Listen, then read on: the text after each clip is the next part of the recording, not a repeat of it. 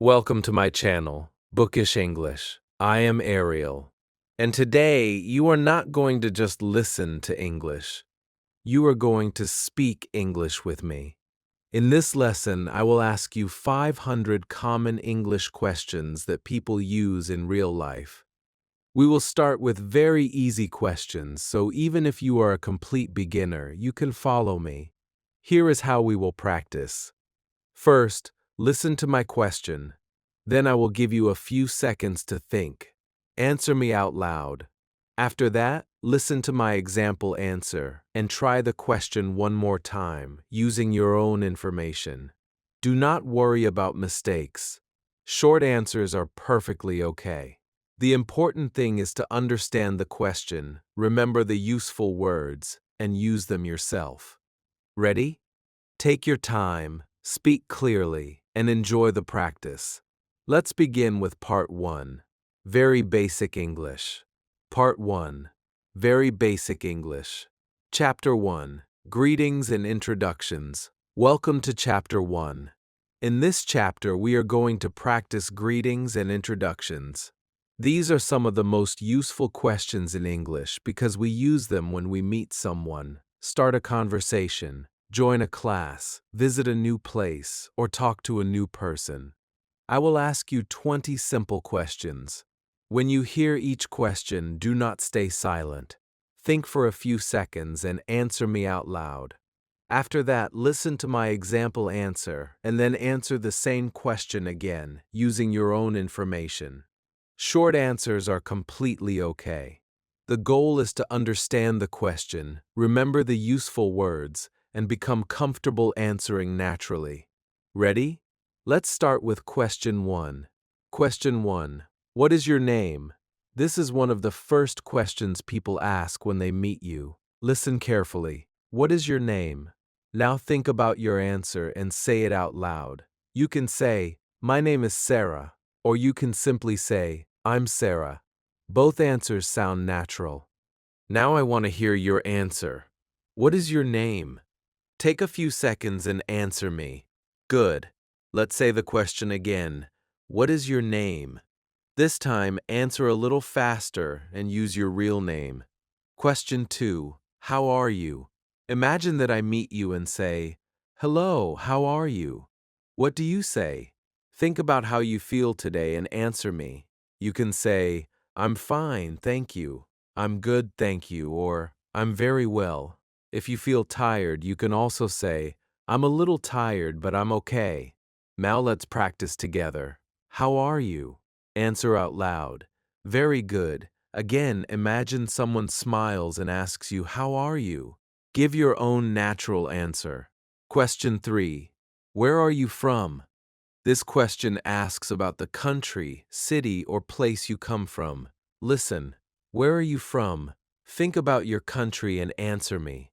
For example, you can say, "I'm from Pakistan," "I'm from Brazil," or "I'm from Turkey." If you want to give more information, you can say, "I'm from Pakistan and I live in Lahore." Now it is your turn. Where are you from? Answer me out loud. Excellent. Say it one more time clearly. I'm from, and add your country. Question 4. Where do you live? This question is about the place where your home is now. Listen carefully. Where do you live? You can answer, "I live in Karachi," "I live in London," or "I live in a small town." Notice that "where are you from" and "where do you live" are not always the same question. You may come from one place and live in another place. Now tell me about yourself. Where do you live? Answer out loud. Great. Try again and say a complete sentence. I live in. Question 5. How old are you? This is another common question when people are getting to know each other. Listen. How old are you? Think about your age and answer me. For example, I am 25 years old, or simply, I'm 25. You do not need to say years old every time. Now it is your turn. How old are you? Say your real age out loud. Very good. Let's practice once more. I ask, "How old are you?" and you give me a clear, simple answer. Question 6. What do you do? People often ask this question when they want to know about your work, study, or daily role. Listen carefully. What do you do? You might answer, I'm a teacher, I'm a student, I work in a shop, or I work from home. If you are not working right now, you can simply say, I'm not working right now. Think about yourself and answer me. What do you do? Speak out loud. Excellent. Try the question one more time and give me one simple sentence about yourself. Question 7. Are you a student? This is a yes or no question. Listen. Are you a student? If you are a student, you can say, yes, I am. If you are not a student, say, no, I'm not. You can make your answer a little longer too. For example, yes, I am. I study English. Or, no, I'm not. I work in an office. Now tell me about yourself. Are you a student? Answer out loud. Great. Try again without waiting for my example. Question 8. Do you work? Listen to the question. Do you work? If the answer is yes, you can say, yes, I do. If the answer is no, you can say, no, I don't. You can also add some information and say, yes, I do. I work in a school. Or, yes, I do. I work from home. Now answer using your own information. Do you work? Take a few seconds and speak. Very good. Let's practice once more. Do you work? Try to answer naturally and confidently. Question 9. What language do you speak? This question asks about the language or languages you can use. Listen. What language do you speak? You can say, I speak Urdu, I speak Spanish, I speak Arabic, or I speak Urdu and English. If your English is still developing, that is okay. You can say, I speak a little English. Now it is your turn. What language do you speak? Answer me. Excellent. Try to make a full sentence beginning with, I speak. Question 10. Do you speak English? You are already doing a great job, and now we have reached question 10. Listen carefully. Do you speak English? You can answer, yes, I do, yes, a little, or I'm learning English. If you are a beginner, I speak a little English is a very useful answer. Now I am asking you directly, do you speak English? Answer out loud. Wonderful. Remember, if you can understand this question and answer it, you are already using English successfully. Question 11. Why are you learning English? Now I want you to give a little more information about yourself. Listen. Why are you learning English? Maybe your answer is, I'm learning English for my job. I'm learning English for travel. I'm learning English for my studies. Or, I'm learning English because I want to speak with more people. Think about your real reason. Why are you learning English? Answer me using one simple sentence. Very good. Now answer it again and try to speak without translating every word in your head. Question 12. What is your first language? Your first language is the language you learned first. Listen carefully. What is your first language? A simple answer is, my first language is Urdu.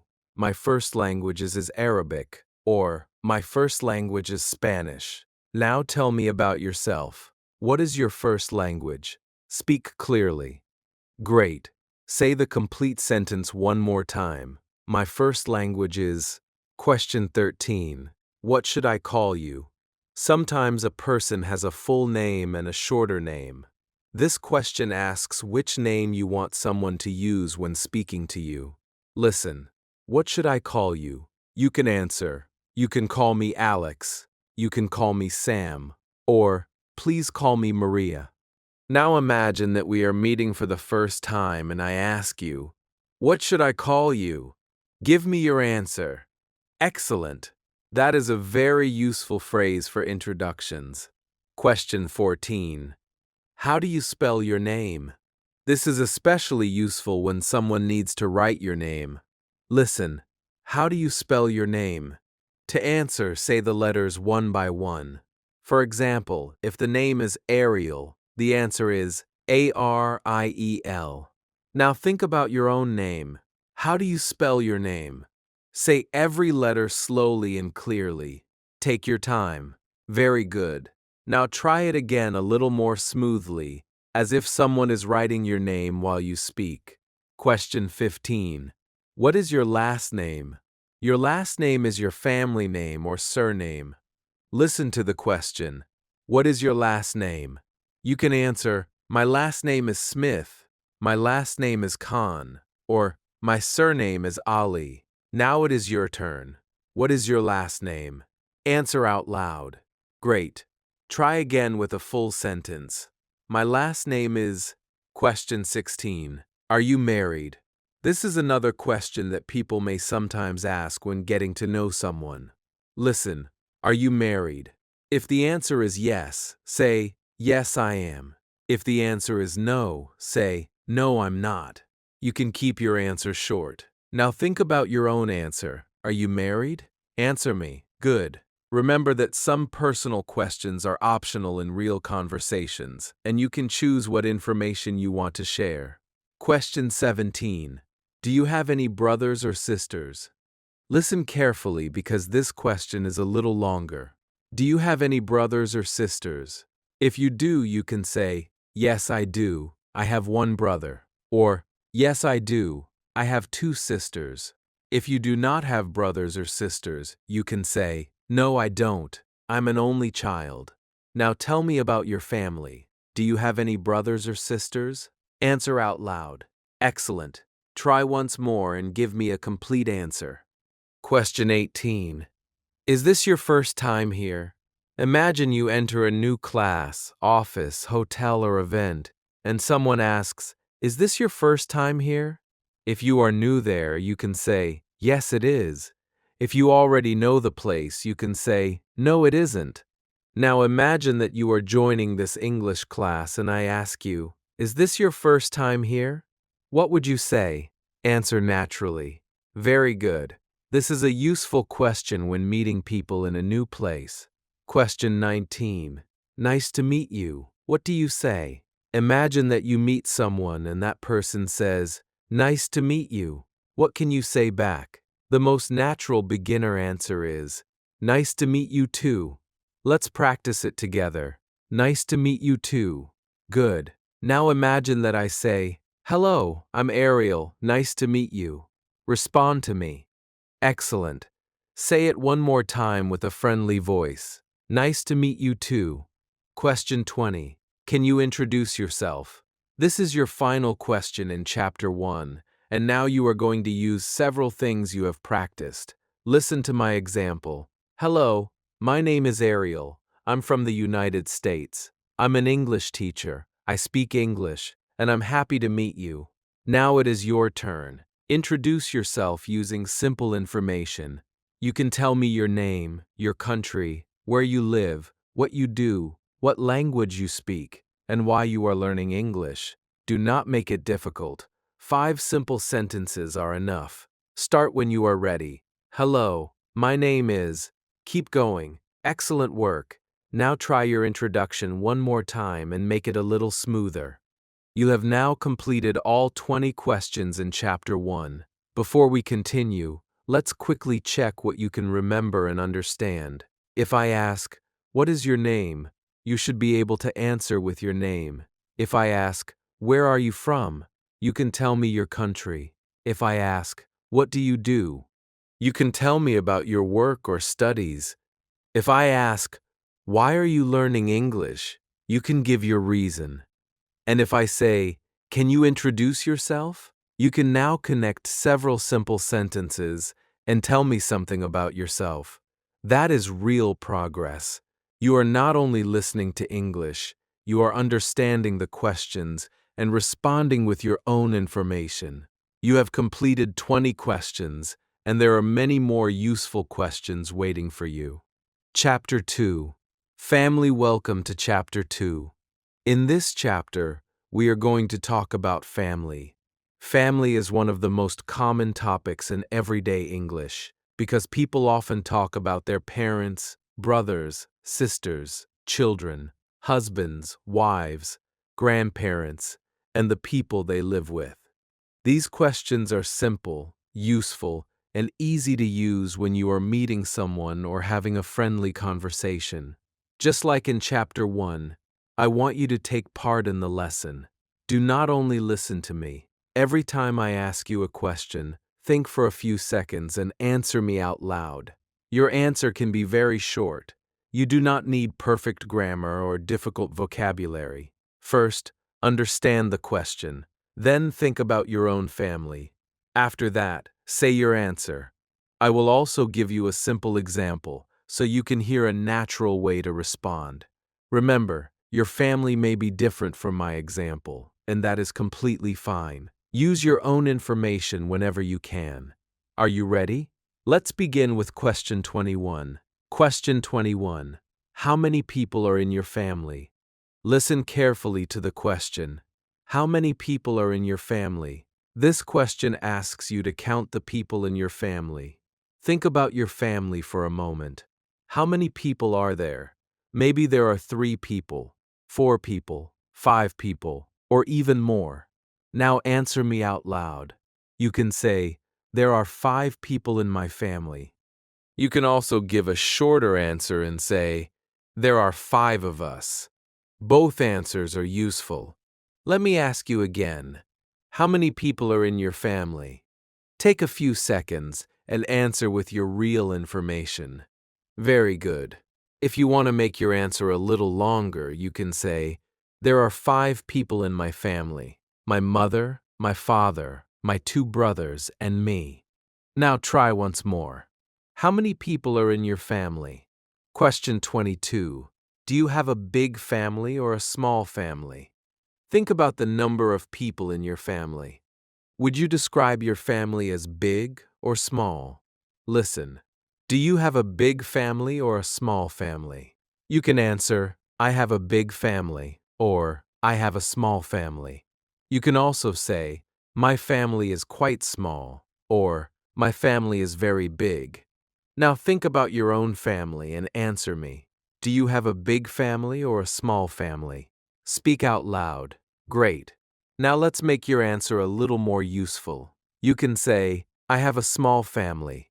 There are 4 people in my family. Or you can say, I have a big family. We are 8 people. Try to give me 2 simple sentences about your family. Question 23. Who do you live with? This is a very useful question. Listen closely. Who do you live with? It asks about the people who live in the same home as you. Maybe you live with your parents. Maybe you live with your husband or wife. Maybe you live with your children, your brother, your sister, or another family member. You can say, I live with my parents. I live with my wife and children. Or, I live with my mother and brother. Now think about your home. Who do you live with? Answer me out loud. Excellent. Try again with a complete sentence beginning with, I live with. This is a simple pattern, and you can use it in many conversations. Question 24. Do you have any brothers? Listen carefully. Do you have any brothers? This is a yes or no question. If you have 1 or more brothers, you can say, yes, I do. Then you can add more information. I have 1 brother, or I have 3 brothers. If you do not have any brothers, you can say, no, I don't. Now it is your turn. Do you have any brothers? Think for a moment and answer me. Very good. If your answer is yes, tell me how many brothers you have. Say, yes, I do, I have, and add the number. If the answer is no, simply say, no, I don't. Let's practice one more time. Do you have any brothers? Question 25. Do you have any sisters? Now we will ask a similar question. Do you have any sisters? Think about your family. If you have sisters, say, yes, I do. I have 1 sister. Or, yes, I do. I have 2 sisters. If you do not have sisters, say, no, I don't. Now answer me using your real information. Do you have any sisters? Take your time and speak clearly. Great. Notice how easy this pattern is. Do you have any brothers? Do you have any sisters? The beginning is the same, and only the family word changes. Try answering one more time without waiting for my example. Question 26. Are you the oldest child in your family? Listen to the word oldest. The oldest child is the child who is older than all the other children in the family. Here is the question. Are you the oldest child in your family? If you are, say, yes, I am. If you are not, say, no, I'm not. Maybe you are the youngest child. Maybe you are in the middle. You can say, no, I'm not. My brother is the oldest, or, no, I'm the youngest. Now think about your place in your family. Are you the oldest child in your family? Answer me out loud. Good. If you can, give me one extra piece of information about your brothers or sisters. Question 27. Are you the youngest child in your family? Now we have the opposite word, youngest. The youngest child is the child who is younger than all the other children. Listen, are you the youngest child in your family? You can answer, yes, I am, or no, I'm not. Maybe you want to add, my sister is the youngest, or I am the middle child. Now it is your turn. Are you the youngest child in your family? Answer out loud. Excellent. These words, oldest and youngest, are very useful when you describe your family, so listen to them again and remember their meaning. Question 28. What is your mother's name? Listen carefully. What is your mother's name?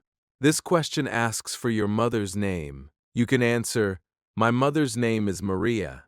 My mother's name is Fatima, or any name that is true for you. Now think about your own answer. What is your mother's name? Say the complete sentence if you are comfortable sharing it. Very good. Notice the pattern. My mother's name is. You can use the same pattern with other family members too. My father's name is. My brother's name is. My sister's name is. Let's try the question one more time. What is your mother's name? Question 29. What is your father's name? Here is another simple family question. What is your father's name?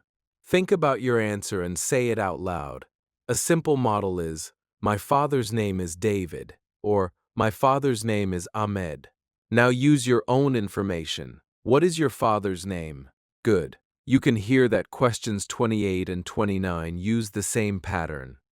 When you learn one useful pattern, you can change only one word and create many new sentences. That is one of the easiest ways to build your English. Question 30. What does your mother do?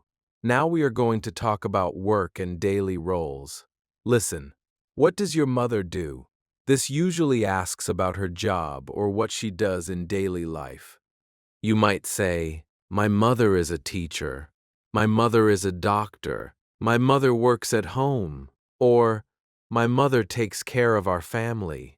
If you are not sure how to describe it, keep your answer simple. Now it is your turn. What does your mother do? Think, then answer out loud. Great. Try again using the pattern, my mother is, or my mother works. You do not need a long answer. One clear sentence is enough. Question 31. What does your father do? Listen to the question. What does your father do? Just like the previous question, this usually asks about his work. You can say, my father is a driver. My father is a businessman. My father is a farmer. My father is a teacher, or my father works in an office. Now tell me about your own family. What does your father do? Answer me out loud. Excellent. If you do not know the English word for his job, you can use a simple sentence to explain where he works. For example, my father works in a shop. That is perfectly fine for a beginner. Question 32. Do your parents live with you? Listen carefully. Do your parents live with you? Your parents are your mother and father. If they live in the same home as you, say yes, they do. If they live somewhere else, say no, they don't. You can add more information by saying, yes, they do. We live together. Or, no, they don't. They live in another city. Now think about your situation. Do your parents live with you? Answer out loud. Very good. Notice that we say, do your parents, because parents means more than one person. This is useful to hear and remember naturally without turning the lesson into a difficult grammar class. Question 33. Do you spend a lot of time with your family? Think about your normal days. Do you often sit, eat, talk, relax, or do activities with your family? Listen to the question. Do you spend a lot of time with your family? You can answer, yes, I do. I spend a lot of time with my family. Or, no, not very much. I am often busy. Maybe you can say, yes, we usually eat dinner together. Now it is your turn. Do you spend a lot of time with your family? Answer honestly. Wonderful. This question helps you move from simply naming family members to talking about your family life. Question 34. What do you like to do with your family? Now I want you to think about an activity. Listen. What do you like to do with your family? Maybe you like eating together, talking, watching movies, going to the park, visiting relatives, cooking, shopping, or having tea together. A simple answer could be, I like to watch movies with my family. Another answer could be, we like to eat dinner together. Now think about your family. What do you like to do with your family? Say your answer out loud. Very good.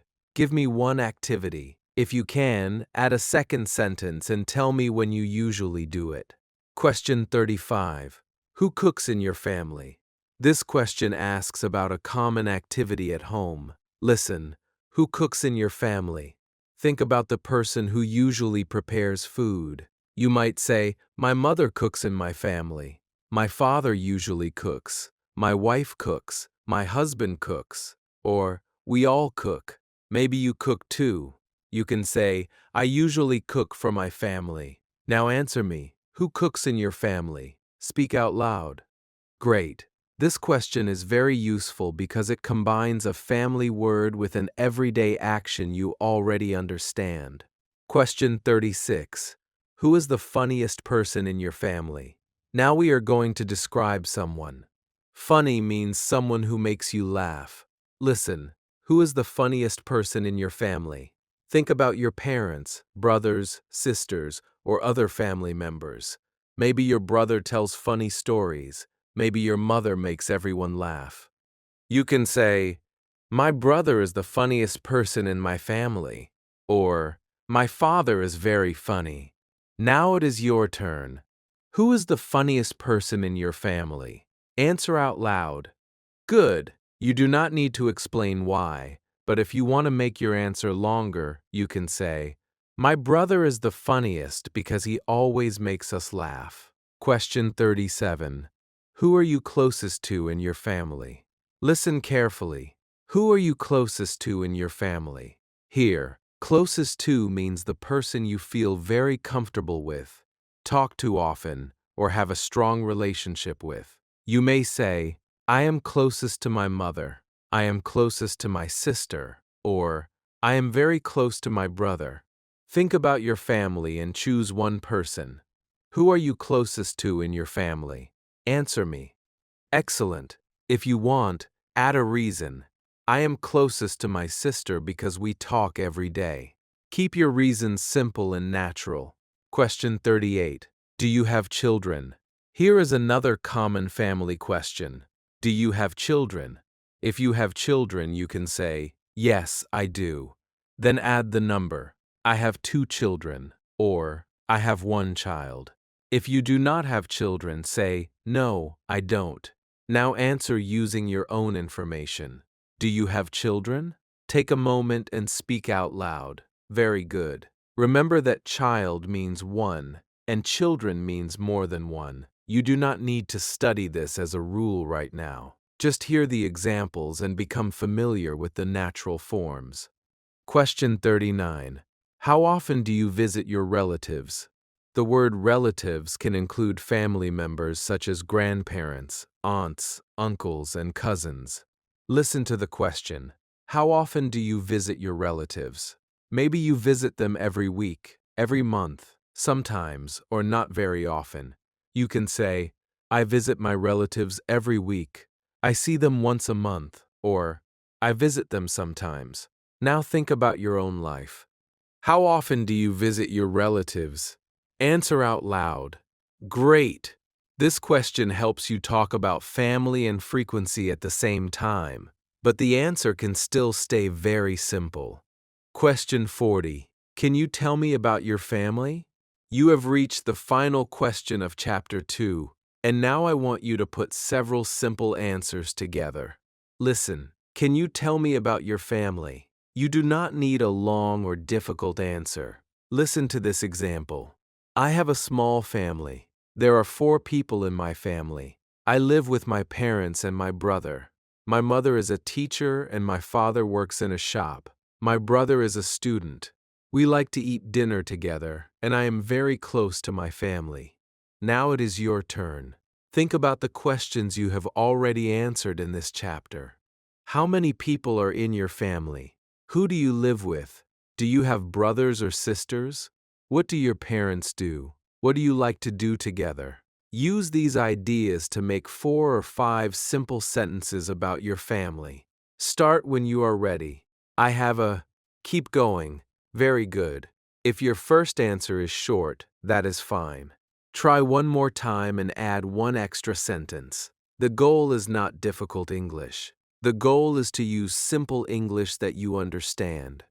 You have now completed questions 21 to 40, which means you have finished another 20 important English questions. In this chapter, you have learned how to talk about the people in your family, how many family members you have, who you live with, whether you have brothers or sisters, what your parents do, what you enjoy doing together, and how to give a short description of your family. Let's do a quick speaking check. I will ask you a few questions again, but this time, try to answer without waiting for an example. First question: how many people are in your family? Answer now. Good. Next, do you have any brothers or sisters? Answer out loud. Excellent. Next question: who do you live with? Tell me. Very good. What do you like to do with your family? Give me one activity. Great. And finally, can you tell me about your family? Try to give me 3 or 4 simple sentences. Excellent work. If you can answer these questions, you are already building the English you need for real conversations. Chapter 3. Numbers, Age, and Basic Information. Now we are moving into Chapter 3, where you are going to practice numbers, age, and basic personal information. These are simple areas of English, but they are extremely important because numbers appear everywhere in daily life.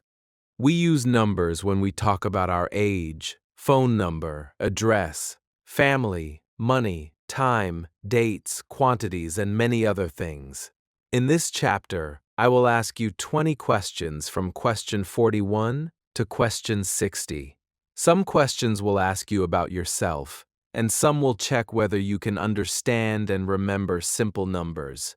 As always, do not only listen. When I ask you a question, think about the meaning and answer me out loud. If you are not sure, listen to the example and then try again. You do not need to speak quickly. Clear and simple English is much more important. Let's begin with question 41. Question 41. How old are you? You already know this useful question, but now we are going to use it to practice numbers more carefully. Listen, how old are you? Think about your age and say the number clearly. For example, you can say, I'm 20 years old, I'm 32 years old, or simply, I'm 45. Both short and long answers are natural. Now answer with your real age. How old are you? Say the number slowly and clearly. Good. Let's make the question a little more useful. Imagine someone meets you and asks, how old are you? Give them one complete answer. You can say, I'm 26 years old. Now try again using your own age. Excellent. Numbers are easier to remember when you connect them with real information about yourself. Question 42. How old is your mother? Now we will talk about another person's age. Listen carefully. How old is your mother? Think about the number if you know it. A simple answer could be, My mother is 50 years old, or she is 50. If you are not sure of the exact age, you can say, I'm not sure, and that is also a useful English answer. Now tell me about your family. How old is your mother? Use a complete sentence if you can. Great. Notice the simple change. We say, how old are you when we ask about you, but how old is your mother when we ask about one other person? You do not need to study a grammar rule here. Just listen to the natural pattern and use it. Question 43. How old is your father? Here is a similar question. How old is your father? Think about your answer and say the number clearly. For example, my father is 55 years old, or he is 60. Now use your own information. How old is your father? Very good. If you want to practice your numbers again, say his age one more time. If the number is 58, say 58 carefully. If it is 63, say 63. This type of practice helps you become comfortable saying larger numbers in a real conversation. Question 44. How many brothers and sisters do you have? This question uses numbers to talk about family. Listen. How many brothers and sisters do you have? Maybe you have one brother and two sisters. Maybe you have three brothers and no sisters. Maybe you are an only child. A simple answer can be, I have one brother and two sisters, or I have two sisters. If you do not have brothers or sisters, you can say, I don't have any brothers or sisters. Now think about your own family and answer me. How many brothers and sisters do you have? Very good. Try to say the numbers clearly and use one full sentence. Question 45. How many people live in your home? Think about the people who live with you. Listen to the question. How many people live in your home? You can answer, 4 people live in my home, or there are 6 people in my home. Maybe you live alone, and you can say, I live alone, or there is one person in my home, me. Now it is your turn. Count the people who live in your home and answer out loud. Great. This is another example of how numbers become useful when we connect them to real life. Question 46. What is your phone number? This is a common question in many everyday situations. Someone may ask for your phone number when you make a new friend, fill in information, book something, or contact a business. Listen. What is your phone number? You do not need to say your real phone number in this lesson if you do not want to. You can practice with an imaginary number. For example, you might say, my phone number is 0312-567-8901. When we say phone numbers, we usually say the digits one by one or in small groups. Now create a simple practice number in your mind and say it out loud. What is your phone number? Excellent. The main goal is to become comfortable saying numbers clearly so another person can understand you. Question 47. Can you say the numbers from 1 to 10? Let's check your basic numbers. Here is the question. Can you say the numbers from 1 to 10? Try it now without my help. Start with 1 and continue to 10. Good. Now listen and check. 1, 2, 3, 4, 5, 6, 7, 8, 9, 10. If that is easy for you, say them again a little more smoothly. 1, 2, 3, 4, 5, 6, 7, 8, 9, 10. These small numbers appear constantly in English, so they should become very familiar to your ears and your mouth. Question 48. What number comes after 10? Think about the number sequence. What number comes after 10? The answer is 11 comes after 10, or you can simply say 11. Now let's practice the pattern with a few examples. What number comes after 11? 12. What number comes after 12? 13. Good. Now return to the original question. What number comes after 10? Answer quickly this time. Excellent. Questions like this help you remember numbers without only repeating a long list. Question 49. What number comes before 20? Think carefully. The answer is 19. You can say, 19 comes before 20. Now let's try another one. What number comes before 15? The answer is 14. What number comes before 10? 9. Good. Now answer the main question again. What number comes before 20? Excellent. You are not only hearing the numbers, you are beginning to recognize where they belong in a sequence. Question 50. Can you count from 10 to 20? Try it out loud before you hear my example. Now listen and check your answer. 10, 11, 12, 13, 14, 15, 16, 17, 18, 19, 20. Say them again with me, but this time pay special attention to 13, 14, 15, 16, 17, 18, and 19. Many English learners confuse some of these numbers when listening, so repeating them clearly is very useful. Now count from 10 to 21 more time by yourself. Very good. You have completed half of this chapter. Question 51. How many days are in a week? This is a very common basic information question. Listen. How many days are in a week? Think about the answer. There are 7 days in a week. Say the complete sentence with me. There are 7 days in a week. Now answer the question yourself. How many days are in a week? Good. Can you name them too? Monday, Tuesday, Wednesday, Thursday, Friday, Saturday, and Sunday. You do not need to focus on the days too much here, because we will practice them more later. For now, remember the number, 7 days. Question 52. How many months are in a year? The answer is 12. You can say, there are 12 months in a year. Now answer me.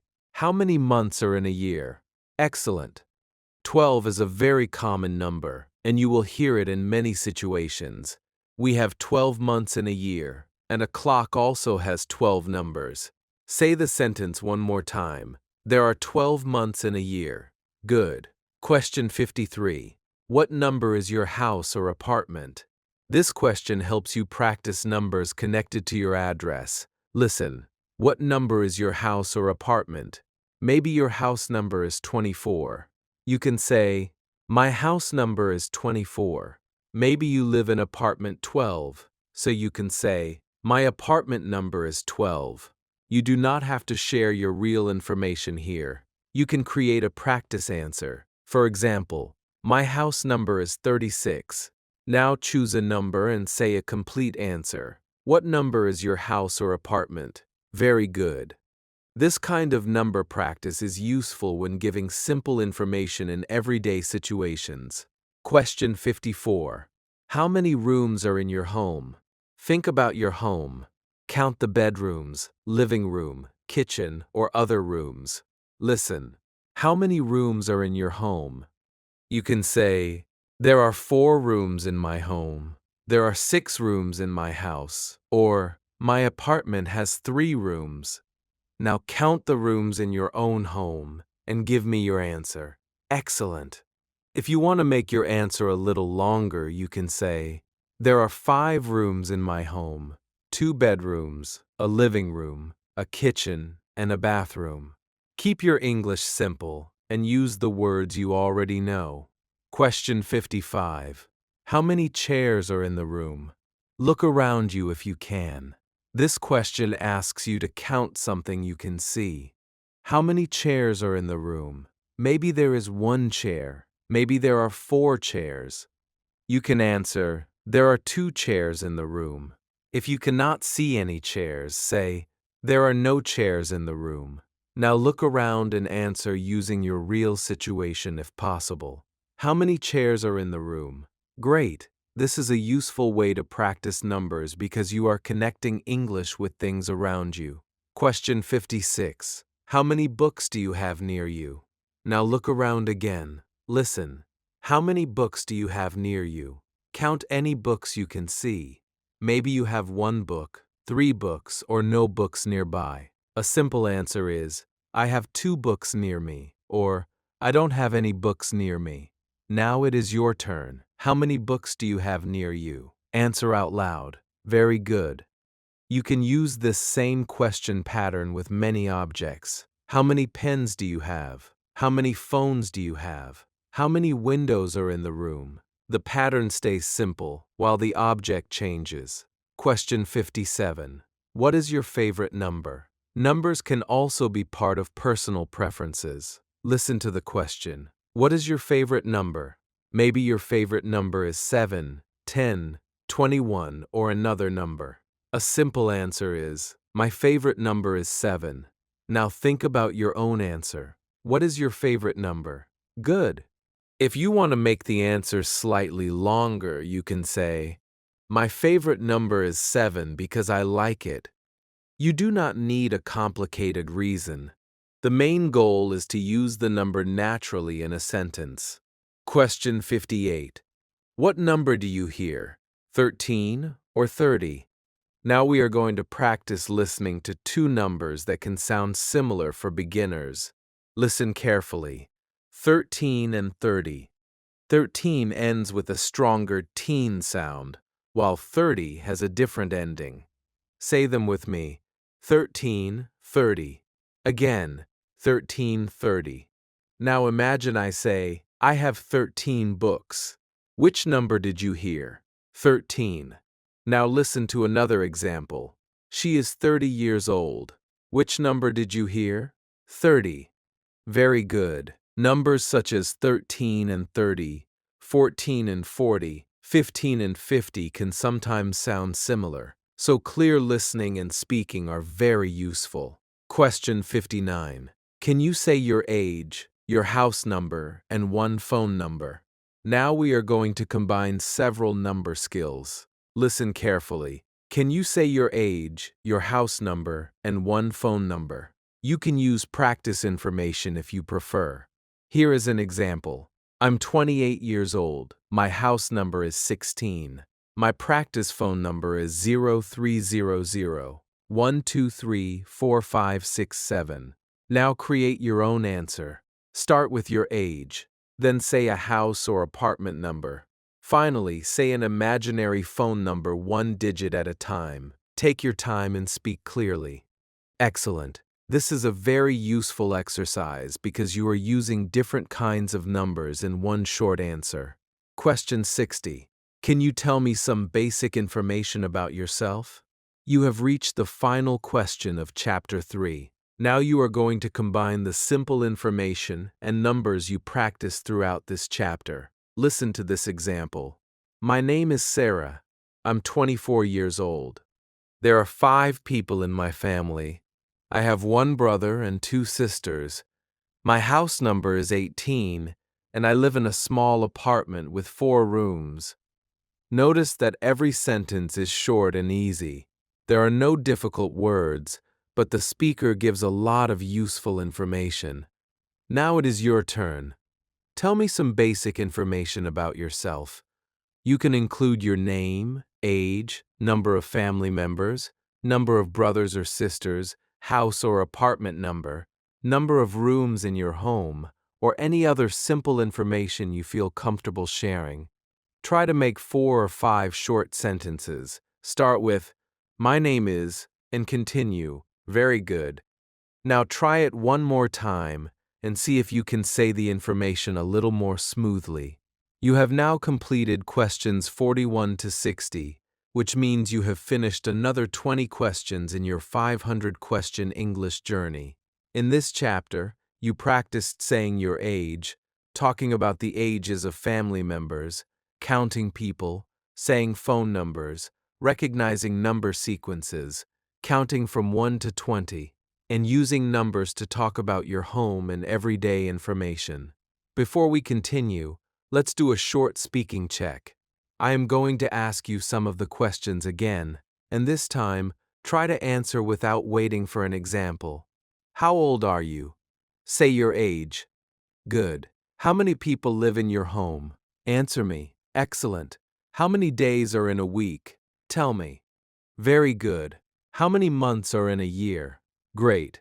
What is your favorite number? Tell me. And finally, can you give me 3 pieces of basic information about yourself? Try it now. Wonderful. If you can understand these questions and give simple answers, You are building a strong foundation for everyday English. Numbers may seem like a small part of English, but they are everywhere. You need them when someone asks your age, when you give a phone number, when you talk about your family, when you tell someone your address, when you count objects, when you talk about dates, and when you use money or time. The goal is not to memorize hundreds of numbers at once. The goal is to become comfortable with the numbers you use most often. When you connect numbers with your own life, they become much easier to understand and remember. Keep answering out loud, even when the question feels easy. Easy questions are valuable because they help your brain respond in English without too much effort. You have now completed 60 of the 500 common English questions, and your foundation is becoming stronger one question at a time. Chapter 4. Everyday Objects and Colors. Now we are moving into Chapter 4, where you are going to practice everyday objects and colors. This chapter is very useful because the things around you give you an easy way to practice English every day. You do not always need a book, a teacher, or a special lesson. You can look around your room and use English to name what you see. You can talk about a table, a chair, a phone, a bag, a book, a pen, a door, a window, and many other common objects.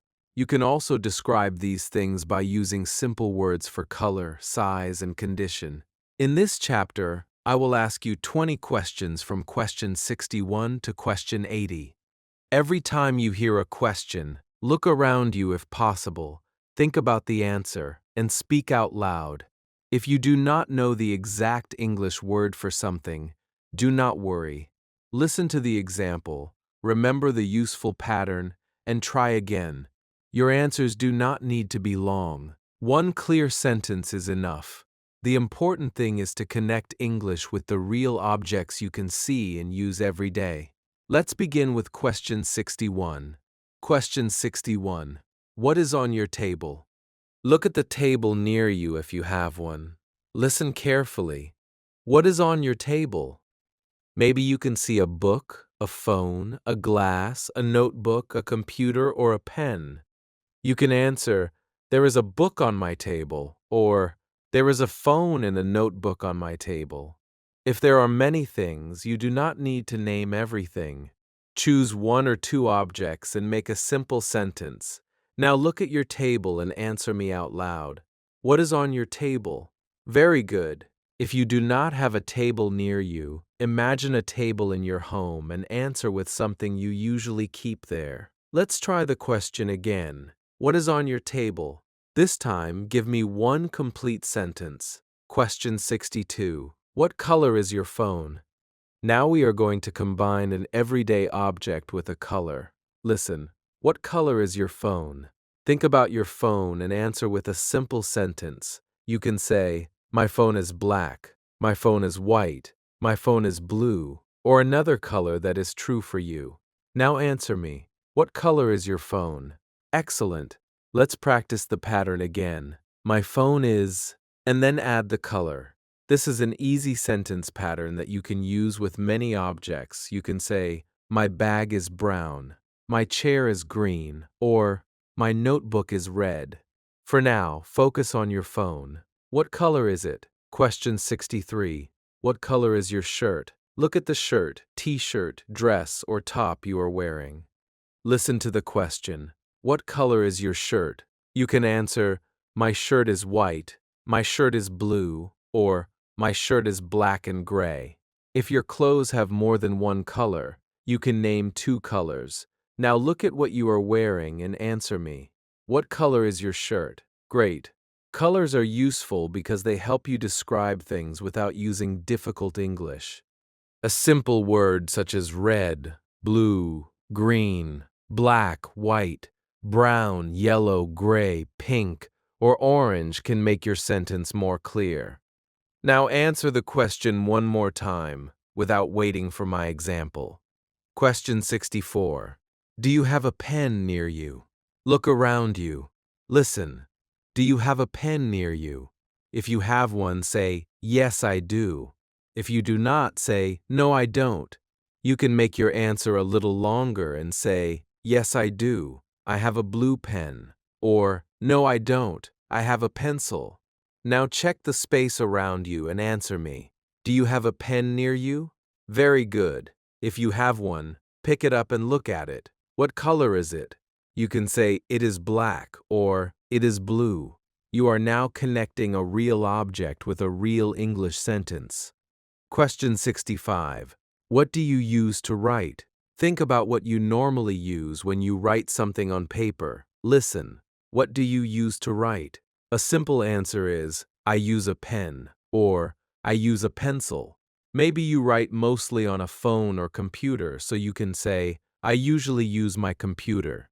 Now think about your own daily life. What do you use to write? Answer me out loud. Excellent. This question is useful because you are not only naming an object, you are connecting the object with its purpose. A pen is something you use to write. A chair is something you use to sit on. A phone is something you use to call people. Understanding what an object is used for helps you remember the English word more easily. Question 66. Is your phone new or old? Now we are going to describe the condition of an object. Listen carefully. Is your phone new or old? If your phone is new, say, "My phone is new." If you have it for a long time, you can say, "My phone is old." You can also say, "It is quite new," or "It is a little old." Now look at your phone and answer me. Is your phone new or old? Great. You can use the same pattern with other things too. Is your bag new or old? Is your computer new or old? Is your chair new or old? For now, answer the phone question once more using one complete sentence. Question 67. Do you have a bag? Listen. Do you have a bag? This is another simple yes or no question. You may have a school bag, a work bag, a shopping bag, a handbag, or a backpack. If you have one, say, "Yes, I do." You can add, "I have a black bag," or "I have a small backpack." If you do not have a bag, say, "No, I don't." Now answer using your own information. Do you have a bag? Very good. If your answer is yes, tell me one more thing about it. What color is your bag? Is it big or small? Try to give me 2 short sentences. Question 68. What is inside your bag? Think about a bag you use often. Listen to the question. What is inside your bag? Maybe there is a phone, a wallet, a notebook, a bottle of water, a pen, or some keys inside it. You can say, "There is a notebook in my bag," or "I have a phone, a wallet, and some keys in my bag." Now think about your own bag and answer me. What is inside your bag? Good. If you do not have a bag near you, imagine the bag you usually carry. Name 2 or 3 simple things that are often inside it. This question helps you remember several everyday object words together. Question 69. What do you use to open a door? Listen carefully. What do you use to open a door? Think about the common object you use. One answer is, "I use a key." You may also simply say, "a key." Now repeat the full sentence. I use a key to open a door. Excellent. Look at how useful this pattern is. I use a key to open a door. You can use similar patterns with many everyday objects. I use a pen to write. I use a phone to call people. I use a cup to drink tea. Now answer the original question again. What do you use to open a door? You have reached question 70. Look at a window if there is one near you. Listen. What can you see through a window? Maybe you can see the sky, a road, buildings, trees, cars, people, or another house. You can answer, "I can see trees through the window," or "I can see the street and some cars." Now look through a window if possible and tell me what you can see. Very good. If there is no window near you, imagine the view from a window in your home. This question is useful because it makes you use English with your real surroundings instead of only memorizing words from a list. Question 71. Is there a chair near you?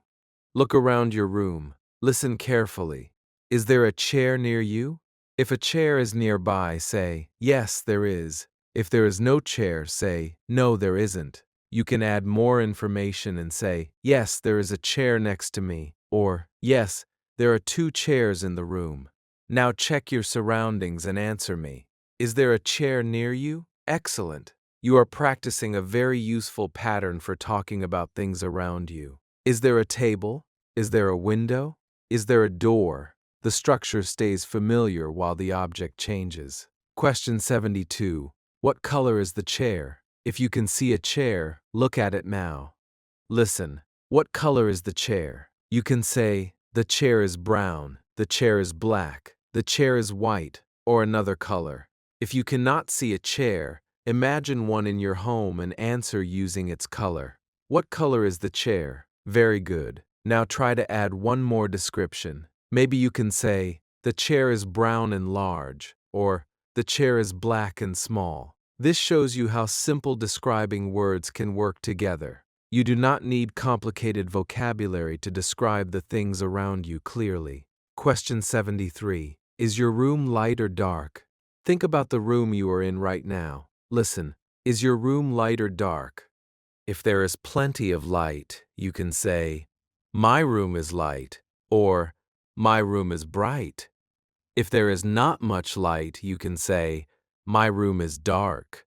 Maybe it is somewhere in the middle, so you can say, my room is a little dark. Now look around and answer me. Is your room light or dark? Great. This question helps you describe the feeling and appearance of a place using very simple words. Question 74. What is your favorite color? This is a very common and easy personal question. Listen. What is your favorite color?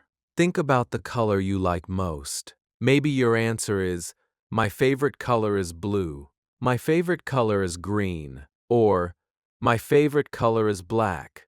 Now answer me. What is your favorite color? Excellent. If you want to make your answer a little longer, you can say, my favorite color is blue because it looks calm, or simply, I really like blue. You do not need a long reason. The important thing is to understand the question and use a natural answer. Question 75. What color do you wear most often? Now think about your clothes. Listen carefully. What color do you wear most often? Maybe you often wear black, white, blue, gray, brown, or another color. You can answer, I usually wear black, or I wear blue most often. Think about the clothes in your home. Which color do you wear a lot? Answer me out loud. Very good. This question is slightly different from, what is your favorite color? Your favorite color may be green, but maybe you wear black most often. Listen to the difference and answer according to your own life. Question 76. Is your bag big or small? Think about your bag or backpack. Listen. Is your bag big or small? You can say, my bag is big, or my bag is small. You can also combine size and color. My bag is small and black, or my backpack is big and blue. Now answer me using your own bag. Is your bag big or small? Great. Try to describe it with two simple words. Start with, my bag is, and then add the size and color. This is an easy way to make your English richer without making it difficult. Question 77. What is your favorite thing in your room? Look around and choose one object you really like. Maybe it is your bed, your phone, your computer, a book, a chair, a lamp, or something else. Listen. What is your favorite thing in your room? A simple answer is, my favorite thing is my computer, or my favorite thing in my room is my bed. Now choose one object and answer me. Very good. If you want, give one simple reason. My favorite thing is my bed because it is comfortable, or my favorite thing is my computer because I use it every day. Keep your answer easy and natural. Question 78. What objects do you use every day? Think about your normal day. Which objects do you use again and again? Maybe you use your phone, toothbrush, cup, computer, keys, bag, pen, or headphones. Listen to the question. What objects do you use every day? You can answer, I use my phone every day, or I use my phone, computer, and bag every day. Now think about 3 common objects in your own life and name them. What objects do you use every day? Excellent. This question helps you connect familiar vocabulary with your daily routine, which makes the words easier to remember. Question 79. Can you name 5 things you can see right now? Now we are going to do a small speaking challenge. Look around you and find 5 objects. Do not think too much. Simply name what you see. Maybe you can say, I can see a table, a chair, a phone, a window, and a book. Now it is your turn. Look around carefully and name 5 things you can see. Take your time. Excellent. Now try again without using my example. Use the objects in your own room. If you can name 5 objects easily, try adding a color to 1 or 2 of them. For example, I can see a black phone and a brown table. Very good. This is exactly how you can practice English anywhere. Question 80. Can you describe the things around you? You have reached the final question of Chapter 4. Now we are going to combine many of the words and patterns you have practiced. Listen to this example. There is a table in front of me. My phone is on the table. The phone is black. There is a blue notebook next to it. I can see a brown chair and a white door. My bag is small and black. There is also a window in the room. Notice that these sentences are very simple, but together they give a clear description. Now look around your own space. Can you describe the things around you? Start with one object. Say where it is, what color it is, or whether it is big or small. Then move to another object. Try to give me 4 or 5 short sentences. Take your time and speak out loud. Excellent. If your first description is very short, that is completely fine. Try again and add 1 more object or 1 more color. You have now completed questions 61 to 80, which means you have practiced another 20 common English questions. In this chapter, you used English to talk about the objects around you, the colors you see, the things you use, and simple ways to describe size and condition. You learned to answer questions such as, what is on your table? What color is your phone? Do you have a pen near you? What is inside your bag? And what can you see through a window? You also practiced useful words such as table, chair, phone, bag, pen, key, door, window, book, room, big, small, new, old, light, dark, and many common colors. These words may look simple, but they are very important because you can use them again and again in everyday conversations. Let's do a short speaking check before we continue. Look around you and answer each question without waiting for an example. What color is your phone? Answer now. Very good. Is there a chair near you? Excellent. What is on your table? Tell me. Good. What color do you wear most often? Great. What objects do you use every day? Name 2 or 3. Excellent. Now look around your room and name 5 things you can see. Try not to translate. Simply look at the object and say the English word. Table, phone, chair, window, bag. Whatever you can see, name it in English. This kind of practice is powerful because the objects become your learning materials. Every room can become an English classroom. There is a simple habit you can use after this lesson. Whenever you enter a room, choose 3 objects and name them in English. Then add 1 describing word. You might look at a chair and think, brown chair. You might look at your phone and think, black phone. You might see a large table and think, big table. Then make 1 short sentence. The table is big. My phone is black. There is a chair near the window. You do not need to study for an hour. Even 1 or 2 minutes of this kind of practice can help you remember useful English because you connect the language with something real that you can see. You can also practice colors wherever you go. When you see a car, think of its color in English. When you see someone's bag, silently name the color. When you see a door, a cup, a book, a flower, or a building, try to describe it with one simple English word. Red car, white door, blue cup, green book, small bag, big window. This helps your brain connect English directly with the object instead of always depending on translation. Keep the practice simple. The easier it feels, the more often you can do it. You have now finished 80 of the 500 common English questions. That is a strong beginning. You can already answer questions about greetings, introductions, family, numbers, basic information, everyday objects, and colors. More importantly, you are not only hearing English, you are responding, describing, choosing words, and connecting English with your own life. Keep speaking out loud, even when the question looks very easy. Easy English builds the foundation for stronger English, and every clear answer makes the next question a little easier. Chapter 5. Your home. Now we are moving into Chapter 5, and this chapter is all about your home.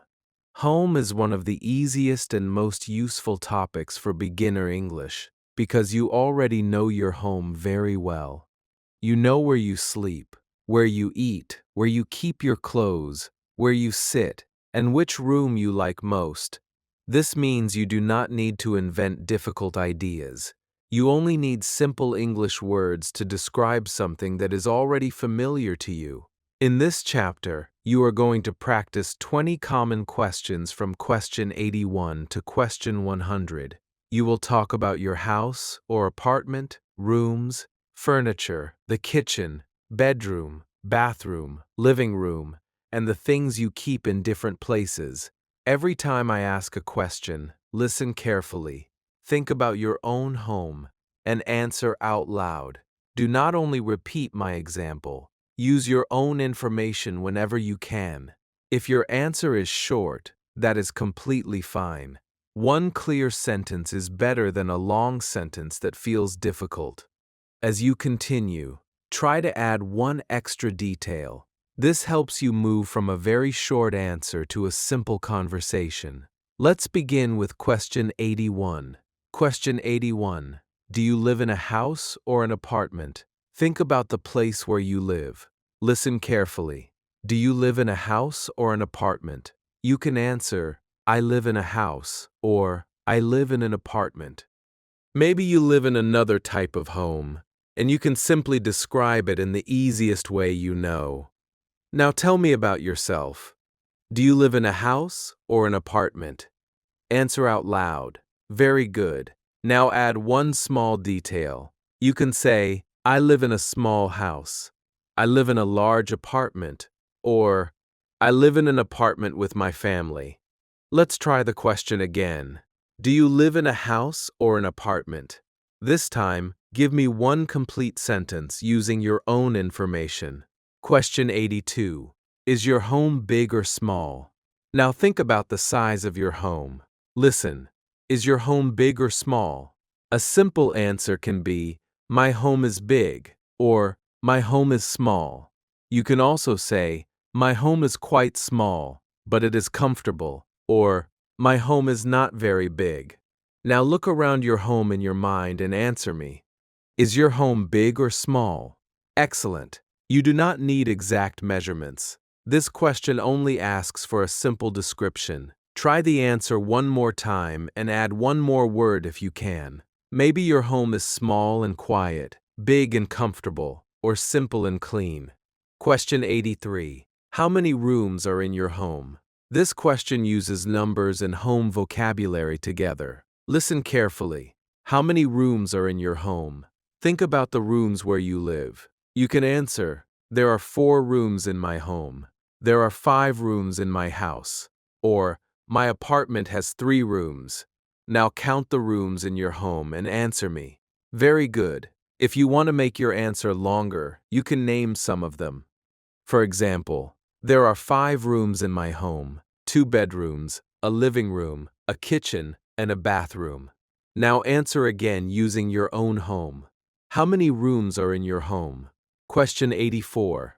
How many bedrooms are in your home? Let's talk about bedrooms. A bedroom is the room where people usually sleep. Listen, how many bedrooms are in your home? Maybe you have one bedroom, two bedrooms, three bedrooms, or more. You can say, there are two bedrooms in my home, or my house has three bedrooms. Now tell me about your home. How many bedrooms are there? Answer out loud. Great.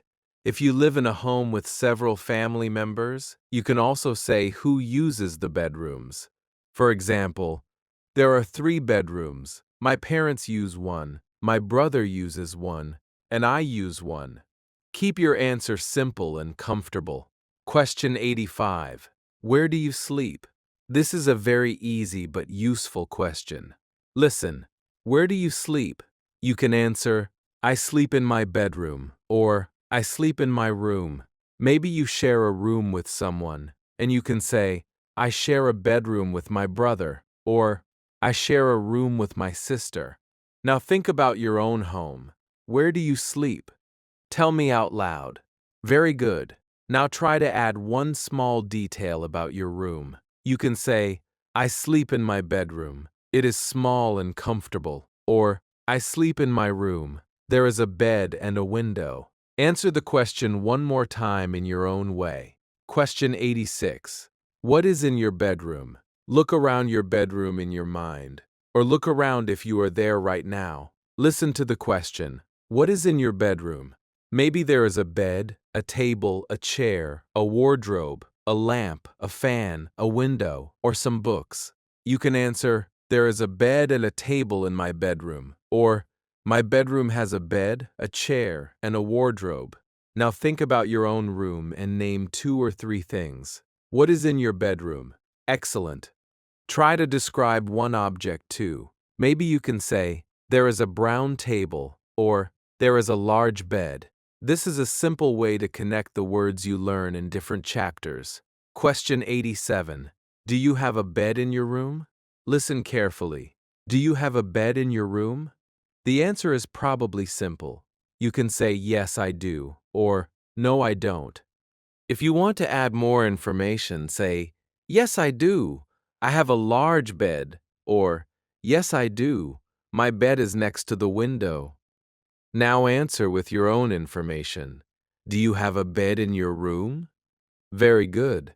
If the answer is yes, describe your bed with one easy word. Is it big, small, soft, comfortable, or simple? Try to make two short sentences. Question 88. Where do you keep your clothes? Now think about your clothes. Listen, where do you keep your clothes? Maybe you keep them in a wardrobe, a closet, a drawer, or another place. You can say, I keep my clothes in a wardrobe, or I keep my clothes in a closet. If you use drawers, say, I keep some of my clothes in a drawer. Now tell me about your own home. Where do you keep your clothes? Answer out loud. Excellent. This is another useful question because it connects an object with a place. Try to say the complete pattern. I keep my clothes in, and add the place you use. Question 89. Is there a window in your bedroom? Listen to the question. Is there a window in your bedroom? If there is a window, say, yes, there is. If there is no window, say, no, there isn't. You can make the answer longer by saying, yes, there is one window in my bedroom, or yes, there are two windows. Now think about your room. Is there a window in your bedroom? Very good. If the answer is yes, tell me what you can see through it. Maybe you can see a street, trees, houses, buildings, or the sky. Try one extra sentence if you can. Question 90. What is your favorite room in your home? You have reached question 90. Now choose the room you like most. Listen carefully. What is your favorite room in your home? Maybe your favorite room is your bedroom because it is quiet. Maybe it is the living room because you sit with your family there. Maybe you like the kitchen because you enjoy food and cooking. A simple answer is, my favorite room is my bedroom. Or, I like the living room the most. Now it is your turn. What is your favorite room in your home? Answer me out loud. Good. If you can, add a simple reason. My favorite room is my bedroom because it is quiet. Keep it natural and easy. Question 91. Do you have a living room? Let's talk about another common room. Listen. Do you have a living room? A living room is usually a place where people sit, relax, talk, or spend time together. If your home has one, say, yes, we do, or yes, I do. If not, say, no, we don't. Now answer using your own home. Do you have a living room? Excellent. If you do, name one or two things that are in it. Maybe there is a sofa, television, table, carpet, fan, or some chairs. Try to say, yes, we do. There is a sofa and a table in the living room. Question 92. What do you do in the living room? Think about the activities you do there. Listen. What do you do in the living room? Maybe you watch television, talk with your family, drink tea, read, relax, or sit with visitors. You can say, I watch television in the living room, or I sit with my family in the living room. Maybe you do several things, so you can say, I relax, watch television, and talk with my family there. Now answer me using your own life. What do you do in the living room?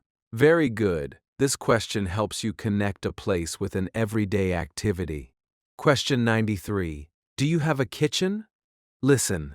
Do you have a kitchen? If you do, say, yes, we do, or yes, I do. Maybe your kitchen is small or large. You can say, yes, we do. We have a small kitchen. Or, yes, our kitchen is quite big. Now think about your home. Do you have a kitchen? Answer me.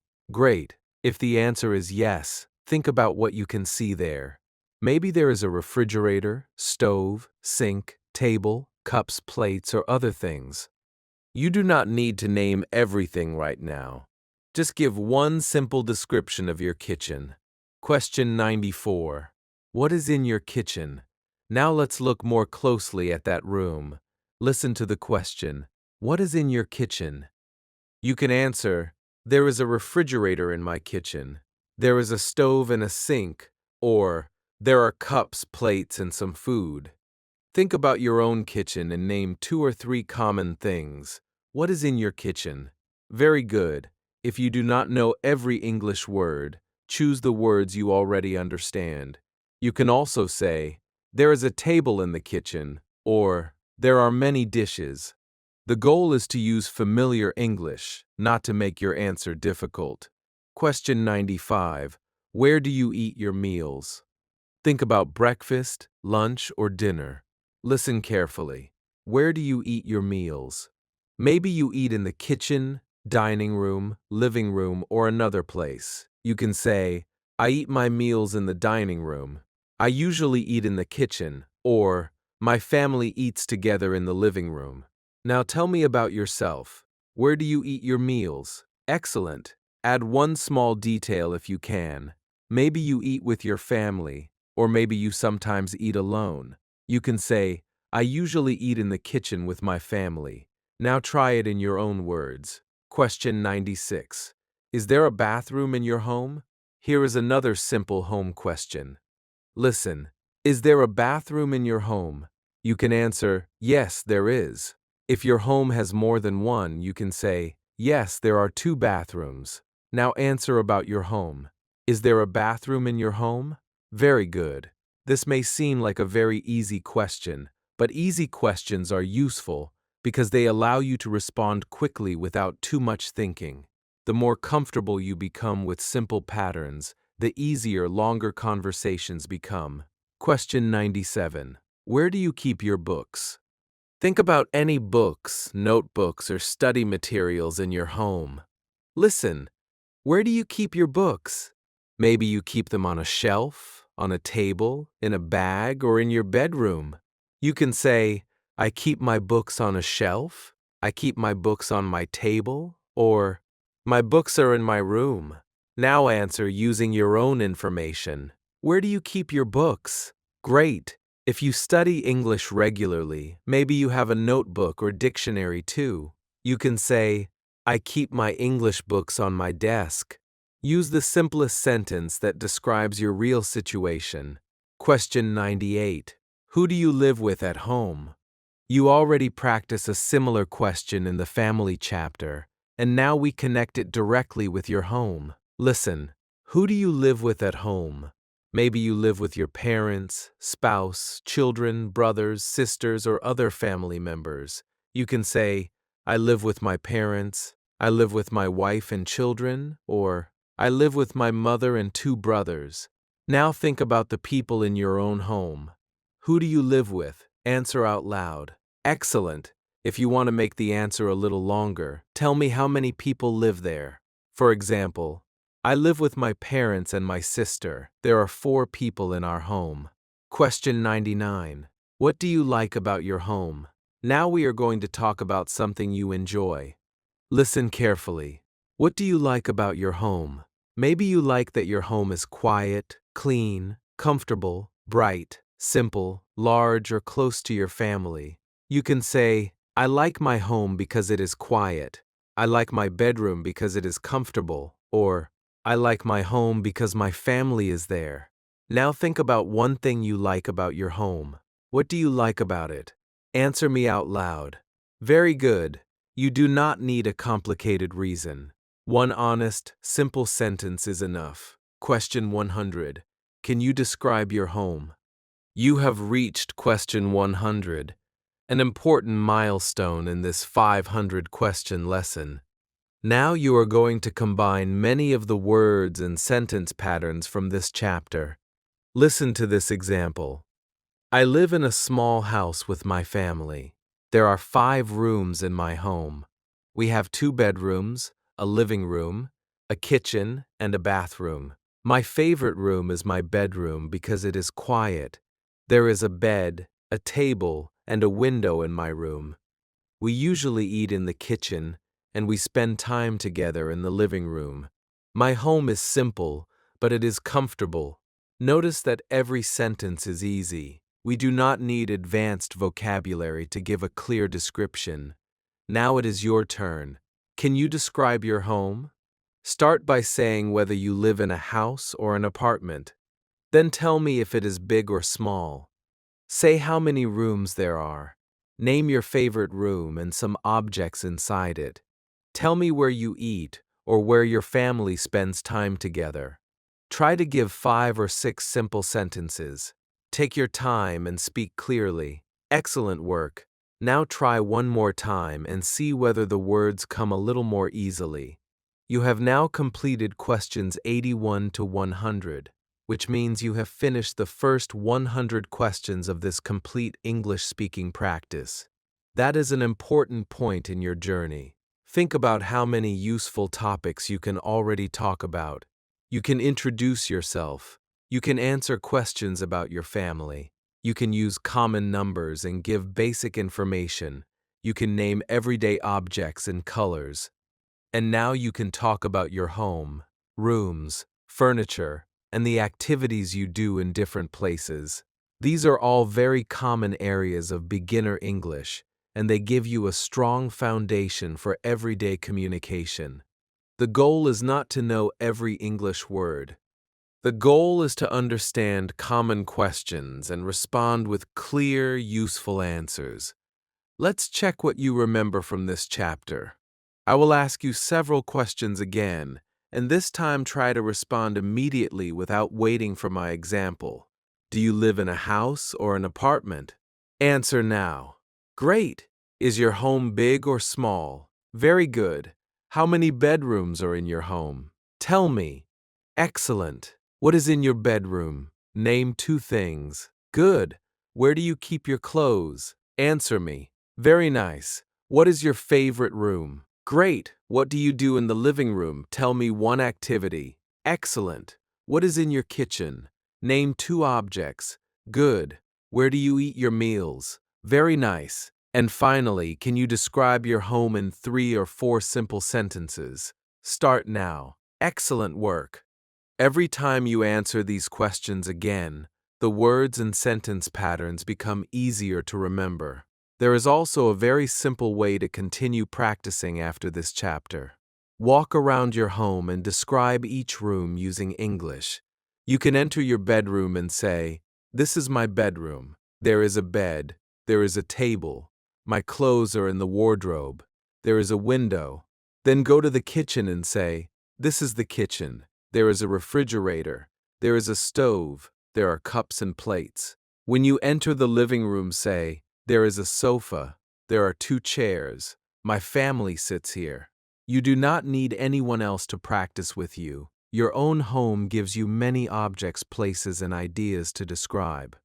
You can make this exercise even easier by choosing only 5 things every day. Look at one room and name 5 objects in English.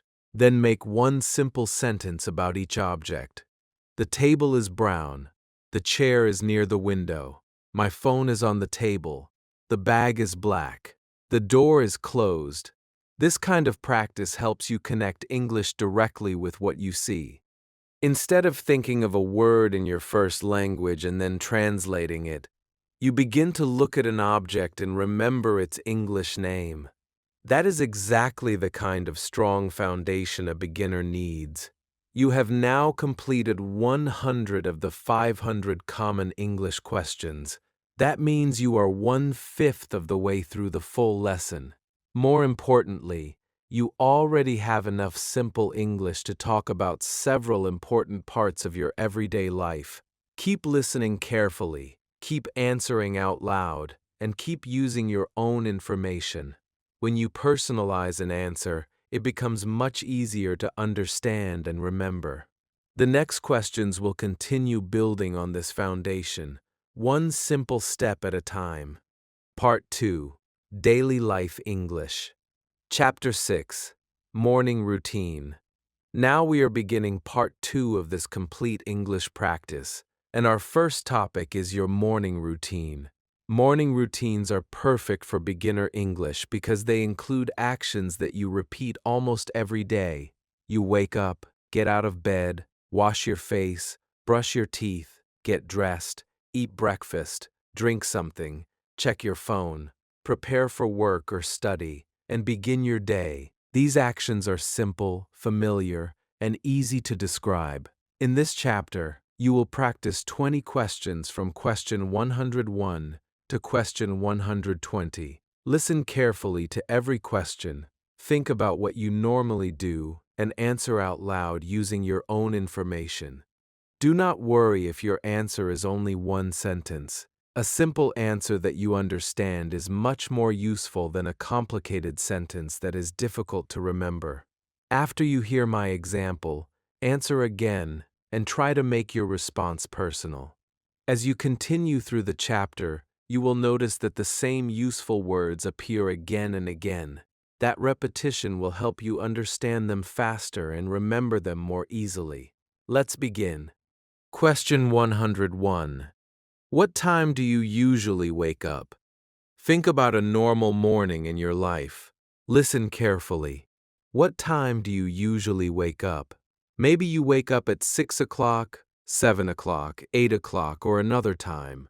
A simple answer is, I usually wake up at 7 o'clock. You can also say, I wake up at 6:30. Now think about your normal day and answer me out loud. What time do you usually wake up? Very good. Try the complete sentence again. I usually wake up at, and add your time.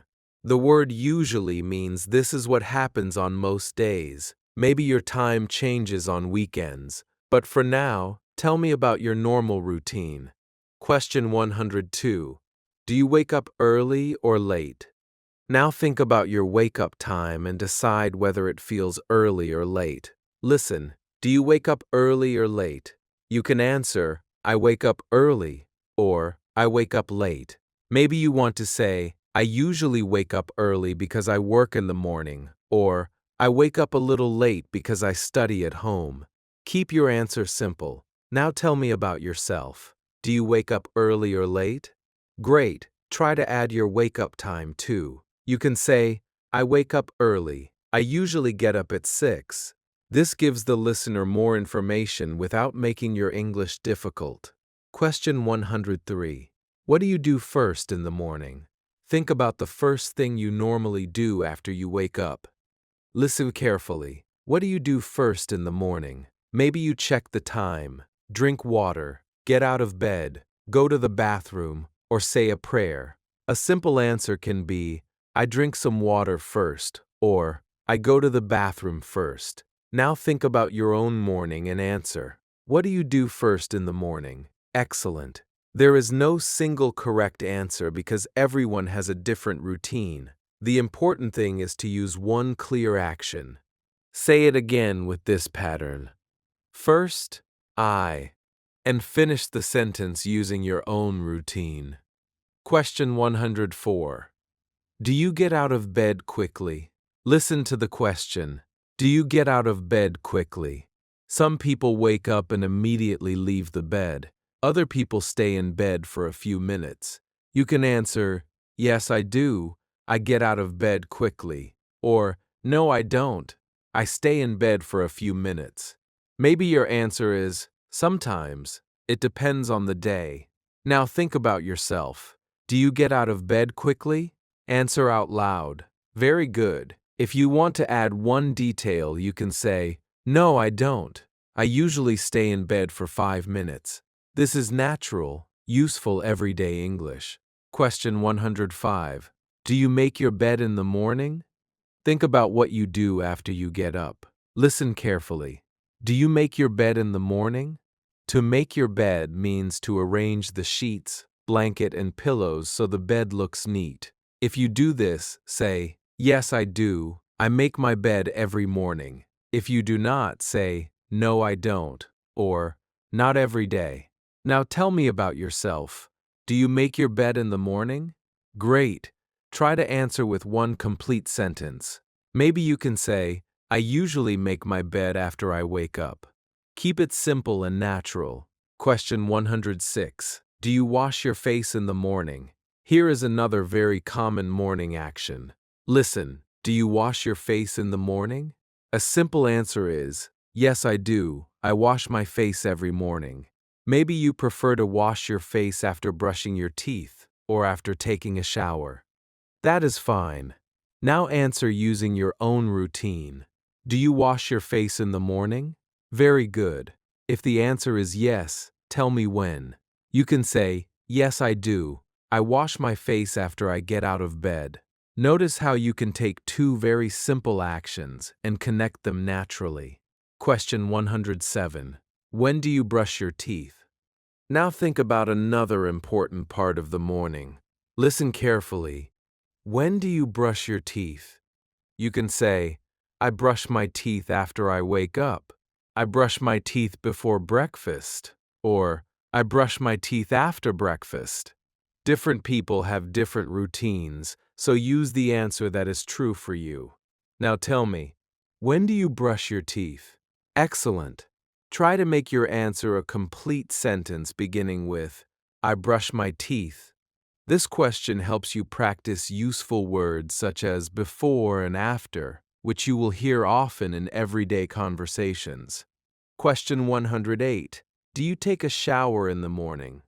Listen, do you take a shower in the morning? If you usually shower in the morning, you can say, yes, I do. I take a shower every morning. If you shower at another time, you can say, no, I don't. I usually take a shower in the evening. Now think about your normal routine and answer me. Do you take a shower in the morning? Great. If you want, add how long it usually takes. Maybe you can say, yes, I do. It takes about 10 minutes. The answer does not need to be long. 1 or 2 simple sentences are perfect. Question 109. What do you wear in the morning? Think about how you get dressed for your day. Listen carefully. What do you wear in the morning? Your answer depends on what you normally do. Maybe you wear work clothes, school clothes, comfortable clothes, a uniform, or casual clothes. You can say, I wear comfortable clothes. I wear a uniform for work, or I usually wear a shirt and trousers. Now think about your own routine. What do you wear in the morning? Answer me out loud. Excellent. If you are at home, you can simply say, I wear comfortable clothes at home. Use vocabulary that feels easy and familiar. Question 110. And now we are talking about breakfast. Listen, what do you usually eat for breakfast? Maybe you eat eggs, bread, cereal, fruit, rice, yogurt, or something else. A simple answer is, I usually eat eggs and bread for breakfast. Maybe you do not eat much in the morning, so you can say, I usually have a light breakfast. Now tell me about your own breakfast. What do you usually eat? Very good. Try to name 2 foods if you can. Remember, the goal is not to use difficult food vocabulary. Use the foods you already know how to say in English. Question 111. What do you usually drink in the morning? Think about what you drink after you wake up or with your breakfast. Listen, what do you usually drink in the morning? Maybe you drink water, tea, coffee, milk, or juice. You can answer, I usually drink tea in the morning, or I drink a glass of water when I wake up. Now think about your own habit. What do you usually drink in the morning? Great. If you drink more than one thing, you can say, I drink water first, and then I have tea. 2 very simple ideas can make your answer sound natural and complete. Question 112. Do you eat breakfast every day? Here is a simple yes or no question. Listen carefully. Do you eat breakfast every day? If you sometimes miss breakfast, say, not every day, or, no, I don't always eat breakfast. Now tell me about yourself. Do you eat breakfast every day? Very good. You can also tell me why. Maybe you can say, yes, I do, because I get hungry in the morning, or, no, I don't, because I am often busy. Keep your reasons short and clear. Question 113. Who do you eat breakfast with? Think about your home and the people around you in the morning. Listen, who do you eat breakfast with?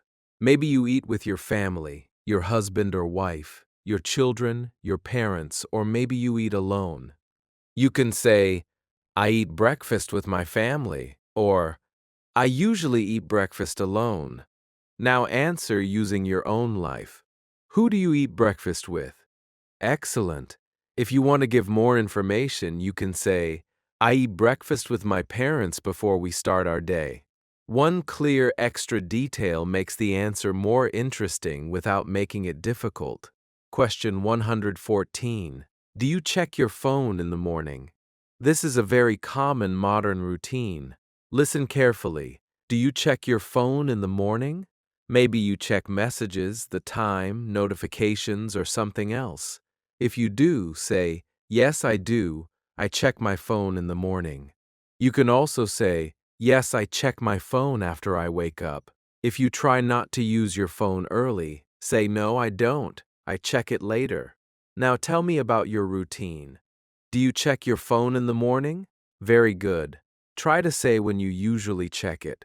Question 115. Do you listen to anything in the morning? Think about music, news, English lessons, podcasts, or other things you may listen to. Listen. Do you listen to anything in the morning? You can answer, yes, I listen to music. I listen to English in the morning, or, no, I usually like a quiet morning. Now tell me about yourself. Do you listen to anything in the morning? Excellent. If you use the morning to practice English, you might say, I listen to English for 10 minutes every morning. That is a simple but very useful sentence for talking about a daily learning habit. Question 116. What time do you leave home in the morning? Think about a normal workday or study day. Listen carefully. What time do you leave home in the morning? Maybe you leave at 7:30, 8 o'clock, 9 o'clock, or maybe you work or study from home and do not leave in the morning.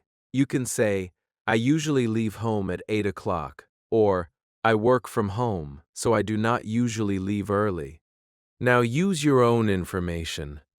What time do you leave home in the morning? Very good. Try to say the time clearly and use a complete sentence. Question 117. How do you go to work or school? Now think about transportation. Listen. How do you go to work or school?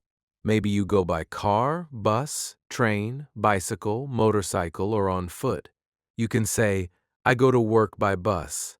I drive to work. I walk to school. Or, I study from home. Now think about your own situation. How do you go to work or school? Answer me. Excellent. Try again and add one small detail if you can. For example, I go to work by bus. It takes about 20 minutes. Keep your English simple. Question 118. Are you usually busy in the morning? Think about how your mornings feel. Listen, are you usually busy in the morning? If you have many things to do, you can say, Yes, I am. My mornings are usually busy. If your mornings are calm, say, No, I'm not. My mornings are usually quiet. Maybe you can say, Sometimes. It depends on the day. Now tell me about yourself. Are you usually busy in the morning? Very good. Add one reason if you can. Yes, I am because I prepare for work. Or, no, I'm not because I work from home. Question 119. What is your favorite part of the morning?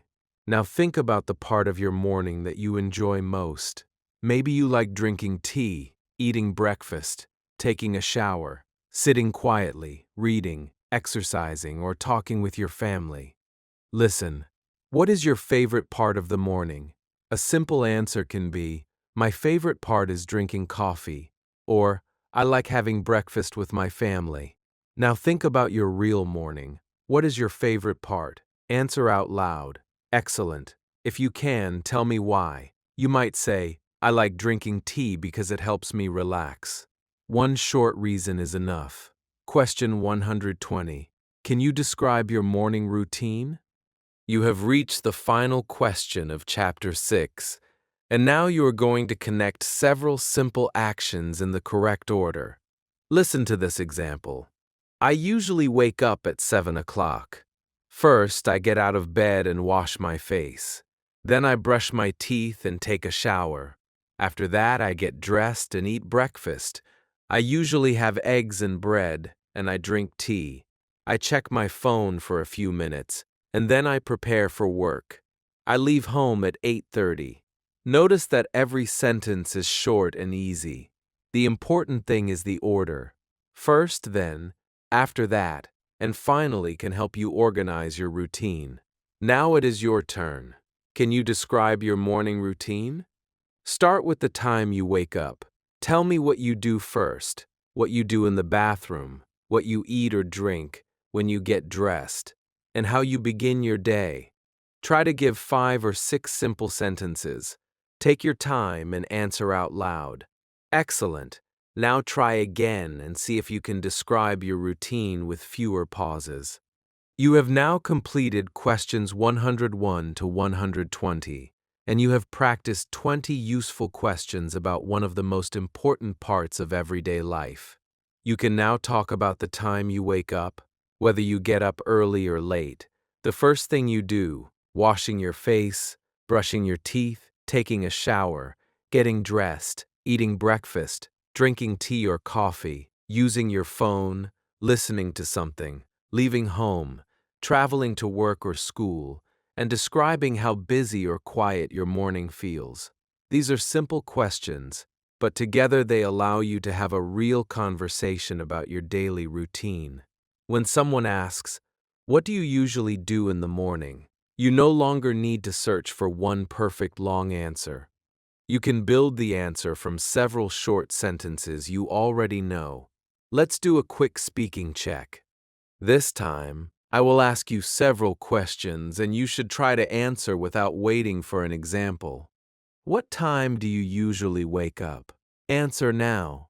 Very good. What do you do first in the morning? Great. When do you brush your teeth? Excellent. Do you take a shower in the morning? Good. What do you usually eat for breakfast? Tell me. Very nice. What do you drink in the morning? Great. Do you check your phone? Excellent. What time do you leave home? Good. How do you go to work or school? Very nice. And finally, describe 3 things you do every morning. Speak now. Excellent work. If these answers are becoming easier, that means you are beginning to recognize the questions and respond without needing as much time to think. There is a very useful way to practice this chapter every day. While you are actually doing your morning routine, say the actions quietly in English. When you wake up, think, I am awake. When you leave your bed, say, I get out of bed. When you wash your face, think, I wash my face. When you brush your teeth, say, I brush my teeth. When you make tea, think, I make tea. When you eat, say, I eat breakfast. When you put on your clothes, say, I get dressed.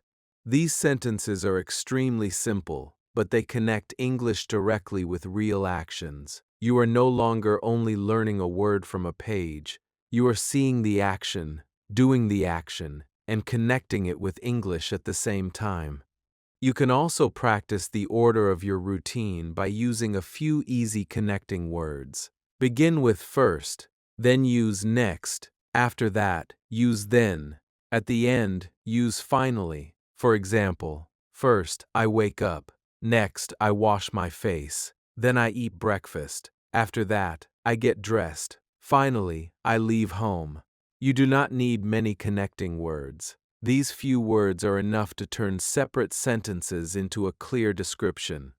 Practice your morning routine this way several times, and soon you may notice that you can describe it more naturally without translating every sentence.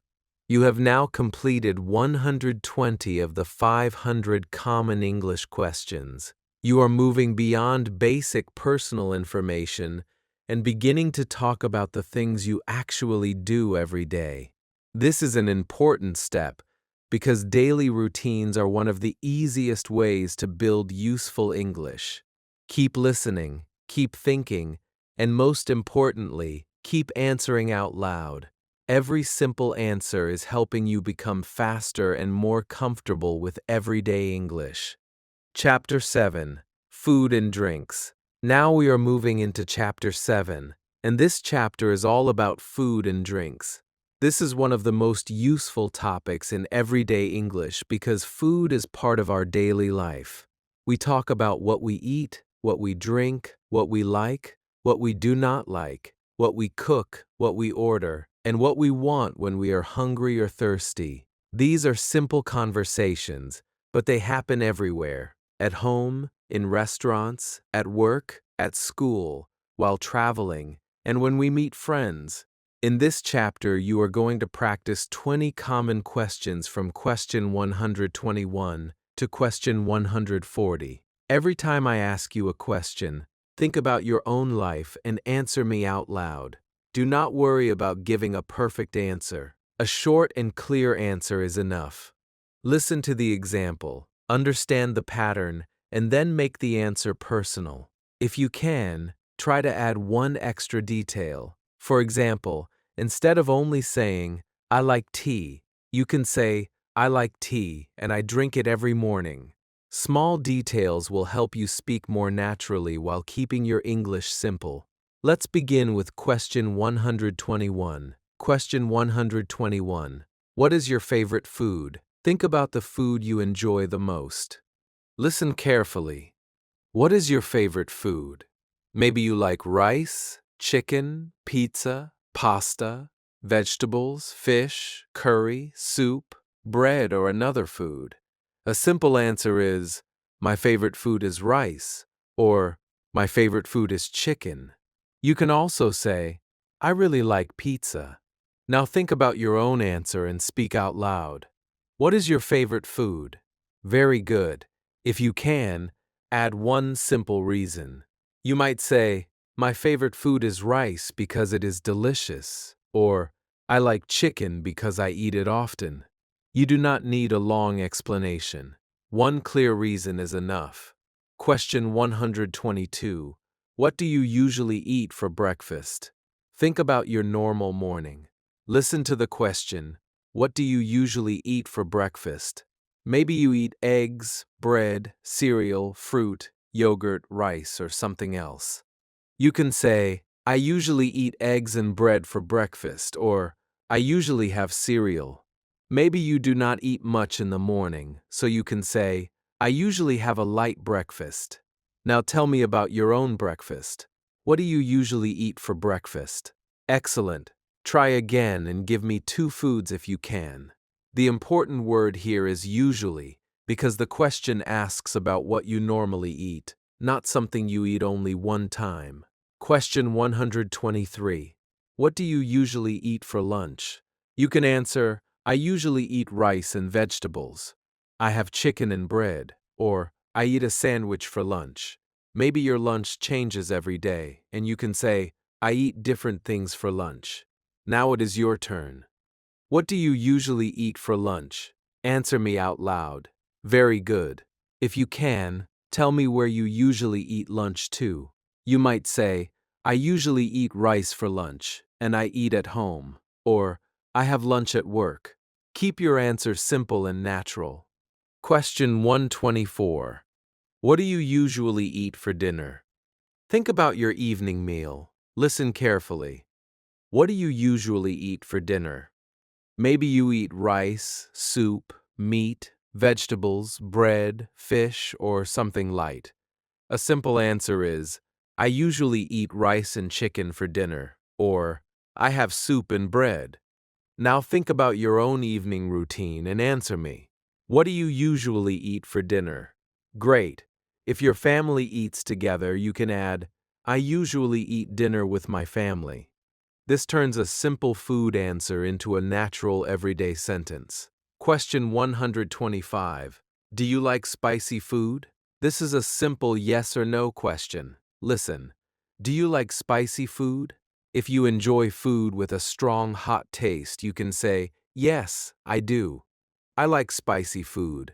If you do not say, no, I don't. I prefer mild food. Maybe you like a little spice, so you can say, yes, but not too spicy. Now tell me about yourself. Do you like spicy food? Very good. Try to add one example if you can. You can say, yes, I do. I like spicy chicken. Or, no, I don't. I like simple food. Question 126. Do you like sweet food? Now think about foods such as cake, chocolate, cookies, ice cream, or sweets. Listen carefully. Do you like sweet food? If you do, say, yes, I do. I like sweet food. If you do not, say, no, I don't eat many sweet things. Maybe you only like some sweet foods. You can say, I like chocolate, but I don't eat it every day. Now answer me using your own preference. Do you like sweet food? Excellent. If your answer is yes, name one sweet food you enjoy. Question 127.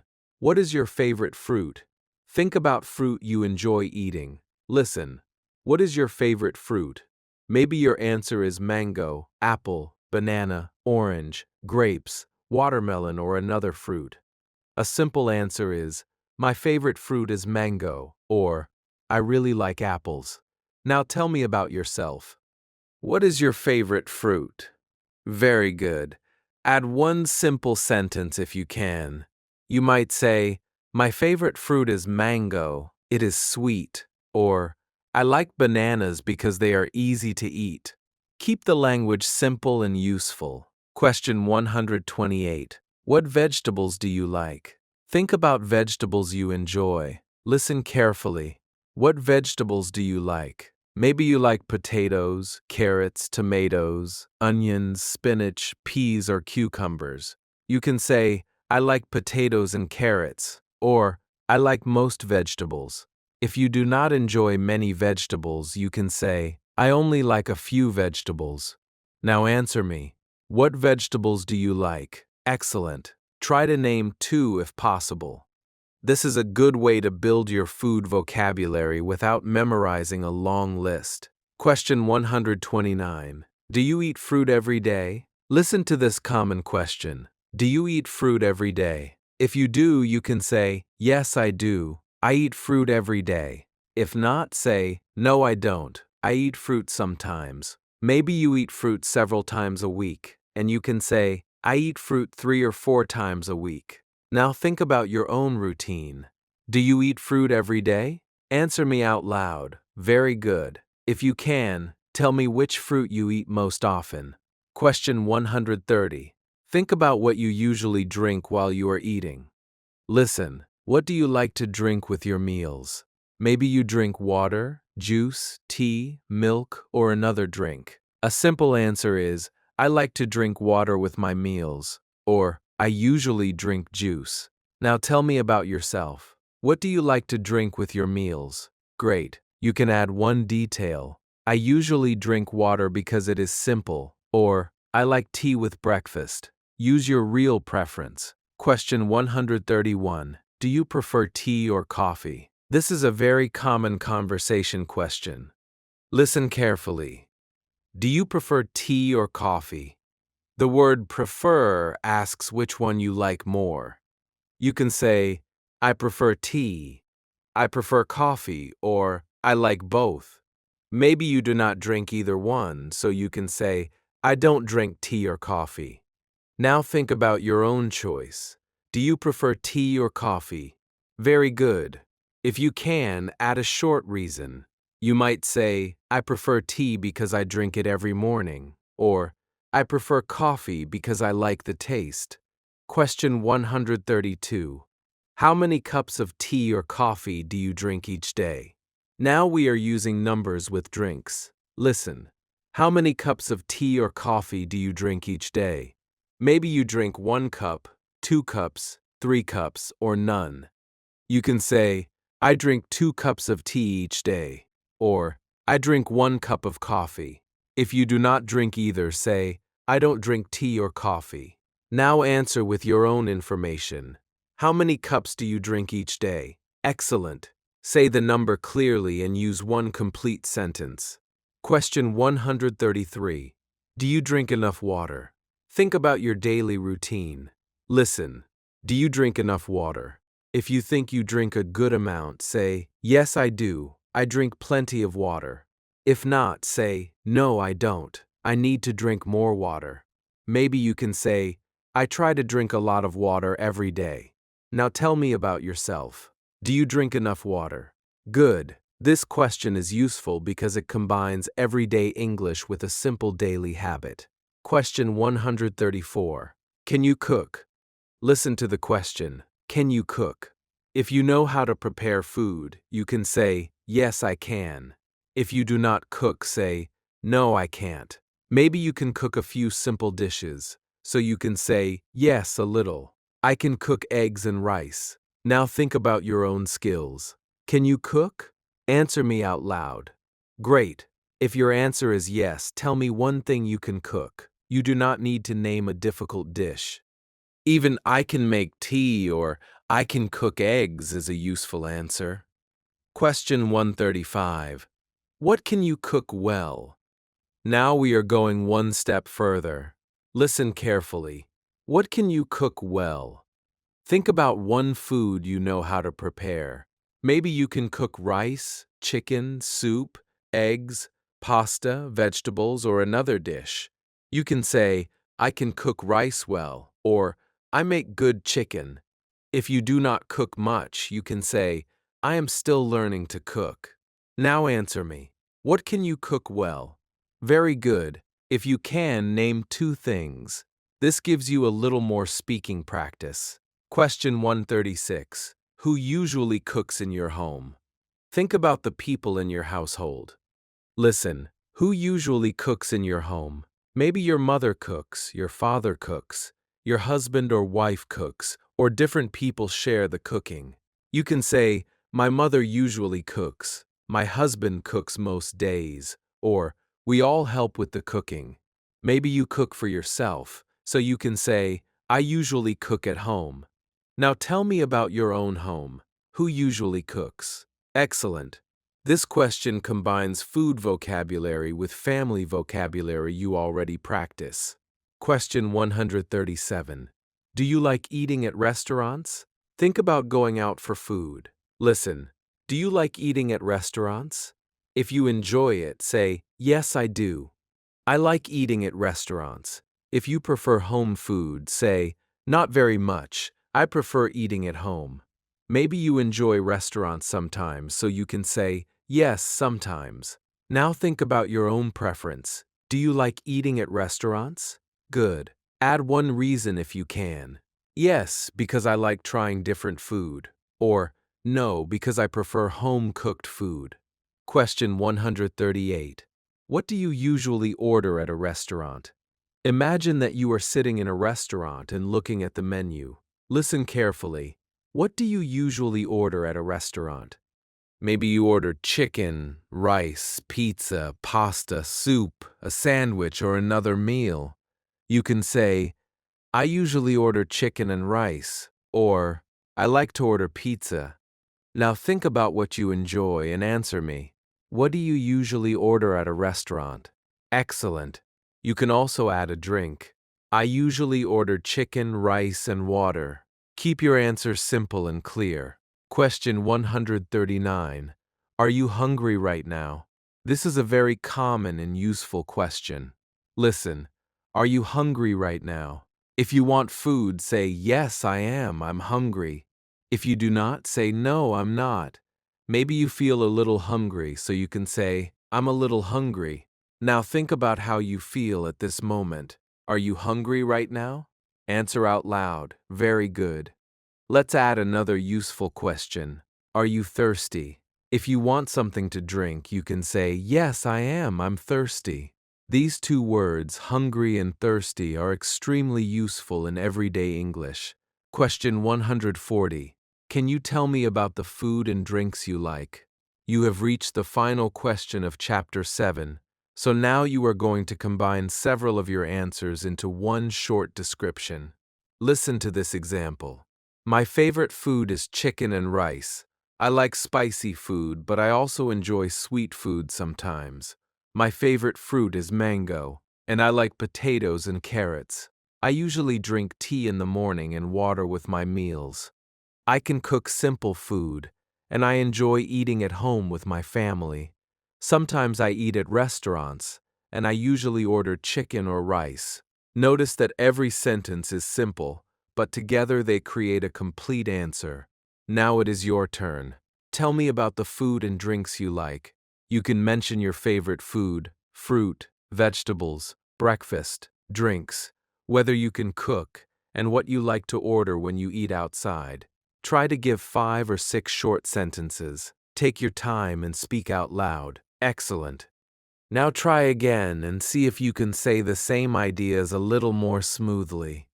You have now completed questions 121 to 140, which means you have practiced another 20 useful questions for everyday conversation.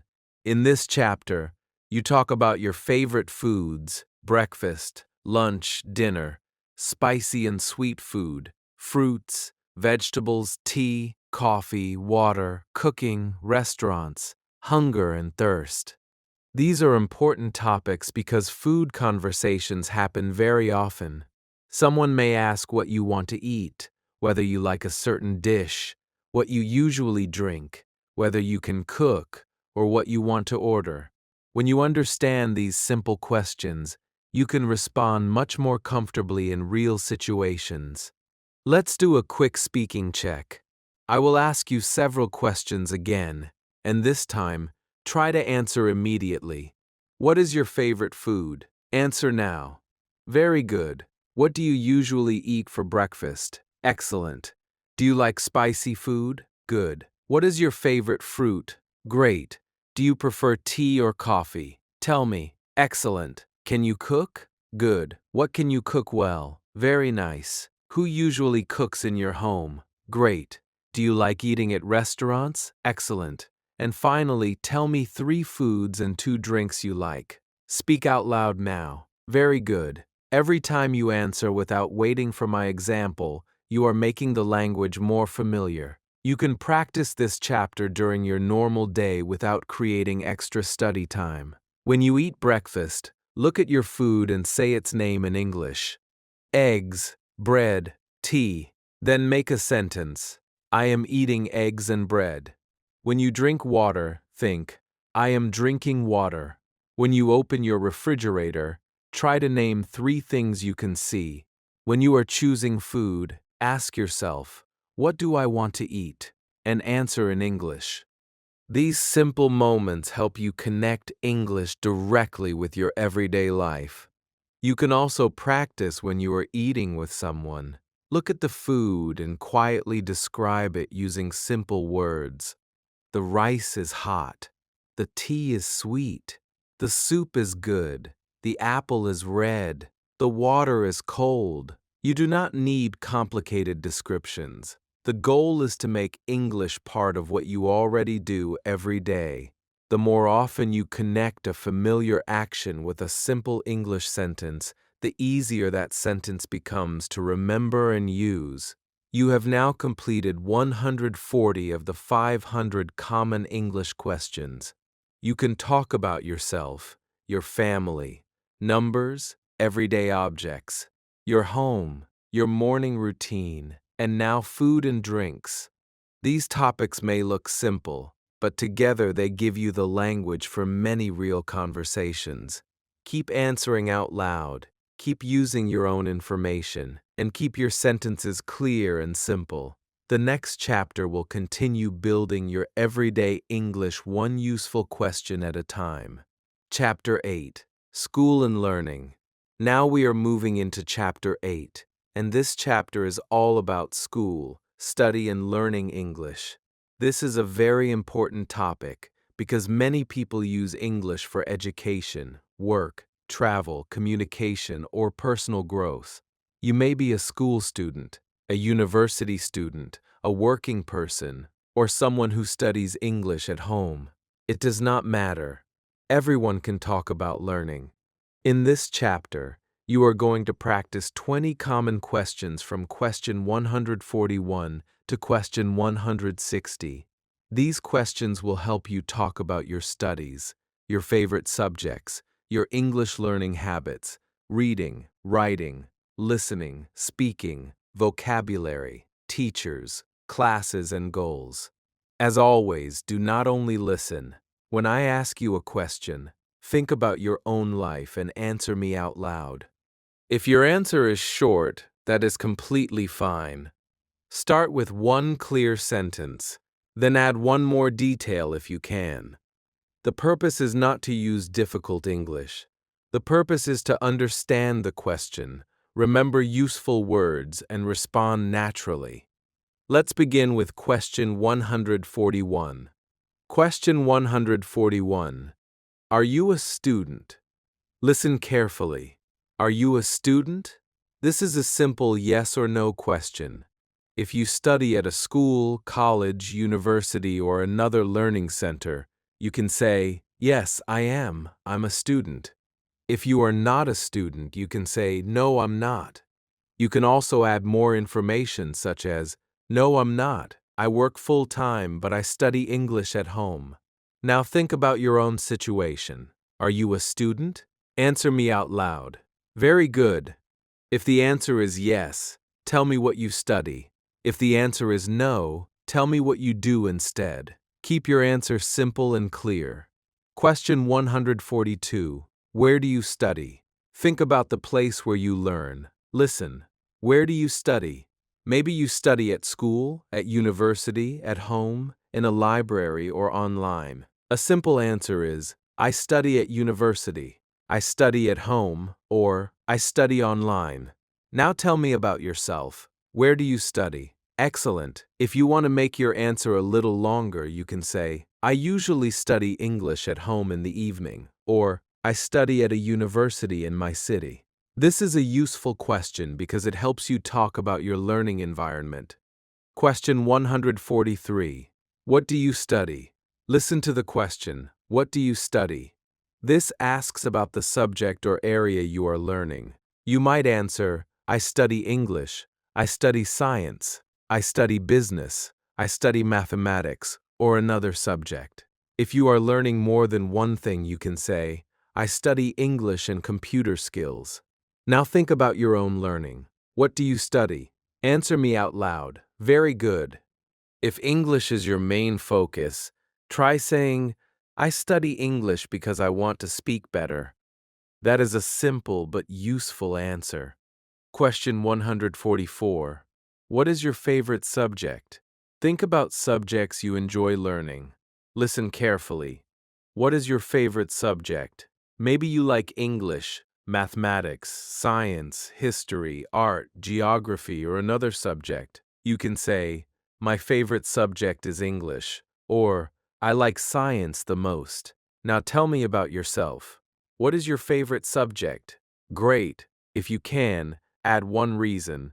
You might say, my favorite subject is English because I enjoy speaking, or I like mathematics because I enjoy numbers. One short reason is enough. Question 145. Do you like learning English?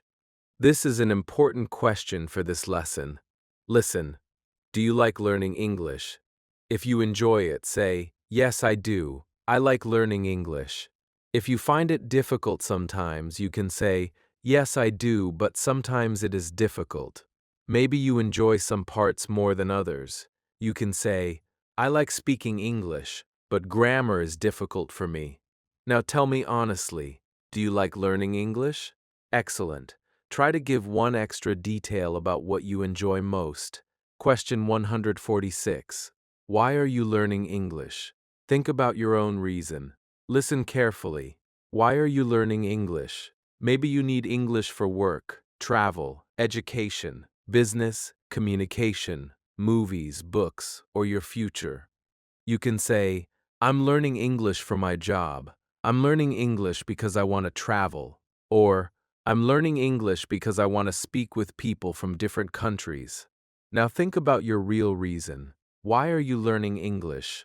Answer me out loud. Very good. Your reason is important because it gives you motivation to continue learning. Question 147. How often do you study English? Think about your weekly routine. Listen, how often do you study English?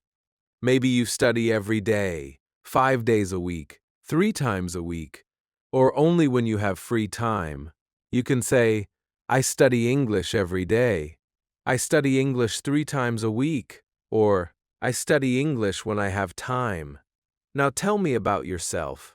How often do you study English? Excellent. If you study every day, tell me how long. You might say, I study English every day for 30 minutes. Keep your answer easy. Question 148. How long do you study English each day? This question asks about the amount of time you spend learning. Maybe you study for 15 minutes, 30 minutes, 1 hour, or more. You can say, I study English for 30 minutes every day, or I study for about 1 hour. Now think about your own routine. How long do you study English each day? Very good. Even if you only study for 10 minutes, that is still a useful answer. The important thing is to describe your real habit. Question 149. What time do you usually study? Think about the part of the day when you learn best. Listen, what time do you usually study? Maybe you study in the morning, afternoon, or evening. You can say, I usually study in the evening. I study English after breakfast, or I study at night when my home is quiet. Now answer me. What time do you usually study? Excellent. Add one reason if you can. For example, I study in the evening because I have more free time. Question 150. Where do you like to study? You have reached question 150. Think about the place where you feel comfortable learning. Listen, where do you like to study? Maybe you like studying in your bedroom, at a desk, in the library, in a classroom, or somewhere quiet. You can say, I like to study in my room, or I like studying at the library because it is quiet. Now think about yourself. Where do you like to study? Very good. Try to describe the place with one easy word, such as quiet, comfortable, bright, or peaceful. Question 151. Do you like reading in English? Think about books, short stories, articles, subtitles, or simple lessons. Listen, do you like reading in English? If you enjoy it, say, yes, I do. I like reading in English. Maybe you prefer short and easy texts, so you can say, yes, I like reading simple English stories. If reading feels difficult, you can say, a little. I am still learning. Now answer me. Do you like reading in English? Excellent. If the answer is yes, tell me what you like to read. Question 152. What do you like to read? Listen carefully. What do you like to read? Maybe you enjoy stories, books, news, short articles, comics, lessons, or messages. You can say, I like reading short stories. I enjoy reading English books, or I like simple articles. Now think about your own preference. What do you like to read? Very good. If you are a beginner, simple reading is completely fine.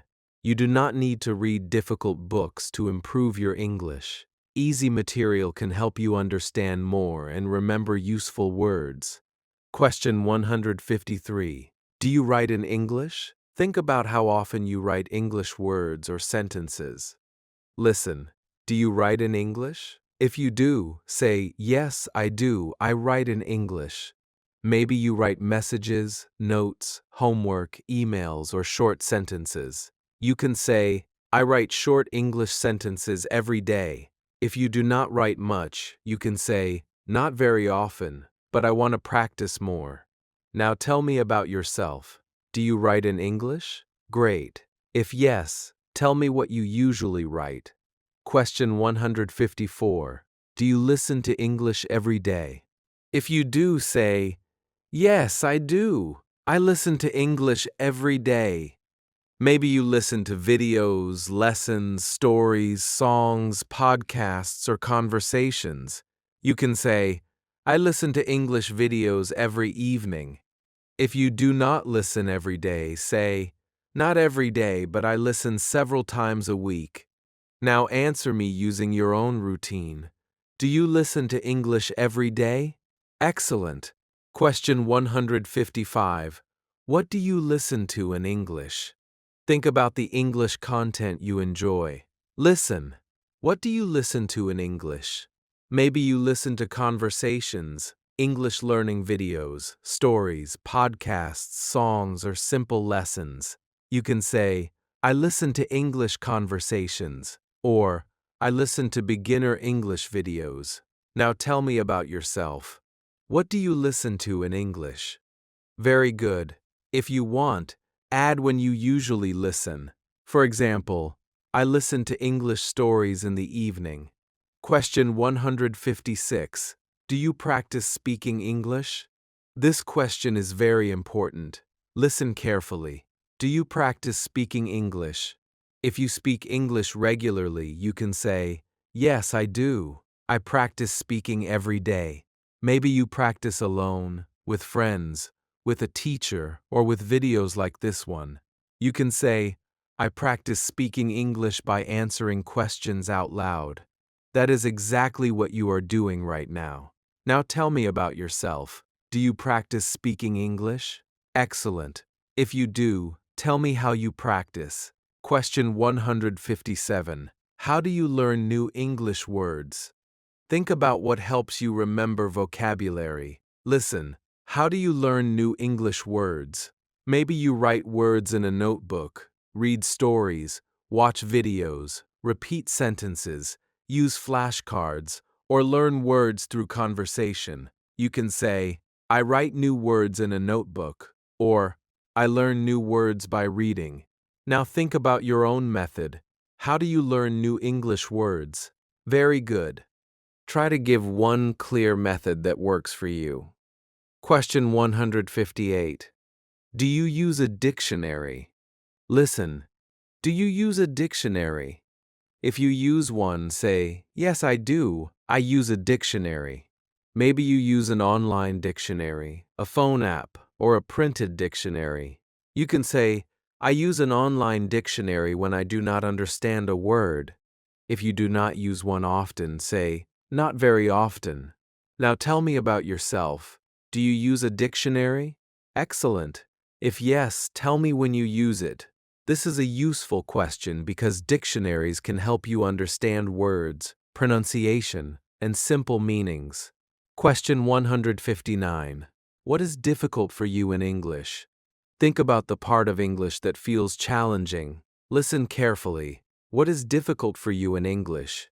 Maybe speaking is difficult. Maybe listening, grammar, vocabulary, pronunciation, reading or writing is difficult. You can say, speaking is difficult for me. I find pronunciation difficult. Or, listening to fast English is difficult for me. Now be honest with yourself. What is difficult for you in English? Answer out loud. Very good. There is no wrong answer. Knowing what feels difficult can help you choose what to practice more. Question 160. Can you tell me about how you learn English?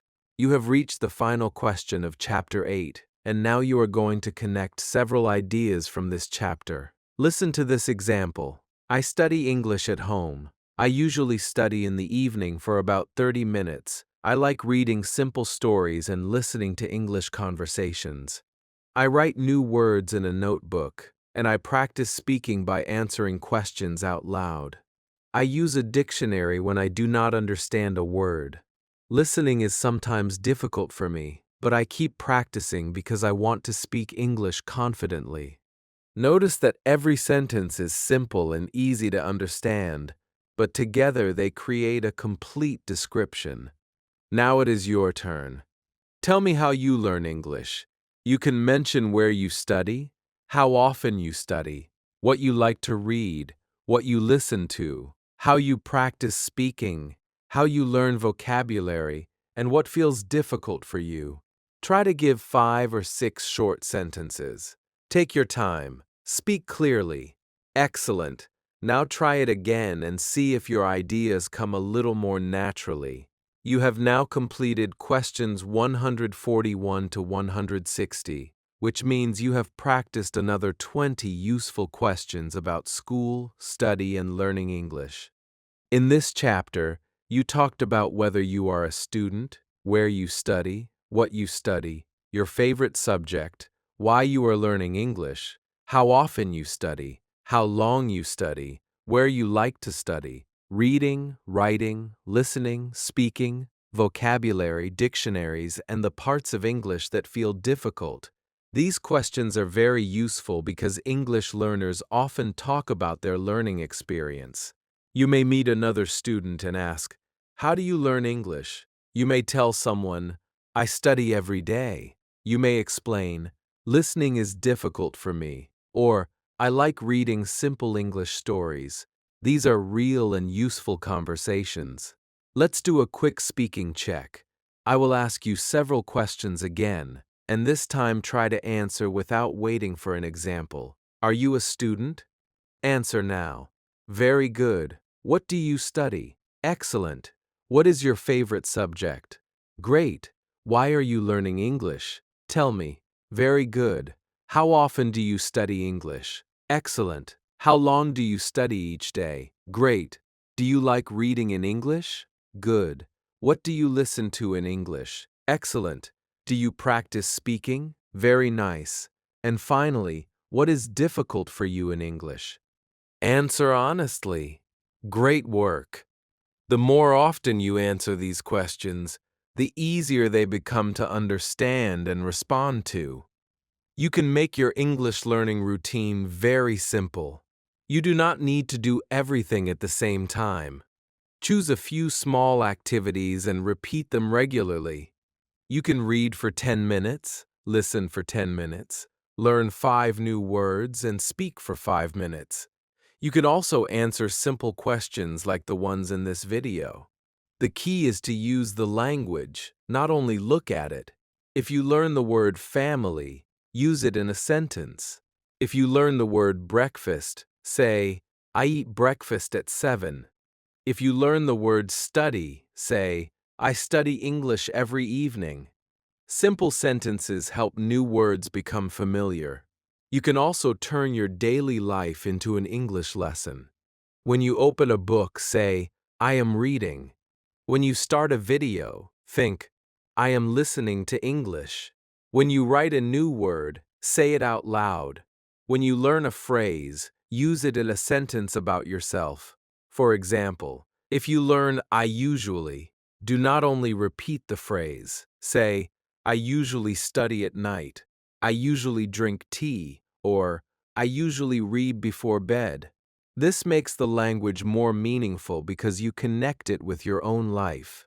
Another useful habit is to review a small amount of English again and again. You do not need to learn 50 new words every day. 5 useful words that you understand and use can be better than many words you quickly forget. Read the word, listen to it, say it, and use it in a sentence. Then see if you can remember it later. If you forget it, simply review it again. Learning takes time, and repetition is part of the process. Most importantly, speak even when your English is simple. Do not wait until you know every grammar rule or thousands of words. You already have enough English to answer many questions about your life. You can say your name, describe your family, talk about your home, explain your morning routine, discuss food and drinks, and now describe how you learn English. That is real communication. Keep building from what you already know. You have now completed 160 of the 500 common English questions. You are continuing to build useful everyday English one topic at a time. Keep listening carefully, keep answering out loud, and keep using your own information whenever possible. The goal is not to sound perfect. The goal is to understand more, remember more, and become more comfortable using the English you already know. Chapter 9. Work and Jobs.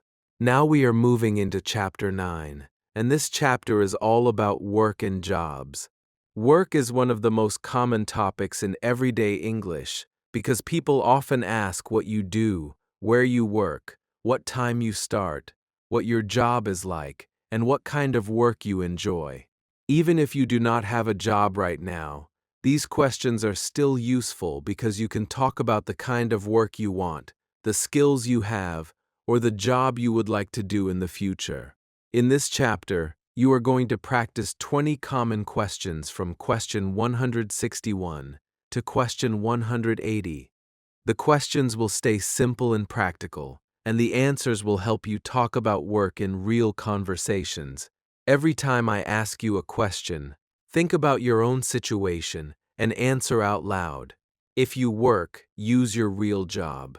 If you are a student, you can talk about your studies or the kind of job you want.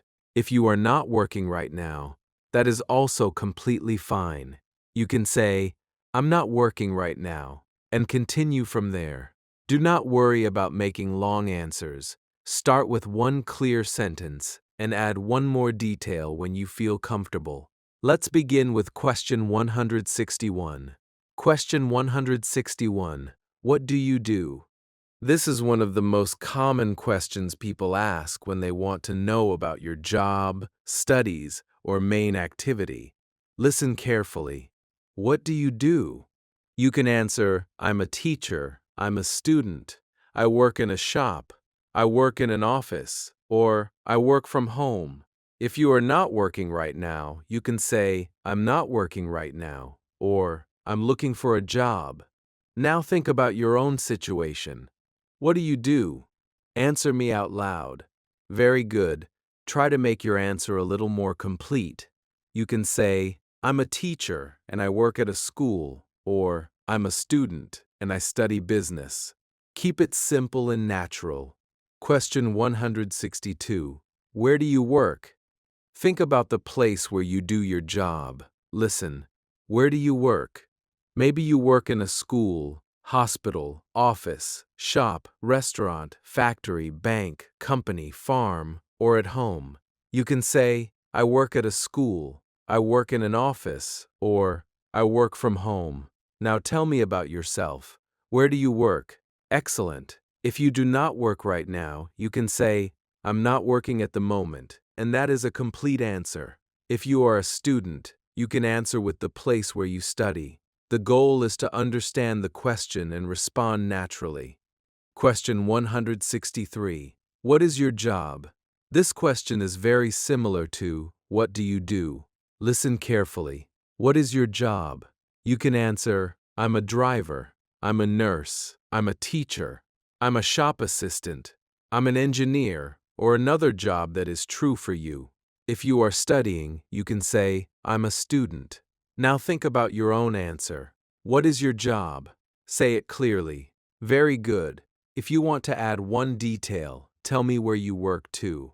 For example, I'm a nurse and I work in a hospital. Or, I'm a driver and I work for a company. Question 164. Do you like your job? If you enjoy it, say, yes, I do. I like my job. If you do not enjoy it very much, you can say, not really, or it is okay, but it can be difficult.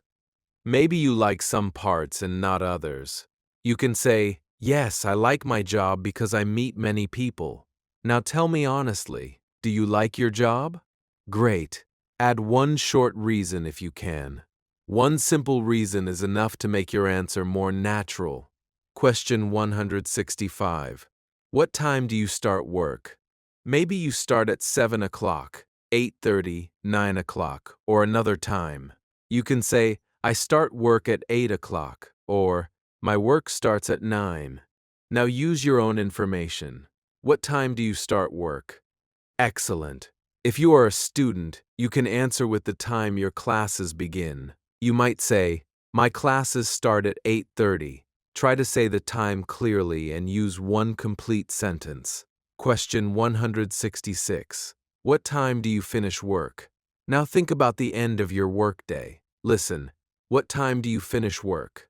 You can say, I finish work at 5 o'clock. I finish at 6, or my workday ends at 4:30. Now tell me about yourself. What time do you finish work? Very good. You can connect this answer with the previous question. I start work at 8 and I finish at 5. That gives the listener a clear idea of your work schedule using very simple English. Question 167. How do you go to work? Think about the way you travel to your workplace. Listen. How do you go to work? Maybe you travel by car, bus, train, motorcycle, bicycle, or you walk. You can say, I go to work by bus. I drive to work. I walk to work. Or, I work from home.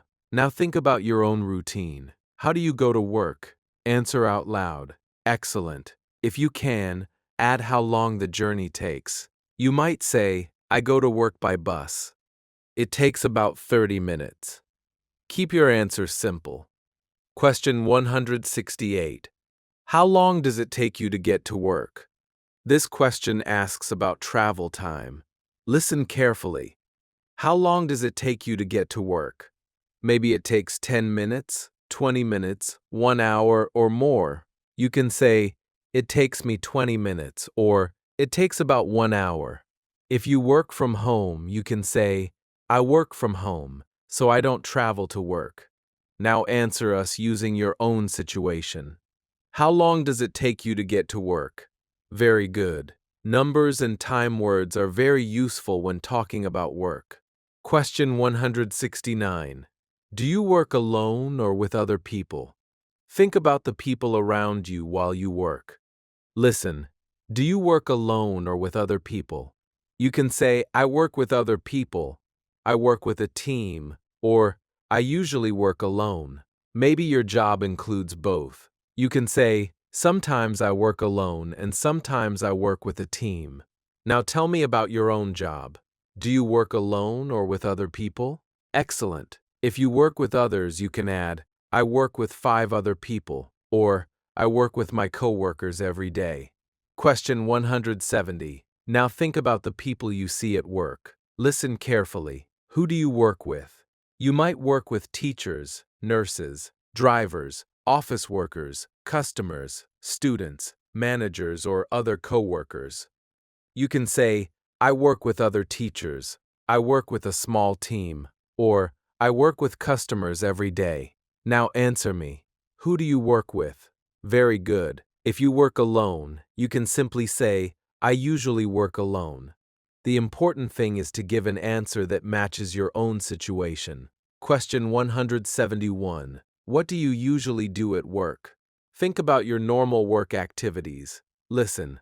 What do you usually do at work? A teacher might say, I teach students. A driver might say, I drive people from place to place. An office worker might say, I answer emails and work on a computer. A shop worker might say, I help customers. Now think about your own job. What do you usually do at work?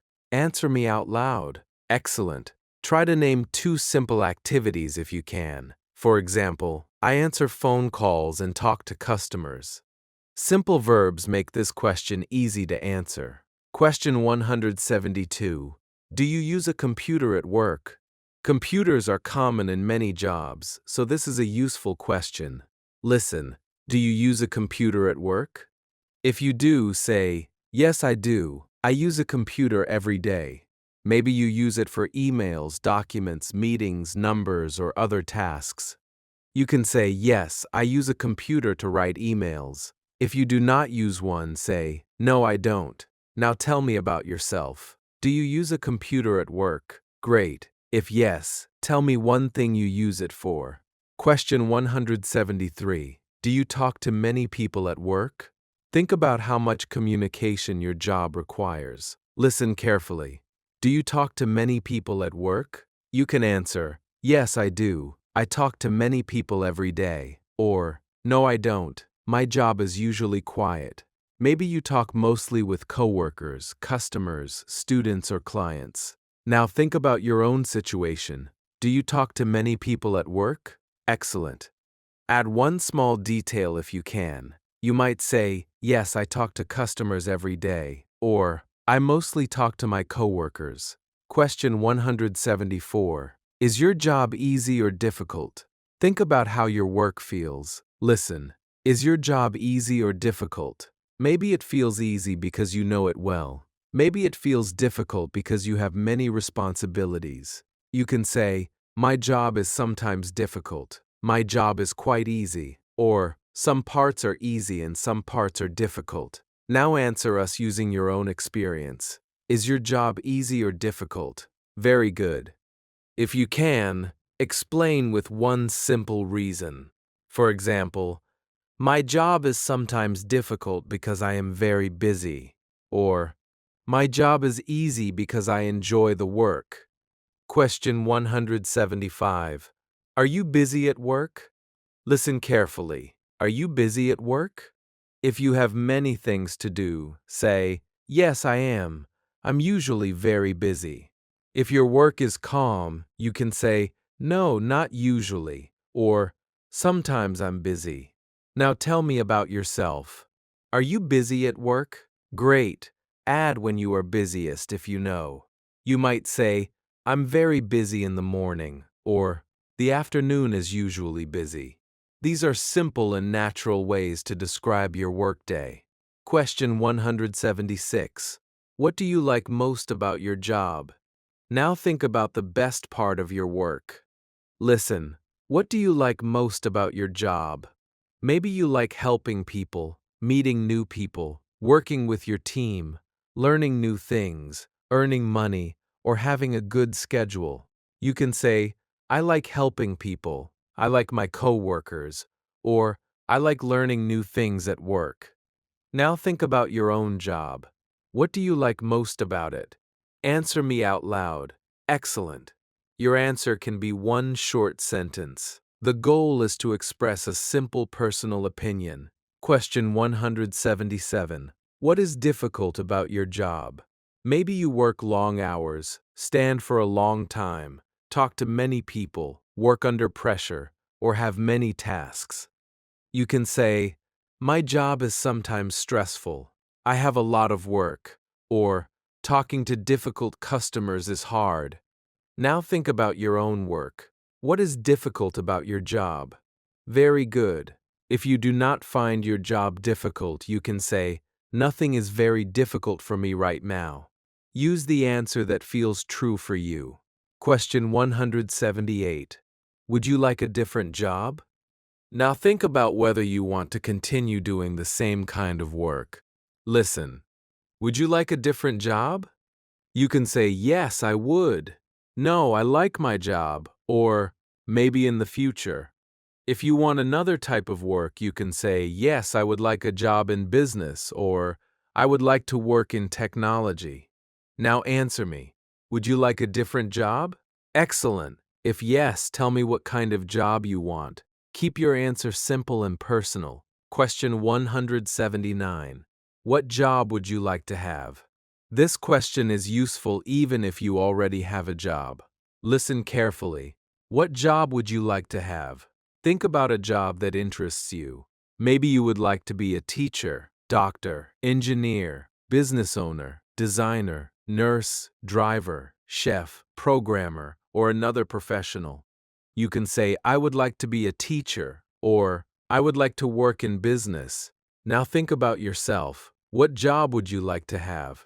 Very good. Add one reason if you can. You might say, I would like to be a teacher because I enjoy helping people learn. Question 180. Can you tell me about your work? You have reached the final question of Chapter 9, and now you are going to connect several of your answers into one simple description.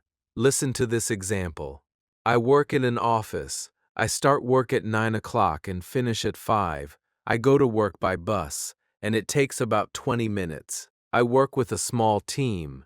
I use a computer, answer emails, and talk to customers. My job is sometimes busy, but I like working with other people. I enjoy my job because I learn new things. Notice that each sentence is short and clear. Now it is your turn. Tell me about your work. You can mention your job, where you work, what time you start, how you travel there, who you work with, what you usually do, and what you like about your job. If you do not work right now, tell me about the kind of job you would like to have. Try to give 5 or 6 simple sentences. Take your time and speak out loud. Excellent.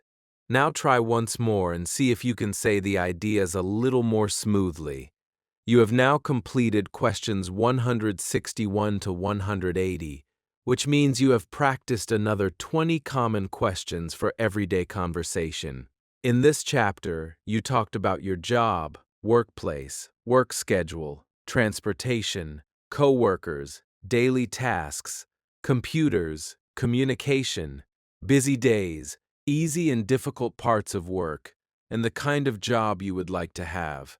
These questions are useful because conversations about work happen very often. When you meet someone new, they may ask, "What do you do?" A coworker may ask, "What time do you start?" Someone may ask, "Do you like your job?" You now have simple sentence patterns that can help you answer these questions without needing difficult vocabulary. Let's do a quick speaking check. I will ask you several questions again, and this time try to answer immediately. What do you do? Answer now. Very good. Where do you work? Excellent. What time do you start work? Great. How do you go to work? Very good. How long does it take you to get there? Excellent. Do you work alone or with other people? Good. What do you usually do at work? Great. Do you use a computer? Excellent. Are you busy at work? Very nice. What do you like most about your job? Good. And finally, what job would you like to have? Answer out loud. Excellent work. If you can answer these questions clearly, you already have a useful set of English sentences for talking about work. A very simple way to practice this chapter is to describe your workday while you are doing it. When you begin work, you can think, I start work now. When you open your computer, say, I use my computer. When you answer a phone call, think, I answer the phone. When you speak with someone, say, I talk to a customer, or I talk to my coworker. When you take a break, think, I take a break. When your workday ends, say, I finish work. These are easy sentences, but they connect English with real actions, and that makes them easier to remember. If you do not have a job right now, you can still use this chapter to practice. Think about a job you want and imagine a simple workday. You might say, I want to be a teacher. I want to work at a school. I want to help students. I want to use English at work. Or, I want to work in an office. I want to use a computer and work with a team. This kind of practice helps you use job vocabulary while also talking about your goals. You can also practice job words by looking at people around you. When you see a teacher, think, she is a teacher. When you see a driver, say, he is a driver. When you see someone working in a shop, think, she works in a shop. When you visit a hospital, you may hear words such as doctor and nurse. When you go to a restaurant, you may hear waiter, cook, or manager. You do not need to memorize a huge list of jobs at one time.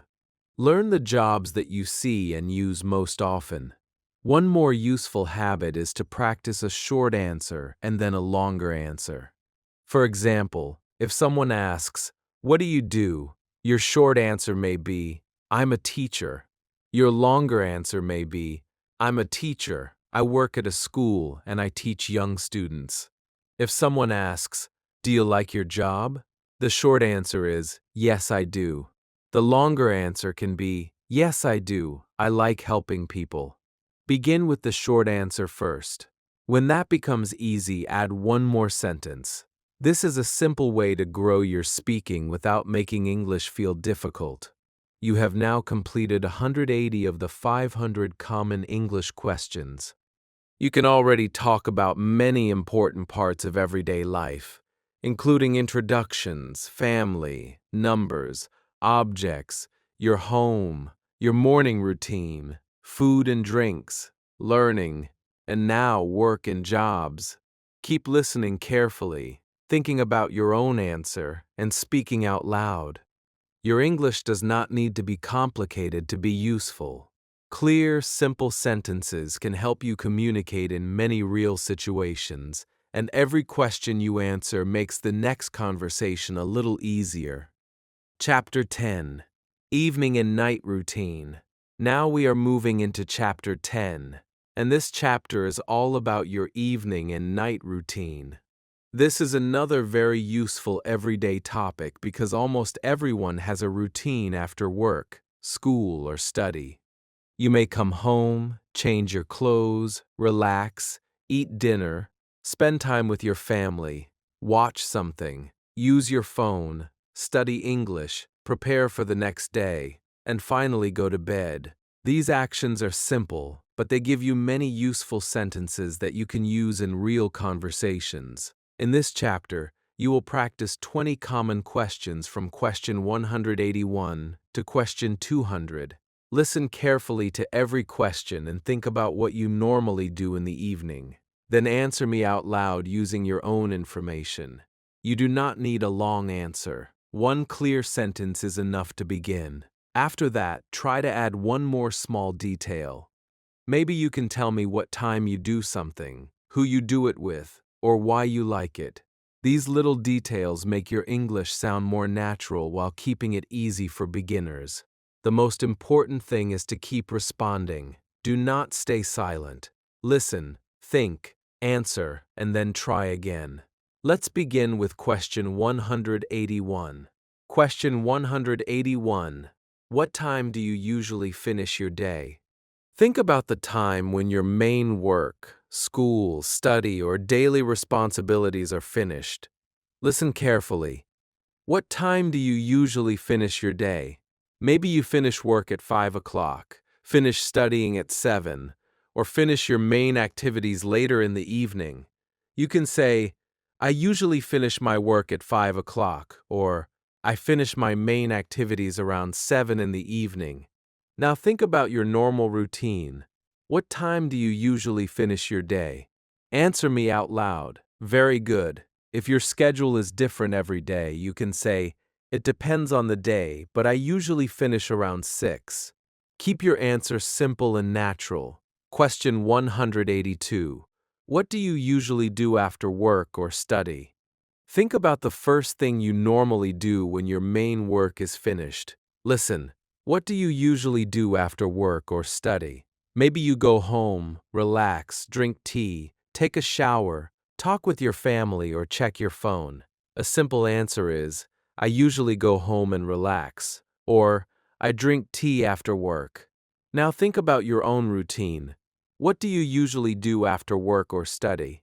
Excellent. If you can, add one more action. You might say, I go home, change my clothes, and relax for a few minutes. These are very common actions, and simple sentences like these are useful in real conversations. Question 183. What time do you usually get home? Think about the time you return home from work, school, shopping, or other activities. Listen carefully. What time do you usually get home? You can say, I usually get home at 6 o'clock. I get home around 7. Or, I work from home, so I am already there. Now tell me about yourself. What time do you usually get home? Very good. Try to make your answer a complete sentence. I usually get home between 6 and 7. The goal is to use simple time expressions naturally. Question 184. Do you change your clothes when you get home? Think about what you do when you enter your home. Listen. Do you change your clothes when you get home?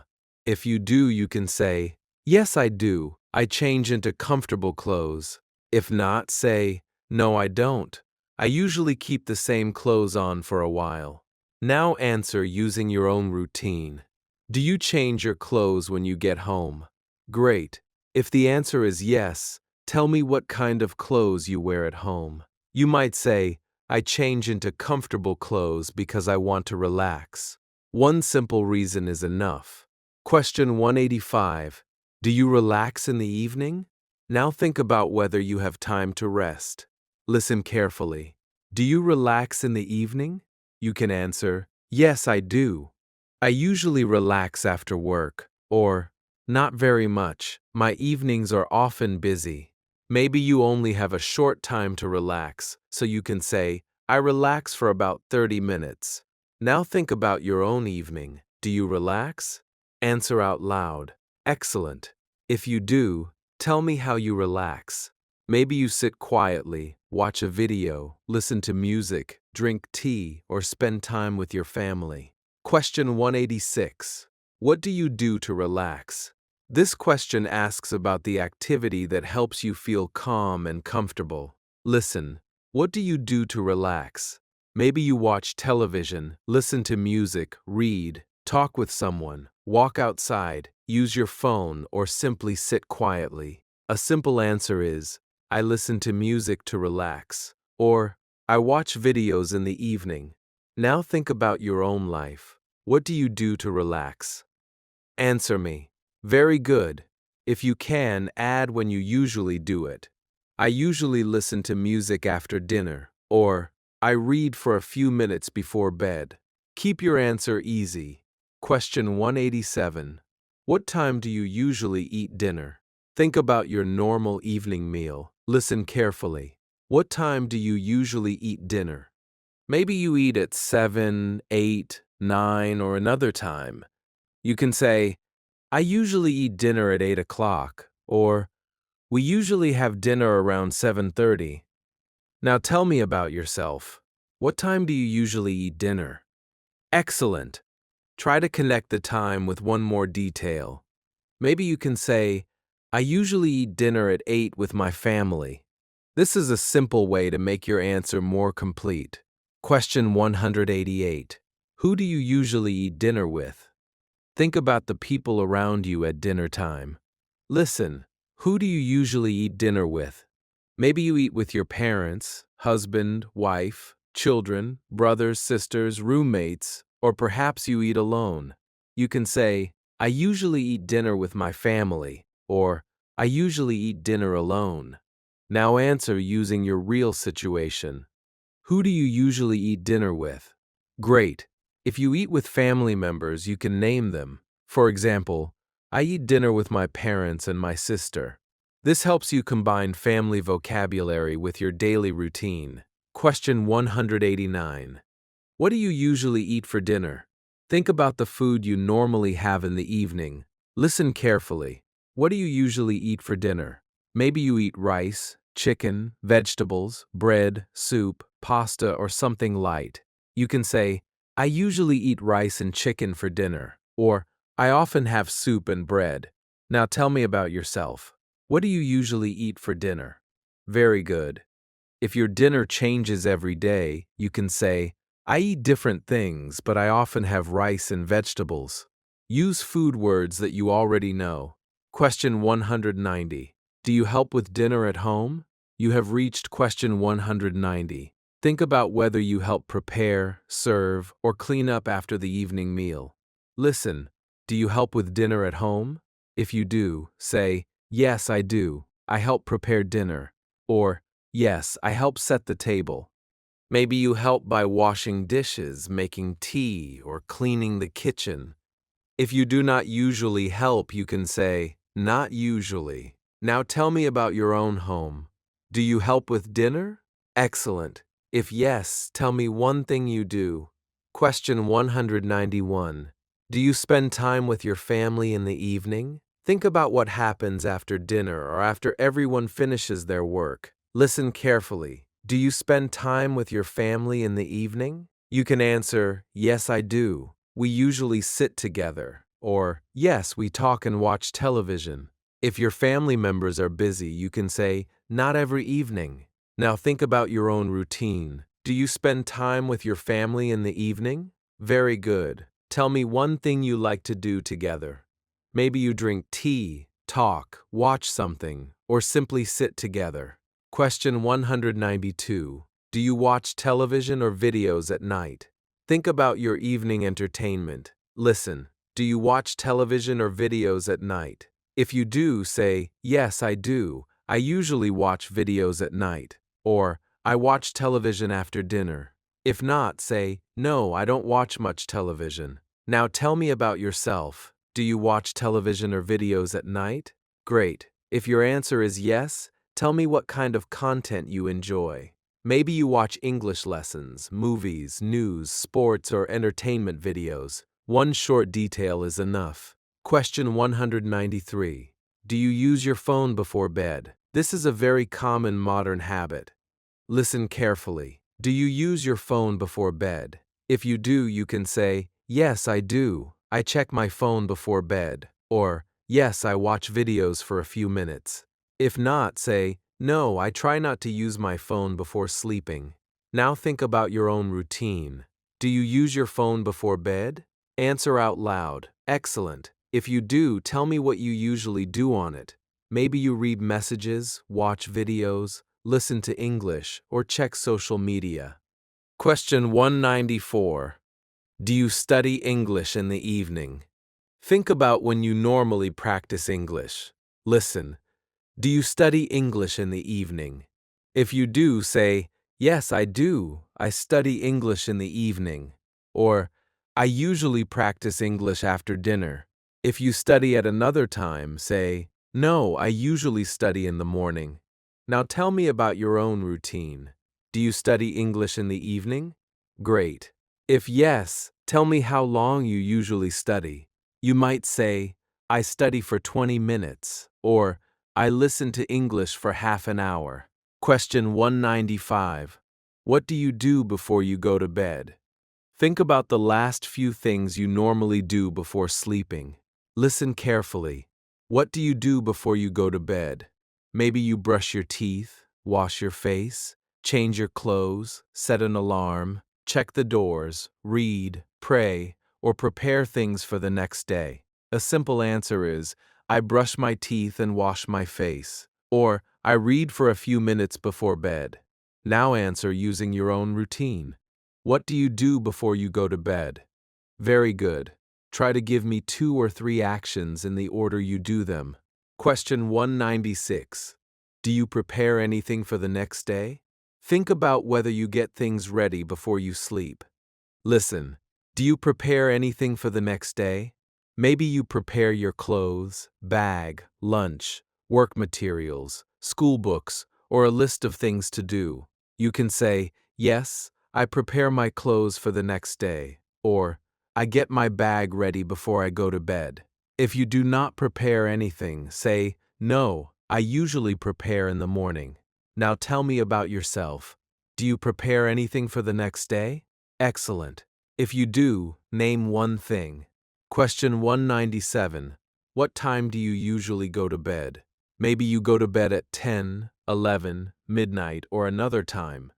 You can say, I usually go to bed at 11 o'clock, or I go to bed around 10:30. Now tell me about yourself. What time do you usually go to bed? Very good. Try to say whether that time feels early or late for you. You might say, I usually go to bed at 10:30 because I wake up early. Keep the answer simple. Question 198. Do you go to bed early or late? Think about your usual sleeping time. Listen, do you go to bed early or late? You can say, I usually go to bed early, or I usually go to bed late. Maybe it changes, and you can say, I go to bed early on work days, but sometimes later on weekends. Now answer me using your own routine. Do you go to bed early or late? Great. If you can, connect this with your wake-up time. For example, I go to bed early because I wake up at 6. One easy reason makes the answer sound natural. Question 199. How many hours do you usually sleep? Think about the amount of sleep you normally get each night. Listen carefully. How many hours do you usually sleep? Maybe you sleep 6 hours, 7 hours, 8 hours, or more. You can say, I usually sleep for 7 hours, or I get about 8 hours of sleep. Now tell me about yourself. How many hours do you usually sleep? Excellent. Say the number clearly. You can also add, I usually sleep for 7 hours, and that feels good for me. Keep your answer based on your own routine. Question 200. Can you describe your evening and night routine? You have reached question 200, another important milestone in this 500-question English practice. Now you are going to connect many of the answers from this chapter into one simple description. Listen to this example. I usually finish work at 5 o'clock and get home around 6. When I get home, I change my clothes and relax for a few minutes. I eat dinner with my family at about 8 o'clock. After dinner, we talk or watch something together. Later, I study English for 20 minutes and check my phone. Before bed, I brush my teeth, wash my face, and prepare my clothes for the next day. I usually go to bed at 11 o'clock, and I sleep for about 7 hours. Notice how every sentence is simple, but together they give a clear picture of the whole evening. Now it is your turn. Describe your evening and night routine. Start with what you do after work or study. Tell me when you get home, how you relax, what time you eat dinner, who you eat with, what you do after dinner, what you do before bed, and what time you go to sleep. Try to give 6 or 7 short sentences. Take your time and speak out loud. Excellent. Now try again and see if you can make the order a little smoother by using simple words such as first, then, after that, and finally. You have now completed questions 181 to 200, which means you have finished another 20 useful questions and reached a major point in this complete lesson. In this chapter, you practice talking about the end of your workday, getting home, changing clothes, relaxing, dinner, spending time with family, watching videos, using your phone, studying English, preparing for the next day, bedtime, and sleep. These are all common parts of daily life, and because you repeat them often, they are excellent topics for beginner speaking practice. If someone asks you, what do you do in the evening? You now have many small answers ready. You can say, I go home. I eat dinner with my family. I watch videos. I study English. I go to bed at 11. You do not need one difficult sentence. A conversation can be built from many simple sentences. Let's do a quick speaking check before we move on. Try to answer each question immediately, without waiting for an example. What time do you usually get home? Answer now. Very good. What do you do after work or study? Excellent. Do you relax in the evening? Great. What do you do to relax? Good. What time do you eat dinner? Very nice. Who do you eat dinner with? Excellent. What do you usually eat? Good. Do you spend time with your family? Great. Do you watch television or videos? Excellent. Do you use your phone before bed? Good. What do you do before you go to bed? Very nice. What time do you usually go to bed? Excellent. And finally, how many hours do you usually sleep? Great work. If you can answer these questions without much help, your everyday English is becoming more automatic. You can practice this chapter during your real evening routine. When you get home, say quietly, I am home. When you change your clothes, think, I change my clothes. When you sit down to relax, say, I relax after work. When dinner is ready, think, I eat dinner with my family. If you watch something, say, I watch a video. If you open your English lesson, think, I study English in the evening. When you brush your teeth, say, I brush my teeth before bed. When you turn off the light, think, I am ready to sleep. These tiny sentences may look very easy, but that is exactly why they are useful. You can repeat them every day without needing extra study time. Another useful exercise is to describe your evening in order. Use just 4 easy connecting expressions. First, then, after that, and finally. For example, first I come home and relax. Then I eat dinner with my family. After that, I watch a video and study English. Finally, I brush my teeth and go to bed. That is already a complete description of an evening routine. Once this feels easy, you can add one more sentence between each step. You do not need to make the language complicated. You are simply taking sentences you already understand and putting them in a clear order. You have now completed 200 of the 500 common English questions. Think about how much everyday English you can already use.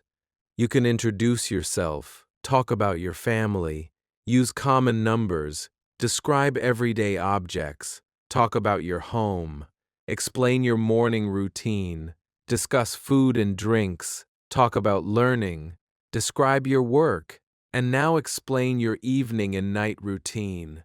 These are the kinds of topics people talk about every day. Keep your answers personal, keep speaking out loud, and do not worry about sounding perfect.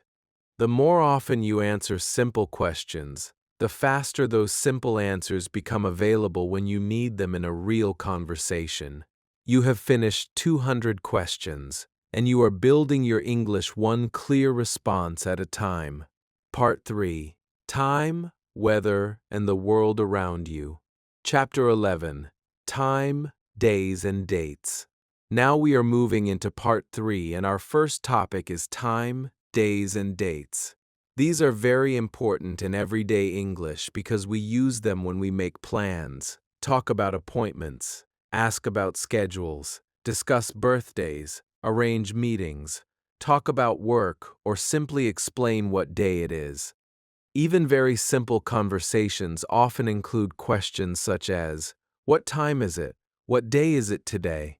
What month is your birthday? Or, what do you do on Sunday? In this chapter, you will practice 20 common questions from question 201 to question 220. As always, I want you to take part in the lesson. Do not only listen to the questions and answers. Think about your own life and answer me out loud. If the answer feels easy, say it quickly. If you need a little more time, that is completely fine. The important thing is to understand what the question means and give a clear answer. You will also hear some useful words again and again, such as today, tomorrow, morning, afternoon, evening, week, month, year, Monday, Friday, January, and December. Repetition will help these words become more familiar. Let's begin with question 201. Question 201. What time is it? This is one of the most common questions in English. Listen carefully. What time is it? Look at a clock, your phone, or another device if you can. Now answer with the current time. You can say, it is 8 o'clock, it is 9:30, or it is 10:15. If you do not want to check the exact time, you can use a practice answer such as, it is 7 o'clock. Now answer me, what time is it? Very good. Try again using a complete sentence. It is, and then say the time. This question is useful because people ask it in many situations, and being able to answer clearly is important. Question 202. What time do you usually wake up? Think about your normal morning. Listen. What time do you usually wake up? Maybe you wake up at 6, 7, 8, or another time. You can say, I usually wake up at 7 o'clock, or I wake up around 6:30. Now think about your own routine and answer out loud. What time do you usually wake up? Excellent. You already practiced this idea in your morning routine chapter, and hearing it again helps you remember it more strongly. Try one more time and say the time clearly. Question 203. What time do you usually go to bed? Now think about the end of your day. Listen carefully. What time do you usually go to bed? Maybe you go to bed at 10, 11, midnight, or another time. A simple answer is, I usually go to bed at 11 o'clock. Now tell me about yourself. What time do you usually go to bed? Very good. You can also compare your morning and night routine by saying, I go to bed at 11 and I wake up at 7. Two simple times can create a useful everyday sentence. Question 204. What day is it today? Think about the current day of the week. Listen, what day is it today? You can answer, today is Monday, today is Wednesday, or whatever day is correct for you. Now check if you need to and answer me out loud. What day is it today? Great. Try to use the full sentence, today is, and add the day. This is a very common beginner question, and it helps you remember the days of the week naturally. Question 205. Can you name the days of the week? Now let's practice all 7 days. Listen to the question. Can you name the days of the week? Try to say them before you hear my example. Ready? Monday, Tuesday, Wednesday, Thursday, Friday, Saturday, Sunday. Now say them again with me slowly. Monday, Tuesday, Wednesday, Thursday, Friday, Saturday, Sunday. Very good. Now try one more time by yourself. These words are extremely useful because we use them when talking about work, school, appointments, weekends, and plans. Question 206. What day comes after Monday? Think about the order of the days. Listen. What day comes after Monday? Now let's try another example. What day comes after Friday? Saturday. Good. Now answer the original question again. What day comes after Monday? Excellent. This kind of question helps you remember the order of the days instead of only repeating them as a list. Question 207. What day comes before Friday? Now think in the other direction. Listen carefully. What day comes before Friday? The answer is Thursday. You can say, Thursday comes before Friday. Now try another one. What day comes before Sunday? Saturday. Very good. Now return to the main question. What day comes before Friday? Excellent. Words like before and after are useful in many parts of English, so this is good practice for both time and everyday conversation. Question 208. What is your favorite day of the week? Think about the day you enjoy most. Listen. What is your favorite day of the week? Maybe your favorite day is Friday because your work is finished.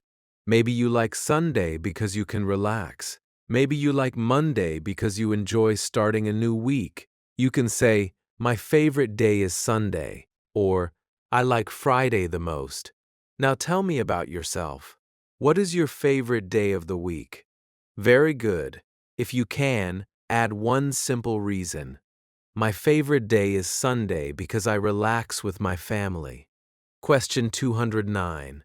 What do you usually do on Sunday? Think about your normal Sunday routine. Listen carefully. What do you usually do on Sunday? Maybe you relax, visit family, go shopping, stay at home, watch movies, study, or spend time with friends. You can say, I usually relax at home on Sunday, or I visit my family on Sunday. Now tell me about your own routine. What do you usually do on Sunday? Excellent. Try to give me two simple activities if you can. For example, I relax at home and spend time with my family. Question 210. Now think about Friday. Listen, what do you usually do on Friday? Maybe you work, study, pray, meet friends, spend time with family, or prepare for the weekend. You can say, I usually work on Friday, or I spend time with my family on Friday. Now think about your own routine. What do you usually do on Friday? Very good. If Friday feels different from other days, tell me one thing that makes it special for you. Question 211. What month is it now? Think about the current month. Listen carefully. What month is it now? You can answer, it is January, it is August, or whatever month is correct. Now answer me using the full sentence. It is, and add the month. Great! Months are very important because we use them for birthdays, holidays, appointments, work schedules, and many other plans. Question 212. Can you name the months of the year? Now we are going to practice all 12 months. Try first without my help. Then listen and check. January, February, March, April, May, June, July, August, September, October, November, December. Now say them again with me slowly. January, February, March, April, May, June, July, August, September, October, November, December. Excellent. If some month names feel difficult, do not worry.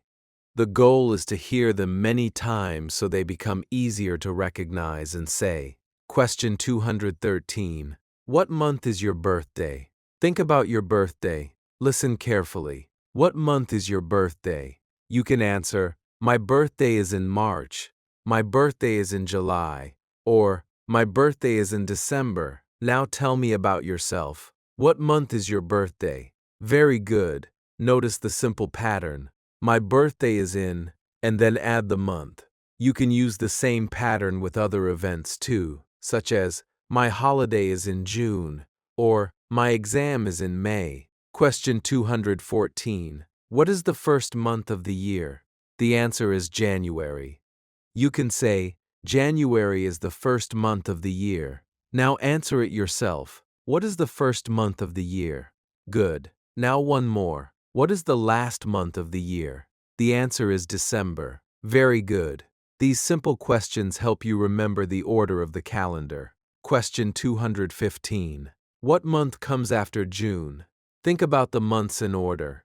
Listen carefully. What month comes after June? The answer is July. You can say, July comes after June. Let's try another example. What month comes after September? October. Great. Now answer the original question again. What month comes after June? Excellent. Learning the months in order makes it easier to understand dates and future plans. Question 216. What month comes before December? Now think in the other direction. Listen. What month comes before December?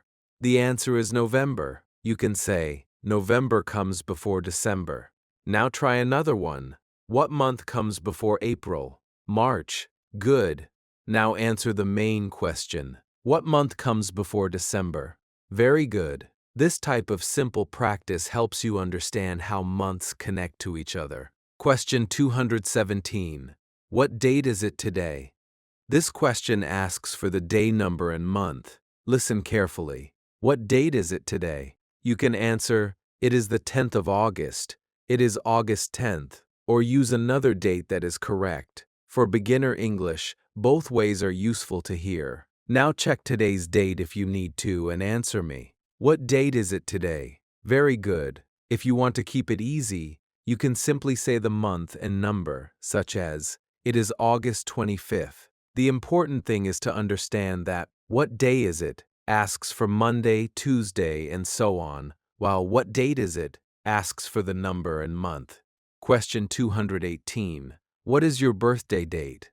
Think about the exact date of your birthday. Listen. What is your birthday date? You can answer, my birthday is on March 5th. My birthday is on July 21st. or another date that is true for you. Now tell me about yourself. What is your birthday date? Great. If you do not want to share your real birthday, use a practice date. For example, my birthday is on October 12th. The goal is to become comfortable saying dates clearly. Question 219. What time of day do you like best? Think about morning, afternoon, evening, and night. Listen carefully. What time of day do you like best? Maybe you enjoy the morning because it is quiet. Maybe you like the evening because you can relax. You can say, I like the morning best, or my favorite time of day is the evening. Now think about your own preference. What time of day do you like best? Excellent. If you can, add one simple reason. I like the evening because I can relax with my family. Question 220. Can you tell me about your weekly schedule? You have reached the final question of Chapter 11, and now you are going to combine several ideas about time, days, and routines. Listen to this example. I usually wake up at 7 o'clock and go to bed at 11. I work from Monday to Friday. On Friday evening, I relax with my family. On Saturday, I usually go shopping or stay at home. Sunday is my favorite day because I can rest. I study English in the evening, and I usually practice for 30 minutes. Notice that every sentence is simple, but together they give a clear picture of the week. Now it is your turn. Tell me about your weekly schedule. You can say which days you work or study, what you do on Friday, Saturday, or Sunday, what time you wake up, when you study English, and which day you like most. Try to give 5 or 6 short sentences. Take your time and speak out loud. Excellent. Now try one more time and see if you can say the days and times more smoothly. You have now completed questions 201 to 220, which means you have practiced another 20 useful questions. In this chapter, you talked about clock time, wake-up time, bedtime, days of the week, favorite days, weekend routines, months, birthdays, dates, and your weekly schedule. These are all important because time and dates help us organize daily life. You need them when someone asks when you work, when your class starts, what day you are free, when your birthday is, or when an appointment takes place. The good news is that you do not need difficult English to answer. A simple sentence such as, my class is on Monday, my birthday is in July, or I start work at 8 can be very useful. Let's do a quick speaking check. Try to answer each question without waiting for an example. What time is it? Answer now. Very good. What day is it today? Excellent. What day comes after Monday? Great. What is your favorite day of the week? Good. What do you usually do on Sunday? Very nice. What month is it now? Excellent. What month is your birthday?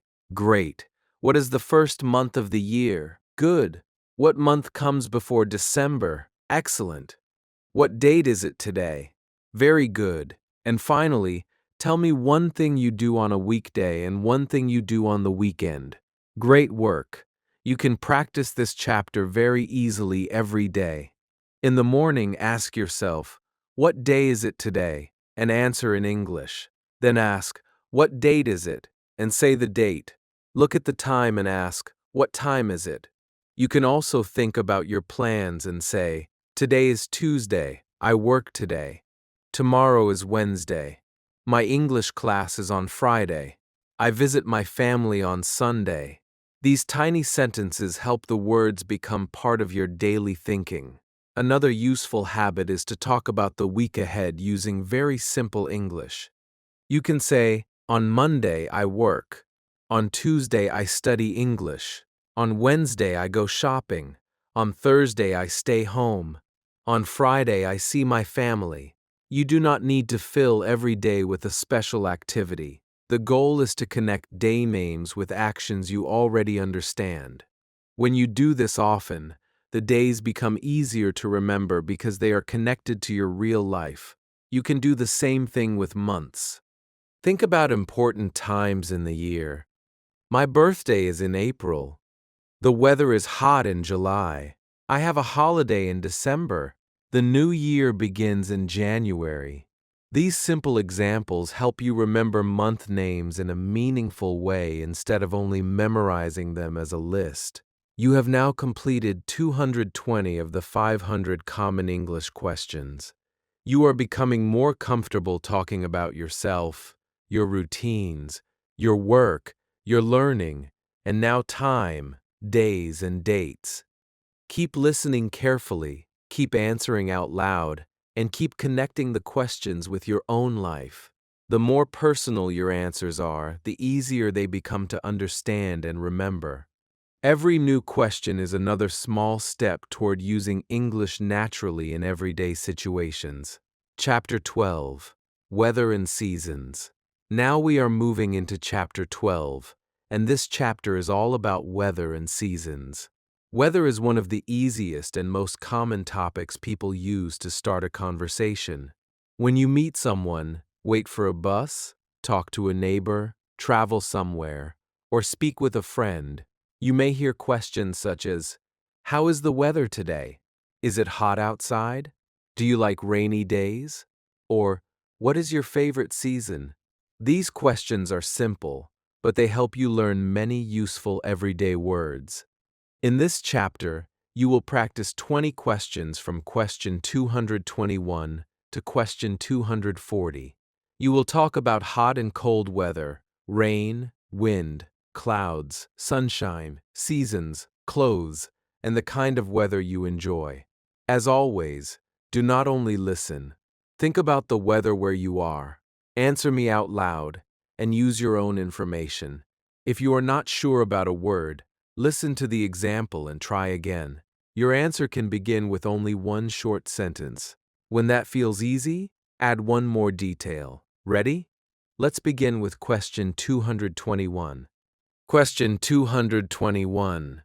How is the weather today? Think about the weather where you are right now. You can look outside if there is a window near you. Listen carefully. How is the weather today? Maybe it is sunny, cloudy, rainy, windy, hot, cold, or somewhere in between. You can say, "It is sunny today," "It is cloudy," or "The weather is hot today." Now look outside or think about the weather in your area and answer me out loud. How is the weather today? Very good. Try to give one more detail if you can. You might say, "It is sunny and warm," or "It is cloudy and a little cool." Two simple weather words can make your answer more natural. Question 222. Is it hot or cold today? Think about how the air feels outside. Listen. Is it hot or cold today? If the temperature is high, you can say, "It is hot today." If the temperature is low, say, "It is cold today." Maybe the weather is somewhere in the middle, so you can say, "It is not very hot," "It is warm," or "It is a little cool." Now answer me using the weather around you. Is it hot or cold today? Excellent. If you can, add how you feel about it. You might say, "It is hot today, but I like warm weather," or "It is cold, so I want to stay inside." Question 223. Is it sunny today? Sunny means that you can see strong light from the sun and the sky may be bright. If it is sunny, you can say, "Yes, it is." It is very sunny today. If it is not sunny, say, "No, it isn't. It is cloudy." Now think about your own weather. Is it sunny today? Answer out loud. Very good. If your answer is yes, you can add, "The sky is bright." If your answer is no, you can describe what you see instead. Maybe there are many clouds, or maybe it is raining. Keep your answer simple. Question 224. Is it cloudy today? Now let's talk about clouds. Listen. Is it cloudy today? If there are many clouds in the sky, you can say, "Yes, it is cloudy." If the sky is clear, say, "No, it isn't. The sky is clear." Maybe there are only a few clouds, so you can say, "It is a little cloudy." Now look at the sky if you can and answer me. Is it cloudy today? Great. Try to use one complete sentence. You might say, "It is cloudy, but it is not raining." This helps you connect two weather ideas in one easy answer. Question 225. Is it raining right now? Listen carefully. Is it raining right now? If rain is falling, say, yes, it is raining. If not, say, no, it isn't raining. Maybe the sky looks dark and you think rain may come, so you can say, no, but it looks like rain. Now think about the weather around you. Is it raining right now? Answer me. Excellent. Rain is a very common weather word, and you can use it in many simple sentences. It is raining. I like rain. I need an umbrella. The roads are wet. For now, answer the question one more time using your own situation. Question 226. Do you like rainy days? Now we are moving from describing the weather to talking about your opinion. Listen. Do you like rainy days? If you enjoy rain, say, yes, I do. I like rainy days. Maybe you like the sound of rain or the cool air. If you do not enjoy rain, say, no, I don't. I prefer sunny days. Now tell me about yourself. Do you like rainy days? Very good. Add one short reason if you can. I like rainy days because the weather feels cool, or I don't like rain because I like going outside. One simple reason is enough. Question 227. Do you like hot weather? Think about very warm days. Listen carefully. Do you like hot weather? If you enjoy heat, you can say, yes, I do. I like hot weather. If not, say, no, I don't. I prefer cool weather. Maybe you enjoy warm weather but not very hot weather. You can say, I like warm weather, but I don't like very hot days. Now answer me using your own preference. Do you like hot weather? Great. Try to tell me one activity you like when the weather is warm. Maybe you enjoy going outside, walking, or drinking something cold. Question 228. Do you like cold weather? Now think about cold days. Listen. Do you like cold weather?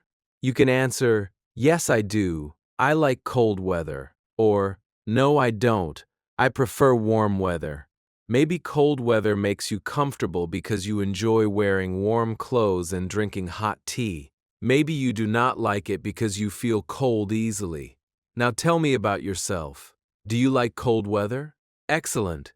Add a reason if you can. You might say, I like cold weather because I sleep well, or I don't like it because my hands get cold.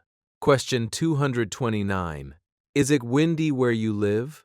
Wind is moving air that you can feel outside. Listen carefully. Is it windy where you live? You can say, yes, it is often windy. Sometimes it is windy. Or, no, it is usually calm. Think about the weather in your area. Is it windy where you live? Answer out loud. Very good. If it is windy today, you can say, it is very windy today. If wind is uncommon, you can say, it is not usually windy here. This is another useful way to describe the normal weather where you live. Question 230. Think about all the types of weather we have discussed. Sunny, rainy, cloudy, hot, cold, warm, cool, and windy. Listen. What kind of weather do you like best? Maybe your answer is, I like cool and sunny weather, or I like rainy weather. Maybe you enjoy warm weather with a light wind. Now think about your favorite kind of day. What kind of weather do you like best? Answer me. Very good. Try to give one reason. I like cool weather because I can walk outside comfortably. Keep your explanation short and natural. Question 231. What is your favorite season? Now we are moving from daily weather to the seasons of the year. Listen carefully. What is your favorite season? The four common seasons are spring, summer, autumn, and winter. You can also hear the word fall for autumn. Maybe you love spring because flowers grow, summer because it is warm, autumn because the air becomes cooler, or winter because you enjoy cold weather. You can say, my favorite season is winter, or I like spring the most. Now tell me about yourself. What is your favorite season? Excellent. Add one simple reason if you can. Question 232. Do you like summer? Think about summer in your country or city. Listen, do you like summer? If you enjoy it, say, yes, I do. I like summer. Maybe you like long, bright days, holidays, cold drinks, or spending time outside. If summer is too hot for you, say, no, I don't. It is too hot for me. Now tell me about your preference. Do you like summer? Great. If you can, describe summer where you live. You might say, summer is very hot in my city, or summer is warm and sunny. Question 233. Do you like winter? Now think about winter. Listen carefully. Do you like winter? You can say, yes, I do. Winter is my favorite season. Or, no, I don't. I don't like cold weather. Maybe you enjoy winter because you like warm clothes, hot drinks, or staying at home. Now answer me. Do you like winter? Very good. Give one easy reason if you can. I like winter because I enjoy drinking hot tea, or I don't like winter because it is too cold. Question 234. What is the weather like in spring where you live? Spring is often a time when the weather becomes warmer and plants begin to grow. Listen, what is the weather like in spring where you live? Maybe spring is warm, cool, rainy, sunny, or windy in your area. You can say, spring is warm and pleasant where I live, or spring is usually cool and rainy. Now think about your own area. What is the weather like in spring where you live? Answer out loud. Excellent. You can also mention what you see, such as flowers, green trees, or clearer skies, but keep the sentence easy. Question 235. What is the weather like in summer where you live? Think about summer in your area. Listen carefully. What is the weather like in summer where you live? You can say, summer is very hot. Summer is warm and dry. Or, it is hot and sometimes rainy. Now answer using your own experience. What is summer like where you live? Very good. If the days are extremely hot, you can say, it gets very hot in summer. If summer feels pleasant, you can say, summer is warm but not too hot. Use the words that best describe your area. Question 236. What is the weather like in winter where you live? Now think about the colder part of the year. Listen, what is the weather like in winter where you live? Maybe winter is cold, cool, dry, rainy, snowy, or windy. You can say, winter is cold and dry, or it is cool but not very cold. Now tell me about your area. What is the weather like in winter where you live? Excellent. If your area does not get snow, that is fine. You can simply say, it is cold but it does not snow. This is a very natural way to give a little more information. Question 237. What do you wear when it is hot? Think about your clothes on a warm day. Listen carefully. What do you wear when it is hot? You can say, I wear light clothes. I wear a t-shirt. Or, I wear comfortable clothes in hot weather. Now think about what you usually wear. What do you wear when it is hot? Answer me. Very good. If you can, mention a color or another simple detail. I usually wear a light shirt and comfortable shoes. This question connects weather vocabulary with the clothing words you already know. Question 238. What do you wear when it is cold? Now imagine a cold day. Listen, what do you wear when it is cold? You can answer, I wear a jacket. I wear a sweater. I wear warm clothes. Or, I wear a coat when it is very cold. Think about your own routine. What do you wear when it is cold? Excellent. Add one or two items if you can. You might say, I wear a sweater, a jacket, and warm shoes. You do not need to name many clothes. Use the words you already understand. Question 239. What do you like to do when the weather is nice? Think about a day when the temperature feels comfortable and the weather is pleasant. Listen carefully. What do you like to do when the weather is nice?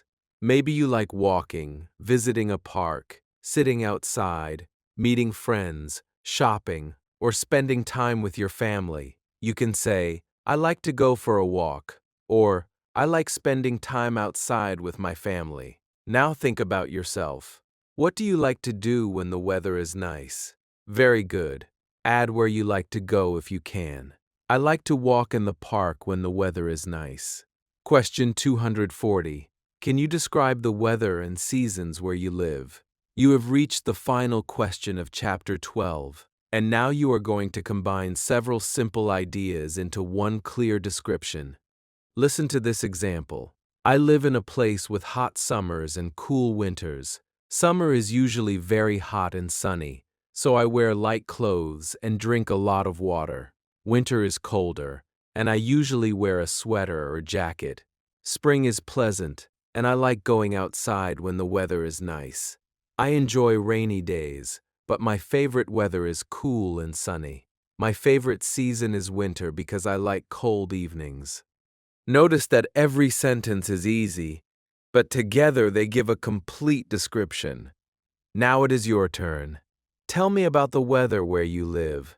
You can talk about summer, winter, spring, rain, sunshine, hot and cold days, what you wear, and which season you like best. Try to give 5 or 6 simple sentences. Take your time and speak out loud. Excellent. Now try again and see if you can give the same information with a little more confidence. You have now completed questions 221 to 240, which means you have practiced another 20 useful questions for everyday English. In this chapter, you talked about today's weather: sunshine, clouds, rain, wind, heat, cold, favorite weather, seasons, summer, winter, spring, clothes, and activities you enjoy when the weather is pleasant. These questions are useful because weather is one of the easiest ways to begin a friendly conversation. You do not need to know someone very well to say, "It is very hot today," "The weather is nice," or "Do you like rainy days?" A simple weather comment can easily lead to a longer conversation about seasons, clothes, travel, or daily activities. Let's do a quick speaking check. Try to answer every question without waiting for my example. How is the weather today? Answer now. Very good. Is it hot or cold? Excellent. Is it sunny? Great. Is it raining? Good. Do you like rainy days? Very nice. Do you like hot weather? Excellent. What kind of weather do you like best? Great. What is your favorite season? Good. Do you like summer? Excellent. Do you like winter? Very nice. What do you wear when it is hot? Good. What do you wear when it is cold? Excellent. And finally, describe the weather where you live using 3 simple sentences. Speak now. Wonderful. If you can answer these questions, you already have enough English for a simple conversation about the weather. There is a very easy way to practice weather English every day. When you wake up, look outside and describe the weather with one sentence.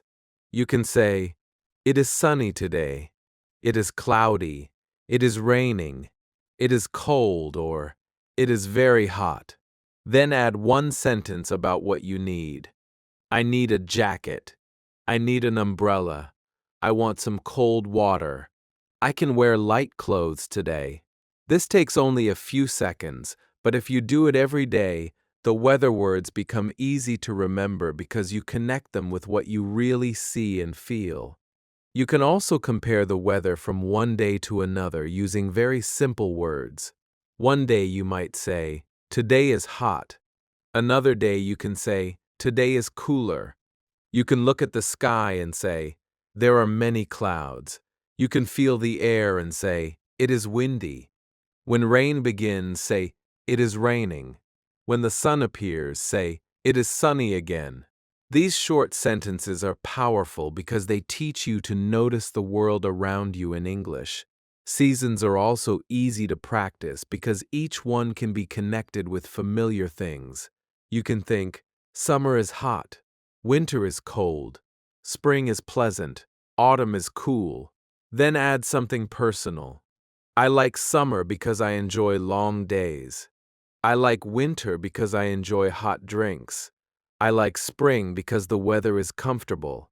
Your sentence does not need to be perfect or complicated. The goal is to connect the season with an idea you understand. You have now completed 240 of the 500 common English questions. You can talk about greetings, family, numbers, objects, your home, daily routines, food, learning, work, time, and now weather and seasons. This is a large amount of practical English, and you are building it through simple questions you can hear in real life. Keep looking around you, keep connecting English with what you see, and keep answering out loud. Every clear answer helps useful English become easier to understand, remember, and use. Chapter 13. Clothes.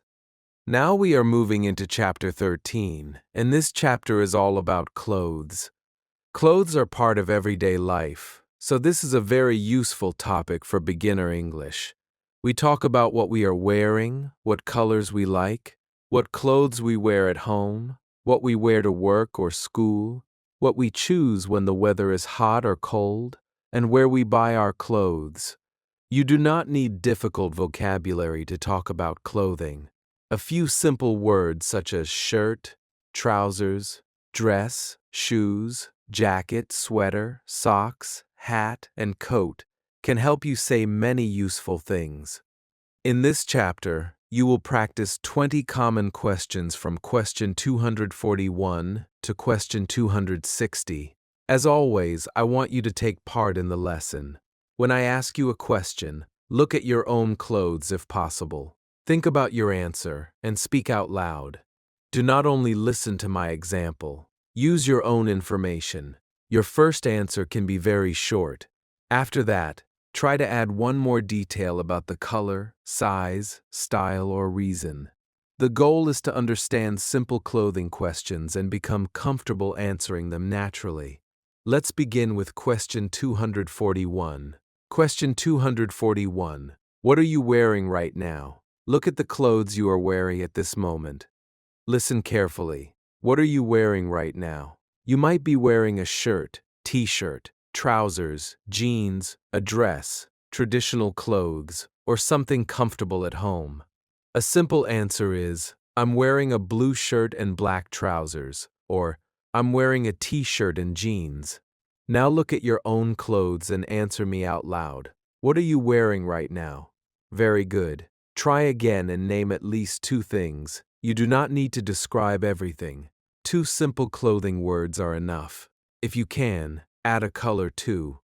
For example, I'm wearing a white shirt and blue jeans. Excellent! This is one of the easiest ways to practice because you can use what you can actually see. Question 242. What color is your shirt? Now focus on the top you are wearing. Listen, what color is your shirt?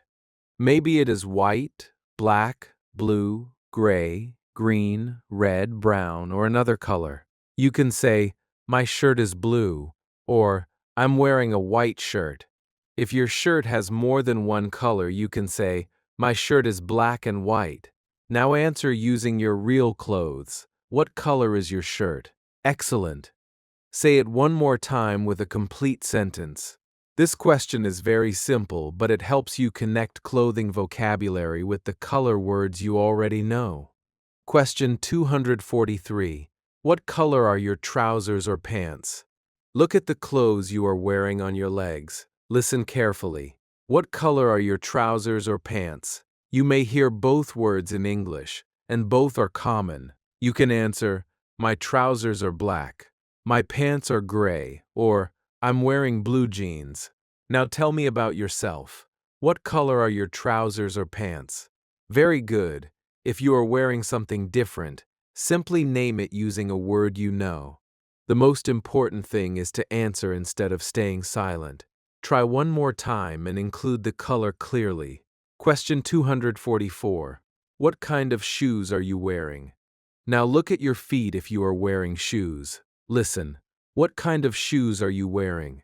Maybe you are wearing sneakers, sandals, boots, formal shoes, or simple everyday shoes. You can say, I'm wearing sneakers, I'm wearing sandals, or I'm not wearing shoes right now. That final answer is also perfectly useful. Now answer me using your real situation. What kind of shoes are you wearing? Great. If you can, add the color. You might say, I'm wearing black shoes, or I'm wearing white sneakers. One extra detail makes your answer clearer. Question 245. What color are your shoes? Listen carefully. What color are your shoes? You can answer, my shoes are black, my shoes are brown, my shoes are white, or another color. If your shoes have two colors, you can say, they are black and white. Now look at your own shoes if possible and answer me. What color are your shoes? Excellent. If you are not wearing shoes, think about the pair you wear most often and describe them. You can say, my usual shoes are black. This is simple, practical English that you can use when shopping or describing what you wear. Question 246. What do you usually wear at home? Think about the clothes you choose when you are relaxing at home. Listen, what do you usually wear at home? Maybe you wear comfortable clothes, a t-shirt and trousers, pajamas, shorts, or traditional clothes. A simple answer is, I usually wear comfortable clothes at home, or I usually wear a t-shirt and trousers. Now think about your own routine. What do you usually wear at home? Answer out loud. Very good. If you want to add a reason, say, I wear comfortable clothes because I like to relax. Keep the answer easy and natural. Question 247. What do you usually wear to work or school? Think about how you dress when you leave home for work, school, or university. Listen carefully. What do you usually wear to work or school? Maybe you wear a uniform, formal clothes, casual clothes, a shirt and trousers, or another type of clothing. You can say, I wear a uniform to work. I usually wear a shirt and trousers, or I wear casual clothes to university. Now tell me about your own routine. What do you usually wear to work or school? Excellent. If you work or study from home, you can say, I usually wear comfortable clothes because I study at home. Question 248. Do you wear a uniform? A uniform is a special set of clothes that people wear for some jobs or schools. Listen, do you wear a uniform? If you do, say, yes, I do. I wear a uniform at work. Or, yes, I wear a school uniform. If not, say, no, I don't. Now answer me using your own information. Do you wear a uniform? Great. If your answer is yes, tell me what color it is. You might say, yes, I do. My uniform is blue and white. If you do not wear one, tell me what you usually wear instead. Question 249. Do you like wearing comfortable clothes? Think about how you feel when your clothes are easy and comfortable to wear. Listen carefully. Do you like wearing comfortable clothes? You can answer, yes, I do. I like comfortable clothes. Or, yes, especially when I am at home. Maybe you prefer formal clothes, so you can say, I like comfortable clothes at home, but I wear formal clothes at work. Now tell me about yourself. Do you like wearing comfortable clothes? Excellent. Add one simple example of something comfortable you enjoy wearing. Question 250, which means you are already halfway through this chapter. Think about one item of clothing you really like. Listen, what is your favorite thing to wear? Maybe you love a comfortable shirt, a jacket, a dress, a pair of jeans, a sweater, or traditional clothes. You can say, my favorite thing to wear is my blue shirt, or I really like wearing jeans. Now think about yourself. What is your favorite thing to wear? Answer out loud. Very good. If you can, add a reason. I like wearing my blue shirt because it is comfortable. One simple reason makes your answer more personal. Question 251. What is your favorite color to wear? Think about the colors that appear most often in your clothes. Listen carefully. What is your favorite color to wear? Maybe your favorite clothing color is black, white, blue, green, gray, brown, or another color. You can say, my favorite color to wear is black, or I like wearing blue. Now answer with your own preference. What is your favorite color to wear? Excellent. This may be different from your favorite color in general. For example, your favorite color may be red, but you may prefer wearing black. Try to answer according to what you really like to wear. Question 252. Do you like bright colors or dark colors? Now you are going to choose between two types of colors. Bright colors can include yellow, orange, light green, or bright red. Dark colors can include black, dark blue, brown, or dark gray. Listen, do you like bright colors or dark colors? You can say, I prefer dark colors. I like bright colors. Or, I like both. Now think about the clothes in your wardrobe. Which colors do you prefer? Answer out loud. Very good. If you can, add an example. I prefer dark colors. I wear black and dark blue often. Question 253. What do you wear when the weather is hot? Think about a very warm day. Listen carefully. What do you wear when the weather is hot? You can say, I wear light clothes. I wear a t-shirt. Or, I wear thin and comfortable clothes. Now tell me about your own choice. What do you wear when it is hot? Great. If you can, mention a color too. Maybe you wear light colors in hot weather. You can say, I usually wear light-colored clothes when it is hot. This question connects the clothing topic with the weather words you already practice. Question 254. What do you wear when the weather is cold? Now imagine a cold day. Listen, what do you wear when the weather is cold? Maybe you wear a sweater, jacket, coat, hat, scarf, or warm shoes.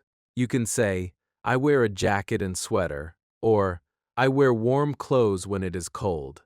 Now think about your own routine. What do you wear when the weather is cold? Excellent! Try to name two items. You might say, I wear a sweater and a warm jacket. If your area does not become very cold, you can simply say, I usually wear a light jacket. Question 255. Do you wear a jacket often? Think about how often you need or enjoy wearing a jacket. Listen carefully. Do you wear a jacket often? If you do, say, yes, I do. I wear a jacket often. Or, yes, especially when the weather is cold. If not, say, no, I don't wear jackets very often. Now answer using your own life. Do you wear a jacket often?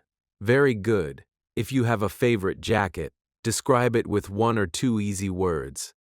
You can say, my favorite jacket is black and comfortable. Keep your English simple. Question 256. Do you wear a hat or cap? Think about whether you like covering your head when you are outside, working, exercising, or protecting yourself from the sun. Listen, do you wear a hat or cap?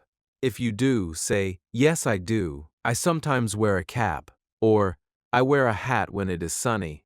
If not, say, no, I don't usually wear one. Now tell me about yourself. Do you wear a hat or cap? Excellent. Add when you wear it if you can. I wear a cap when I go outside.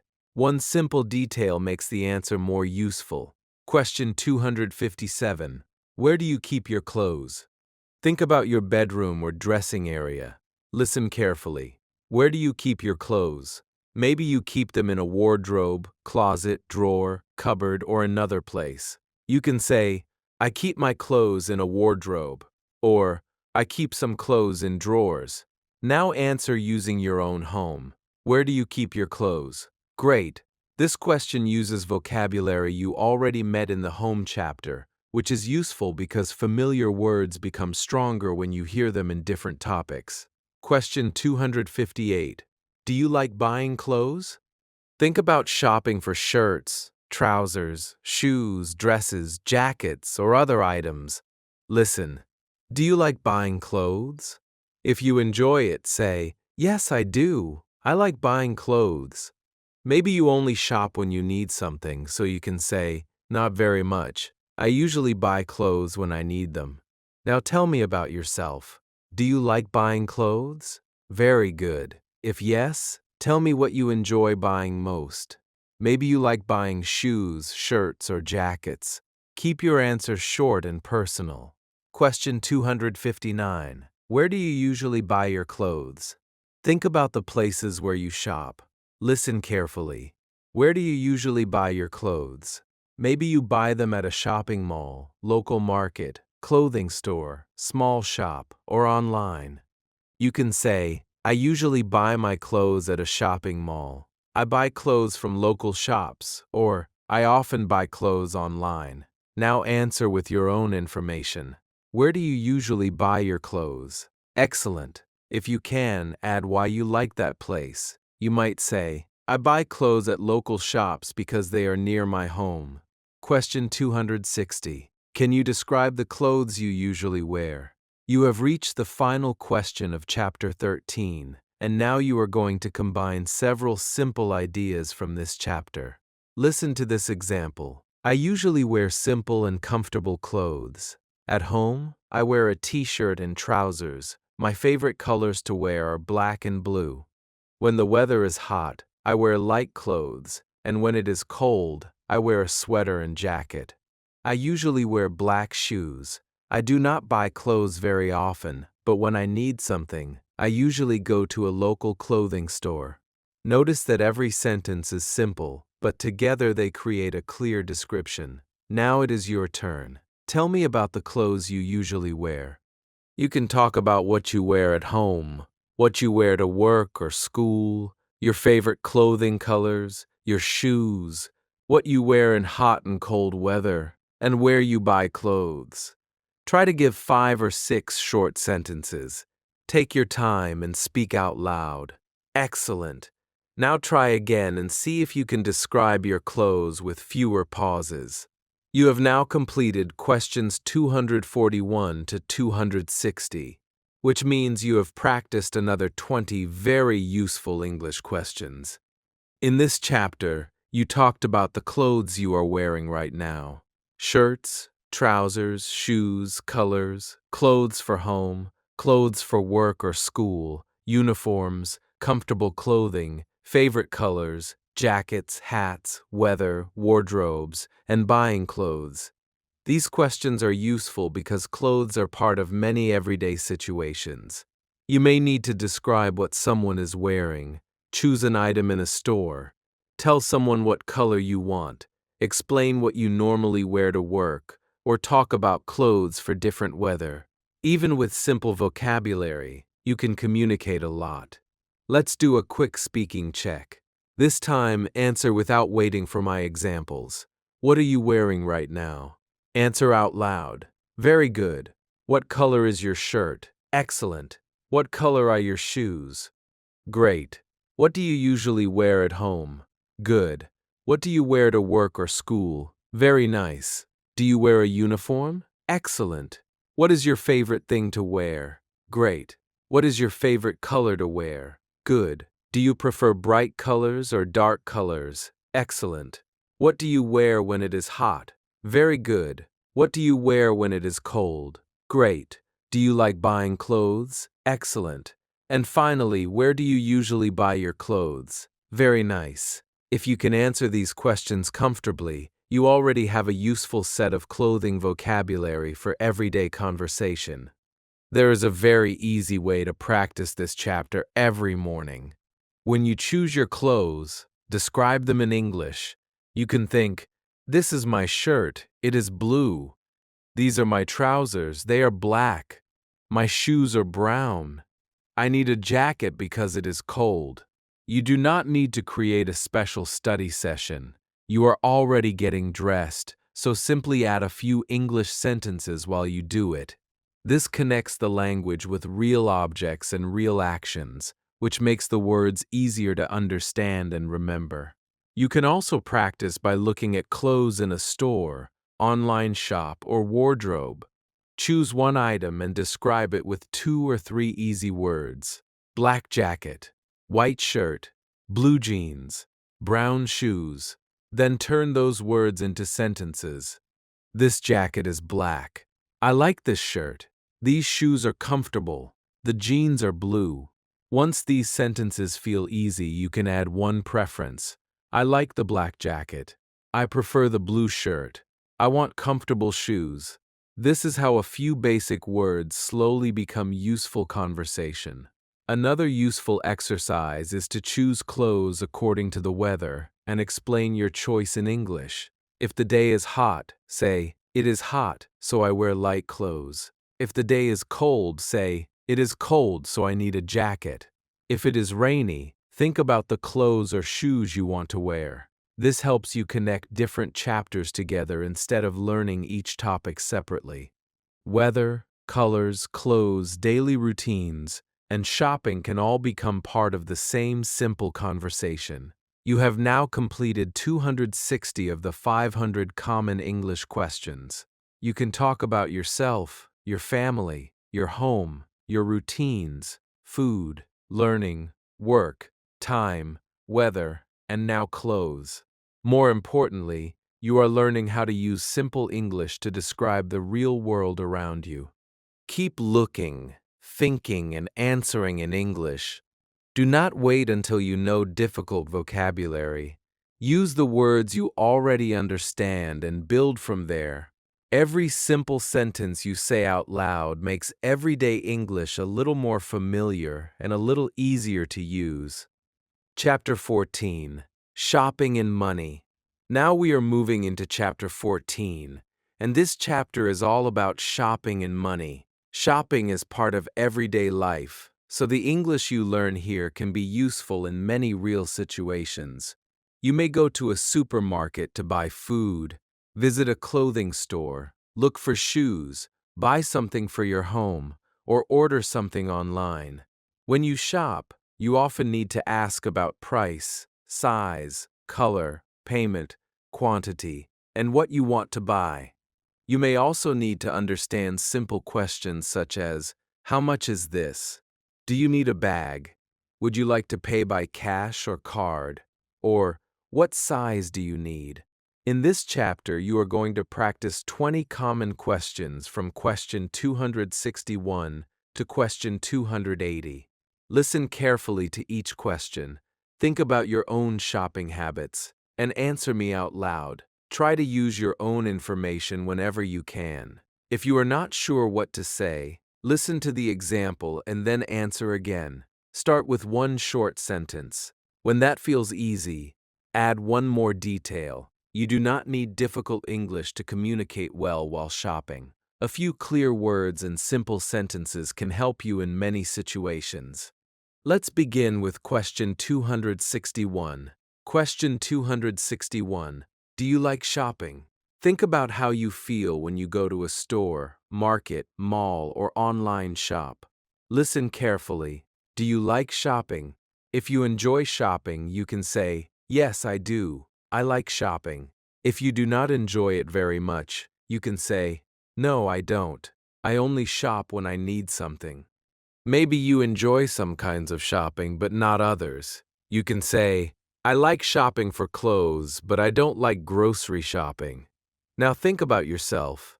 Do you like shopping? Answer out loud. Very good. Try to add one simple reason. Maybe you enjoy seeing new things, finding good prices, or buying things for your family. Keep your answer personal and easy. Question 262. How often do you go shopping? Think about your normal week or month. Listen, how often do you go shopping? Maybe you shop every day, once a week, twice a month, or only when you need something. You can say, "I go shopping once a week."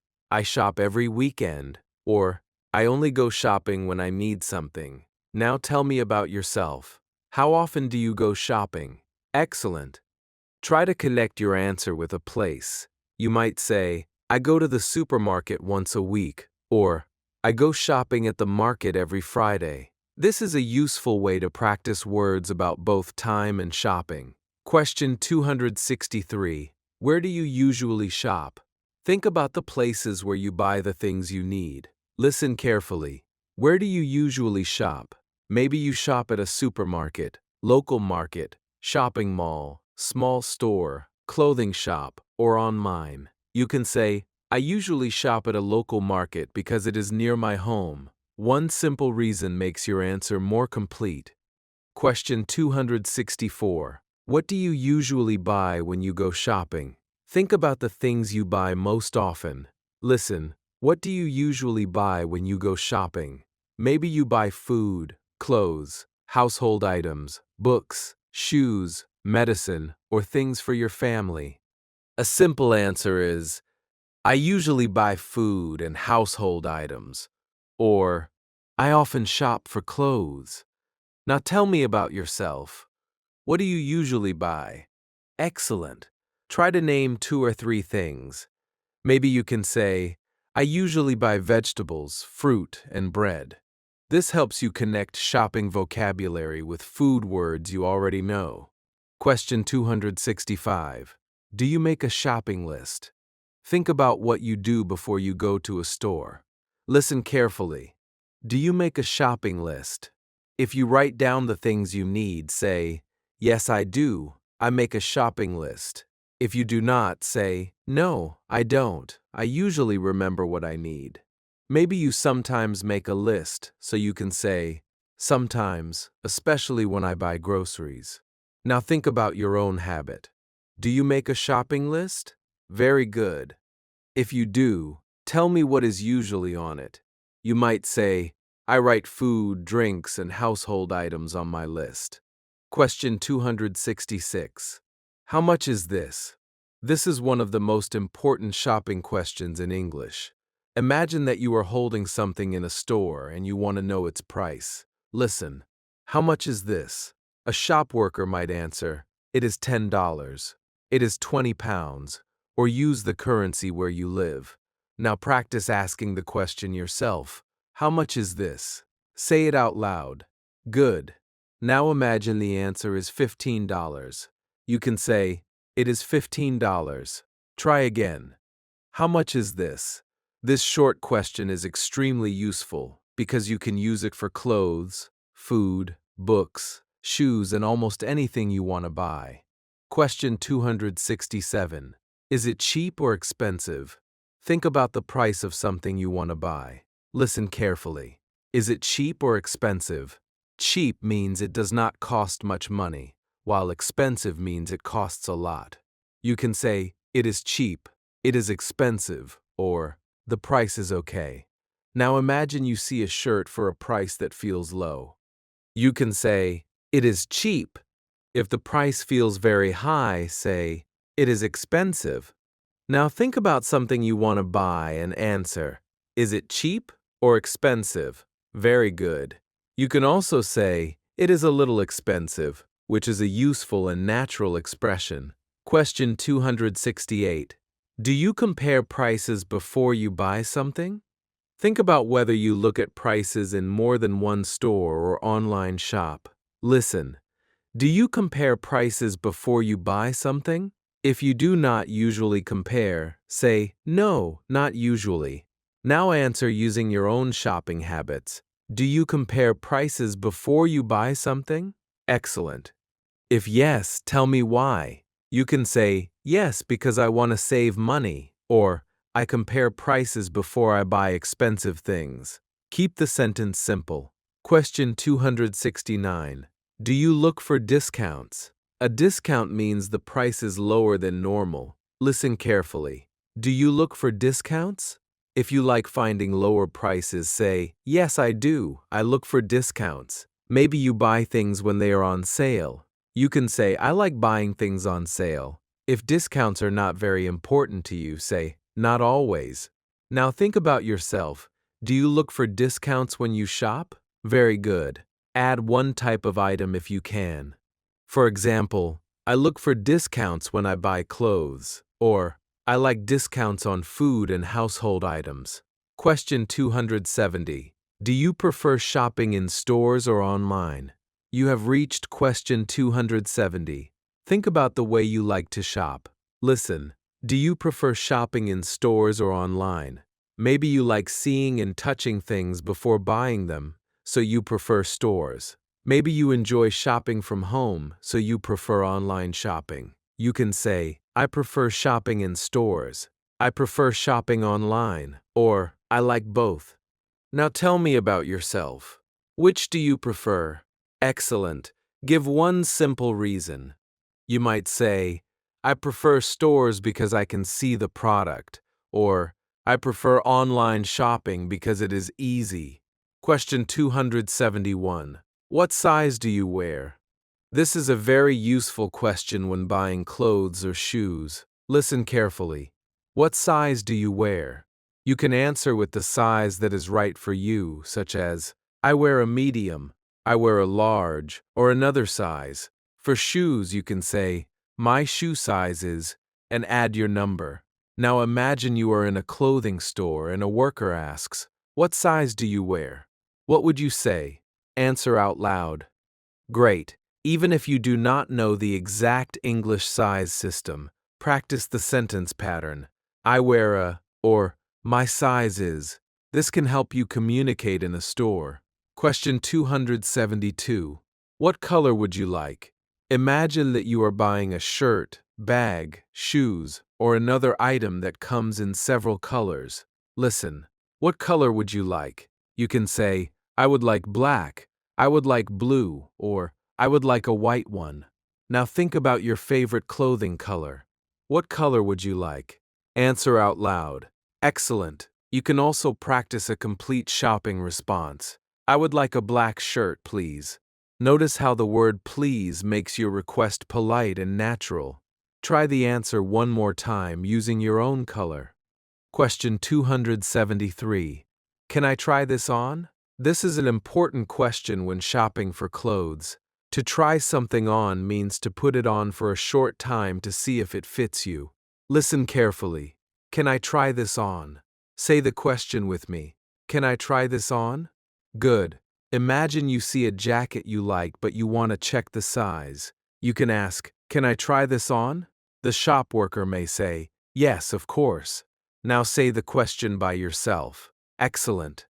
This short sentence can be very useful when shopping for shirts, jackets, trousers, dresses, and other clothes. Question 274.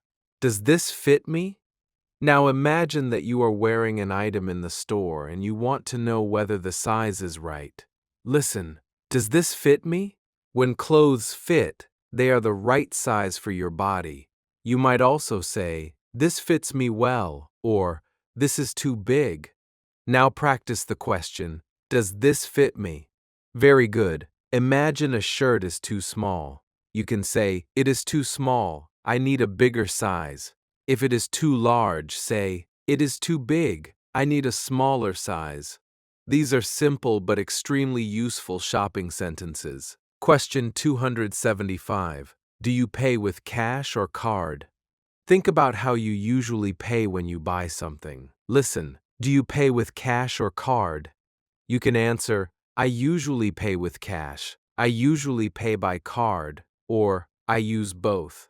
Maybe you also use a phone or another digital payment method. You can say, I usually pay with my phone. Now tell me about yourself. Do you pay with cash or card? Very good. Try to answer in a full sentence. This is a common question at shops, restaurants, hotels, and many other places. Question 276. Do you carry cash with you? Think about whether you normally keep money in your wallet or pocket. Listen carefully. Do you carry cash with you? If you do, say, yes, I do. I usually carry some cash.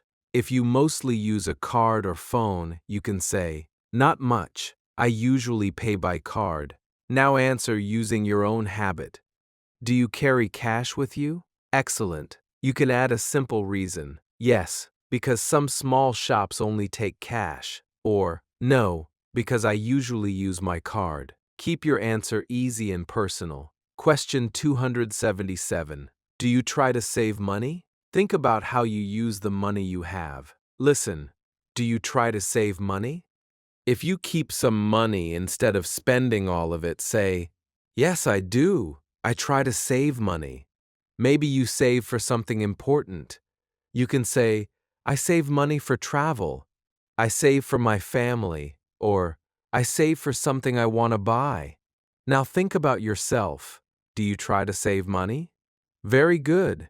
If yes, tell me one reason. Your answer can stay simple. Question 278. What do you spend most of your money on? Think about your normal expenses. Listen carefully. What do you spend most of your money on? Maybe you spend money on food, rent, transportation, education, clothes, family needs, or other things. You can say, I spend most of my money on food and rent, or I spend a lot on transportation. Now think about your own life and answer out loud. What do you spend most of your money on? Excellent. You do not need to give exact numbers. Just name one or two common areas where you use your money. Question 279. What would you like to buy today? Imagine you are going shopping right now. Listen. What would you like to buy today? Maybe you need food, clothes, shoes, a book, a phone, or something for your home. You can say, I would like to buy a new shirt. I want to buy some fruit. Or, I don't need to buy anything today. Now think about yourself. What would you like to buy today? Answer out loud. Very good. If you want to make the answer longer, add a color, size, or price idea. For example, I would like to buy a black shirt at a good price. Question 280. Can you describe how you usually shop? You have reached the final question of Chapter 14, and now you are going to combine several of the ideas you practice in this chapter. Listen to this example. I usually go shopping once a week. I often shop at a supermarket near my home, and sometimes I buy clothes at the mall. Before I go shopping, I make a list of the things I need. I usually compare prices and look for discounts. When I buy clothes, I check the color and size, and sometimes I try them on. I usually pay by card, but I also carry some cash. I try to save money, so I do not buy things I do not need. Notice how all of the sentences are simple, but together they create a clear description of a shopping routine. Now it is your turn. Tell me how you usually shop. You can talk about where you go, how often you shop, what you buy, whether you make a list, how you compare prices, what kind of clothes you choose, how you pay, and whether you try to save money. Try to give 5 or 6 short sentences. Take your time and speak out loud. Excellent. Now try again and see if you can say the same ideas a little more smoothly. You have now completed questions 261 to 280, which means you have practiced another 20 common English questions.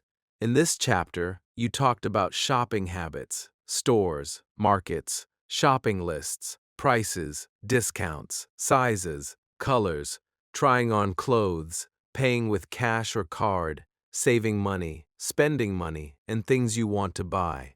These questions are useful because shopping creates many situations where you may need English. You may need to ask, how much is this?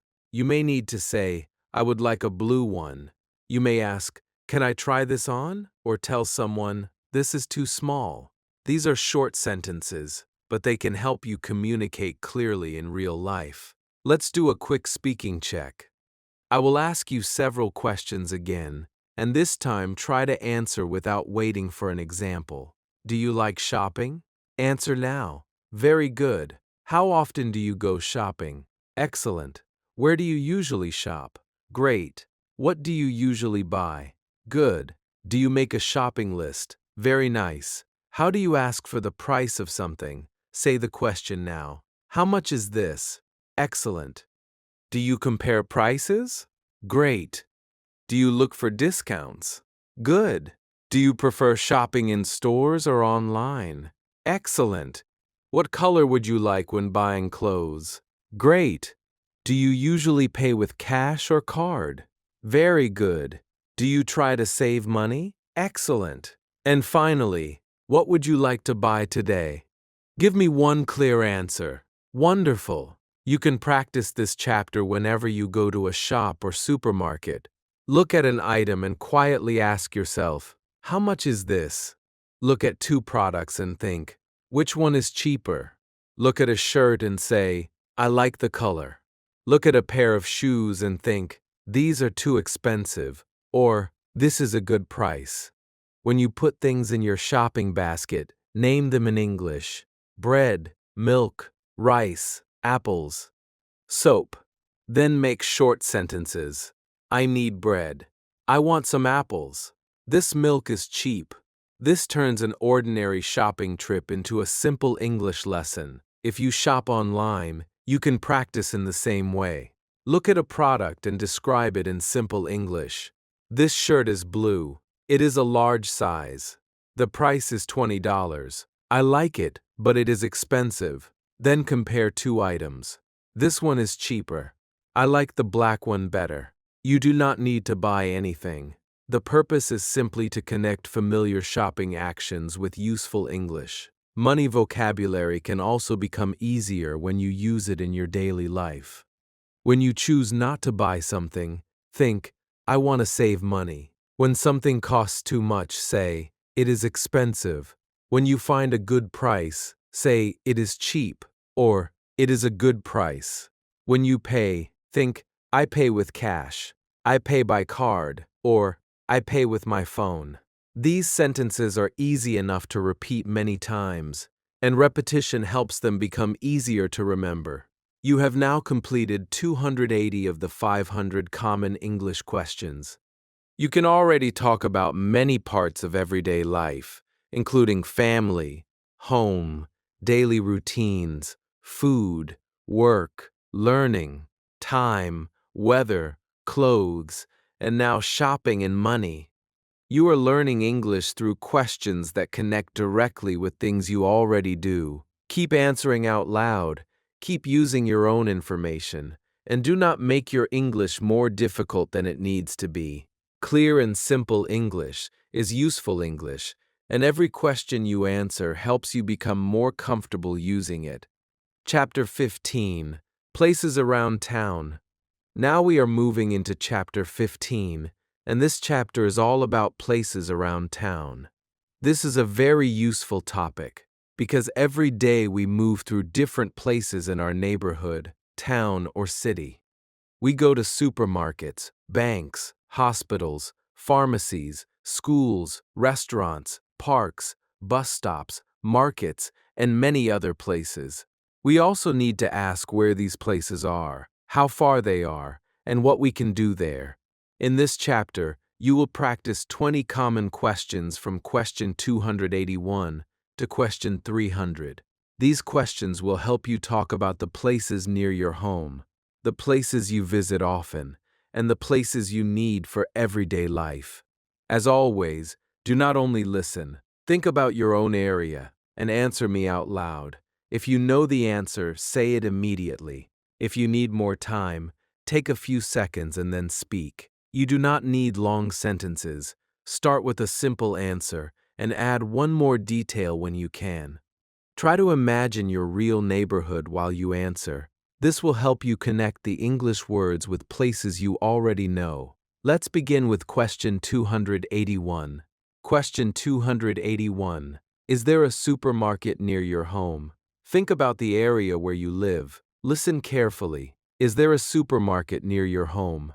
If there is one close to you, you can say, yes, there is. There is a supermarket near my home. If there is not one nearby, say, no, there isn't. I have to travel a little farther. Now think about your own neighborhood. Is there a supermarket near your home? Answer me out loud. Very good. If your answer is yes, tell me how far it is. You might say, yes, there is. It is about 5 minutes from my home. If you usually walk there, you can say, I can walk there. Try the question one more time and give one complete answer. Question 282. Where do you usually buy groceries? Think about where you buy food and household items. Listen, where do you usually buy groceries? Maybe you go to a supermarket, local market, small shop, or grocery store. You can say, I usually buy groceries at a supermarket, or I buy groceries from a local market near my home. Now tell me about yourself. Where do you usually buy groceries? Excellent. If you can, tell me how often you go there. You might say, I buy groceries at a supermarket once a week. This is a simple way to connect a place with an everyday activity. Question 283. Is there a bank near you? Think about banks in your neighborhood or town. Listen carefully. Is there a bank near you? If there is, say, yes, there is. There is a bank near my home. Or, there is a bank in the town center. If there is not one nearby, say, no, there isn't. Now answer using your own area. Is there a bank near you? Very good. If you know where it is, add one small detail. You might say, the bank is next to the supermarket, or the bank is on the main road. These location words are very useful when describing places. Question 284. Where do you go when you need money? Think about what you do when you need cash or banking services. Listen, where do you go when you need money? You might go to a bank or an ATM. A simple answer is, I go to the bank, or I use an ATM. Now think about your own routine. Where do you go when you need money? Answer out loud. Excellent. If you use an ATM near your home, you can say, I use an ATM near the supermarket. Keep the answer simple and based on your real life. Question 285. Where do you buy medicine? This is a very useful everyday question. Listen carefully. Where do you buy medicine? The common answer is, I buy medicine at a pharmacy, or I go to a pharmacy. Maybe you also use the word drugstore in some places, but pharmacy is very useful and widely understood. Now think about your area. Where do you buy medicine? Answer me. Very good. If there is a pharmacy near your home, you can say, I buy medicine at a pharmacy near my house. Try the sentence again and say the word pharmacy clearly. Question 286. Is there a hospital in your town or city? Think about healthcare places in your area. Listen, is there a hospital in your town or city? If there is, say yes, there is a hospital in my city. If you live in a small place without one, say, no, there isn't. The nearest hospital is in another town. Now answer us using your own situation. Is there a hospital in your town or city? Excellent. If you know where it is, add one simple detail such as, it is near the main road, or it is about 20 minutes from my home. Question 287. Where do you go when you need to see a doctor? Think about where you receive medical care.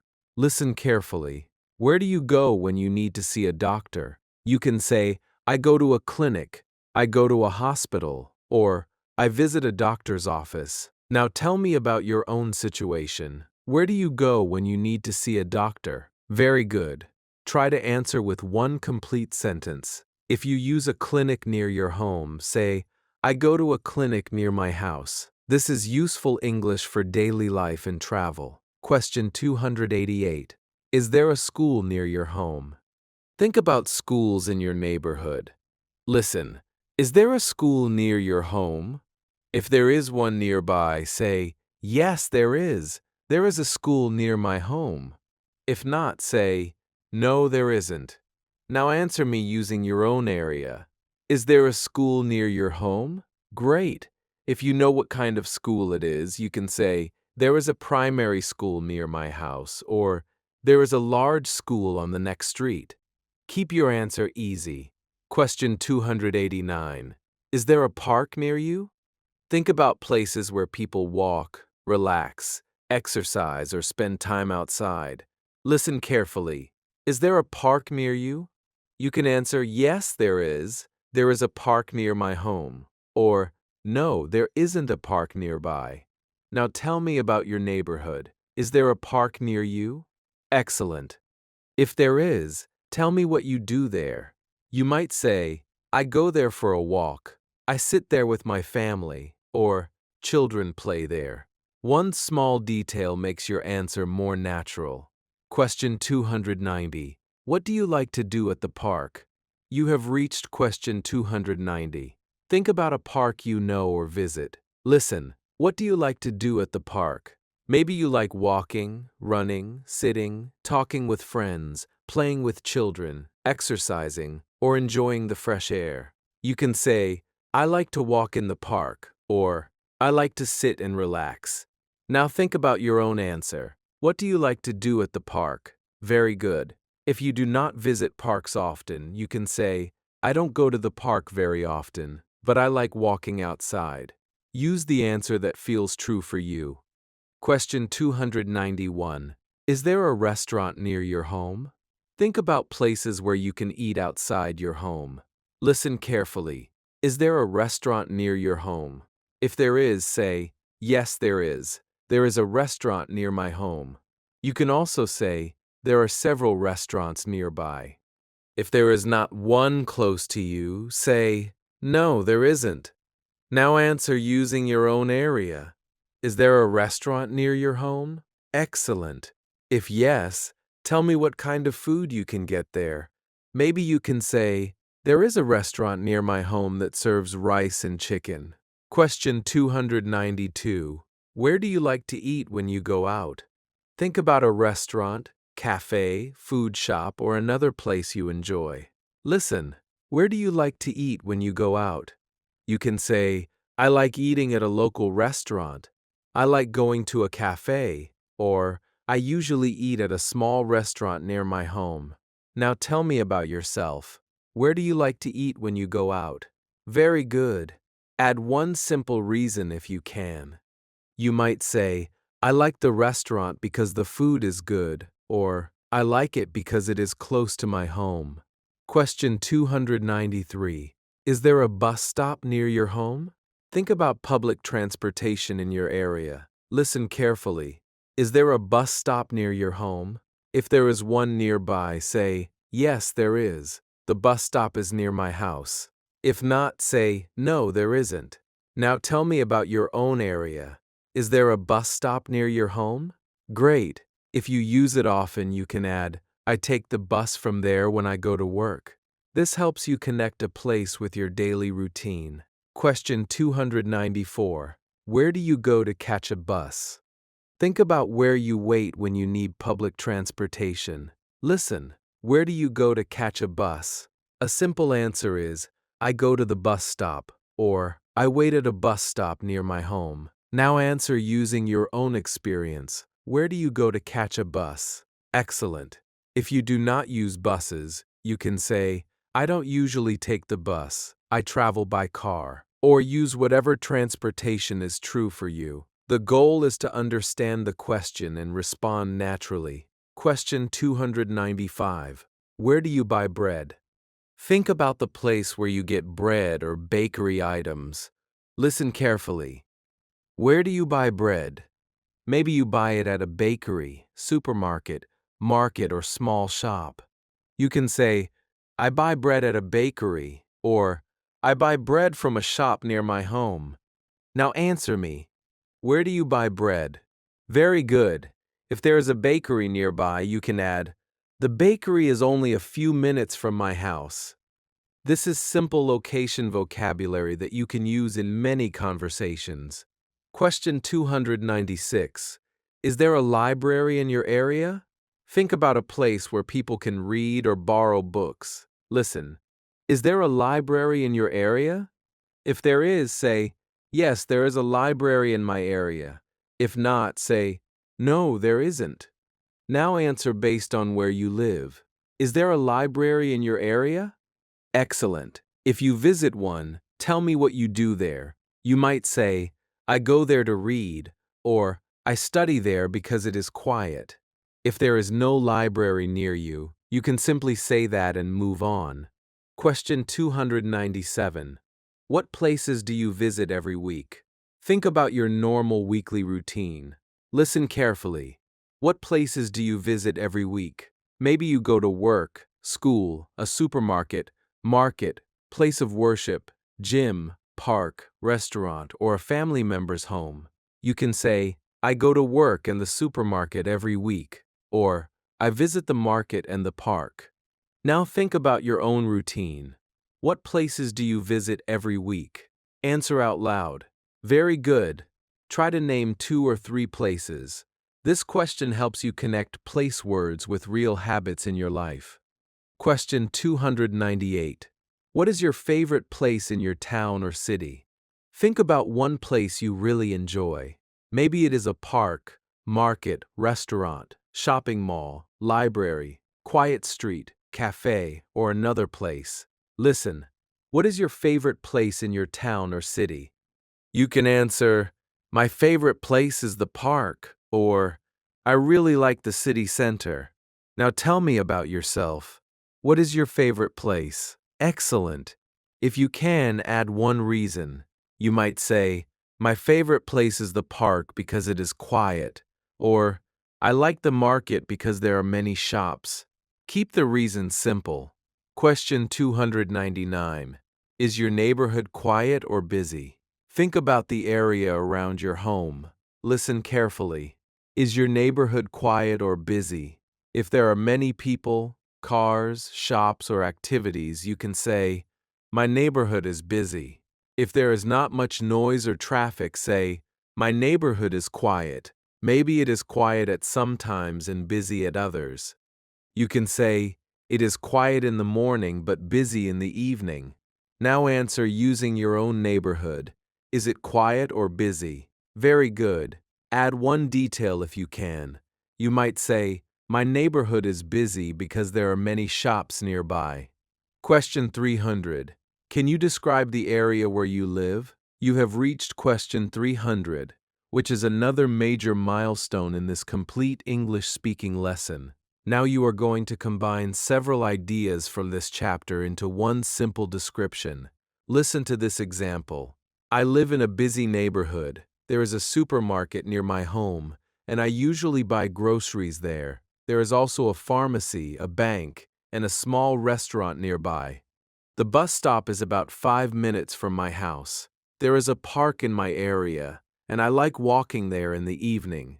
I also visit the local market every week. My favorite place is the park because it is quiet and relaxing.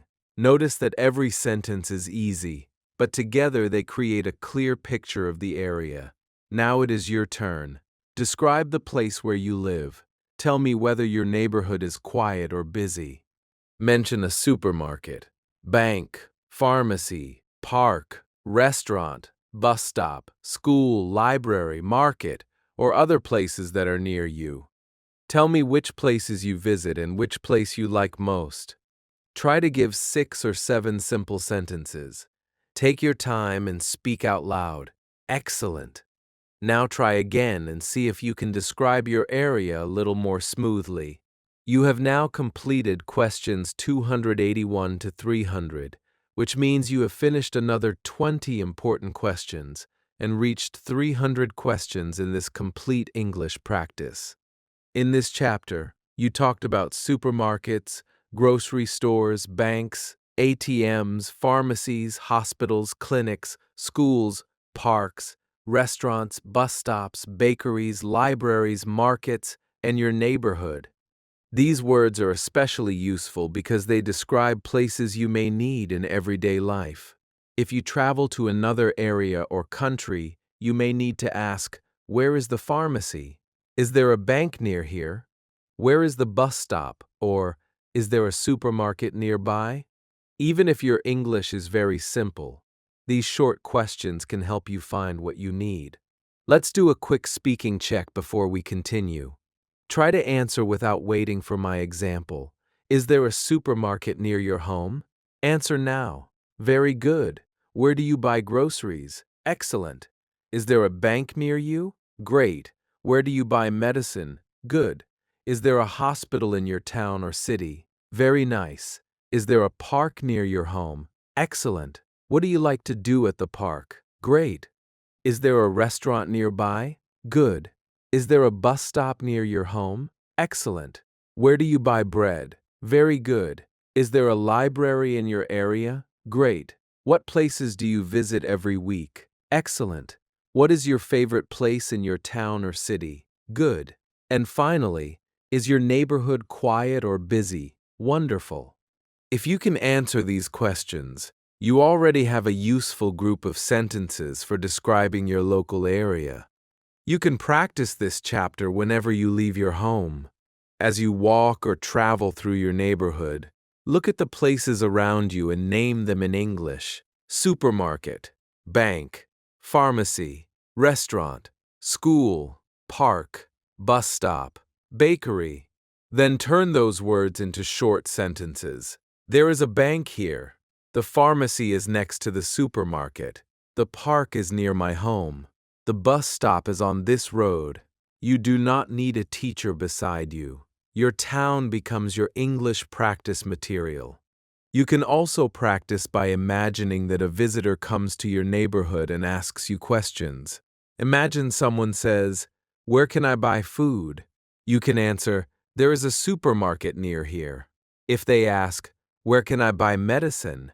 You can say, "There is a pharmacy on the main road." If they ask, "Where can I get a bus?" You can answer, "The bus stop is near the bank." If they ask, "Where can I relax?" You can say, "There is a park nearby." These simple question and answer patterns are very practical and can prepare you for real conversations. Another useful exercise is to describe how places are connected. You can use simple location words such as near, next to, across from, behind, and in front of. For example, the bank is next to the supermarket. The pharmacy is near the hospital. The park is behind the school. The bus stop is in front of the market. You do not need to learn many location words at one time. Start with near and next to because they are easy and useful. Once those feel comfortable, add one or two more. You have now completed 300 of the 500 common English questions. That means you have answered more than half of the complete set. You can now talk about yourself, family, home, routines, food, work, learning, time, weather, clothes, shopping, and the places around you. This is a strong amount of everyday English for a beginner. Keep using simple sentences, keep answering out loud, and keep connecting English with things you can actually see and do. The more English becomes connected to your real life, the easier it becomes to understand, remember, and use. Part 4. Real-Life Communication. Chapter 16. Transportation. Now we are moving into Chapter 16. And this chapter is all about transportation. Transportation is an important part of everyday English because people often need to talk about how they travel from one place to another. You may travel by car, bus, train, motorcycle, bicycle, taxi, or on foot. You may go to work, school, the market, the airport, a hospital, or another city. You may also need to ask about travel time, tickets, bus stops, stations, traffic, and the easiest way to reach a place. In this chapter, you will practice 20 common questions from question 301 to question 320.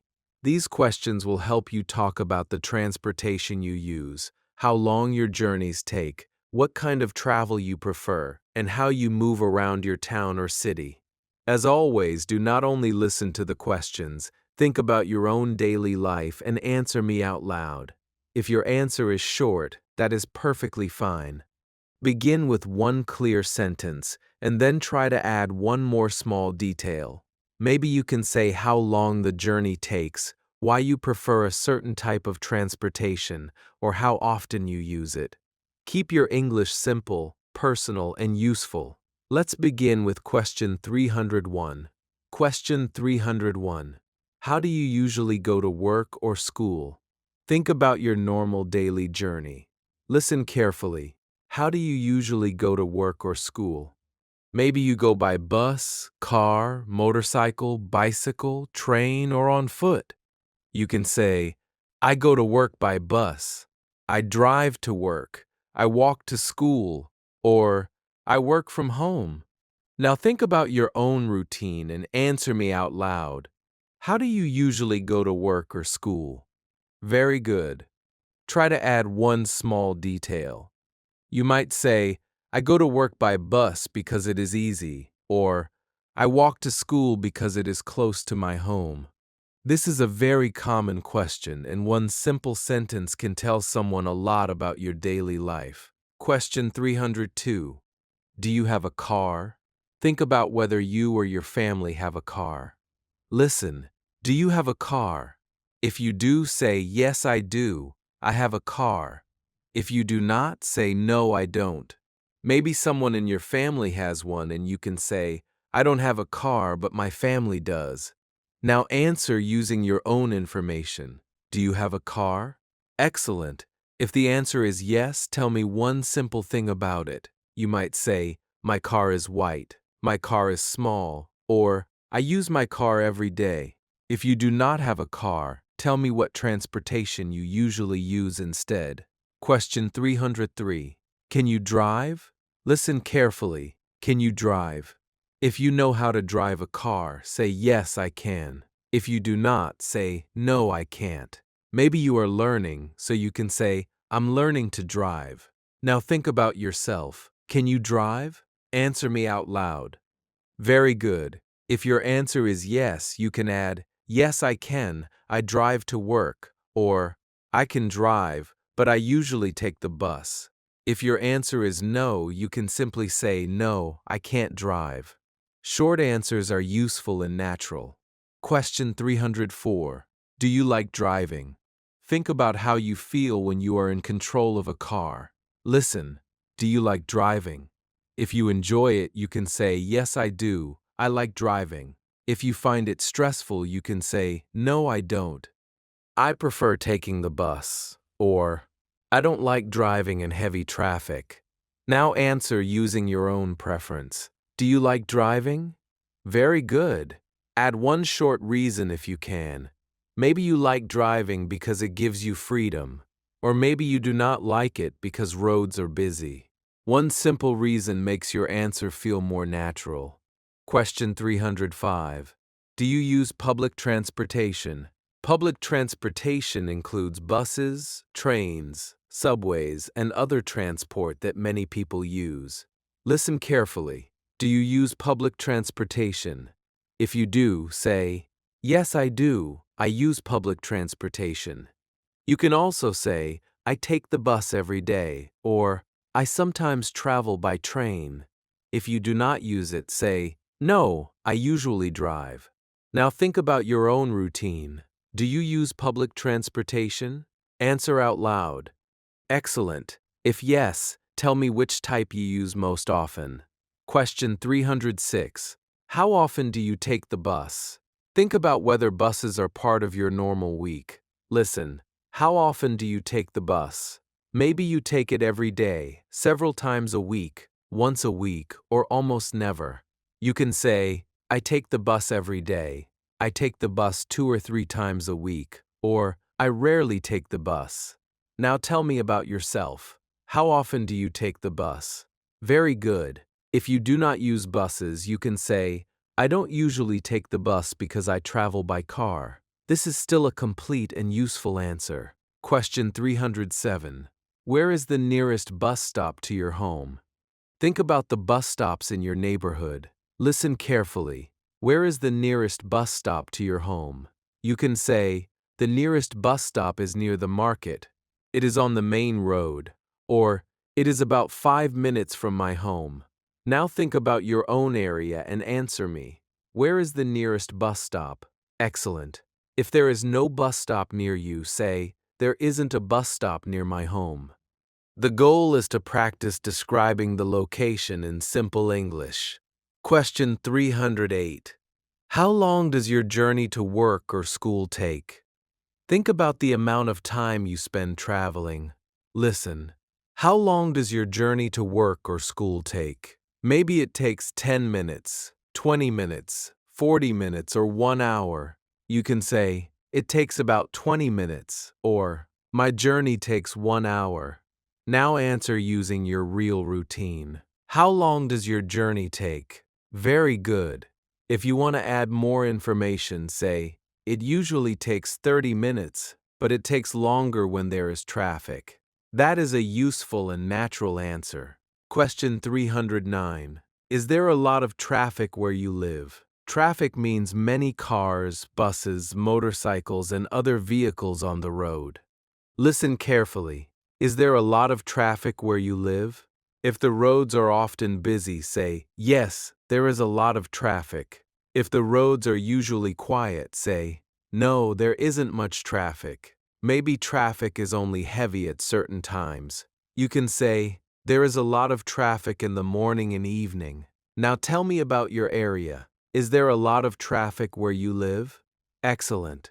Try to add one simple detail about when the roads are busiest. Question 310.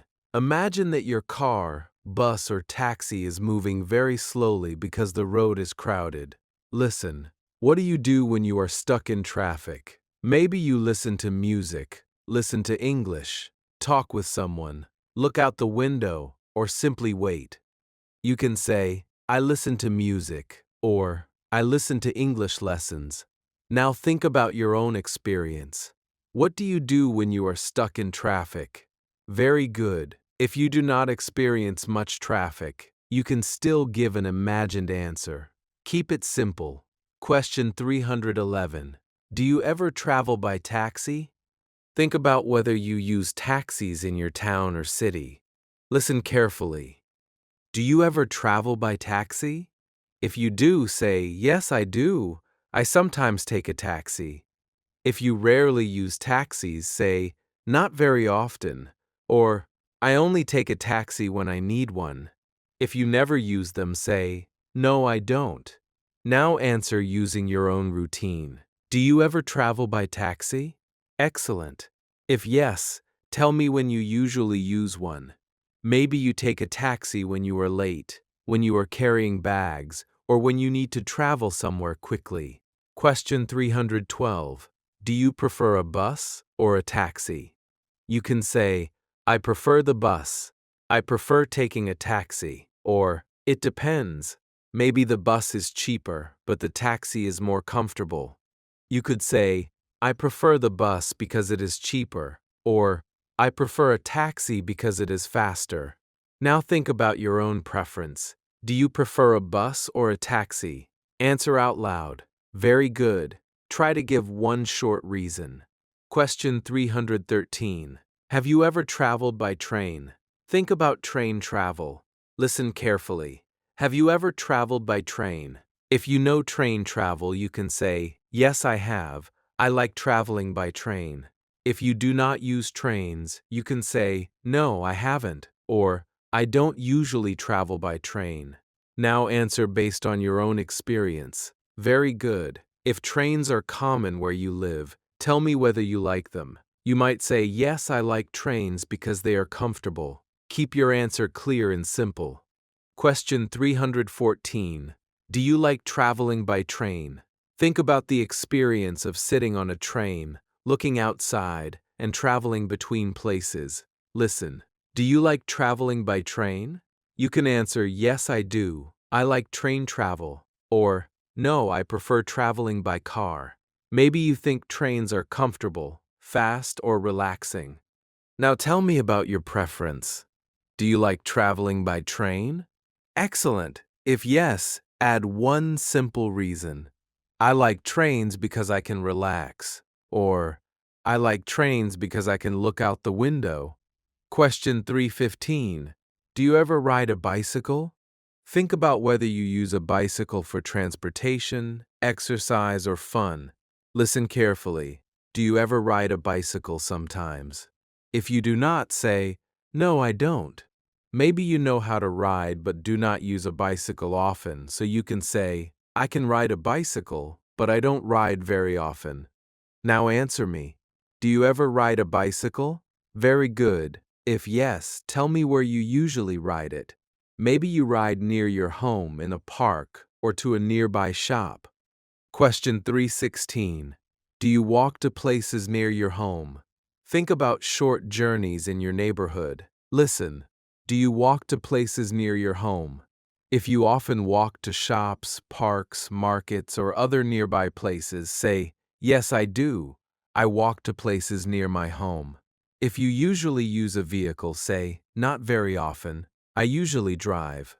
Now think about yourself. Do you walk to places near your home? Excellent. If yes, name one place. You might say, I walk to the supermarket, or I walk to the park in the evening. Question 317. What is your favorite way to travel? Now think about all the types of transportation you know. Car, bus, train, taxi, bicycle, walking, or another type. Listen carefully. What is your favorite way to travel? Maybe you prefer a car because it is comfortable, a train because you can relax, or walking because it is simple and free. You can say, my favorite way to travel is by car, or I like traveling by train. Now tell me your answer. What is your favorite way to travel? Very good. Add one reason if you can. I like traveling by car because it is comfortable. Question 318. What is the cheapest way for you to travel? Think about transportation costs where you live. Listen. What is the cheapest way for you to travel? Maybe walking costs nothing. Maybe the bus is cheaper than a taxi. You can say, walking is the cheapest way.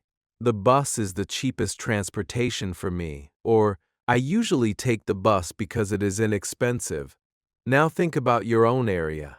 What is the cheapest way for you to travel? Excellent. If you want, compare two options. The bus is cheaper than a taxi. Simple comparisons are very useful in everyday English. Question 319. What is the easiest way to get around your town or city? Think about transportation in the place where you live. Listen carefully. What is the easiest way to get around your town or city? Maybe driving is easiest, public transportation works well, motorcycles are common, or walking is easy in your area. You can say, the easiest way is by car, the bus is the easiest way to get around, or walking is easy because many places are close. Now answer using your own city or town. Very good. Try to give one small reason so the listener understands your choice. Question 320. Can you describe how you usually travel during a normal week?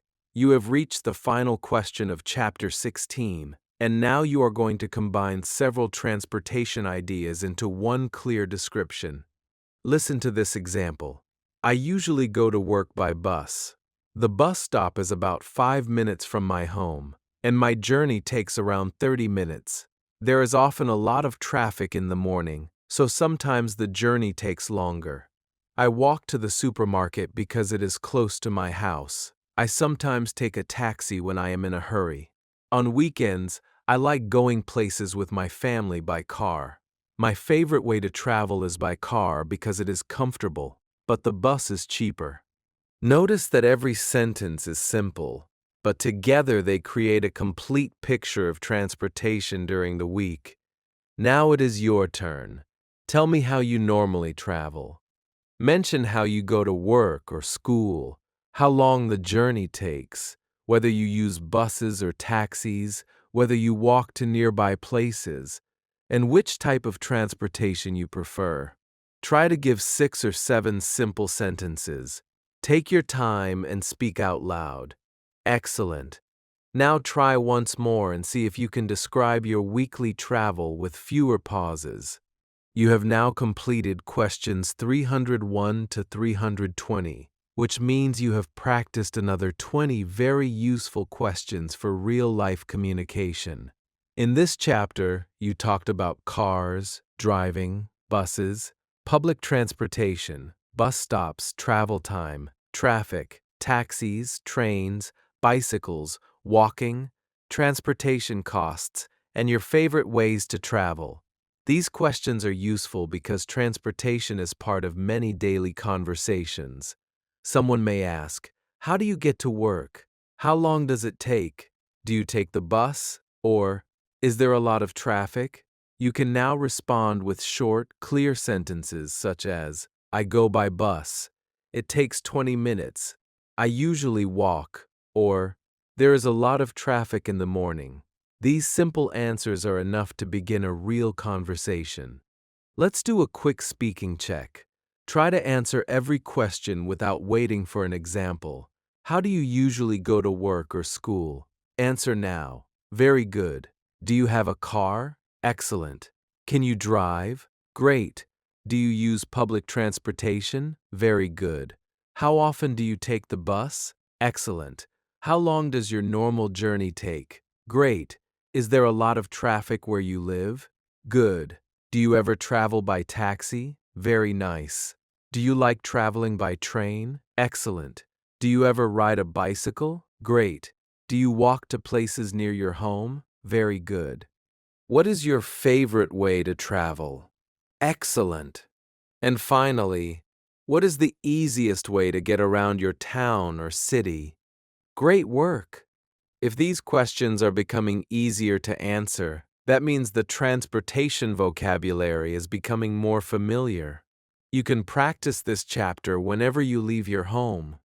When you start walking somewhere, think, I am walking to the shop. When you get on a bus, say quietly, I am taking the bus. When you enter a car, think, I am traveling by car. If the road is busy, say, there is a lot of traffic. If your destination is close, think, it is only 10 minutes away. If you are waiting at a bus stop, say, I am waiting for the bus. These sentences are short, but they connect English directly with what you are doing at that moment. That makes the language easier to understand and remember. Another useful exercise is to compare different types of transportation. You can say, the bus is cheap, a taxi is more expensive, walking is free, a car is comfortable, a bicycle is good for short journeys, a train is good for long journeys. You do not need complicated comparisons. Choose two types of transportation and give one simple idea about each. For example, the bus is cheap, but a taxi is faster. Or, walking is slow, but it is free. This gives you more ways to talk about real travel choices. You can also imagine that someone is visiting your town and asks for advice. They might ask, what is the easiest way to get around? You can answer, the bus is easy, or a taxi is faster. They might ask, is the train station far? You can say, it is about 20 minutes away. They may ask, can I walk there? And you can respond, yes, it is close. Or, no, it is too far. These are simple conversations, but they prepare you for real situations where someone needs transportation information. You have now completed 320 of the 500 common English questions. You are now well into the real-life communication section of this lesson, and your English is becoming more practical. You can talk about where you go, how you travel, how long journeys take, and which type of transportation you prefer. Keep answering out loud, and keep using your own real information whenever possible. The more you connect English with your daily journeys, the easier these questions and answers will become when you need them in an actual conversation. Chapter 17, Directions. Now we are moving into Chapter 17, and this chapter is all about directions. Directions are extremely useful in real life because sometimes you need to find a place, ask someone for help, explain where something is, or guide another person to a location. You may need to find a hospital, bank, bus stop, restaurant, supermarket, hotel, school, pharmacy, train station, or another place in your town or while traveling. In this chapter, you will practice 20 common questions from question 321 to question 340. You will learn how to ask where a place is, understand simple location words, and give short directions using words such as left, right, straight, near, next to, across from, behind, in front of, and between. As always, do not only listen. Imagine real streets and places around you. When I ask a question, think for a few seconds and answer out loud. If you are not sure what to say, listen to my example and try again. Your answer does not need to be long. A clear sentence such as, go straight and turn left, can be extremely useful. Let's begin with question 321. Question 321. Where is the nearest supermarket? Imagine that you are in a new area and you need to buy food. Listen carefully. Where is the nearest supermarket? This question asks for the supermarket that is closest to you. A person might answer, the supermarket is on the next street. It is near the bank, or there is one about 5 minutes from here. Now think about the area where you live. If someone asks you, "Where is the nearest supermarket?" what would you say? Answer out loud. Very good. You can keep your answer simple. Maybe you can say, "The nearest supermarket is near my home," or "It is on the main road." The important thing is to understand the question and give a useful location. Question 322. Where is the bank? This is another very common direction question. Listen. Where is the bank? Maybe the bank is next to a market, across from a school, near a hospital, or on a main road. You can answer, "The bank is next to the supermarket," or "It is on this street." Now think about a bank in your own area. Where is the bank? Answer me out loud. Excellent. If you do not know the exact location, you can still practice with an imaginary answer. Say, "The bank is next to the pharmacy." This simple pattern is very useful when giving directions. Question 323. Is there a pharmacy near here? Imagine that you need medicine and you are in an unfamiliar place. Listen carefully. Is there a pharmacy near here? If there is one nearby, you can say, "Yes, there is. There is a pharmacy across the street," or "Yes, it is next to the clinic." If there is no pharmacy nearby, say, "No, there isn't one near here." Now imagine someone asks you this question. How would you answer? Is there a pharmacy near here? Very good. If you know a pharmacy in your own neighborhood, describe where it is using one simple location word. Question 324. How can I get to the hospital? This is a very important question because someone may need to find medical help quickly. Listen carefully. How can I get to the hospital? A simple answer might be, "Go straight, then turn left," or "Take this road and the hospital is on the right." Now imagine that the hospital is near the center of your town. How would you explain the way? You can say, "Go straight for 2 blocks, then turn right." Keep it simple. Now practice answering the question, "How can I get to the hospital?" Excellent. You do not need to give a long route. 2 or 3 clear instructions are enough. Question 325. Should I turn left or right? Imagine that you are walking and you reach a corner. You are not sure which direction to take. Listen, should I turn left or right? A person may answer, "Turn left" or "Turn right." Now raise your left hand if you can, then your right hand. This can help you connect the words with the directions. Let's practice. If I say, "Turn left," imagine moving to your left. If I say, "Turn right," imagine moving to your right. Now answer this question. Should I turn left or right? Choose one and say it out loud. Great. These 2 words are simple, but they are some of the most important words in direction English. Question 326. Should I go straight? Now imagine that you are standing on a road and someone is helping you find a place. Listen. Should I go straight? Go straight means continue in the same direction without turning. If that is correct, you can say, "Yes, go straight." You can also say, "Yes, go straight for 2 blocks," or "Go straight until you see the bank."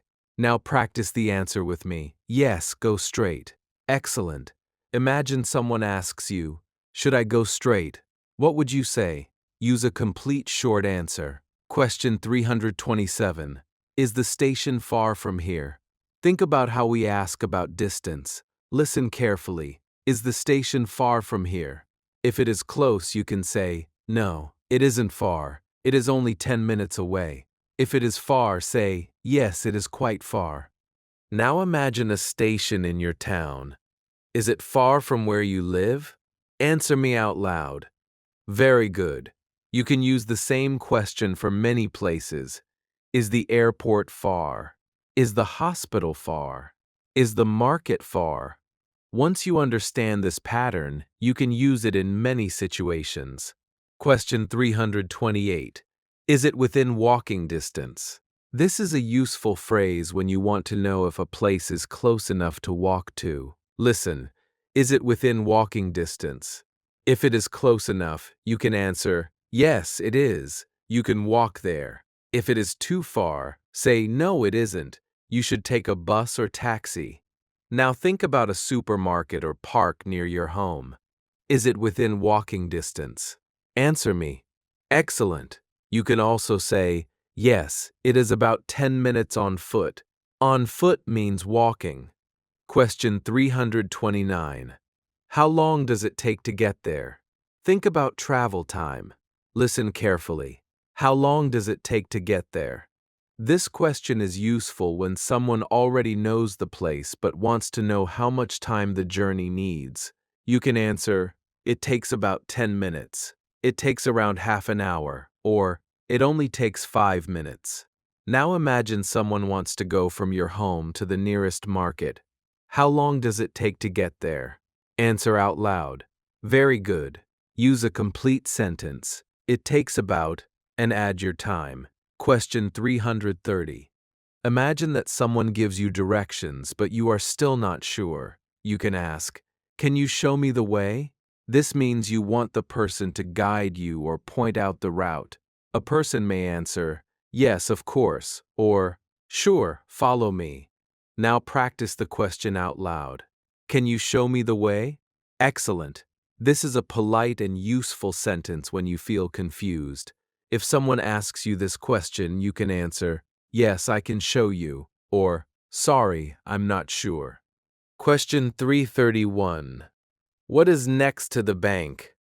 Now we are practicing the phrase next to. Next to means very close and directly beside something. Listen carefully. What is next to the bank? Maybe a pharmacy is next to the bank. You can say, the pharmacy is next to the bank. Now think about a real place in your area. What is next to a bank, supermarket, school, or another familiar place? Answer out loud. Very good. You can practice more examples. The cafe is next to the hotel.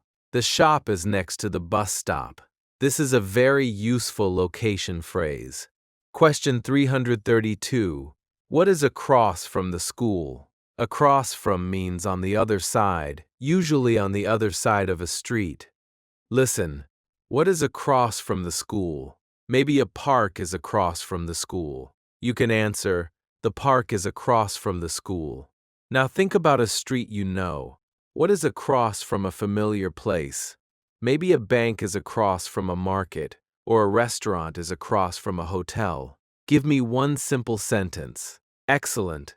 Try to remember the idea. One place is here and another place is directly on the other side. Question 333. What is behind the supermarket? Now let's practice the word behind. Listen carefully. What is behind the supermarket? Now think about your own area. What is behind a place you know? Answer out loud. Great. This word helps you describe a location that is at the back of another place. Question 334. What is in front of the hospital? Now think about the opposite idea. Listen. What is in front of the hospital? Maybe there is a road, parking area, bus stop, or pharmacy in front of it. You can say, there is a bus stop in front of the hospital. Now imagine a hospital or another familiar building. What is in front of it? Answer me. Excellent.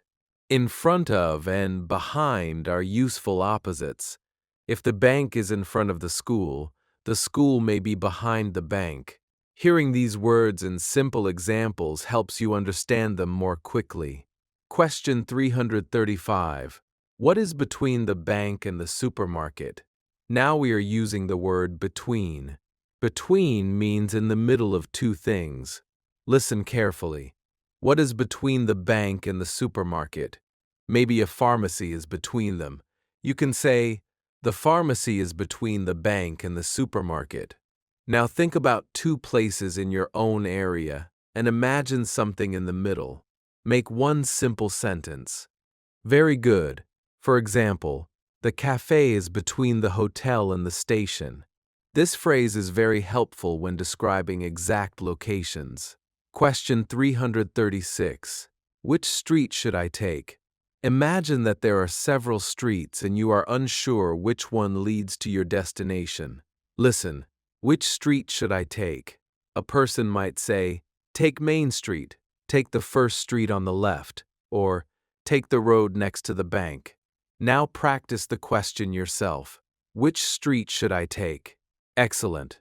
If you are giving the answer, keep it simple. Take the second street on the right. You do not need a long explanation. One clear instruction can be enough. Question 337. Where should I cross the road? Think about crossing a busy street safely. Listen carefully. Where should I cross the road? A person might answer, cross at the traffic lights, cross at the pedestrian crossing, or you can cross near the corner. Now practice the question, where should I cross the road? Very good. This is especially useful in busy towns and cities where you need to find the correct place to cross. Remember, the purpose of this lesson is language practice, so focus on understanding the question and the simple answer pattern. Question 338. Is the restaurant on the left or on the right? Imagine you are walking down a street looking for a restaurant. Listen. Is the restaurant on the left or on the right? You can answer, it is on the left, or it is on the right. Now imagine the restaurant is on your right side.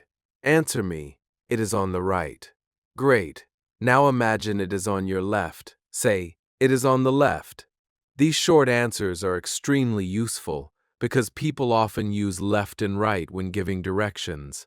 Question 339. Can you repeat the directions, please?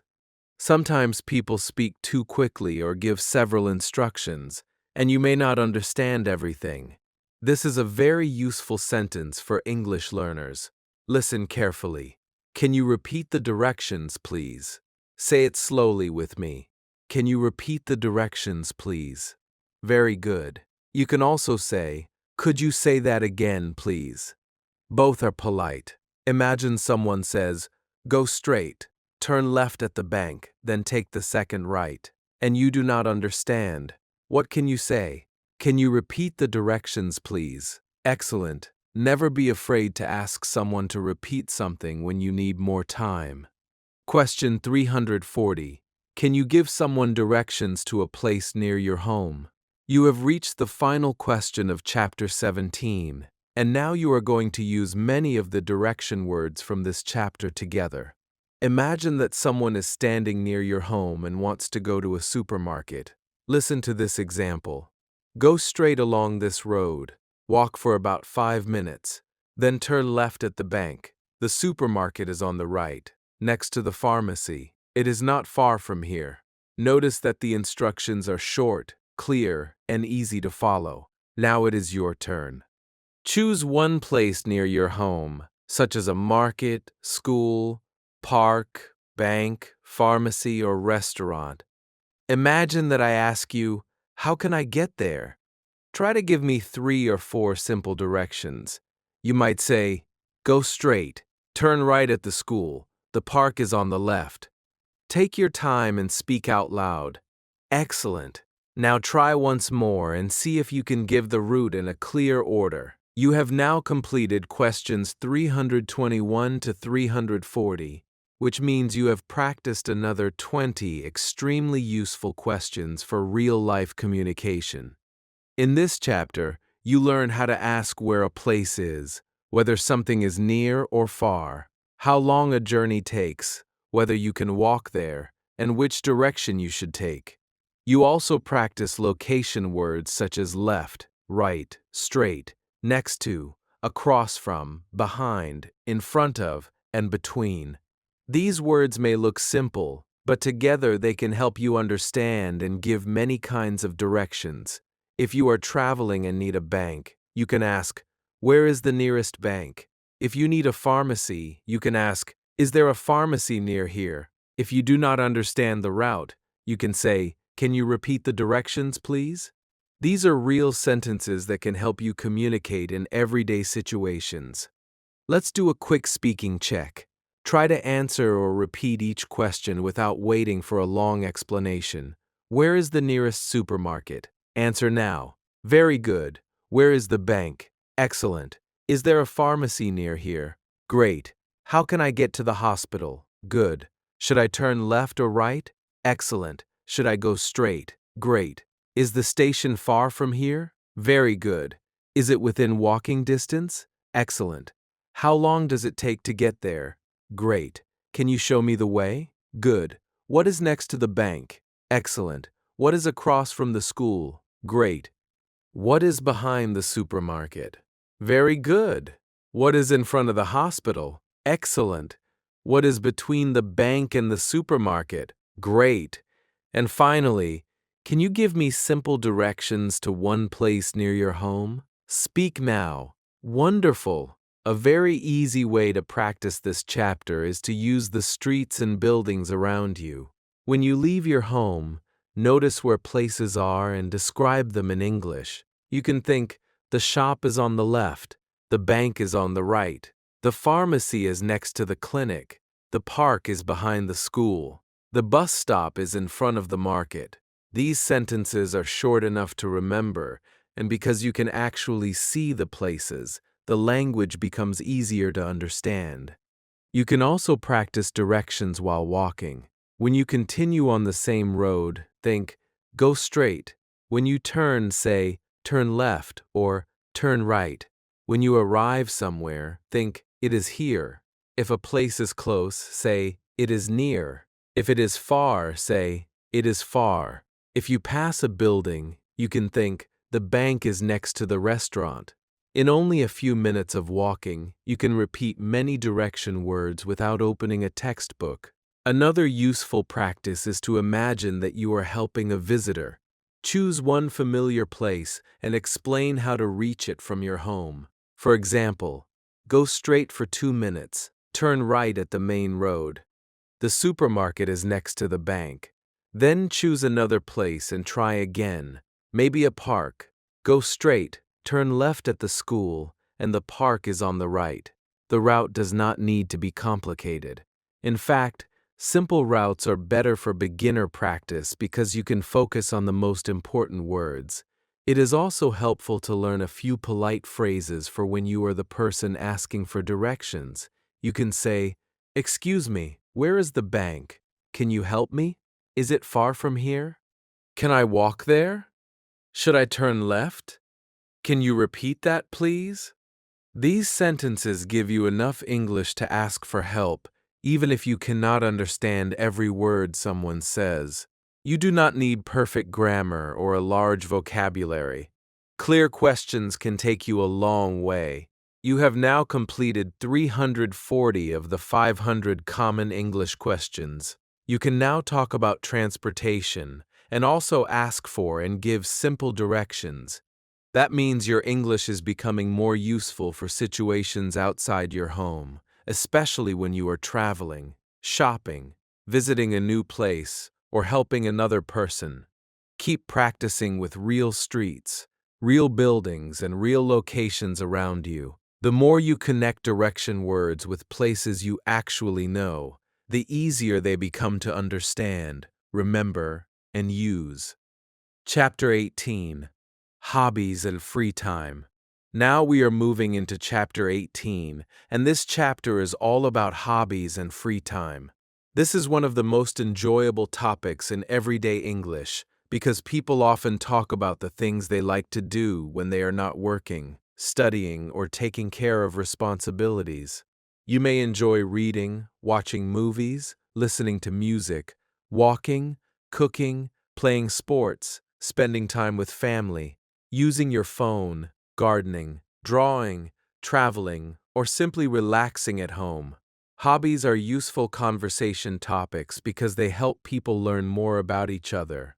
When someone asks, "What do you do for fun?" or "What do you like to do in your free time?" you do not need a difficult answer. You can begin with one simple sentence and then add one or two details. In this chapter, you will practice 20 common questions from question 341 to question 360. As always, listen carefully. Think about your own life and answer me out loud. Do not only repeat my example. Use your real interests whenever possible. If you do not have a special hobby, that is completely fine. You can talk about simple activities you enjoy during your free time. Let's begin with question 341. Question 341. What do you like to do in your free time? Think about the time when you are not working or studying. Listen carefully. What do you like to do in your free time? Maybe you like watching movies, reading, listening to music, walking, cooking, talking with friends, or using your phone. You can say, I like reading in my free time. I like watching movies, or I usually spend time with my family. Now think about your own life and answer me out loud. What do you like to do in your free time? Very good. Try to add one more activity if you can. You might say, I like listening to music and watching videos in my free time.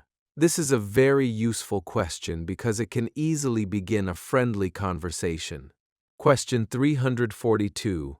Do you have a hobby? Listen to the question. Do you have a hobby? A hobby is an activity you enjoy doing regularly for fun or relaxation. If you have one, say, yes, I do. My hobby is reading, or yes, I enjoy gardening.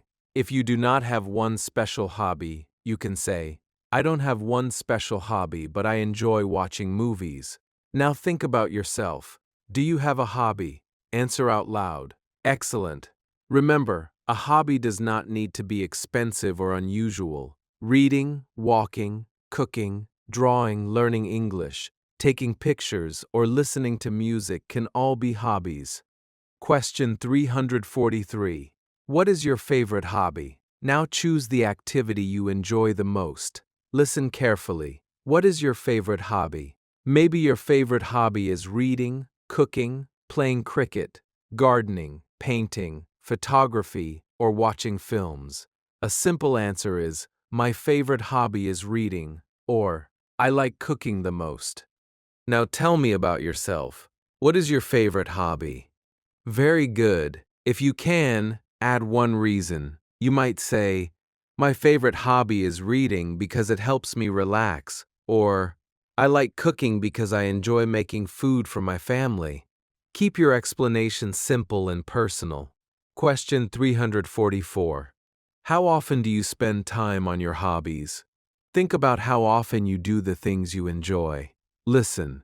How often do you spend time on your hobbies?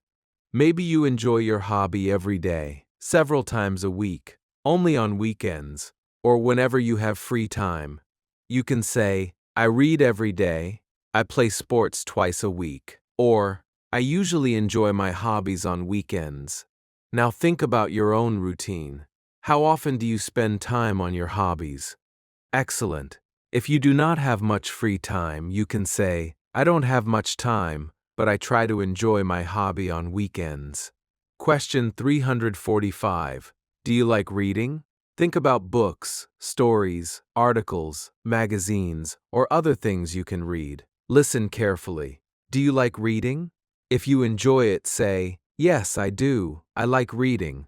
Maybe you enjoy simple stories, English books, news, or another type of reading. You can say, I like reading short stories, or I enjoy reading English books. If reading is not one of your favorite activities, say, not very much. I prefer watching videos. Now answer using your own preference. Do you like reading? Very good. If yes, tell me what kind of things you like to read. Question 346. What kind of books do you like? Think about books that interest you. Listen. What kind of books do you like? Maybe you enjoy stories, history books, motivational books, biographies, educational books, mystery stories, or books about language learning. You can say, I like storybooks. I enjoy motivational books. Or, I like books about learning English. Now tell me about yourself. What kind of books do you like? Excellent. If you do not read many books, you can say, I don't read many books, but I like short stories. Your answer should match your own interests. Question 347. Do you like listening to music? Music is another very common free time activity. Listen carefully. Do you like listening to music? If you do, say, Yes, I do. I listen to music often. If you do not listen very much, you can say sometimes or not very often. Now answer me. Do you like listening to music? Great. If your answer is yes, tell me when you usually listen. You might say, I listen to music in the evening. I listen while I work, or I listen when I want to relax. One small detail makes your answer more natural. Question 348. What kind of music do you like? Think about the style of music you enjoy. Listen, what kind of music do you like? Maybe you enjoy soft music, pop music, traditional music, instrumental music, or another type. You can say, I like soft music, or I enjoy traditional music. Maybe you listen to many different styles, and you can say, I like many kinds of music. Now think about yourself. What kind of music do you like? Very good. If you do not know the exact English name for the type of music, you can simply describe it with an easy word such as quiet, relaxing, fast, or happy. Question 349. Do you like watching movies? Think about whether movies are part of your free time. Listen carefully. Do you like watching movies? If you enjoy them, say, yes, I do. I like watching movies. If you prefer something else, you can say, not very much. I prefer watching short videos. Now tell me about yourself. Do you like watching movies? Excellent. If yes, tell me when you usually watch them. You might say, I usually watch movies on weekends, or I watch a movie with my family in the evening. Keep your answer easy. Question 350. What kind of movies do you like? You have reached question 350. Think about the kinds of movies you enjoy. Maybe you like comedy, action, family movies, drama, adventure, or documentaries. Listen, what kind of movies do you like? You can answer, I like comedy movies, I enjoy action movies, or I like family movies. Now tell me about your own preference. What kind of movies do you like? Very good. Add one simple reason if you can. I like comedy because it makes me laugh, or I enjoy family movies because I can watch them with my family. Question 351. Do you like sports? Think about sports you watch or play. Listen carefully. Do you like sports?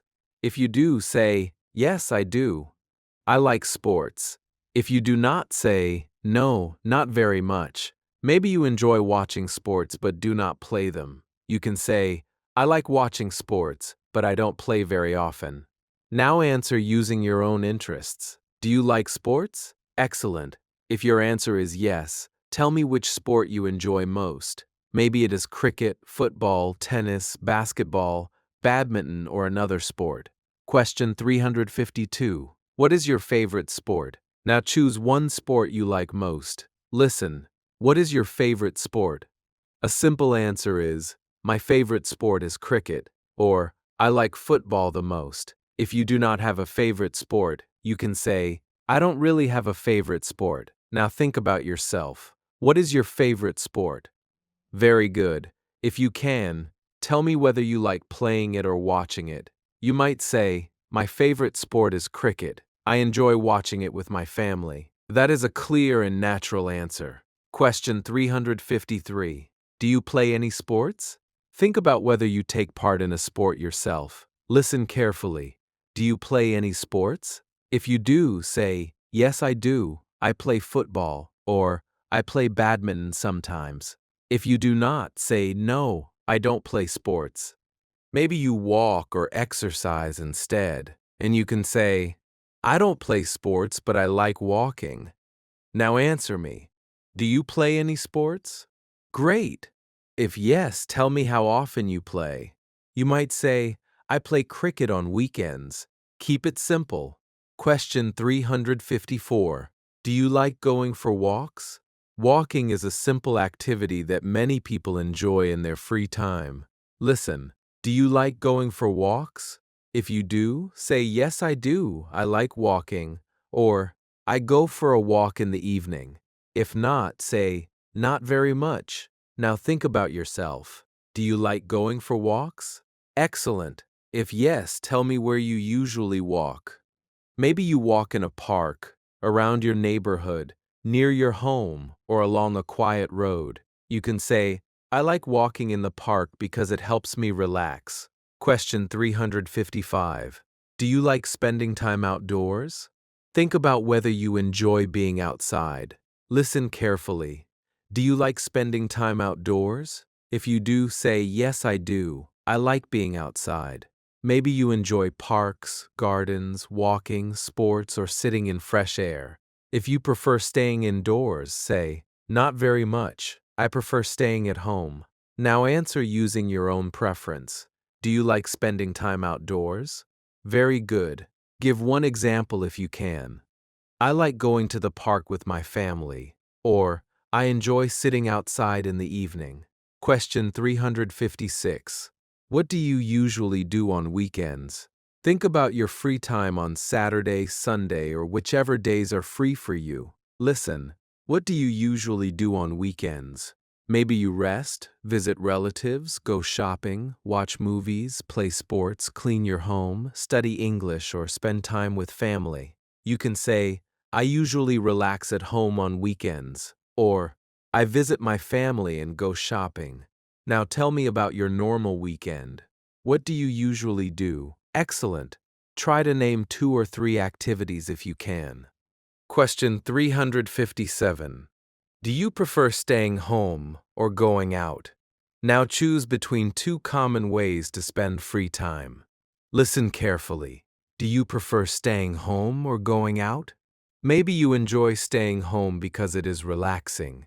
Maybe you prefer going out because you like meeting people and visiting places. You can say, I prefer staying home. I prefer going out, or it depends on the day.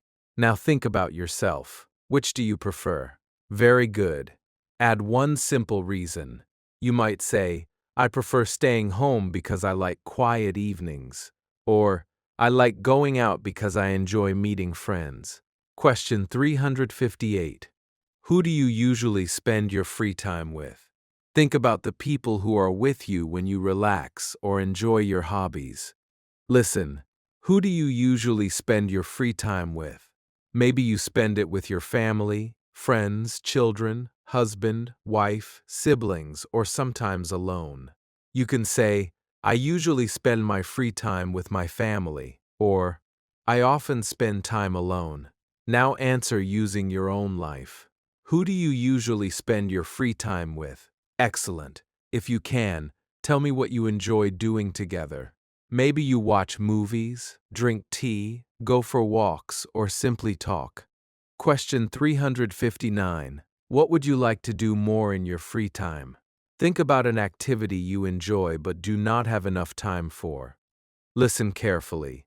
What would you like to do more in your free time? Maybe you want to read more, exercise more, travel, learn English, spend more time with family, or try a new hobby. You can say, I would like to read more, I want to exercise more, or I would like to spend more time outdoors. Now think about yourself. What would you like to do more in your free time? Very good. Add one simple reason if you can. I would like to read more because I enjoy learning new things. Question 360. Can you tell me how you spend your free time? You have reached the final question of Chapter 18, and now you are going to combine several ideas from this chapter into one simple description. Listen to this example. In my free time, I like reading, listening to music, and watching movies. I usually read in the evening, and I listen to music when I want to relax. On weekends, I spend time with my family and sometimes go for a walk. I like watching comedy movies because they make me laugh. I also enjoy learning English in my free time. I usually stay at home, but sometimes I like going out with friends. I would like to spend more time reading and exercising. Notice that every sentence is easy, but together they create a complete description. Now it is your turn. Tell me how you spend your free time. You can talk about your hobbies, books, music, movies, sports, walks, weekends, family, friends, or anything else you enjoy. Try to give 6 or 7 short sentences. Take your time and speak out loud. Excellent. Now try again and see if you can speak a little more smoothly without stopping after every sentence. You have now completed questions 341 to 360, which means you have practiced another 20 useful questions for everyday conversation. In this chapter, you talked about hobbies, reading, books, music, movies, sports, walking, outdoor activities, weekends, staying home, going out, and the people you spend your free time with. These are excellent topics for friendly conversations because they allow you to learn more about another person without asking difficult or highly personal questions. If you meet someone new, you can ask, "What do you like to do in your free time?" If they say they enjoy movies, you can ask, "What kind of movies do you like?" If they enjoy sports, you can ask, "What is your favorite sport?" One simple question can naturally lead to another question. Let's do a quick speaking check. Try to answer without waiting for an example. What do you like to do in your free time? Answer now. Very good. Do you have a hobby? Excellent. What is your favorite hobby? Great. Do you like reading? Good. What kind of books do you like? Very nice. Do you like listening to music? Excellent. What kind of music do you enjoy? Great. Do you like watching movies? Good. What kind of movies do you like? Excellent. Do you like sports? Very good. What is your favorite sport? Great. Do you like going for walks? Excellent. What do you usually do on weekends? Good. Do you prefer staying home or going out? Very nice. Who do you usually spend your free time with? Excellent. And finally, tell me 3 things you enjoy doing when you have free time.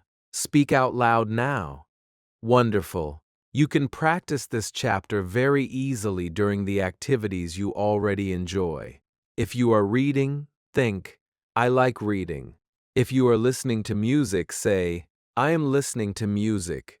If you are watching a movie, think, "I like this movie." If you go for a walk, say, "I am going for a walk." If you spend time with your family, think, "I enjoy spending time with my family." These sentences are very simple, but they connect English directly with something enjoyable. When you connect a language with real experiences, the words become easier to understand and remember. You can also practice by asking yourself simple follow-up questions. If you say, "I like reading," ask yourself, "What do I like to read?" Then answer, "I like short stories." If you say, "I like music," ask, "When do I listen to music?" Then answer, "I listen in the evening." If you say, "I like walking," ask, "Where do I walk?" Then answer, "I walk in the park." This is a powerful way to turn one simple sentence into a small conversation, even when you are practicing alone. Another useful exercise is to compare 2 activities. You can say, "I like reading, but I like movies more. I enjoy walking, but I do not play sports. I like staying home, but sometimes I go out with friends." These simple comparisons help you express your preferences more clearly. You do not need advanced English to tell someone what you like and what you do not like. A few familiar patterns can give you many different answers. You have now completed 360 of the 500 common English questions. You can now talk about transportation, directions, hobbies, and many other everyday topics with simple and useful English. Keep giving real answers.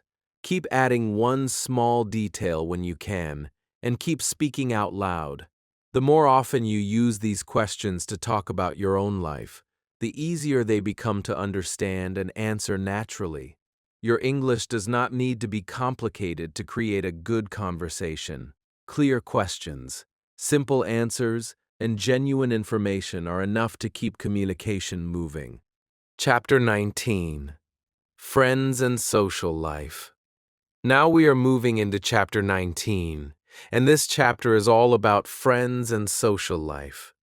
This is a very useful topic because people often talk about their friends, the people they spend time with, how they meet new people, what they do together, and how often they see each other.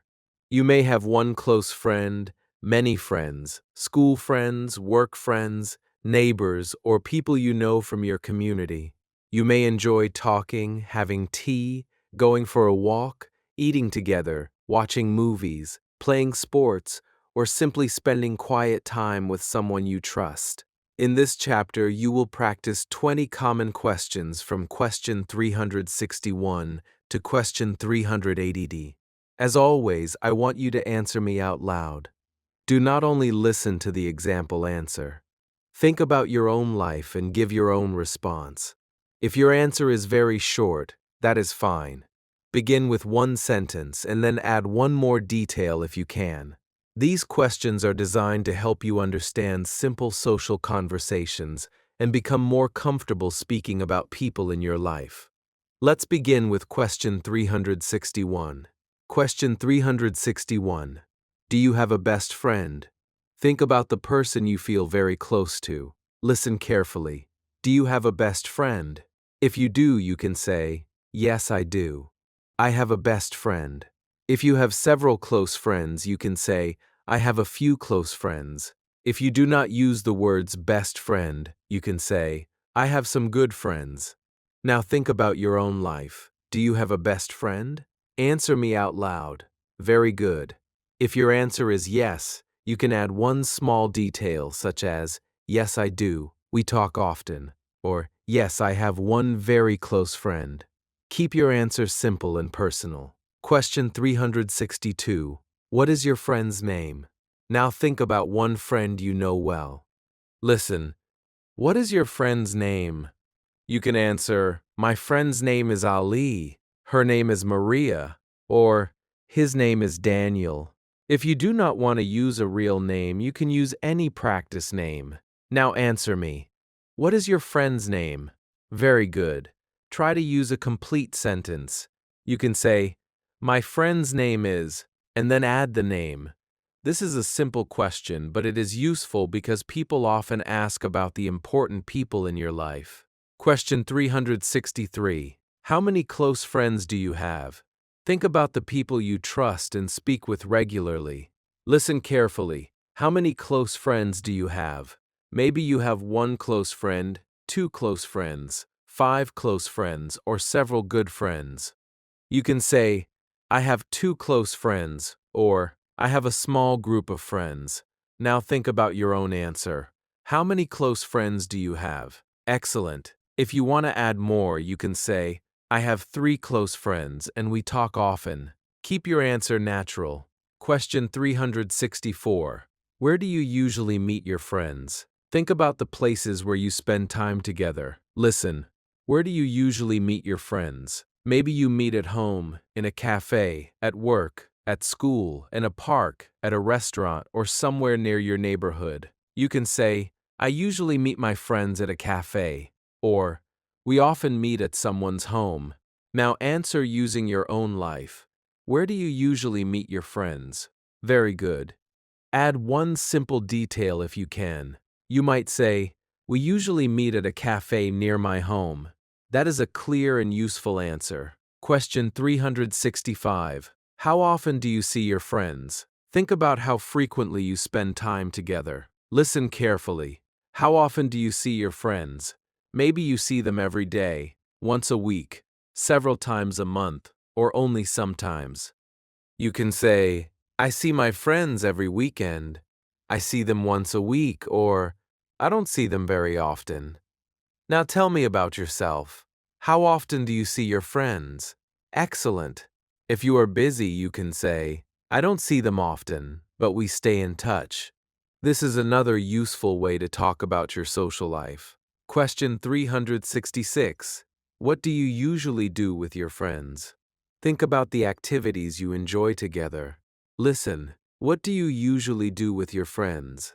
Maybe you talk, eat together, drink tea or coffee, go shopping, watch movies, play sports, walk, or simply sit and relax. You can say, we usually talk and have tea, or We like going out to eat. Now think about your own group of friends. What do you usually do together? Answer me. Very good.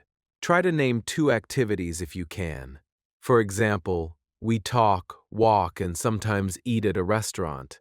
Question 367. Do you like meeting new people? Think about how you feel when you meet someone for the first time. Listen carefully.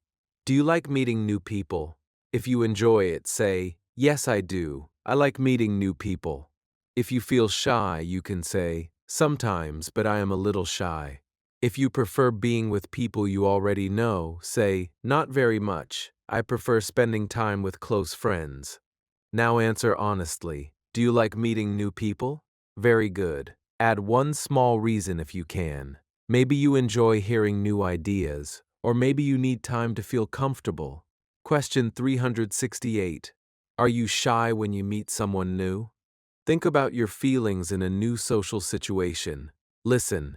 Are you shy when you meet someone new? If you feel nervous or quiet, say, yes, I am a little shy.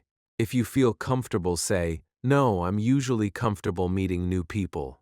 Maybe it depends on the situation. You can say, sometimes I am shy at first. Now tell me about yourself.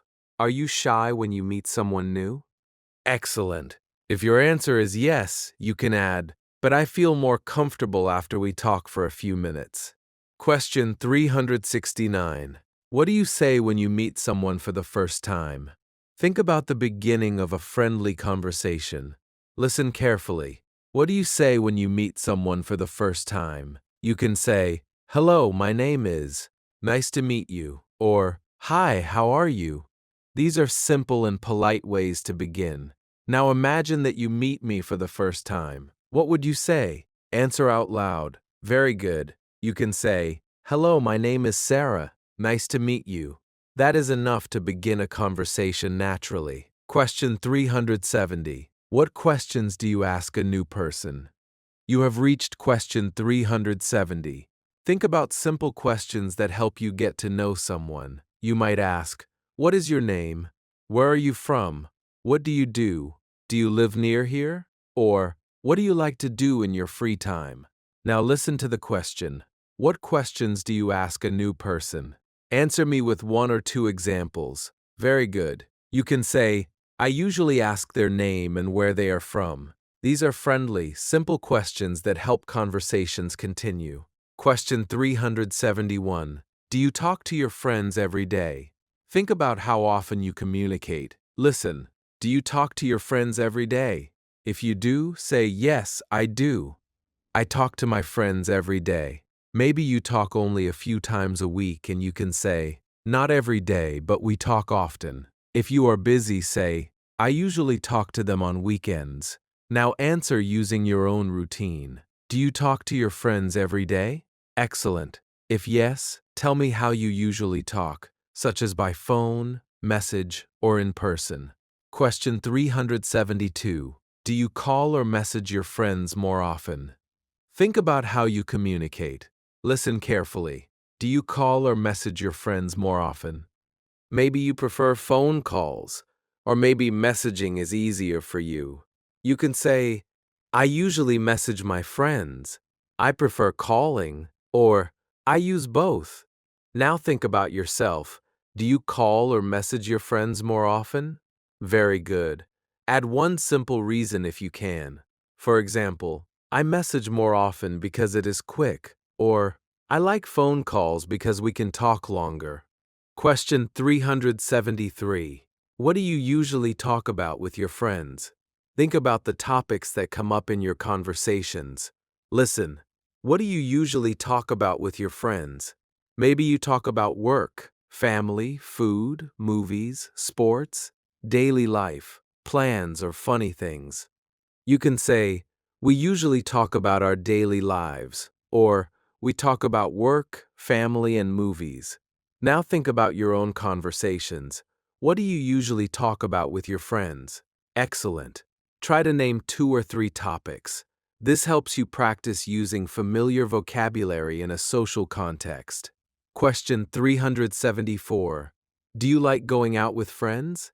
Think about whether you enjoy leaving home and doing activities together. Listen carefully. Do you like going out with friends? If you do, say, "Yes, I do. I enjoy going out with my friends." Maybe you like restaurants, cafes, parks, shopping, or other places. If you prefer staying home, say, "Sometimes, but I also like staying home." Now tell me about yourself. Do you like going out with friends? Great. If yes, tell me where you like to go. Question 375. Where do you like to go with your friends? Think about one place you enjoy visiting together. Listen, where do you like to go with your friends?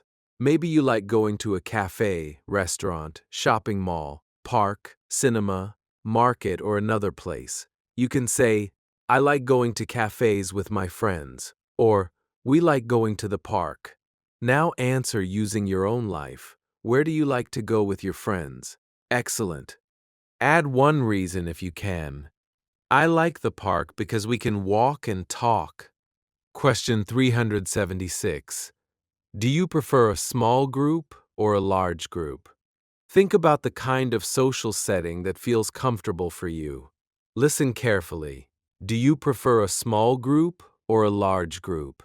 Maybe you like talking with 2 or 3 people because it feels quiet and comfortable. Maybe you enjoy being around many people. You can say, "I prefer a small group," or "I like large groups." Now tell me your preference. Very good. If you can, add one reason.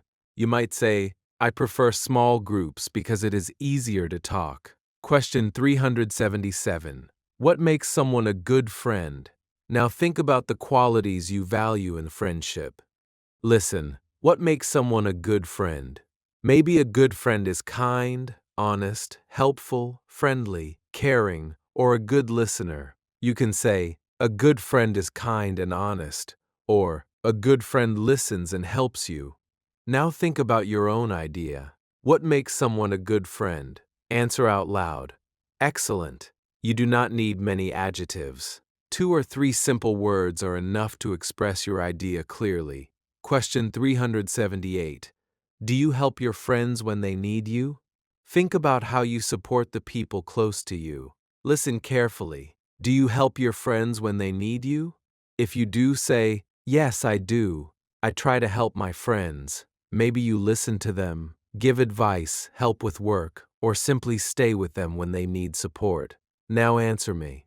Do you help your friends when they need you? Very good. You can add, "I listen to them and try to help." Keep your answer simple and sincere. Question 379. What do you enjoy most about spending time with friends? Think about why friendship is enjoyable for you. Listen. What do you enjoy most about spending time with friends? Maybe you enjoy talking, laughing, sharing ideas, eating together, or feeling relaxed. You can say, "I enjoy talking and laughing with my friends," or "I like sharing time with people I trust." Now think about your own experience. What do you enjoy most? Excellent. Give one clear answer and, if possible, one small reason. Question 380. Can you tell me about your friends and social life? You have reached the final question of Chapter 19, and now you are going to connect several ideas from this chapter into one simple description. Listen to this example. I have a few close friends. We do not see each other every day, but we talk often. We usually message each other and meet on weekends. When we are together, we drink tea, talk about our daily lives, and sometimes go to a restaurant or park. I prefer spending time with a small group because it is easier to talk. I like meeting new people, but I can be a little shy at first. I think a good friend is kind, honest, and helpful. Notice that each sentence is simple, but together they create a complete description. Now it is your turn. Tell me about your friends and social life. You can talk about how many close friends you have, how often you see them, how you communicate, what you do together, where you go, whether you like meeting new people, and what you think makes someone a good friend. Try to give 6 or 7 short sentences. Take your time and speak out loud. Excellent. Now try one more time and see if you can say the same ideas with a little more confidence and fewer pauses. You have now completed questions 361 to 380, which means you have practiced another 20 common questions that can help you in friendly social conversations. In this chapter, you talk about best friends, close friends, meeting people, phone calls, messages, activities, places you visit together, social groups, and the qualities of a good friend. These are useful topics because conversations with new people often begin with simple personal questions and gradually move into interests, friends, and everyday life. If someone tells you, "I like going to cafes with my friends," you now have several ways to continue the conversation. You can ask, "How often do you go? What do you usually talk about?" Or, "Do you have a best friend?" You do not need complicated questions to keep a conversation going. One simple question followed by another simple question can create a natural exchange. Let's do a quick speaking check. Try to answer without waiting for my example. Do you have a best friend? Answer now. Very good. How many close friends do you have? Excellent. Where do you usually meet your friends? Great. How often do you see them? Very good. What do you usually do together? Excellent. Do you like meeting new people? Great. Are you shy when you meet someone new? Good. What do you say when you meet someone for the first time? Excellent. Do you call or message your friends more often? Very good. What do you usually talk about? Great. Do you like going out with friends? Excellent. Where do you like to go together? Good. Do you prefer a small group or a large group? Very nice. What makes someone a good friend? Excellent. And finally, tell me 3 things you enjoy doing with your friends. Speak out loud now. Wonderful. You can practice this chapter whenever you are talking with someone you know. If a friend sends you a message, think about the English words for what you want to say. You can practice simple sentences such as, "How are you? What are you doing? Are you free today? Do you want to meet?" Or, "Let's have tea." You do not need to change your real conversation into English every time, but even thinking of 1 or 2 simple English sentences helps you connect the language with real communication. You can also practice by imagining that you meet someone new. Start with a short introduction. "Hello, my name is." Then ask, "What is your name? Where are you from? What do you do? What do you like to do in your free time?" If the person says, "I like movies," ask, "What kind of movies do you like?" If they say, "I like football," ask, "Do you play football?" This is how a conversation grows. You do not need to think of 10 questions at once. Listen to one answer and choose one simple follow-up question. Another useful habit is to practice giving longer answers by adding only one extra sentence. If someone asks, "Do you have a best friend?" you can first say, "Yes, I do." Then add, "We talk every day." If someone asks, "Where do you meet your friends?" say, "We usually meet at a cafe." Then add, "It is near my home." If someone asks, "What do you do together?" say, "We usually talk and have tea." Then add, "Sometimes we go for a walk." This simple technique makes your speaking feel more complete without making the language difficult. You can also learn to keep a conversation balanced. Do not only answer questions. When someone asks you something, answer and then ask them a simple question too. For example, if someone asks, "Do you like movies?" you can say, "Yes, I do. I like comedy movies." "What about you?" If someone asks, "What do you do on weekends?" you can answer, "I usually stay home and spend time with my family." What do you do? The phrase, "What about you?" is extremely useful because it helps turn a short answer into a real conversation. You have now completed 380 of the 500 common English questions. You are becoming more comfortable with real-life communication, not only naming objects or remembering words. You can now talk about friends, social activities, meeting new people, and keeping a simple conversation moving. Keep listening. Keep answering out loud, and keep adding one small detail when you can. You do not need advanced English to connect with people. A friendly question, a clear answer, and one simple follow-up can create a meaningful conversation. Chapter 20: Feelings and Simple Opinions. Now we are moving into Chapter 20, and this chapter is all about feelings and simple opinions. This is an important topic because real conversations are not only about names, jobs, places, and routines. People also talk about how they feel, what they like, what they do not like, what makes them happy, what makes them tired, and what they think about simple things in everyday life.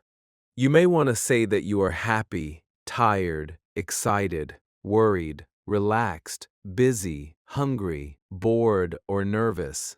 You may also want to express a simple opinion such as, I like this, I don't like that, I prefer tea, or I think this is better. These are small sentences, but they make conversations more personal and natural. In this chapter, you will practice 20 common questions from question 381 to question 400.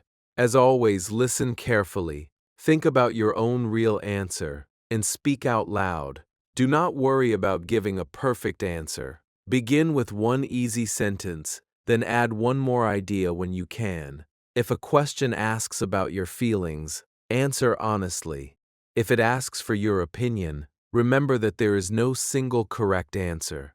Your opinion is your own. Let's begin with question 381. Question 381. How do you feel today? Think about your feelings right now. Listen carefully. How do you feel today? Maybe you feel happy, tired, calm, excited, busy, worried, relaxed, or simply okay. You can say, I feel good today, I feel a little tired, or I feel happy and relaxed. Now think about yourself at this moment. How do you feel today? Answer me out loud.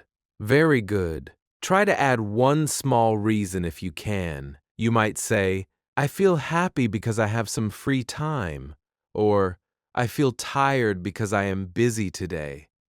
Keep your answer simple. The goal is to connect an English feeling word with what you really feel. Question 382. Are you happy today? Listen to the question, are you happy today?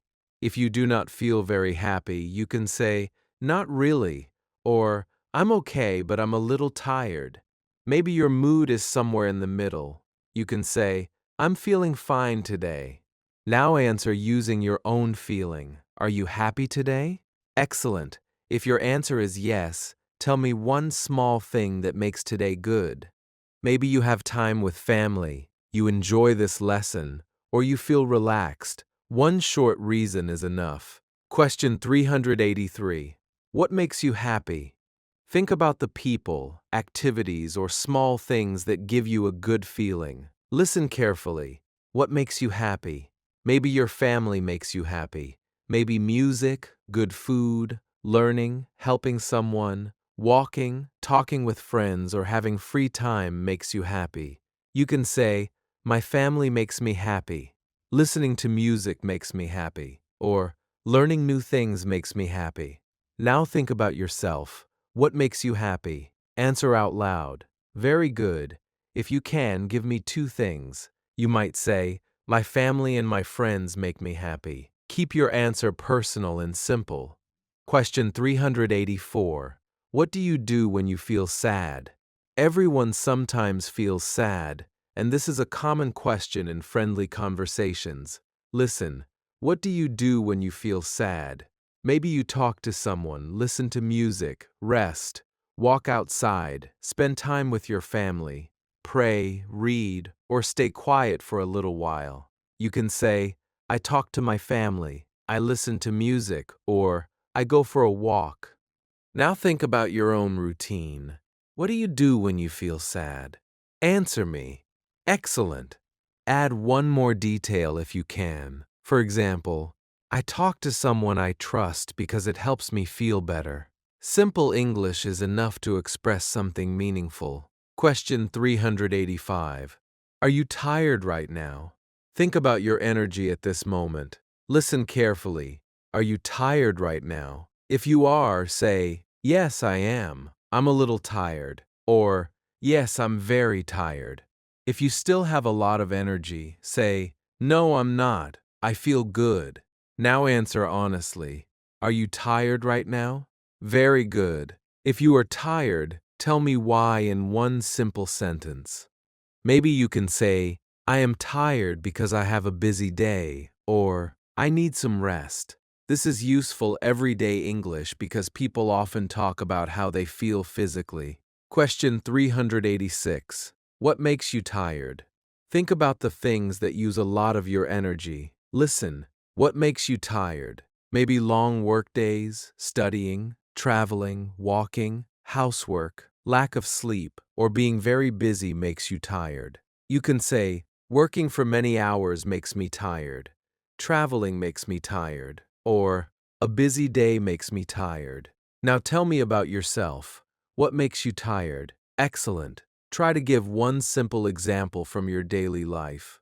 You might say, "Working all day makes me tired, so I like to relax in the evening." Question 387. What helps you relax? Think about what makes you feel calm after a busy day. Listen carefully. What helps you relax? Maybe music helps you relax. Maybe you enjoy tea, reading, walking, talking to family, watching something, or sitting quietly. You can say, "Listening to music helps me relax," or "Drinking tea helps me relax." Now think about your own answer. What helps you relax? Very good. Add when you usually do it if you can. I listen to music in the evening because it helps me relax. This gives you a complete but still easy answer. Question 388. Are you usually busy or relaxed? Think about your normal daily life.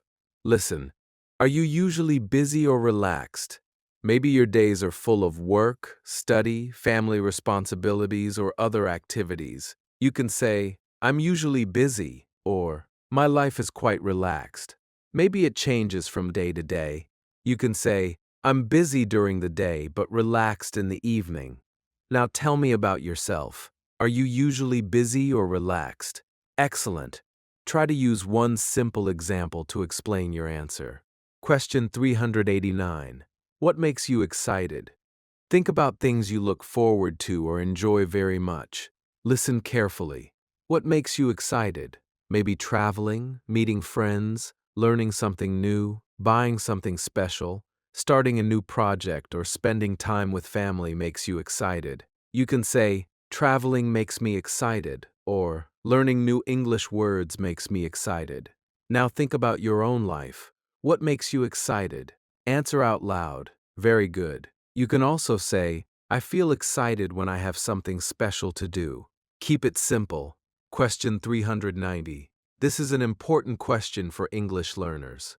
Listen carefully. Do you feel nervous when you speak English? If you sometimes feel nervous, you can say, "Yes, I do. I feel nervous sometimes."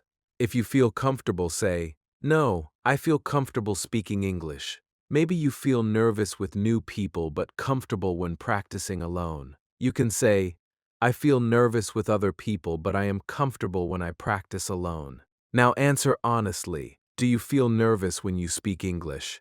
Very good. Remember, a simple answer is enough. You do not need to hide your real feeling. Question 391. What helps you feel more confident? Think about what makes you feel stronger and more comfortable. Listen. What helps you feel more confident? Maybe practice helps you. Maybe preparation, speaking slowly, learning useful phrases, or talking with friendly people helps you feel confident. You can say, "Practice helps me feel more confident," or "Speaking slowly helps me." Now think about yourself. What helps you feel more confident? Excellent. If you are talking about English, you might say, "Answering simple questions helps me feel more confident in English." That is exactly the kind of practice you are doing here. Question 392. Do you like quiet places or busy places? Now we are moving into simple opinions. Think about the kind of place you prefer. Listen carefully. Do you like quiet places or busy places? Maybe you like quiet places because they help you relax. Maybe you enjoyed busy places because there are many people and activities. You can say, I prefer quiet places. I like busy places. Or, it depends. Now think about yourself. Which do you prefer? Answer me. Very good. Add one reason if you can. I prefer quiet places because I can relax. Or, I like busy places because they feel exciting. Question 393. Do you prefer mornings or evenings? Think about the two parts of your day. Listen, do you prefer mornings or evenings? Maybe you prefer evenings because your work is finished and you can relax. You can say, I prefer mornings, or I like evenings more. Now tell me about yourself. Do you prefer mornings or evenings? Excellent. Try to explain with one easy reason. I prefer evenings because I spend time with my family, or I like mornings because everything feels fresh and quiet. Question 394. Do you prefer tea or coffee?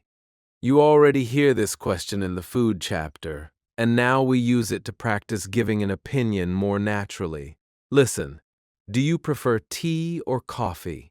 You can say, I prefer tea, I prefer coffee, or I like both. Now answer me quickly. Tea or coffee? Great. Now make the answer a little longer. I prefer tea because I drink it every day, or I prefer coffee because I like the taste. This is a simple example of how you can express a preference and then add a reason. Question 395. Do you prefer staying home or going out? Maybe you prefer staying home because you enjoy quiet time. Maybe you like going out because you enjoy meeting people and visiting places. You can say, I prefer staying home, or I like going out more. Now think about yourself and answer out loud. Very good. Add one reason if you can. I prefer staying home because I can relax. Or, I prefer going out because I like seeing friends. There is no correct answer here. You are simply expressing your own preference. Question 396. Which do you like more, reading or watching videos? Think about how you like to learn or spend your free time. Listen, which do you like more, reading or watching videos? Maybe you enjoy reading because it is quiet. Maybe videos are easier and more interesting for you. You can say, I like reading more, or I prefer watching videos. Now tell me your own preference. Reading or watching videos? Excellent. Give one simple reason. I prefer videos because I can listen and watch at the same time. Or, I like reading because I can learn new words. Question 397. What is something you really like about your life? Think about one positive thing in your life. It can be something simple, such as your family, home, work, friends, learning, free time, or neighborhood. Listen carefully. What is something you really like about your life? You can say, I really like spending time with my family. I like my home. Or, I enjoy learning new things. Now think about your own life. What is one thing you really like? Answer me out loud. Very good. Try to make the answer personal and meaningful, but keep the English easy. Question 398. What is something you would like to improve? Think about one simple area where you want to become better. Maybe you want to improve your English, your speaking, your time management, your fitness, your work skills, or another part of your daily life. Listen, what is something you would like to improve? You can say, I would like to improve my English, or I want to improve my speaking. Now answer using your own goal. What would you like to improve? Excellent. If you can, add one small reason. I want to improve my English because I want to communicate better. Question 399. What is your opinion about learning English every day? Think about whether daily practice is useful for you. Listen carefully. What is your opinion about learning English every day? You can answer, I think it is very useful. I think daily practice is important, or I think a little practice every day is good. Now tell me what you think. What is your opinion? Very good. You can add one simple reason such as, it helps me remember more, or it helps English become easier. Notice how the phrase, I think, gives you a very easy way to express an opinion. Question 400. Can you tell me about your feelings and simple opinions? You have reached question 400, which is another major milestone in this complete English speaking lesson. Now you are going to combine several ideas from this chapter into one clear description. Listen to this example. Today I feel happy and relaxed. I usually feel busy during the day, but I relax in the evening. Spending time with my family makes me happy, and listening to music helps me relax. Sometimes I feel nervous when I speak English, but practice helps me feel more confident. I prefer quiet places because they help me feel calm. I also prefer evenings because I can rest after work.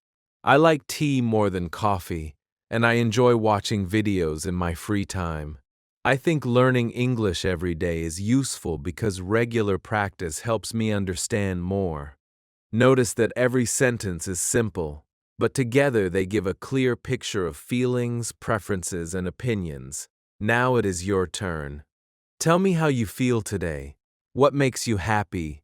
What helps you relax? Whether English makes you nervous? What makes you confident? Whether you prefer quiet or busy places, mornings or evenings, tea or coffee, and one thing you think is important. Try to give 6 or 7 simple sentences. Take your time and speak out loud. Excellent. Now try one more time and see if you can express the same ideas more smoothly. You have now completed questions 381 to 400, which means you have practiced another 20 important questions for real-life communication. In this chapter, you talked about happiness, sadness, tiredness, relaxation, excitement, nervousness, confidence, preferences, likes, dislikes, and simple opinions. These ideas are important because they help you move beyond basic information and say something more personal. Instead of only telling someone what you do, you can now tell them how you feel about it. Instead of only saying, I drink tea, you can say, I prefer tea because I like the taste. Instead of only saying, I study English, you can say, I think learning English every day is useful. These small additions can make your conversations much more natural. Let's do a quick speaking check. Try to answer each question without waiting for an example. How do you feel today? Answer now. Very good. Are you happy today? Excellent. What makes you happy? Great. What do you do when you feel sad? Good. Are you tired right now? Very nice. What makes you tired? Excellent. What helps you relax? Great. Are you usually busy or relaxed? Good. What makes you excited? Excellent. Do you feel nervous when you speak English? Very good. What helps you feel more confident? Great. Do you prefer quiet places or busy places? Excellent. Do you prefer mornings or evenings? Good. Do you prefer tea or coffee? Very nice. Do you prefer staying home or going out? Excellent. And finally, tell me one simple opinion using the words, I think. Speak out loud now. Wonderful. A very useful way to practice feelings is to check in with yourself several times during the day. In the morning, ask yourself, how do I feel? Maybe your answer is, I feel good, I feel tired, or I feel excited. Later in the day, ask again. Maybe your feeling is different. This practice helps you connect English words directly with real emotions. You can also use very simple combinations such as happy and relaxed, tired but okay, busy but happy, or a little nervous. You do not need many words to describe your feelings clearly. You can practice opinions in the same way. Look at simple choices in your daily life and ask yourself which one you prefer. Tea or coffee? Morning or evening? Reading or videos? Home or going out? Hot weather or cold weather? Give a short answer and one reason. I prefer tea because I drink it every morning. I prefer evenings because I can relax. I like cold weather because I sleep better. This simple pattern, preference plus reason, can help you speak longer without needing difficult vocabulary. Another useful phrase is, I think. You can use it for many easy opinions. I think this book is good. I think this place is quiet. I think English is useful. I think walking is good. I think this food is delicious. You do not need to give a long explanation every time. The phrase I think shows that you are sharing your personal opinion, and it makes your English sound more natural. You can also learn to respond to another person's opinion. If someone says, I like coffee, you can answer, I prefer tea. You do not need to argue or explain a lot. Simple agreement and simple differences are normal parts of conversation. They help you learn more about the other person. You have now completed 400 of the 500 common English questions. That means only 100 questions remain. You can already talk about personal information, family, home, routines, food, learning, jobs, time, weather, clothes, shopping, places, transportation, directions, hobbies, friends, feelings, and opinions. More importantly, you are learning how to respond instead of only listening. Keep giving your own answers, keep adding one easy detail when possible, and keep speaking out loud. You do not need complicated English to express yourself. Simple words, clear ideas, and real answers can create meaningful conversations. Part 5.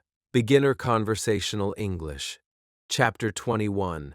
Yesterday and Simple Past. Now we are moving into Chapter 21, and this chapter is all about talking about yesterday and things you already finished.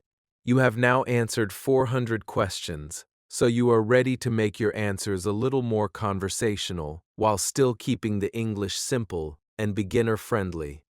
In everyday conversations, people often ask what you did yesterday, where you went, what you ate, who you talked to, what you watched, and how your day was. These are very common questions, and you do not need long or difficult answers. A short sentence such as, I stayed home, I went to work, or I ate rice for dinner, is already a useful answer. In this chapter, you will practice 20 questions from question 401 to question 420. Listen carefully to each question, think about your own answer, and speak out loud. Use your real information whenever possible. If you cannot remember exactly what you did, you can create a simple practice answer. The goal is to understand the question and respond naturally. You will hear useful words such as yesterday, morning, afternoon, evening, went, ate, watched, talked, worked, studied, and stayed. Do not worry about learning every rule. Listen to the patterns, understand the meaning, and use the language. Let's begin with question 401. Question 401. What did you do yesterday? Think about your whole day yesterday. Maybe you worked, studied, stayed home, went shopping, visited someone, cleaned your home, watched videos, or spent time with your family. Listen carefully. What did you do yesterday? A simple answer is, I worked yesterday, I stayed home, or I studied English. You can also give two actions and say, I worked during the day, and I relaxed in the evening. Now think about your own day. What did you do yesterday? Answer me out loud using one or two simple sentences. Very good. Do not try to explain every hour of your day. Choose the most important activity and say it clearly. Now answer once more. What did you do yesterday? Question 402. What time did you wake up yesterday? Think about the beginning of your day. Listen. What time did you wake up yesterday? Maybe you woke up at 6 o'clock, 7:30, 8 o'clock, or later. You can say, I woke up at 7 o'clock, or I woke up around 8. Now remember your morning and answer me. What time did you wake up yesterday? Excellent. Try to add one small detail. You might say, I woke up at 7 and I got out of bed a few minutes later. Keep your answer simple. Notice that when we talk about yesterday, we say, I woke up, instead of, I wake up. You do not need to stop and study the rule right now. Just listen to the natural form and use it. Question 403. What did you do first yesterday morning? Think about the first thing you did after waking up. Listen carefully. What did you do first yesterday morning? Maybe you washed your face, drank water, checked your phone, brushed your teeth, made your bed, or went to the kitchen. You can say, I washed my face first, I drank some water, or I checked my phone. Now think about yesterday morning. What did you do first? Answer out loud. Very good. If you can, add the next action too. For example, first I washed my face, then I brushed my teeth. 2 short sentences are enough to describe the beginning of your day clearly. Question 404. What did you eat for breakfast yesterday? Think about your first meal. Listen. What did you eat for breakfast yesterday? Maybe you ate eggs, bread, fruit, cereal, rice, or something else. Maybe you did not eat breakfast. You can say, I ate eggs and bread. I had cereal, or I didn't eat breakfast yesterday. Now tell me about your own morning. What did you eat for breakfast yesterday? Excellent. If you remember what you drank, add that too. You might say, I ate eggs and bread, and I drank tea. This is a simple but complete answer. Question 405. What did you drink yesterday morning? Think about tea, coffee, water, milk, juice, or another drink. Listen carefully. What did you drink yesterday morning? You can say, I drank tea, I drank coffee, or I drank a glass of water. Now think about your real morning. What did you drink? Answer me out loud. Very good. Try to make the answer a little more complete. I drank tea with my breakfast, or I drank water when I woke up. Notice the useful word drank. Today you say, I drink tea. When talking about yesterday, you can say, I drank tea. Hear the difference and use it naturally. Question 406. Did you go to work or school yesterday? Think about where you went. Listen, did you go to work or school yesterday? If you went, you can say, yes, I did. I went to work, or yes, I went to school. If you stayed home, say, no, I didn't. I stayed home. Now answer using your own information. Did you go to work or school yesterday? Very good. If your answer is yes, tell me what time you went. If your answer is no, tell me what you did instead. For example, no, I didn't. I stayed home and studied. Keep your answer short and clear. Question 407. How did you travel yesterday? Think about any journey you made. Listen carefully. How did you travel yesterday? Maybe you went somewhere by bus, car, motorcycle, train, taxi, bicycle, or on foot. You can say, I traveled by bus, I went by car, or I walked. If you did not go anywhere, you can say, I stayed home so I didn't travel anywhere. Now tell me about your day. How did you travel yesterday? Excellent. If you can, tell me where you went to. You might say, I went to work by bus. One short sentence gives both the destination and transportation. Question 408. Was yesterday a busy day for you? Think about how much you had to do. Listen. Was yesterday a busy day for you? If you had many activities, say, yes, it was. I was very busy. If your day was calm, say, no, it wasn't. It was a quiet day. Maybe it was somewhere in the middle, and you can say, it was a little busy. Now think about yesterday and answer me honestly. Was it a busy day? Very good. Add one reason if you can. You might say, yes, it was. I had a lot of work. Or, no, it wasn't. I stayed home and relaxed. Question 409. Who did you talk to yesterday? Think about the people you spoke with. Maybe you talked to your family, a friend, coworker, teacher, customer, neighbor, or someone on the phone. Listen carefully.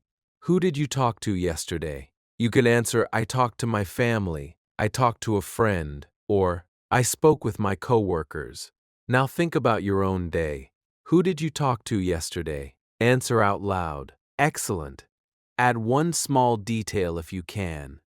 For example, I talked to my friend in the evening, or I talked to my mother after dinner. This is a useful way to connect people with time.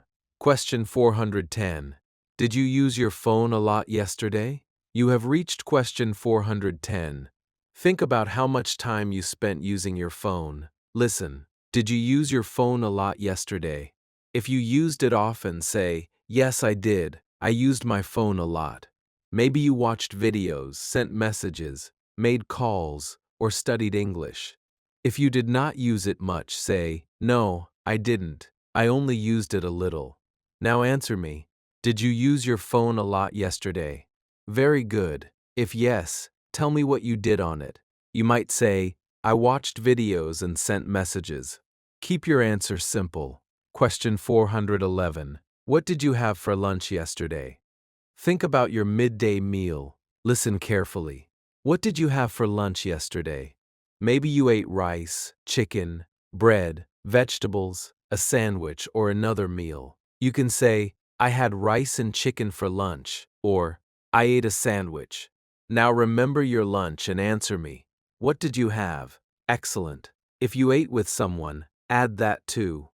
You might say, I had lunch with my family, or I ate lunch with my coworkers. This gives you another easy detail to add to your answer. Question 412. Did you go shopping yesterday? Think about whether you visited a market, supermarket, store, mall, or online shop. Listen, did you go shopping yesterday? If you did, say, yes, I did. I went shopping. You can add what you bought. I bought some food. Or, I bought a new shirt. If you did not go shopping, say, no, I didn't. Now answer using your own day. Did you go shopping yesterday? Great. If yes, tell me where you went or what you bought. If not, tell me one other activity you did. Question 413. Did you study English yesterday? Think about your learning routine. Listen carefully. Did you study English yesterday? If you practiced, say, yes, I did. I studied English. Maybe you watched a lesson, listened to a story, read something, learned vocabulary, or practiced speaking. You can say, yes, I listened to English for 30 minutes. If you did not study, say, no, I didn't, but I'm studying today. Now tell me about yourself. Did you study English yesterday? Excellent. If yes, tell me how you practiced. One sentence is enough. Question 414. What did you watch yesterday? Think about television, YouTube, movies, English lessons, news, sports, or other videos. Listen. What did you watch yesterday? You can answer, I watched a movie, I watched an English video, or I watched the news. If you did not watch anything, say, I didn't watch anything. Now think about your own day. What did you watch yesterday? Very good.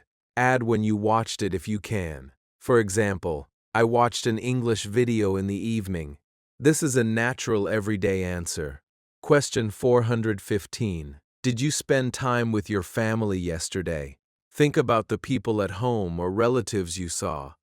Listen carefully. Did you spend time with your family yesterday? If you did, say, yes, I did. I spent time with my family. Maybe you ate dinner together, talked, watched something, or visited someone. You can say, yes, we had dinner together. If you did not spend much time together, say, not very much. Everyone was busy. Now answer using your own experience. Did you spend time with your family yesterday? Excellent. Add one activity if you can. Question 416. What did you do in the evening? Think about the time after your main work or study. Listen.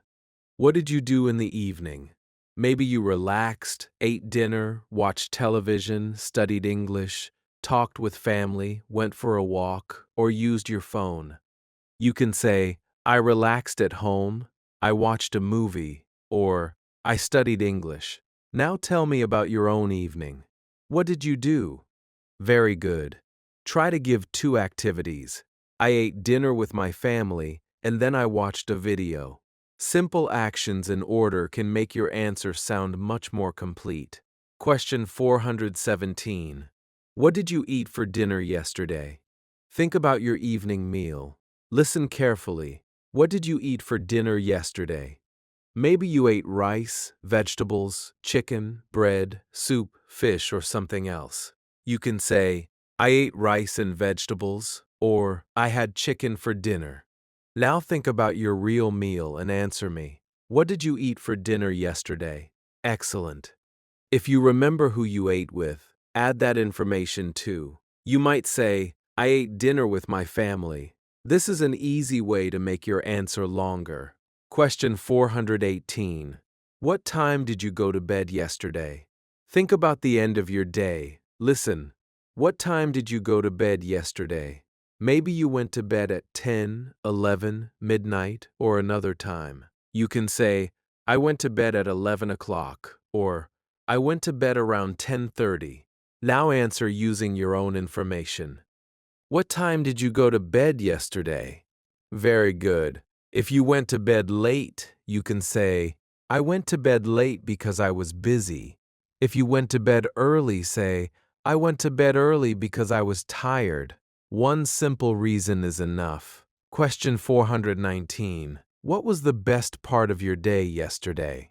Now think about something you enjoyed. Maybe you had a good meal, talked to someone you like, finished your work, learned something, relaxed, went somewhere, or spent time with your family. Listen carefully. What was the best part of your day yesterday? You can say, the best part was dinner with my family. The best part was talking to my friend. Or, the best part was relaxing in the evening. Now think about your own day. What was the best part? Answer out loud. Excellent. If nothing special happened, you can choose one small thing you enjoyed. Everyday moments are enough for this question. Question 420. Can you tell me about your day yesterday? You have reached the final question of Chapter 21, and now you are going to connect several answers into one simple description. Listen to this example. Yesterday, I woke up at 7 o'clock. I washed my face, brushed my teeth, and ate eggs and bread for breakfast. I went to work by bus at 8 o'clock. I was busy during the day, and I talked to several coworkers. I had rice and chicken for lunch. In the evening, I came home and had dinner with my family. After dinner, I watched an English video and used my phone for a little while.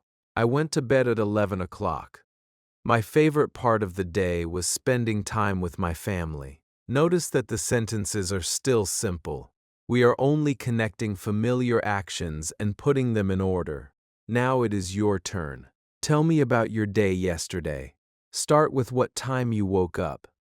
Then talk about breakfast, work or study, lunch, people you talk to, your evening, dinner, and bedtime. Try to give 7 or 8 simple sentences. Take your time and speak clearly. When you finish, try it once more and see if you can tell the same story more smoothly. You have now completed questions 401 to 420, which means you have practiced 20 useful questions about yesterday and completed activities. In this chapter, you talked about waking up, breakfast, work, school, transportation, conversations, phone use, lunch, shopping, English study, videos, family time, dinner, and bedtime. You also learned how to describe your whole day using short sentences in a clear order. This is very useful because one of the most common questions in everyday conversation is simply, what did you do yesterday? You do not need to give a perfect story. You can begin with one sentence. I worked yesterday. Then add another. I came home at 6. Then another. I ate dinner with my family. By connecting several easy sentences, you can speak for much longer without needing advanced vocabulary. Let's do a quick speaking check. Try to answer these questions immediately using your own information. What did you do yesterday? Very good. What time did you wake up? Excellent. What did you eat for breakfast? Great. Did you go to work or school? Good. How did you travel? Excellent. Was your day busy? Very good. Who did you talk to? Great. What did you have for lunch? Excellent. Did you study English? Good. What did you watch? Very nice.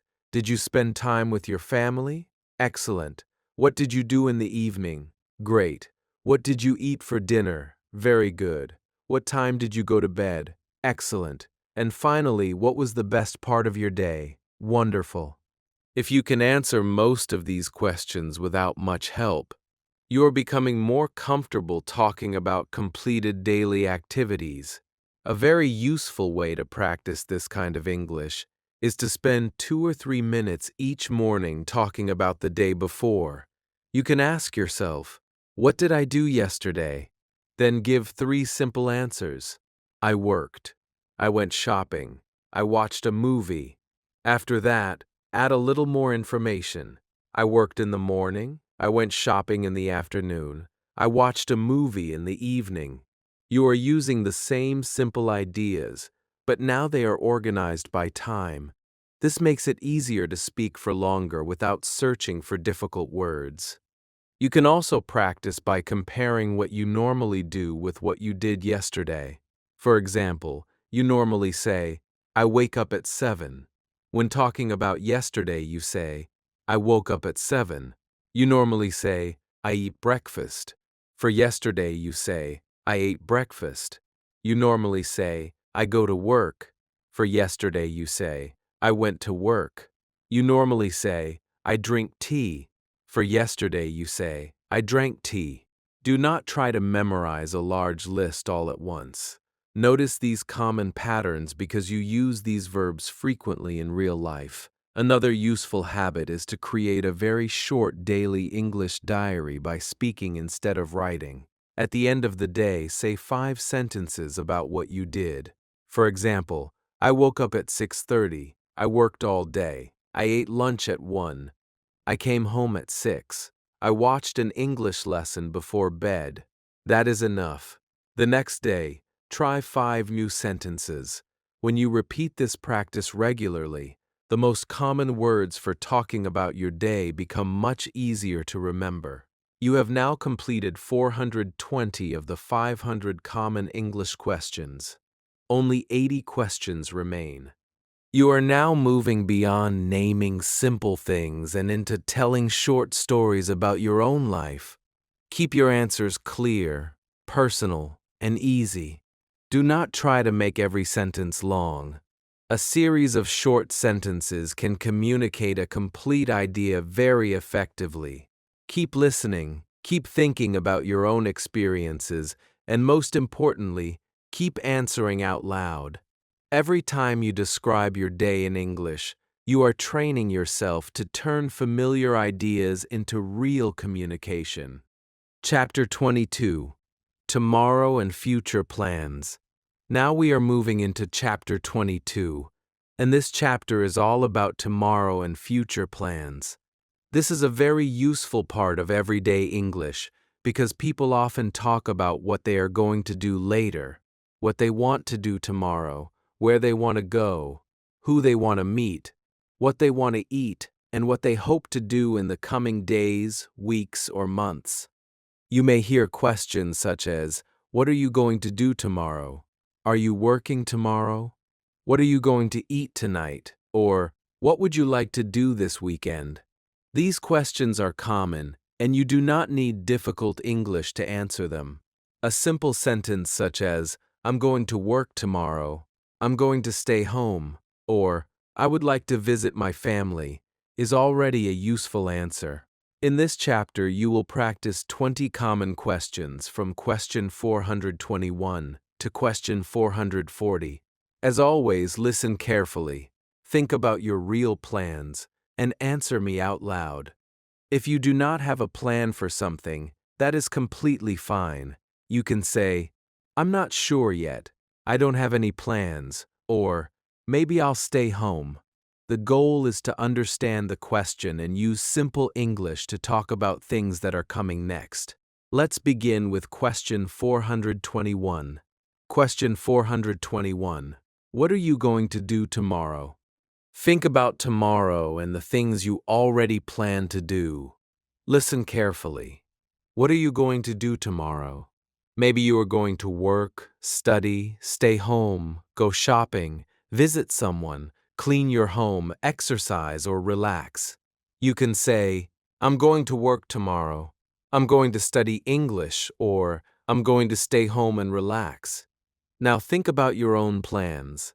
What are you going to do tomorrow? Answer me out loud. Very good. If you have more than one plan, add another simple sentence. For example, I'm going to work in the morning, and I'm going to visit my family in the evening. Keep your answer clear and easy. Now answer once more without waiting for my example. Question 422. What time are you going to wake up tomorrow? Think about the beginning of your next day. Listen, what time are you going to wake up tomorrow? Maybe you are going to wake up at 6, 7, 8, or another time. You can say, I'm going to wake up at 7 o'clock, or I'm going to wake up around 6:30. Now think about your schedule and answer me. What time are you going to wake up tomorrow? Excellent. If you have an early day, you can add, I'm going to wake up early because I have work. If you can sleep a little longer, you might say, I'm going to wake up late because I am free tomorrow. One extra detail makes the answer feel more natural. Question 423. Are you going to work or study tomorrow? Think about your next day. Listen carefully. Are you going to work or study tomorrow? If you have work, say, yes, I am. I'm going to work tomorrow. If you have a class or study time, say, I'm going to study tomorrow. If you are free, you can say, no, I'm not. I have a free day. Now answer using your own plan. Are you going to work or study tomorrow? Very good. You can also tell me when, I'm going to work in the morning, or I'm going to study English in the evening. Keep the sentence simple and useful. Question 424. What are you going to eat for breakfast tomorrow? Think about what you may have in the morning. Listen. What are you going to eat for breakfast tomorrow? Maybe you are going to eat eggs, bread, cereal, fruit, yogurt, or something else. You can say, I'm going to eat eggs and bread, or I'm going to have a light breakfast. If you are not sure, say, I'm not sure yet. Maybe I'll have eggs. Now think about yourself. What are you going to eat for breakfast tomorrow? Answer out loud. Excellent. If you know what you want to drink, add that too. I'm going to eat bread and eggs, and I'm going to drink tea. Question 425. What are you going to wear tomorrow? Think about your clothes for the next day. Listen carefully. What are you going to wear tomorrow? Maybe you need work clothes, a uniform, casual clothes, comfortable clothes, or something for a special event. You can say, I'm going to wear a blue shirt and black trousers, or I'm going to wear comfortable clothes. Now think about your own plans. What are you going to wear tomorrow? Very good. If the weather affects your choice, you can say, I'm going to wear a jacket because it may be cold, or I'm going to wear light clothes because it will be warm. This helps you connect clothes, weather, and future plans in one simple answer. Question 426. Are you going anywhere tomorrow? Think about whether you plan to leave home. Listen, are you going anywhere tomorrow? If you are, you can say, yes, I am. I'm going to the market. I'm going to work, or I'm going to visit a friend. If you are staying home, say, no, I'm not. I'm staying home tomorrow. Now answer using your own plan. Are you going anywhere tomorrow? Excellent. If yes, tell me where and why. You might say, yes, I'm going to the supermarket because I need groceries. One short reason makes the answer more complete. Question 427. Who are you going to see tomorrow? Think about the people you may meet or spend time with. Listen carefully. Who are you going to see tomorrow? Maybe you're going to see coworkers, classmates, friends, parents, relatives, customers, or no one in particular. You can say, I'm going to see my coworkers. I'm going to visit my parents, or I'm not planning to see anyone. Now think about your own day. Who are you going to see tomorrow? Very good. If you know when, add one simple detail. I'm going to see my friend in the evening. Question 428. What are you going to do after work or study tomorrow? Think about the later part of your next day. Listen. What are you going to do after work or study tomorrow? Maybe you are going to go home, eat dinner, relax, exercise, study English, meet a friend, or spend time with family. You can say, I'm going to go home and relax, or I'm going to have dinner with my family. Now think about your own plan. What are you going to do after work or study tomorrow? Excellent. Try to give two simple actions. I'm going to go home, eat dinner, and then watch a video. This is a natural way to talk about a plan in order. Question 429. What are you going to eat for dinner tomorrow? Think about your evening meal. Listen carefully. What are you going to eat for dinner tomorrow? Maybe you already know, or maybe you are not sure. You can say, I'm going to eat rice and chicken. We're going to have soup, or I'm not sure yet. If you are eating outside, you can say, I'm going to eat at a restaurant. Now answer me. What are you going to eat for dinner tomorrow? Very good. If you are planning to eat with someone, add that too. I'm going to have dinner with my family. Keep the answer easy. Question 430. What are you going to do tomorrow evening? You have reached question 430. Think about your evening plans. Listen. What are you going to do tomorrow evening? Maybe you are going to rest, watch something, visit someone, study English, go for a walk, or spend time with your family. A simple answer is, I'm going to relax at home, or I'm going to study English. Now think about your own plan and answer me out loud. Very good. Add one extra detail if you can. You might say, I'm going to study English for 30 minutes and then watch a movie. Two simple activities make a good answer. Question 431. What are you going to do this weekend? Think about your next free days. Listen carefully. What are you going to do this weekend? Maybe you are going to stay home, visit family, go shopping, meet friends, clean your house, travel, watch movies, or rest. You can say, I'm going to stay home this weekend, or I'm going to visit my family. Now answer using your own plan. What are you going to do this weekend?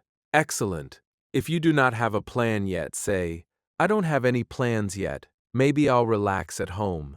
This is a natural answer too. Question 432. Are you going to meet any friends this weekend? If you are, say, yes, I am. I'm going to meet some friends. Or, I'm going to meet my friend on Saturday. If not, say, no, I'm not. I'm going to spend time with my family. Now think about yourself. Are you going to meet any friends this weekend? Very good. If yes, tell me what you plan to do together. Maybe you are going to have tea, eat somewhere, go for a walk, or simply talk. Question 433. Are you going to go shopping this week? Think about whether you need anything. Listen carefully. Are you going to go shopping this week? If you are, say, yes, I am. I'm going shopping this week. You can add what you need. I need groceries. I need new shoes. Or, I want to buy some clothes. If you do not need anything, say, no, I'm not planning to go shopping. Now answer using your own plans. Are you going shopping this week? Excellent. If yes, tell me where you are going to shop. Question 434. What are you going to buy next time you go shopping? Think about something you need or want. Listen. What are you going to buy next time you go shopping? Maybe you need food, clothes, shoes, a book, something for your home, or nothing special. You can say, I'm going to buy a new shirt, or I need to buy some fruit and vegetables. Now think about yourself. What are you going to buy? Very good. If you can, add one detail about color, size, or quantity. For example, I'm going to buy a black shirt, or I'm going to buy some apples and bread. Question 435. Are you going to study English this week? Think about your learning plans. Listen carefully. Are you going to study English this week? If you are, say, yes, I am. I'm going to study English this week. Maybe you plan to study every day, several times, or only once or twice. You can say, I'm going to practice English every evening, or I'm going to study for 30 minutes each day. Now tell me about your own plan. Are you going to study English this week? Excellent. If yes, tell me what you want to practice. Maybe speaking, listening, reading, vocabulary, or pronunciation. Question 436. What would you like to improve in your English this month? Now think a little farther ahead. Listen. What would you like to improve in your English this month? Maybe you want to improve speaking, listening, pronunciation, vocabulary, reading, or confidence. You can say, I would like to improve my speaking, or I want to understand English better. Now think about one area that is important for you. What would you like to improve this month? Very good. Add one simple action if you can. I want to improve my speaking, so I'm going to practice every day. This connects a goal with a plan. Question 437. Is there somewhere you would like to visit soon? Think about a place you would enjoy visiting. It can be a nearby city, park, beach, mountain, another country, or even a family member's home. Listen carefully. Is there somewhere you would like to visit soon? You can say, yes, I would like to visit another city. I would like to visit another city. I would like to visit the mountains, or I would like to visit my relatives. If you do not have a place in mind, say, I'm not sure yet. Now think about yourself. Where would you like to go? Excellent. If you can, add one reason. I would like to visit the mountains because I like cool weather. Question 438. What would you like to do on your next free day? Think about a day when you do not have work or study responsibilities. Listen. What would you like to do on your next free day? Maybe you would like to sleep a little longer, spend time with family, go shopping, watch a movie, read, visit friends, go outside, or simply relax. You can say, I would like to relax at home, or I would like to spend the day with my family. Now tell me about yourself. What would you like to do on your next free day? Very good. Try to name 2 activities if you can. I would like to sleep a little longer and then go for a walk. Question 439. What is one thing you want to do in the next few months? Think about a simple goal or plan. It does not need to be very big. Maybe you want to improve your English, read a book, save money, learn a skill, travel somewhere, exercise more, or spend more time with family. Listen carefully. What is one thing you want to do in the next few months? You can say, I want to improve my English. I want to save some money, or I want to learn a new skill. Now think about your own goal. What is one thing you want to do? Excellent. If you can, tell me how you plan to begin. For example, I want to improve my English, so I'm going to practice every day. Question 440. Can you tell me about your plans for tomorrow and the next few days? You have reached the final question of Chapter 22, and now you are going to combine several of your answers into one simple description. Listen to this example. Tomorrow, I'm going to wake up at 7 o'clock. I'm going to have breakfast and then go to work. After work, I'm going to stop at the supermarket and buy some groceries. In the evening, I'm going to eat dinner with my family and study English for 30 minutes.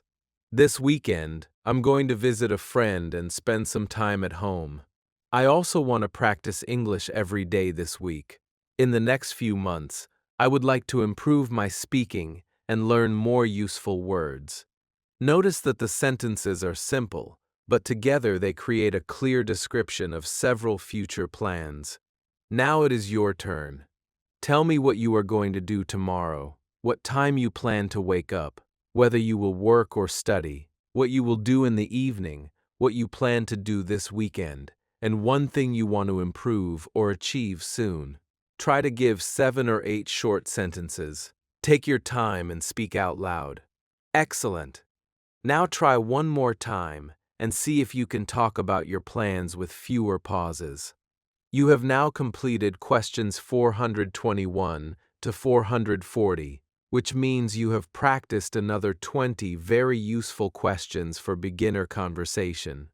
In this chapter, you talked about tomorrow, breakfast, work, study, clothes, places you plan to visit, people you plan to meet, shopping, weekends, English practice, travel ideas, free days, and simple goals. These questions are useful because people constantly make plans and talk about what comes next. Someone may ask, "What are you doing tomorrow? Are you free this weekend?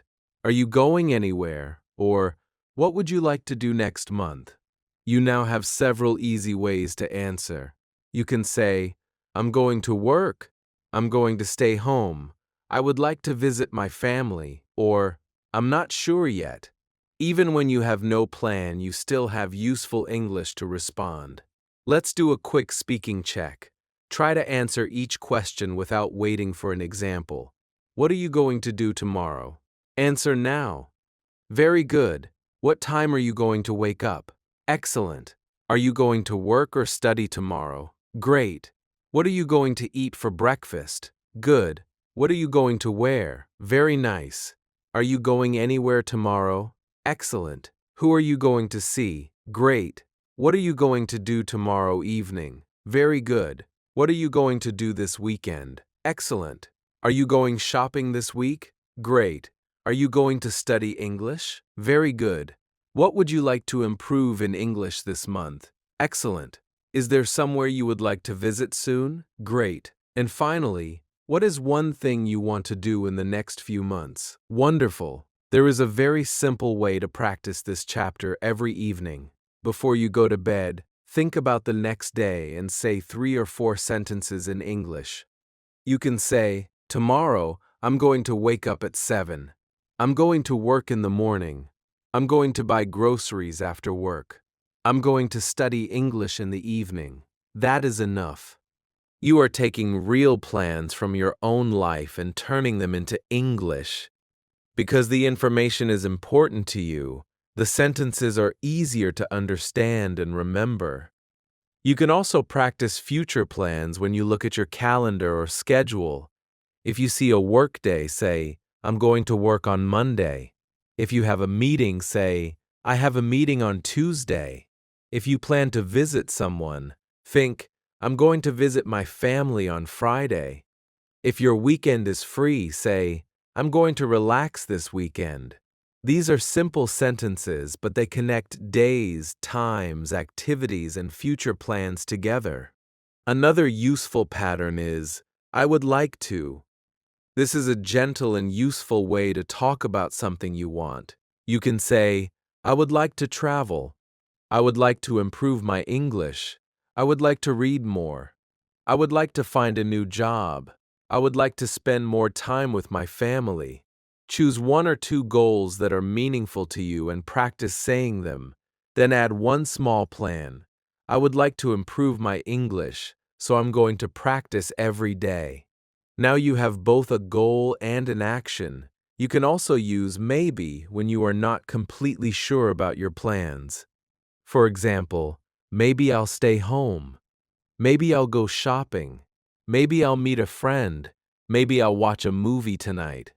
This is useful because real plans are not always fixed. You do not need to pretend that you know exactly what you will do. English gives you simple ways to express uncertainty too. One more helpful habit is to ask yourself a question and then answer it in 2 stages. First, give the short answer. What are you going to do tomorrow? I'm going to work. Then add a second sentence. After work, I'm going to meet a friend. If someone asks, "What are you doing this weekend?" start with, "I'm going to stay home." Then add, "I want to relax and watch a movie." This technique helps you speak longer without making the sentence itself difficult. You have now completed 440 of the 500 common English questions. Only 60 questions remain. You can now talk not only about what you do every day and what you do at different times, but also about what you plan to do next. This gives you a much wider range of everyday conversation. Keep thinking about your real life, keep answering out loud, and keep your sentences simple. You do not need complicated English to talk about tomorrow. A clear plan, a simple sentence, and one extra detail can help you communicate naturally and confidently. Chapter 23, Ability and Can. Now we are moving into Chapter 23, and this chapter is all about ability and the word can. This is one of the most useful parts of beginner English because we use can when we talk about the things we know how to do, the things we are able to do, and the things we cannot do yet. You may say, "I can cook, I can drive, I can speak a little English," or "I can use a computer." You may also hear questions such as, "Can you swim? Can you help me? Can you speak English?" or "What can you do well?" These questions are simple, but they are extremely useful in everyday conversations. In this chapter, you will practice 20 common questions from question 441 to question 460.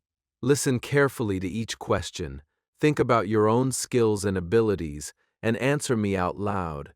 If you can do something, say, "Yes, I can," and then add one detail if possible. If you cannot do something, say, "No, I can't," or "Not yet, but I would like to learn." Remember, there is nothing wrong with saying that you cannot do something. This chapter is not a test of your skills. It is a chance to practice useful English while talking about the real things you can and cannot do. Let's begin with question 441. Question 441. Can you speak English?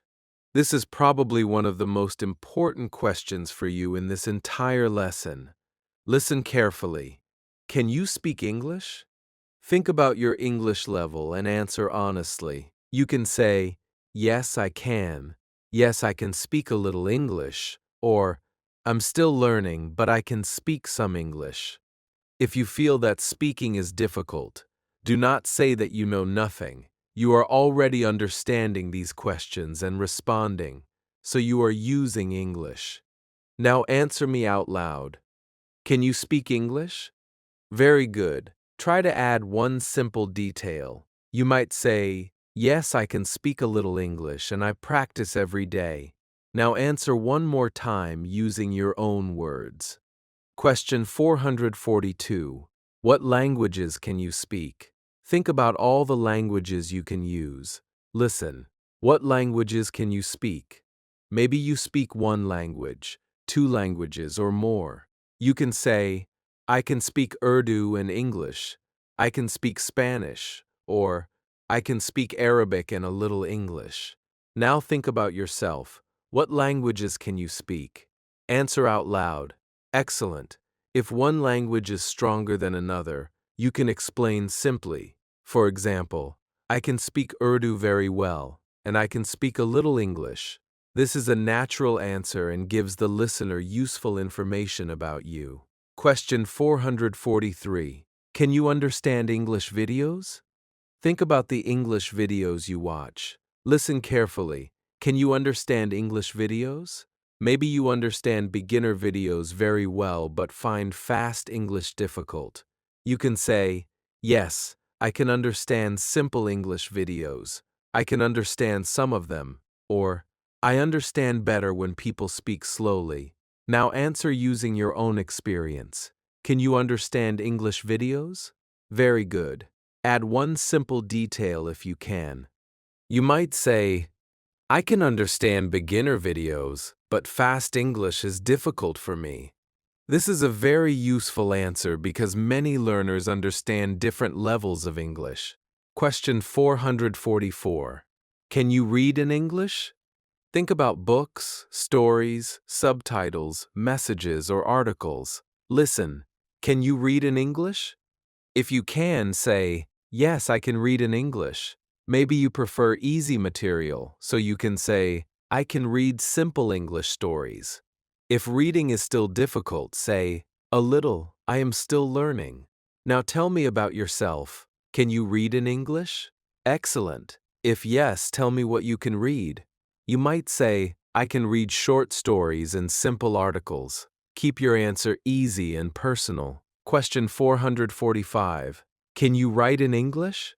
Think about whether you can write messages, sentences, emails, notes, or short paragraphs. Listen carefully. Can you write in English? You can answer, yes, I can. I can write simple sentences, or I can write short messages in English.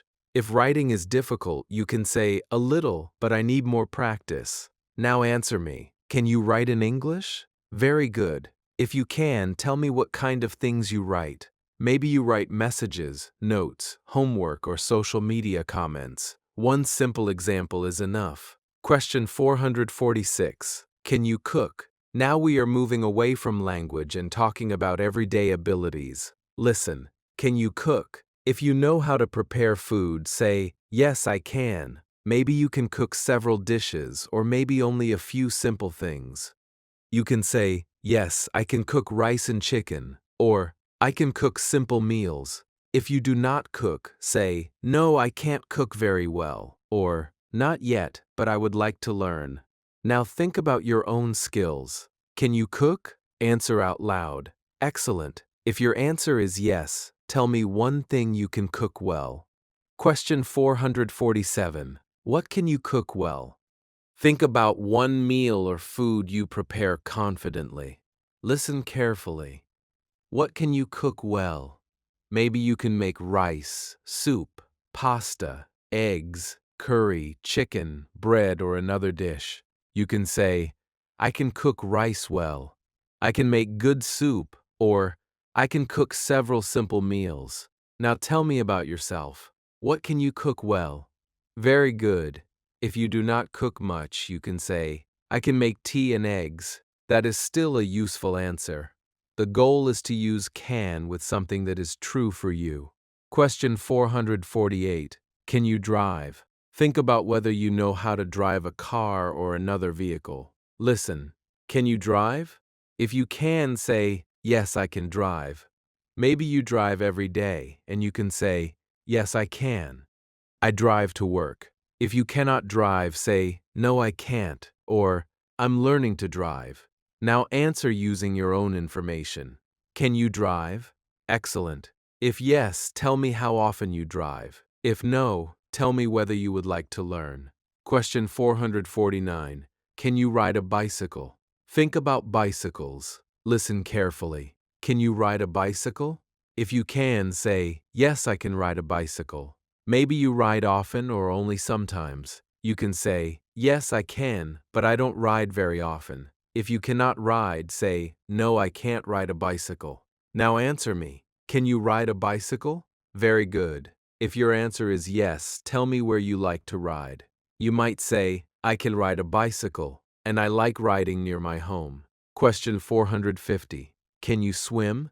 You have reached question 450. Think about whether you know how to swim. Listen, can you swim? If you can, say, yes, I can swim. Maybe you can swim well, or maybe only a little. You can say, yes, but not very well, or I can swim a little. If you cannot, say, no, I can't swim. Now answer honestly. Can you swim? Excellent. If your answer is no, you can add, but I would like to learn. This is a useful pattern when talking about skills you want to develop. Question 451. Can you use a computer? Think about computers at work, school, or home. Listen carefully. Can you use a computer? If you can, say, yes, I can use a computer. Maybe you can type, use the internet, write documents, watch videos, or do other tasks. You can say, yes, I can use a computer for work, or I can use basic computer programs. Now tell me about yourself. Can you use a computer? Very good.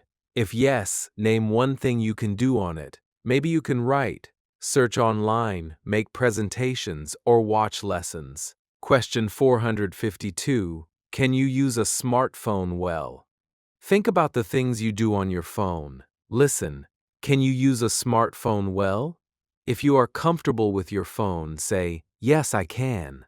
Maybe you can send messages, make video calls, take photos, use apps, watch videos, or search for information.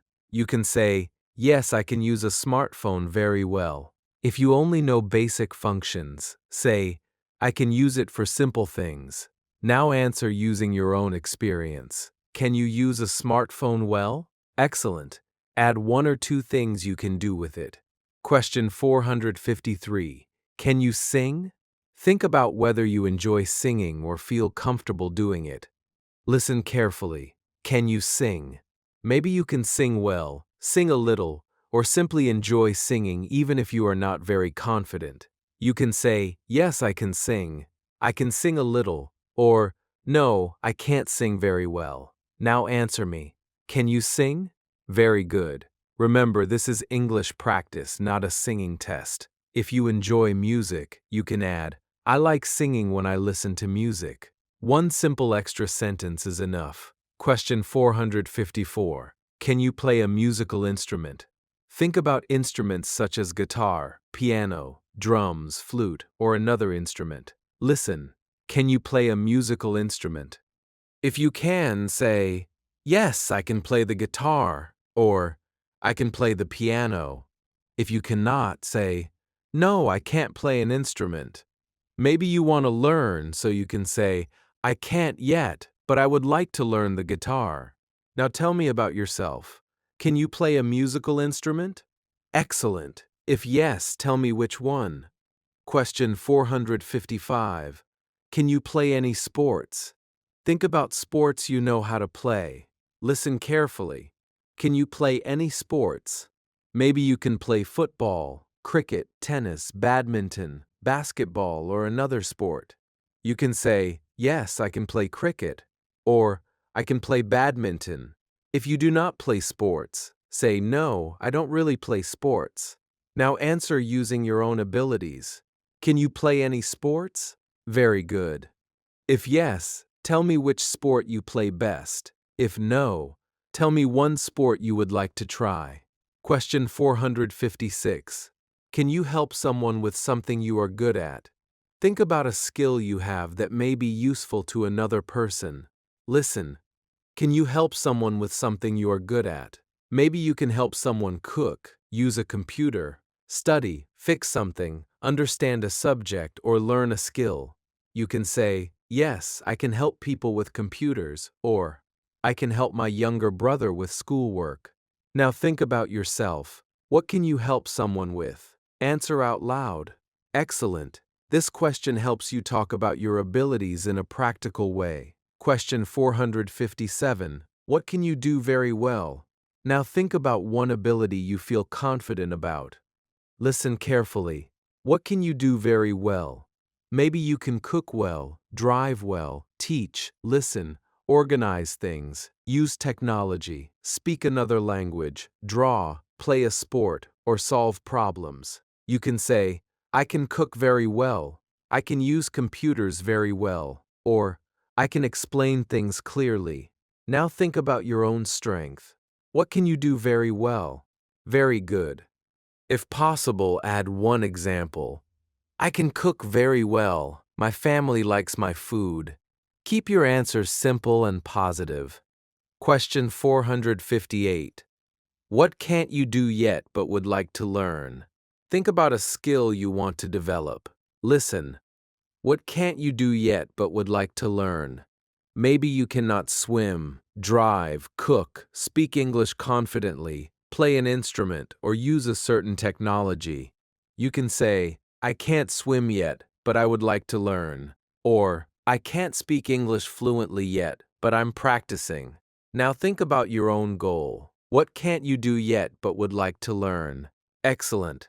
This is a very useful sentence pattern. because it allows you to talk about both your current level and your future goal. Question 459. What new skill would you like to learn this year? Think about something useful or enjoyable you want to learn. Listen carefully. What new skill would you like to learn this year? Maybe you want to improve your English, learn to drive, learn cooking, learn a computer skill, learn photography, or learn how to play a sport. You can say, I would like to improve my English speaking, or I would like to learn how to drive. Now answer using your own goal. Very good. If you can, add one reason. You might say, I would like to improve my English because I want to communicate with more people. Keep your reason easy and meaningful. Question 460. Can you tell me about the things you can do? You have reached the final question of Chapter 23, and now you are going to combine several of your answers into one simple description. Listen to this example. I can speak English a little, and I can read simple English stories. I can use a computer and smartphone well. I can cook several meals, and I can drive. I can also ride a bicycle, but I can't swim very well. I like sports, and I can play badminton. I can help other people with computers. One thing I would like to learn is swimming, and I also want to become better at speaking English. Notice that the sentences are still short and easy, but together they describe many different abilities. Now it is your turn. Tell me about the things you can do. You can talk about languages, reading, writing, cooking, driving, swimming, computers, sports, music, or any other skill. Then tell me one thing you cannot do yet and one new skill you would like to learn. Try to give 7 or 8 simple sentences. Take your time and speak out loud. Excellent. Now try once more and see if you can talk about your abilities with fewer pauses. You have now completed questions 441 to 460, which means you have practiced another 20 important English questions.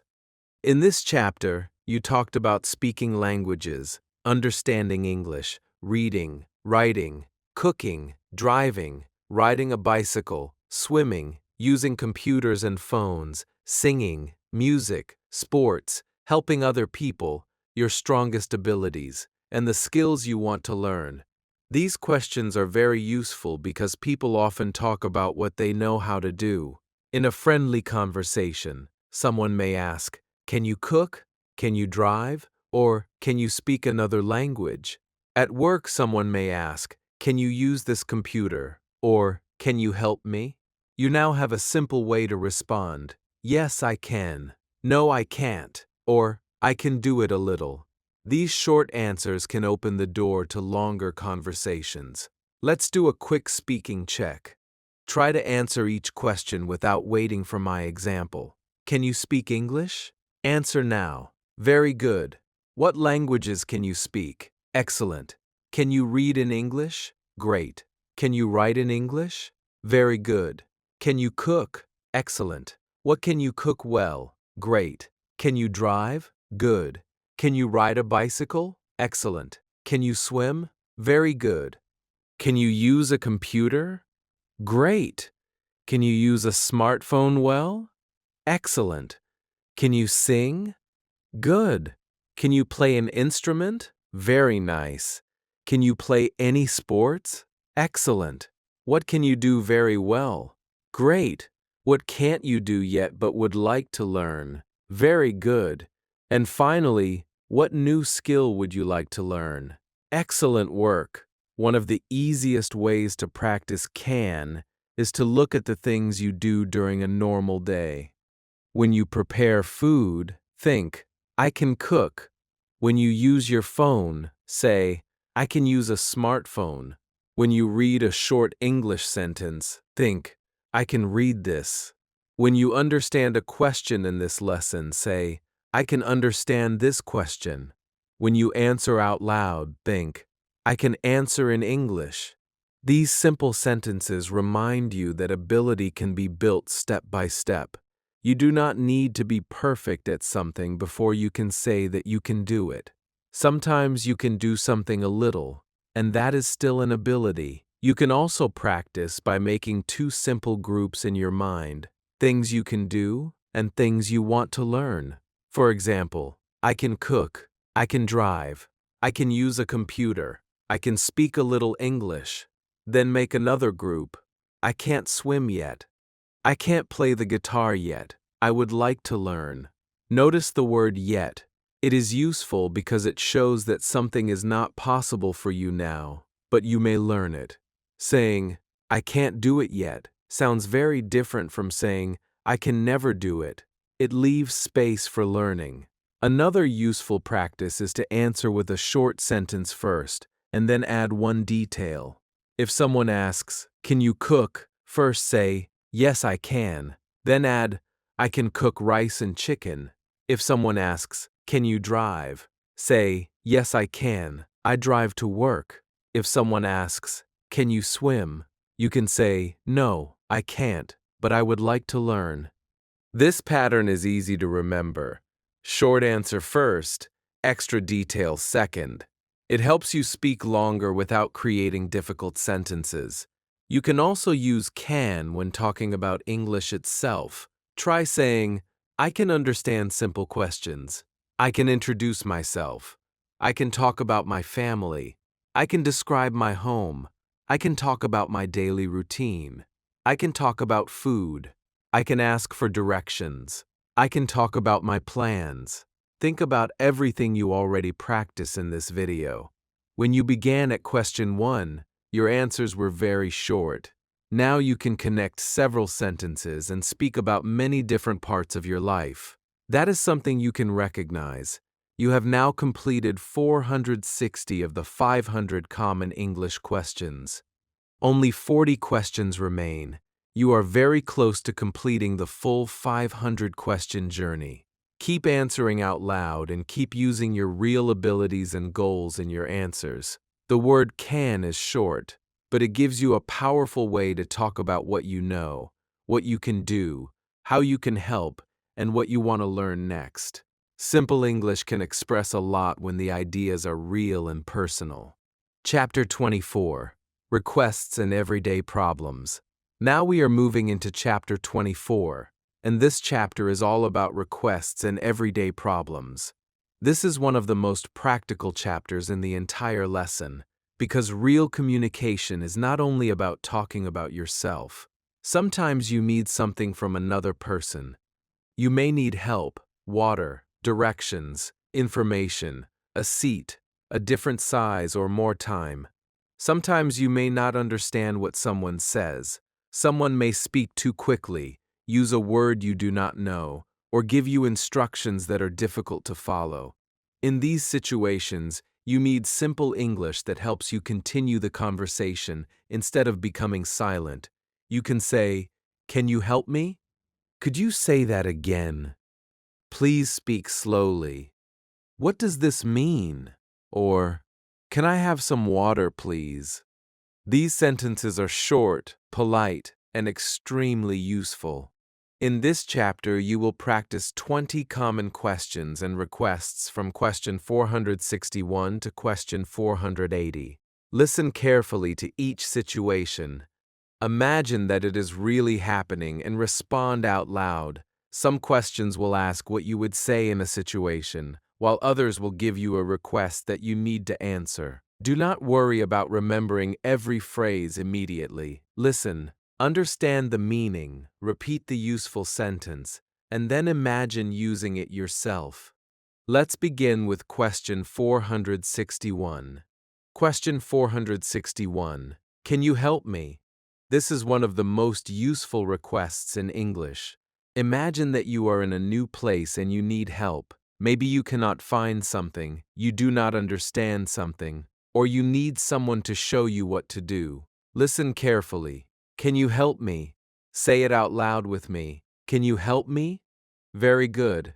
If someone asks you this question and you are able to help, you can answer, "Yes, of course," or "Sure, how can I help?"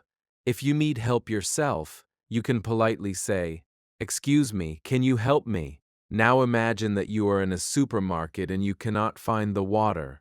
What can you say to a worker? "Excuse me, can you help me?" Excellent.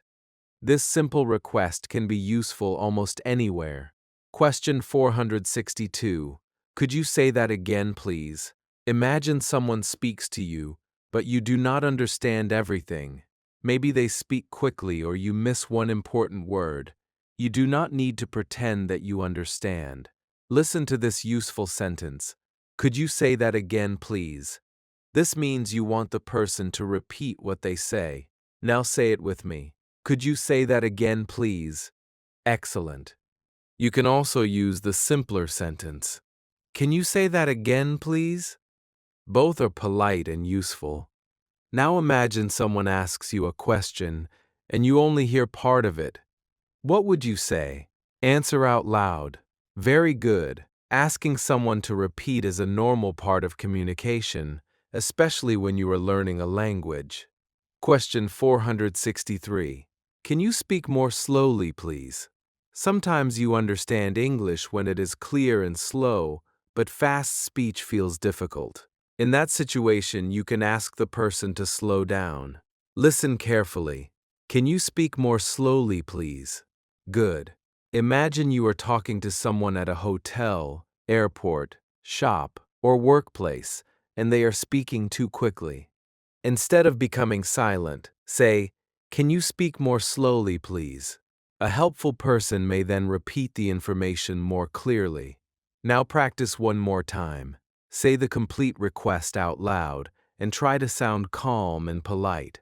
Question 464. What does this mean? Imagine you see or hear an English word that you do not understand. You can ask, "What does this mean?" This is a very useful question for learners. Listen carefully. What does this mean? Now repeat it. Very good. Suppose someone uses the word receipt and you do not understand it. You can point to the word or repeat it and ask, "What does this mean?" A person may explain it in a simple way. Now imagine there is a word in front of you that you do not know. What question can you ask? What does this mean? Excellent. You do not need to know every word. You only need a way to ask for meaning when necessary. Question 465. How do you say this in English? Sometimes you know what you want to say in your own language, but you do not know the English word. Listen to this useful question. How do you say this in English? Imagine you are pointing to an object, but you do not know its English name. You can ask someone, "How do you say this in English?" Maybe they answer, "It's called a kettle," or "It's a stapler." Now repeat the question out loud. Excellent. This question helps you learn vocabulary naturally from things around you. You can also ask, "What is this called in English?" Both questions are useful. Now imagine you see an object and want to know its English name. Ask me the question. Question 466. Can you write it down, please? Sometimes you hear a name, address, number, or word, but you are not sure how to understand or remember it. In that situation, you can ask the person to write it. Listen carefully. Can you write it down, please? Say it with me. Very good. Imagine someone tells you the name of a street, but you do not know how to spell it. You can say, "Can you write it down, please?" Maybe you hear an email address or a phone number and want to check it carefully. This request can be very helpful. Now practice again. Can you write it down, please? Excellent. Question 467. Can you spell that, please? Imagine someone tells you their name, but you are not sure which letters are in it. You can ask, "Can you spell that, please?" Listen carefully and repeat it. Very good. For example, someone says, "My name is Daniel." You can ask, "Can you spell that, please?" They may answer, "Daniel." This question is useful with names, streets, cities, email addresses, and other words that you need to write correctly. Now imagine you hear a name you do not know. What would you ask? "Can you spell that, please?" Excellent. Question 468. Can I have some water, please? Now we are practicing a polite request for something you need. Listen carefully. Can I have some water, please? This is a natural way to ask for water at a restaurant, hotel, home, office, or many other places. Now say it out loud. Very good. You can change the object and use the same pattern. Can I have some tea, please? Can I have a menu, please? Can I have a bag, please? The structure stays the same while the thing you need changes. Now imagine that you are thirsty. What would you say? Can I have some water, please? Excellent. The word please makes the request polite. Question 469. Can I use your phone, please? Imagine that your phone is not working and you need to make an important call. You may need to ask another person for permission. Listen, can I use your phone, please? Say it with me.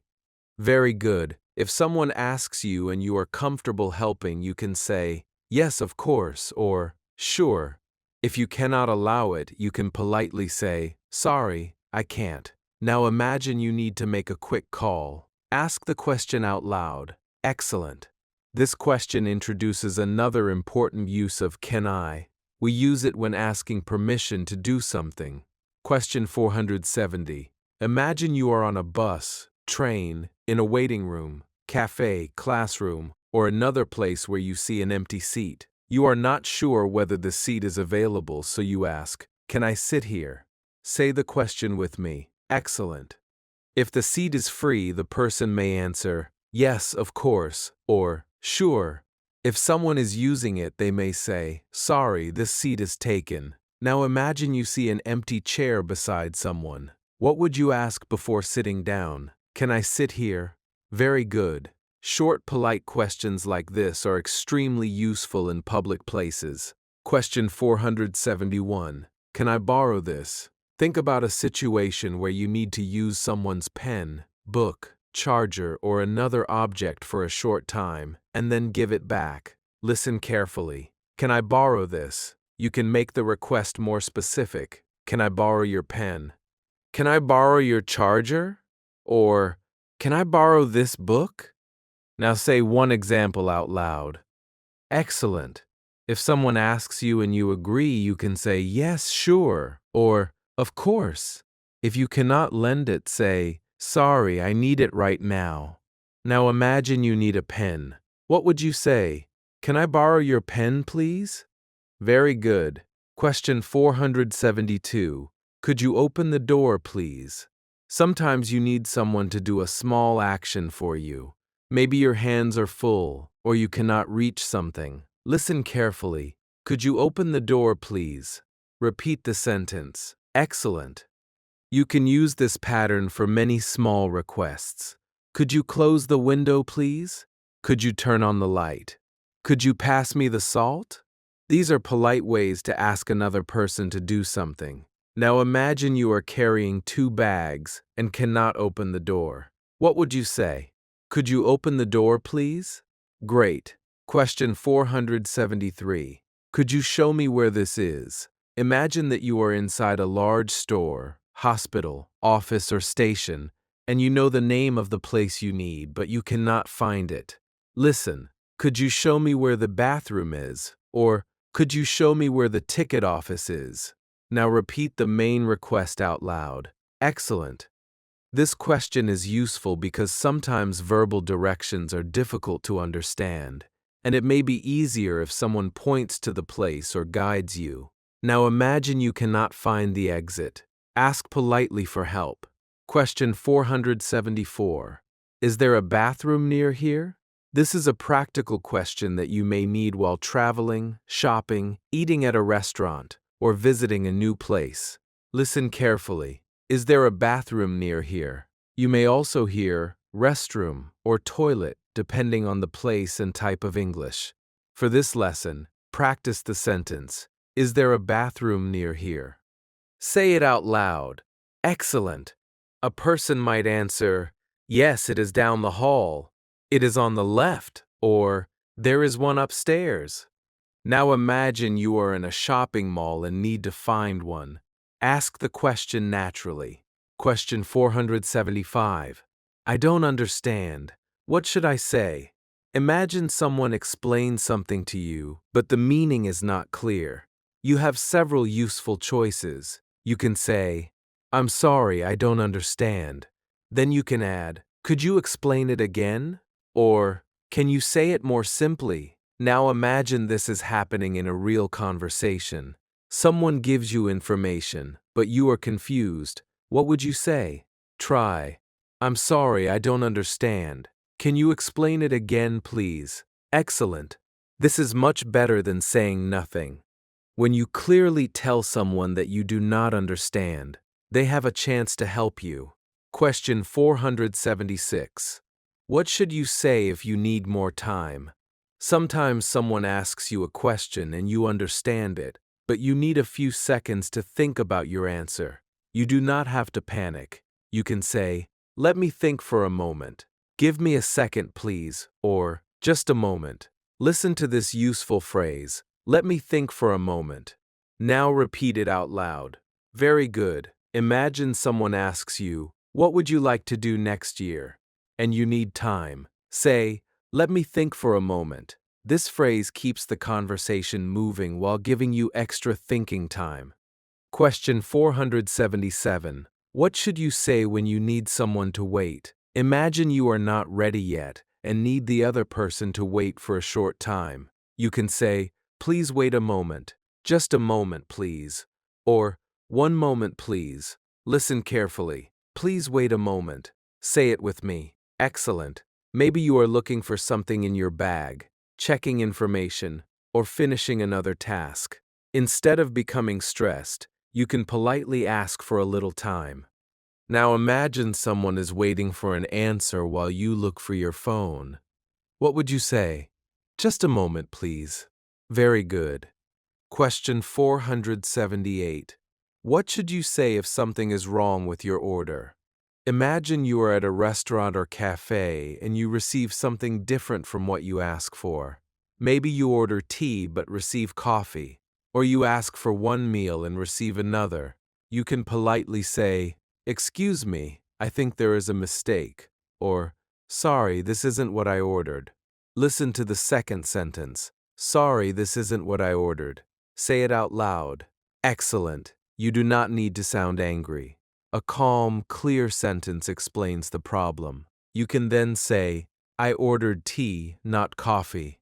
Now imagine you receive the wrong drink. What would you say? Very good.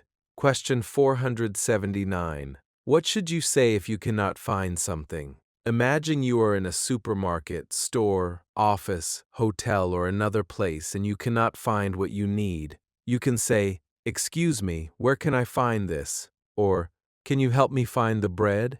Maybe you are looking for a place rather than an object. You can say, I'm looking for the information desk. Listen to the useful phrase, I'm looking for.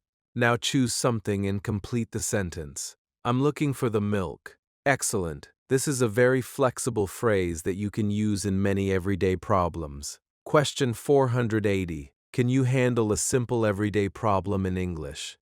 You have reached the final question of Chapter 24, and now you are going to combine several useful requests into one short situation.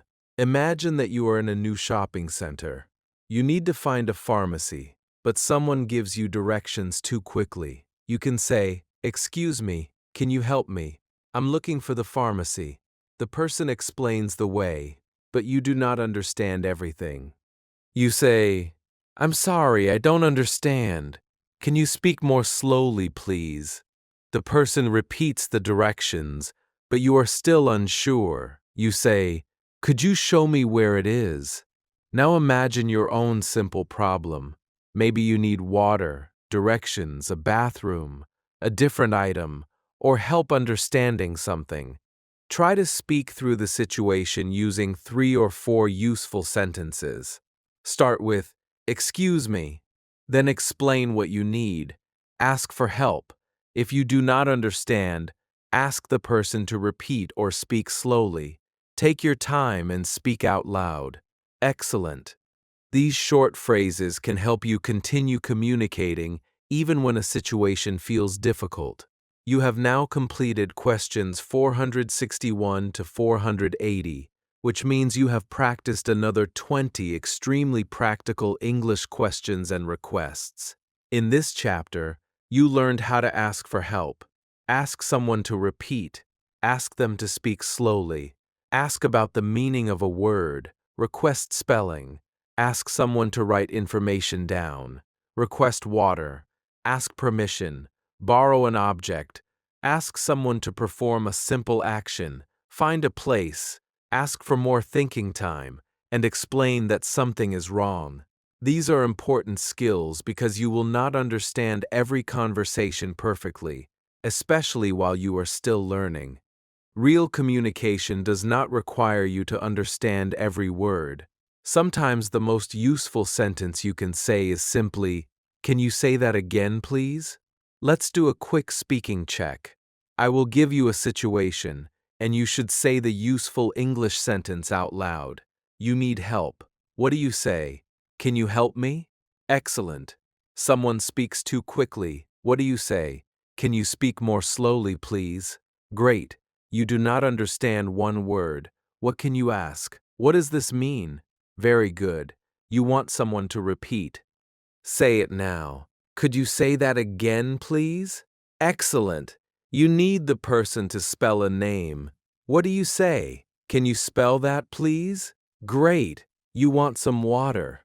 Ask politely. Can I have some water, please? Very good. You see an empty seat and want to sit there. Can I sit here? Excellent. You need to borrow a pen. Can I borrow your pen, please? Great. You need to find a bathroom.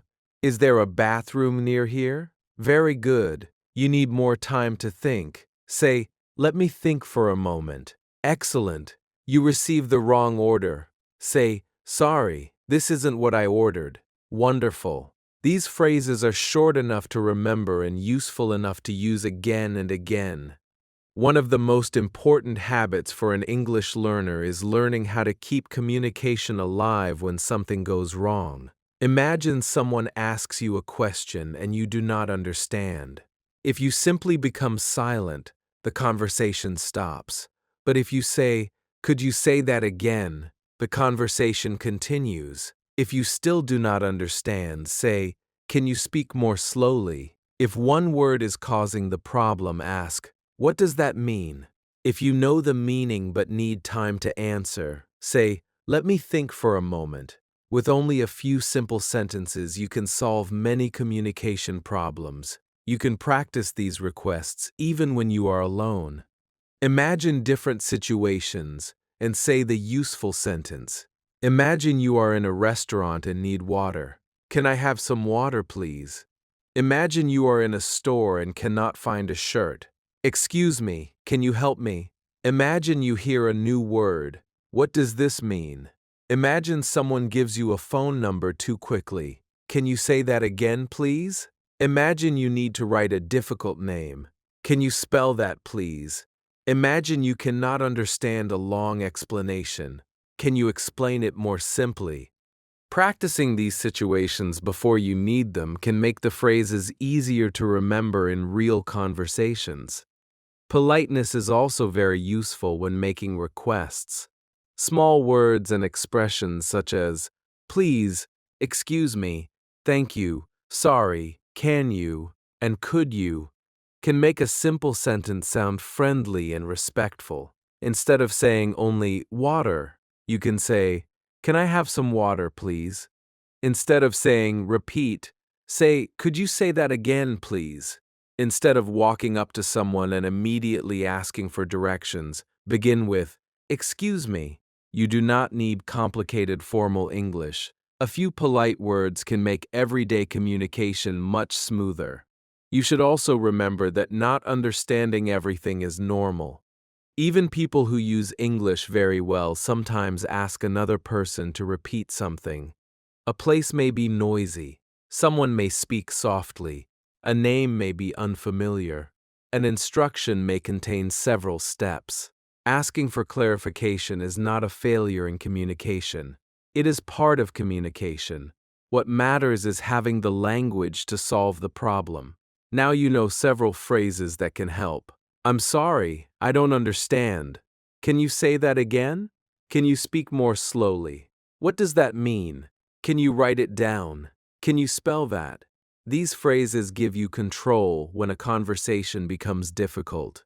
Another useful practice is to learn a simple three-step pattern for everyday problems. First, get the person's attention politely. Second, explain what you need.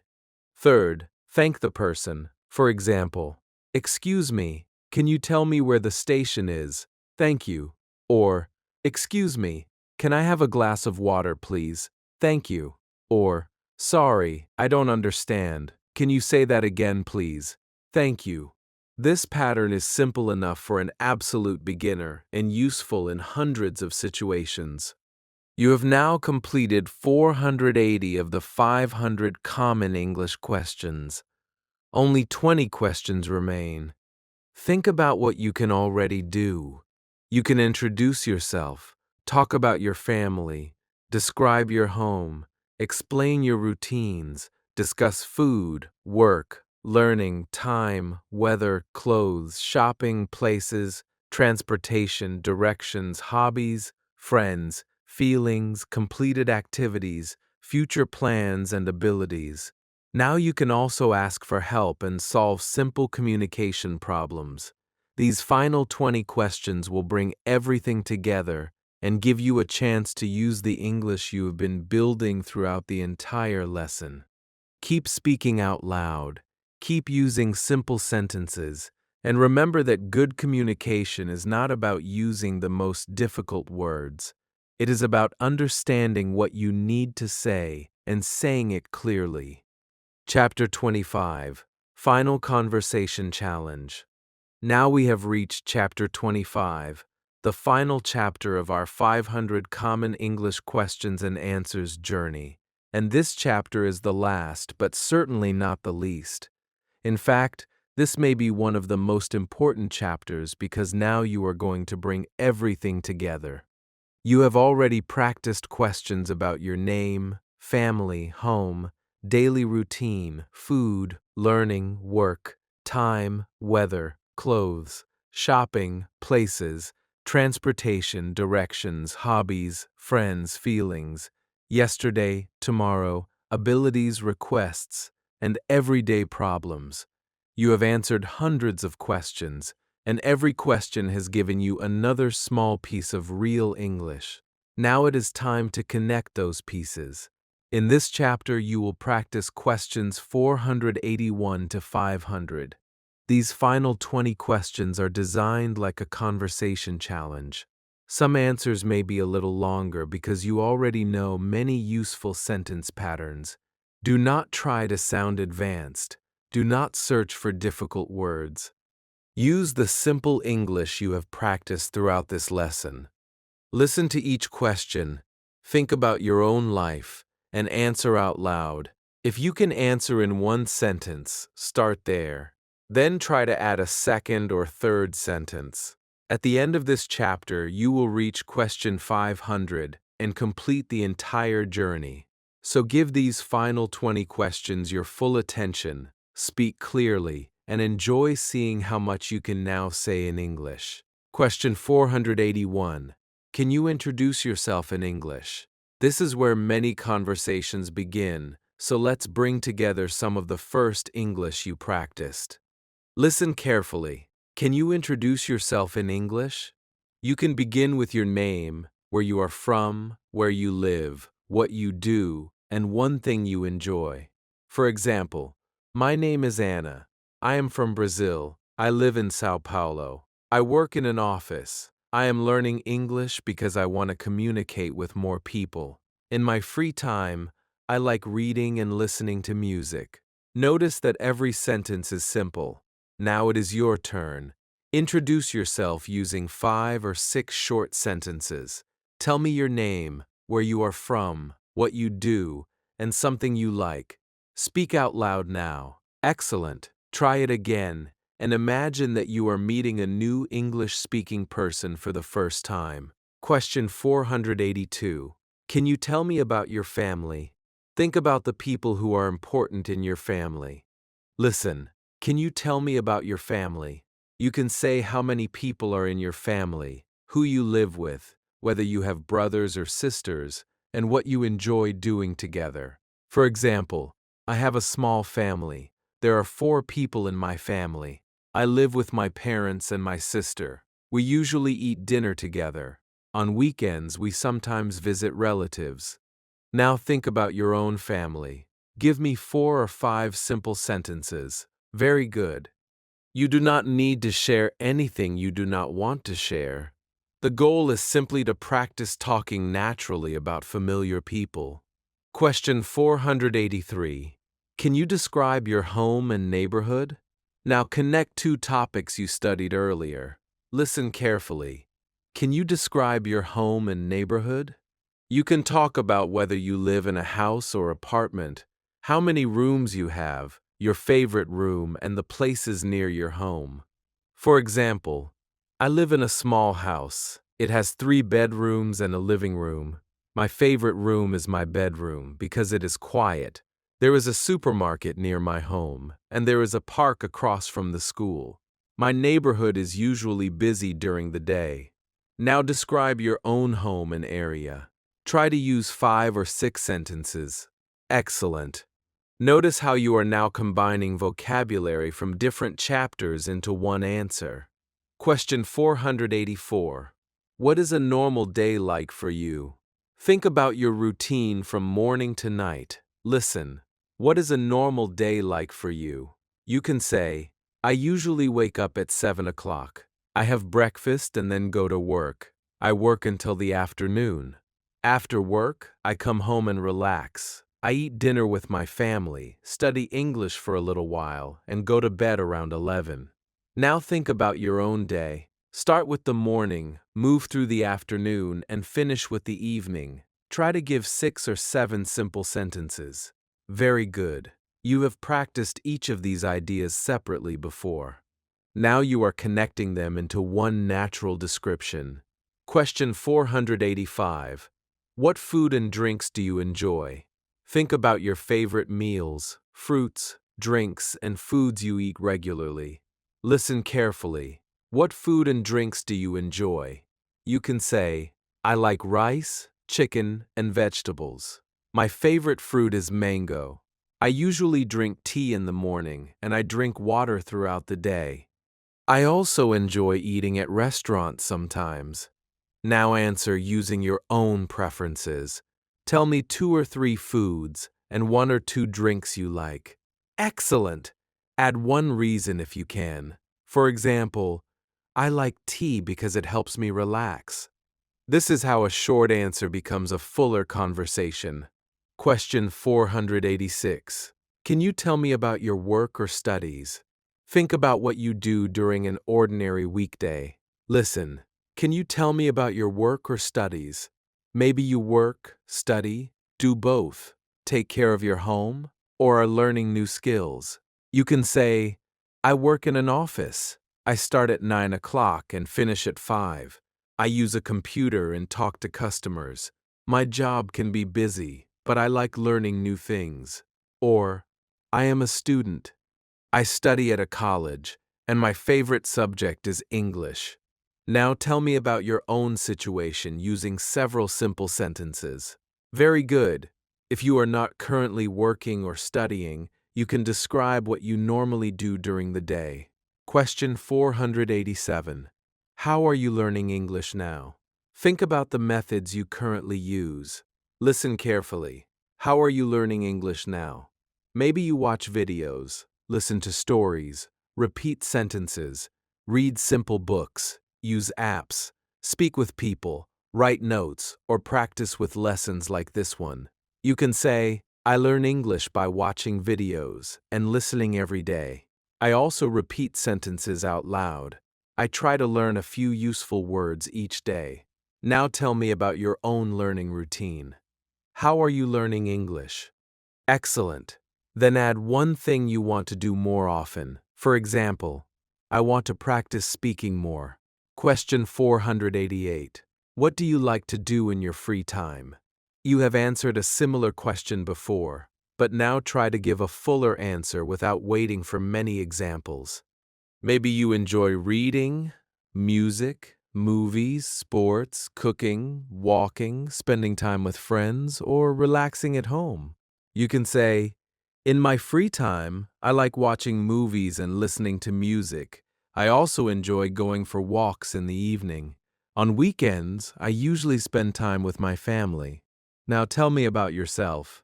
Give 3 or 4 simple sentences. Very good. If you can speak for 20 or 30 seconds about your free time, that is already useful conversational English.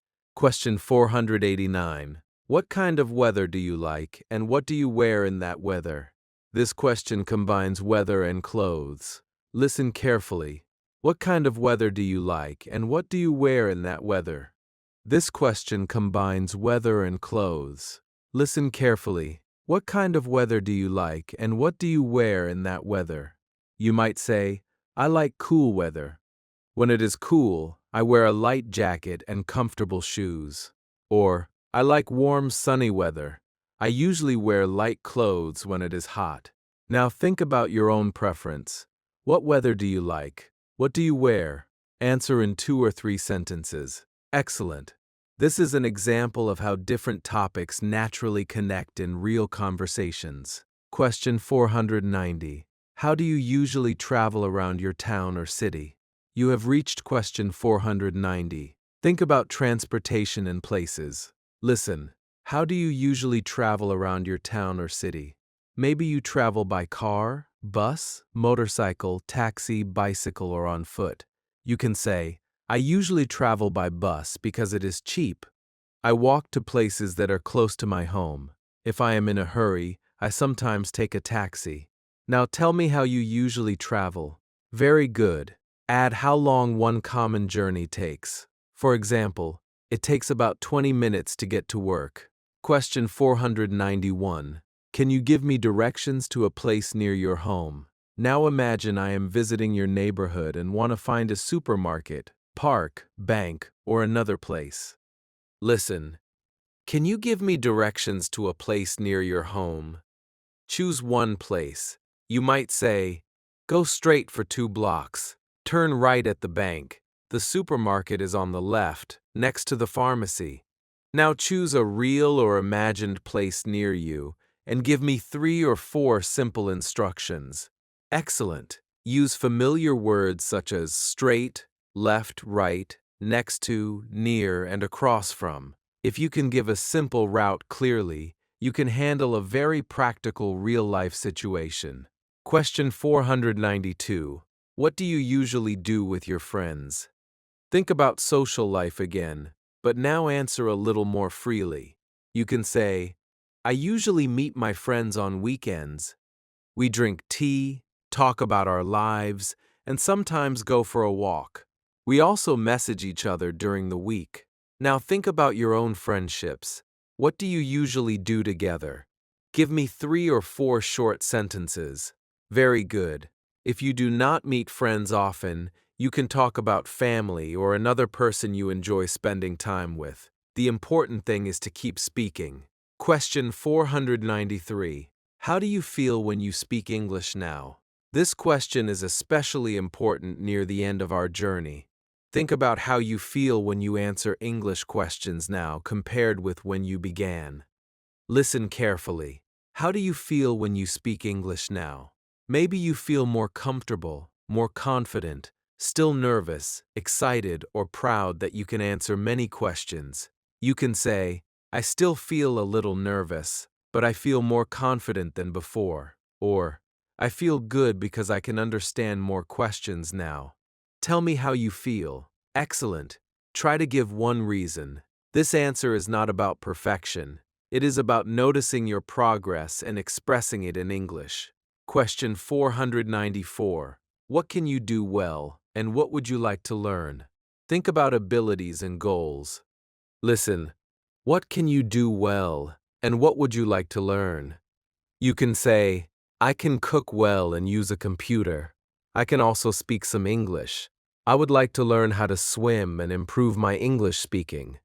Now think about your own abilities. Name 2 things you can do and 1 thing you want to learn.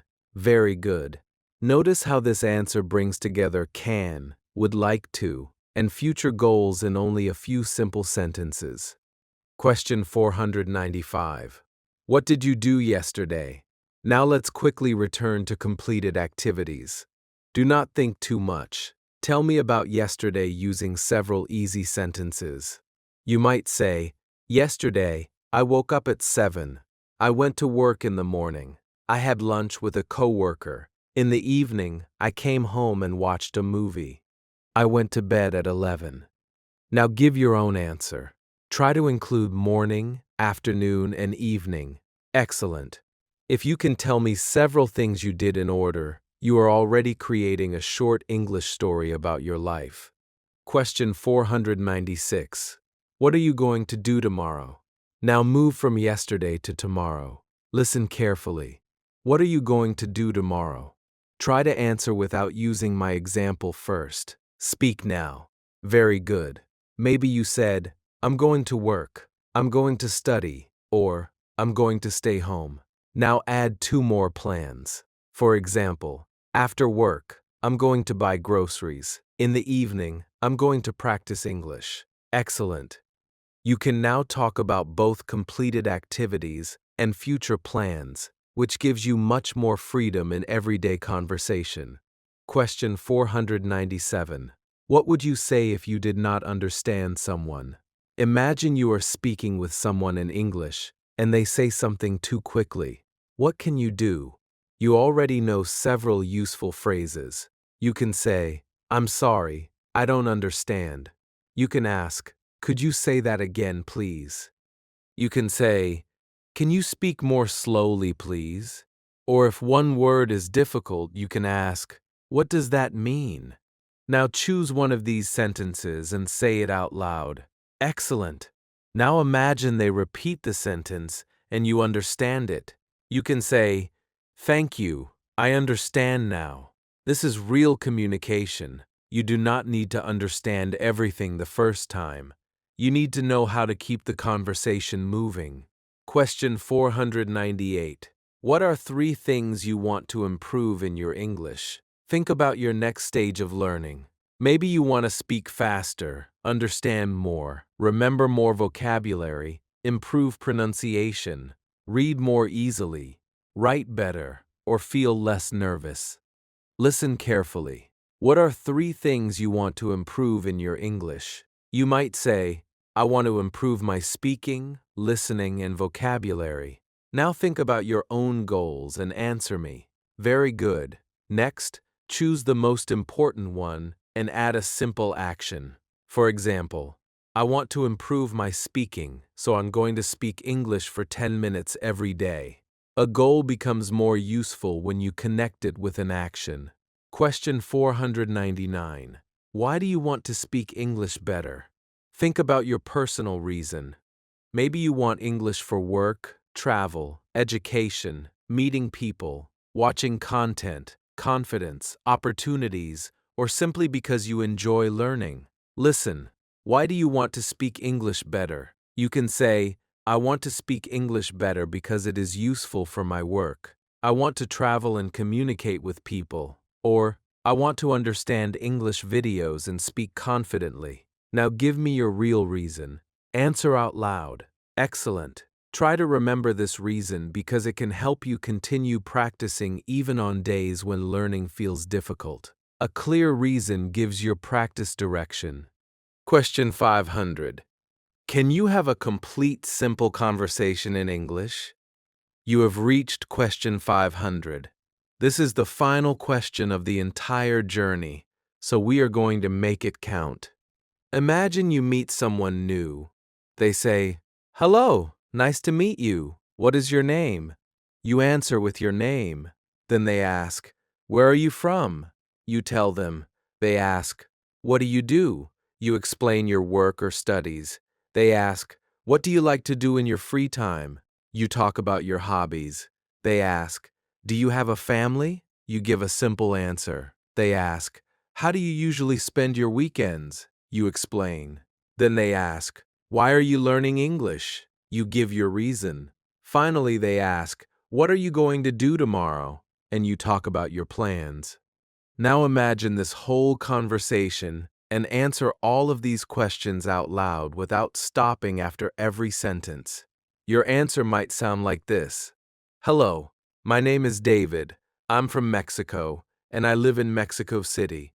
I work in a small company. In my free time, I like listening to music, watching movies, and spending time with my family. I have two brothers, and we are very close. On weekends, I usually relax, go shopping, or meet friends. I'm learning English because I want to travel and communicate with more people. Tomorrow, I'm going to work in the morning, and in the evening, I'm going to practice English. Every sentence is simple. There are no difficult words, but this is a real conversation. Now it is your turn. Speak for as long as you can. Introduce yourself. Talk about your life, your family, your routine, your hobbies, your English, and your plans. Take your time. This is your final challenge. Speak now. You did it. You have now completed all 500 common English questions and answers. Think about the distance you covered. You began with very simple questions such as, "What is your name?" and "How are you?" Then you learn to talk about your family, numbers, objects, colors, and home. You moved into morning routines, food, school, work, and evening activities. You practiced time, dates, weather, seasons, clothes, shopping, and money. Then you moved outside your home and talked about places around town, transportation, and directions. You practiced hobbies, friends, feelings, and opinions.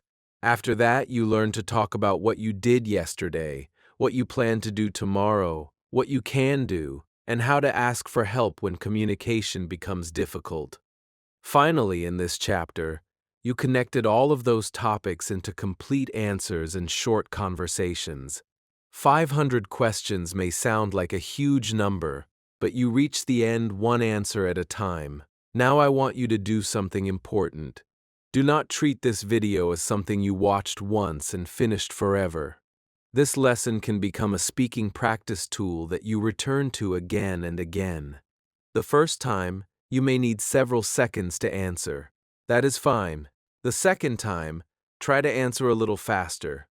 The third time, try to make your answers slightly longer. If your first answer is, "I like coffee," your next answer can become, "I like coffee because I drink it every morning." Later you may say, "I like coffee, but I also drink tea in the evening." You do not need hundreds of new grammar rules to improve your speaking.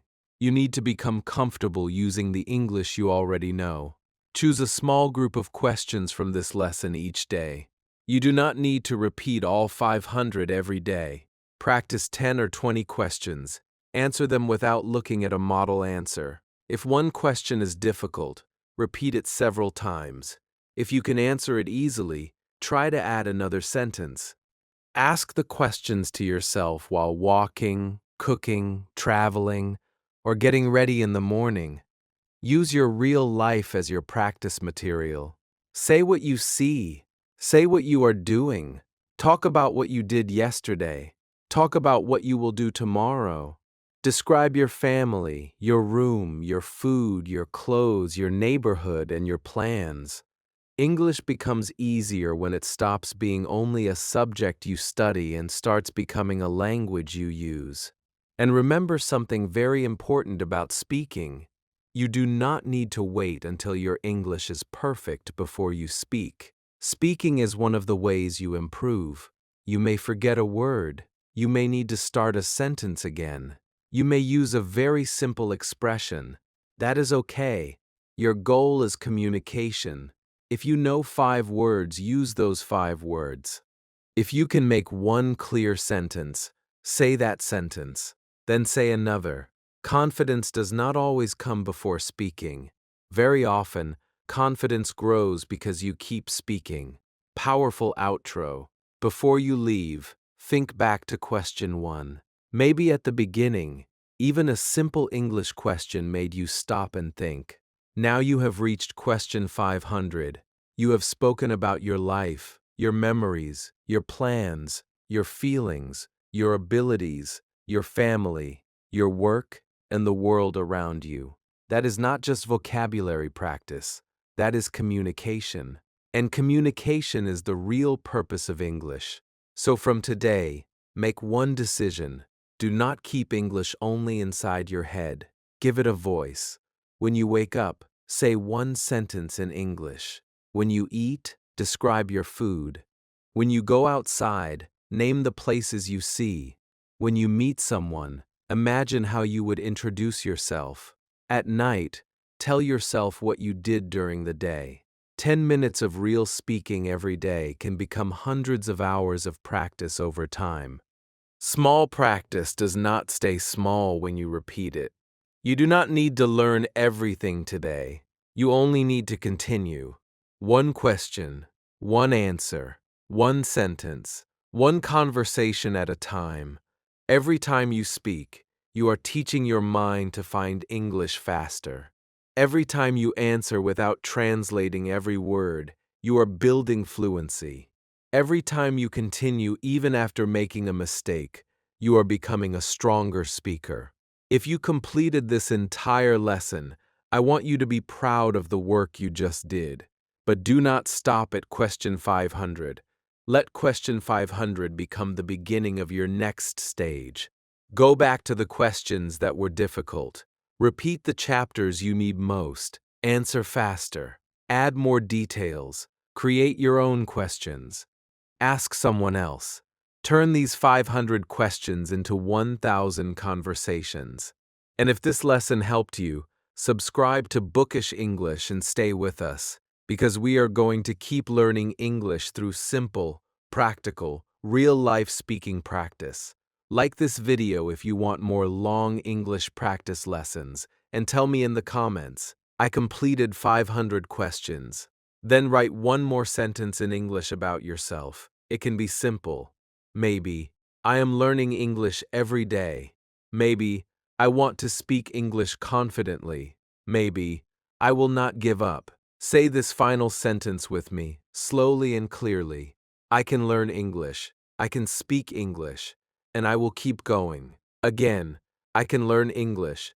I can speak English. And I will keep going. One more time, with confidence. I can learn English. I can speak English. And I will keep going. You have completed 500 questions. Now take your English beyond this lesson and use it in your life. Keep listening, keep practicing, keep speaking, and I will see you in the next lesson.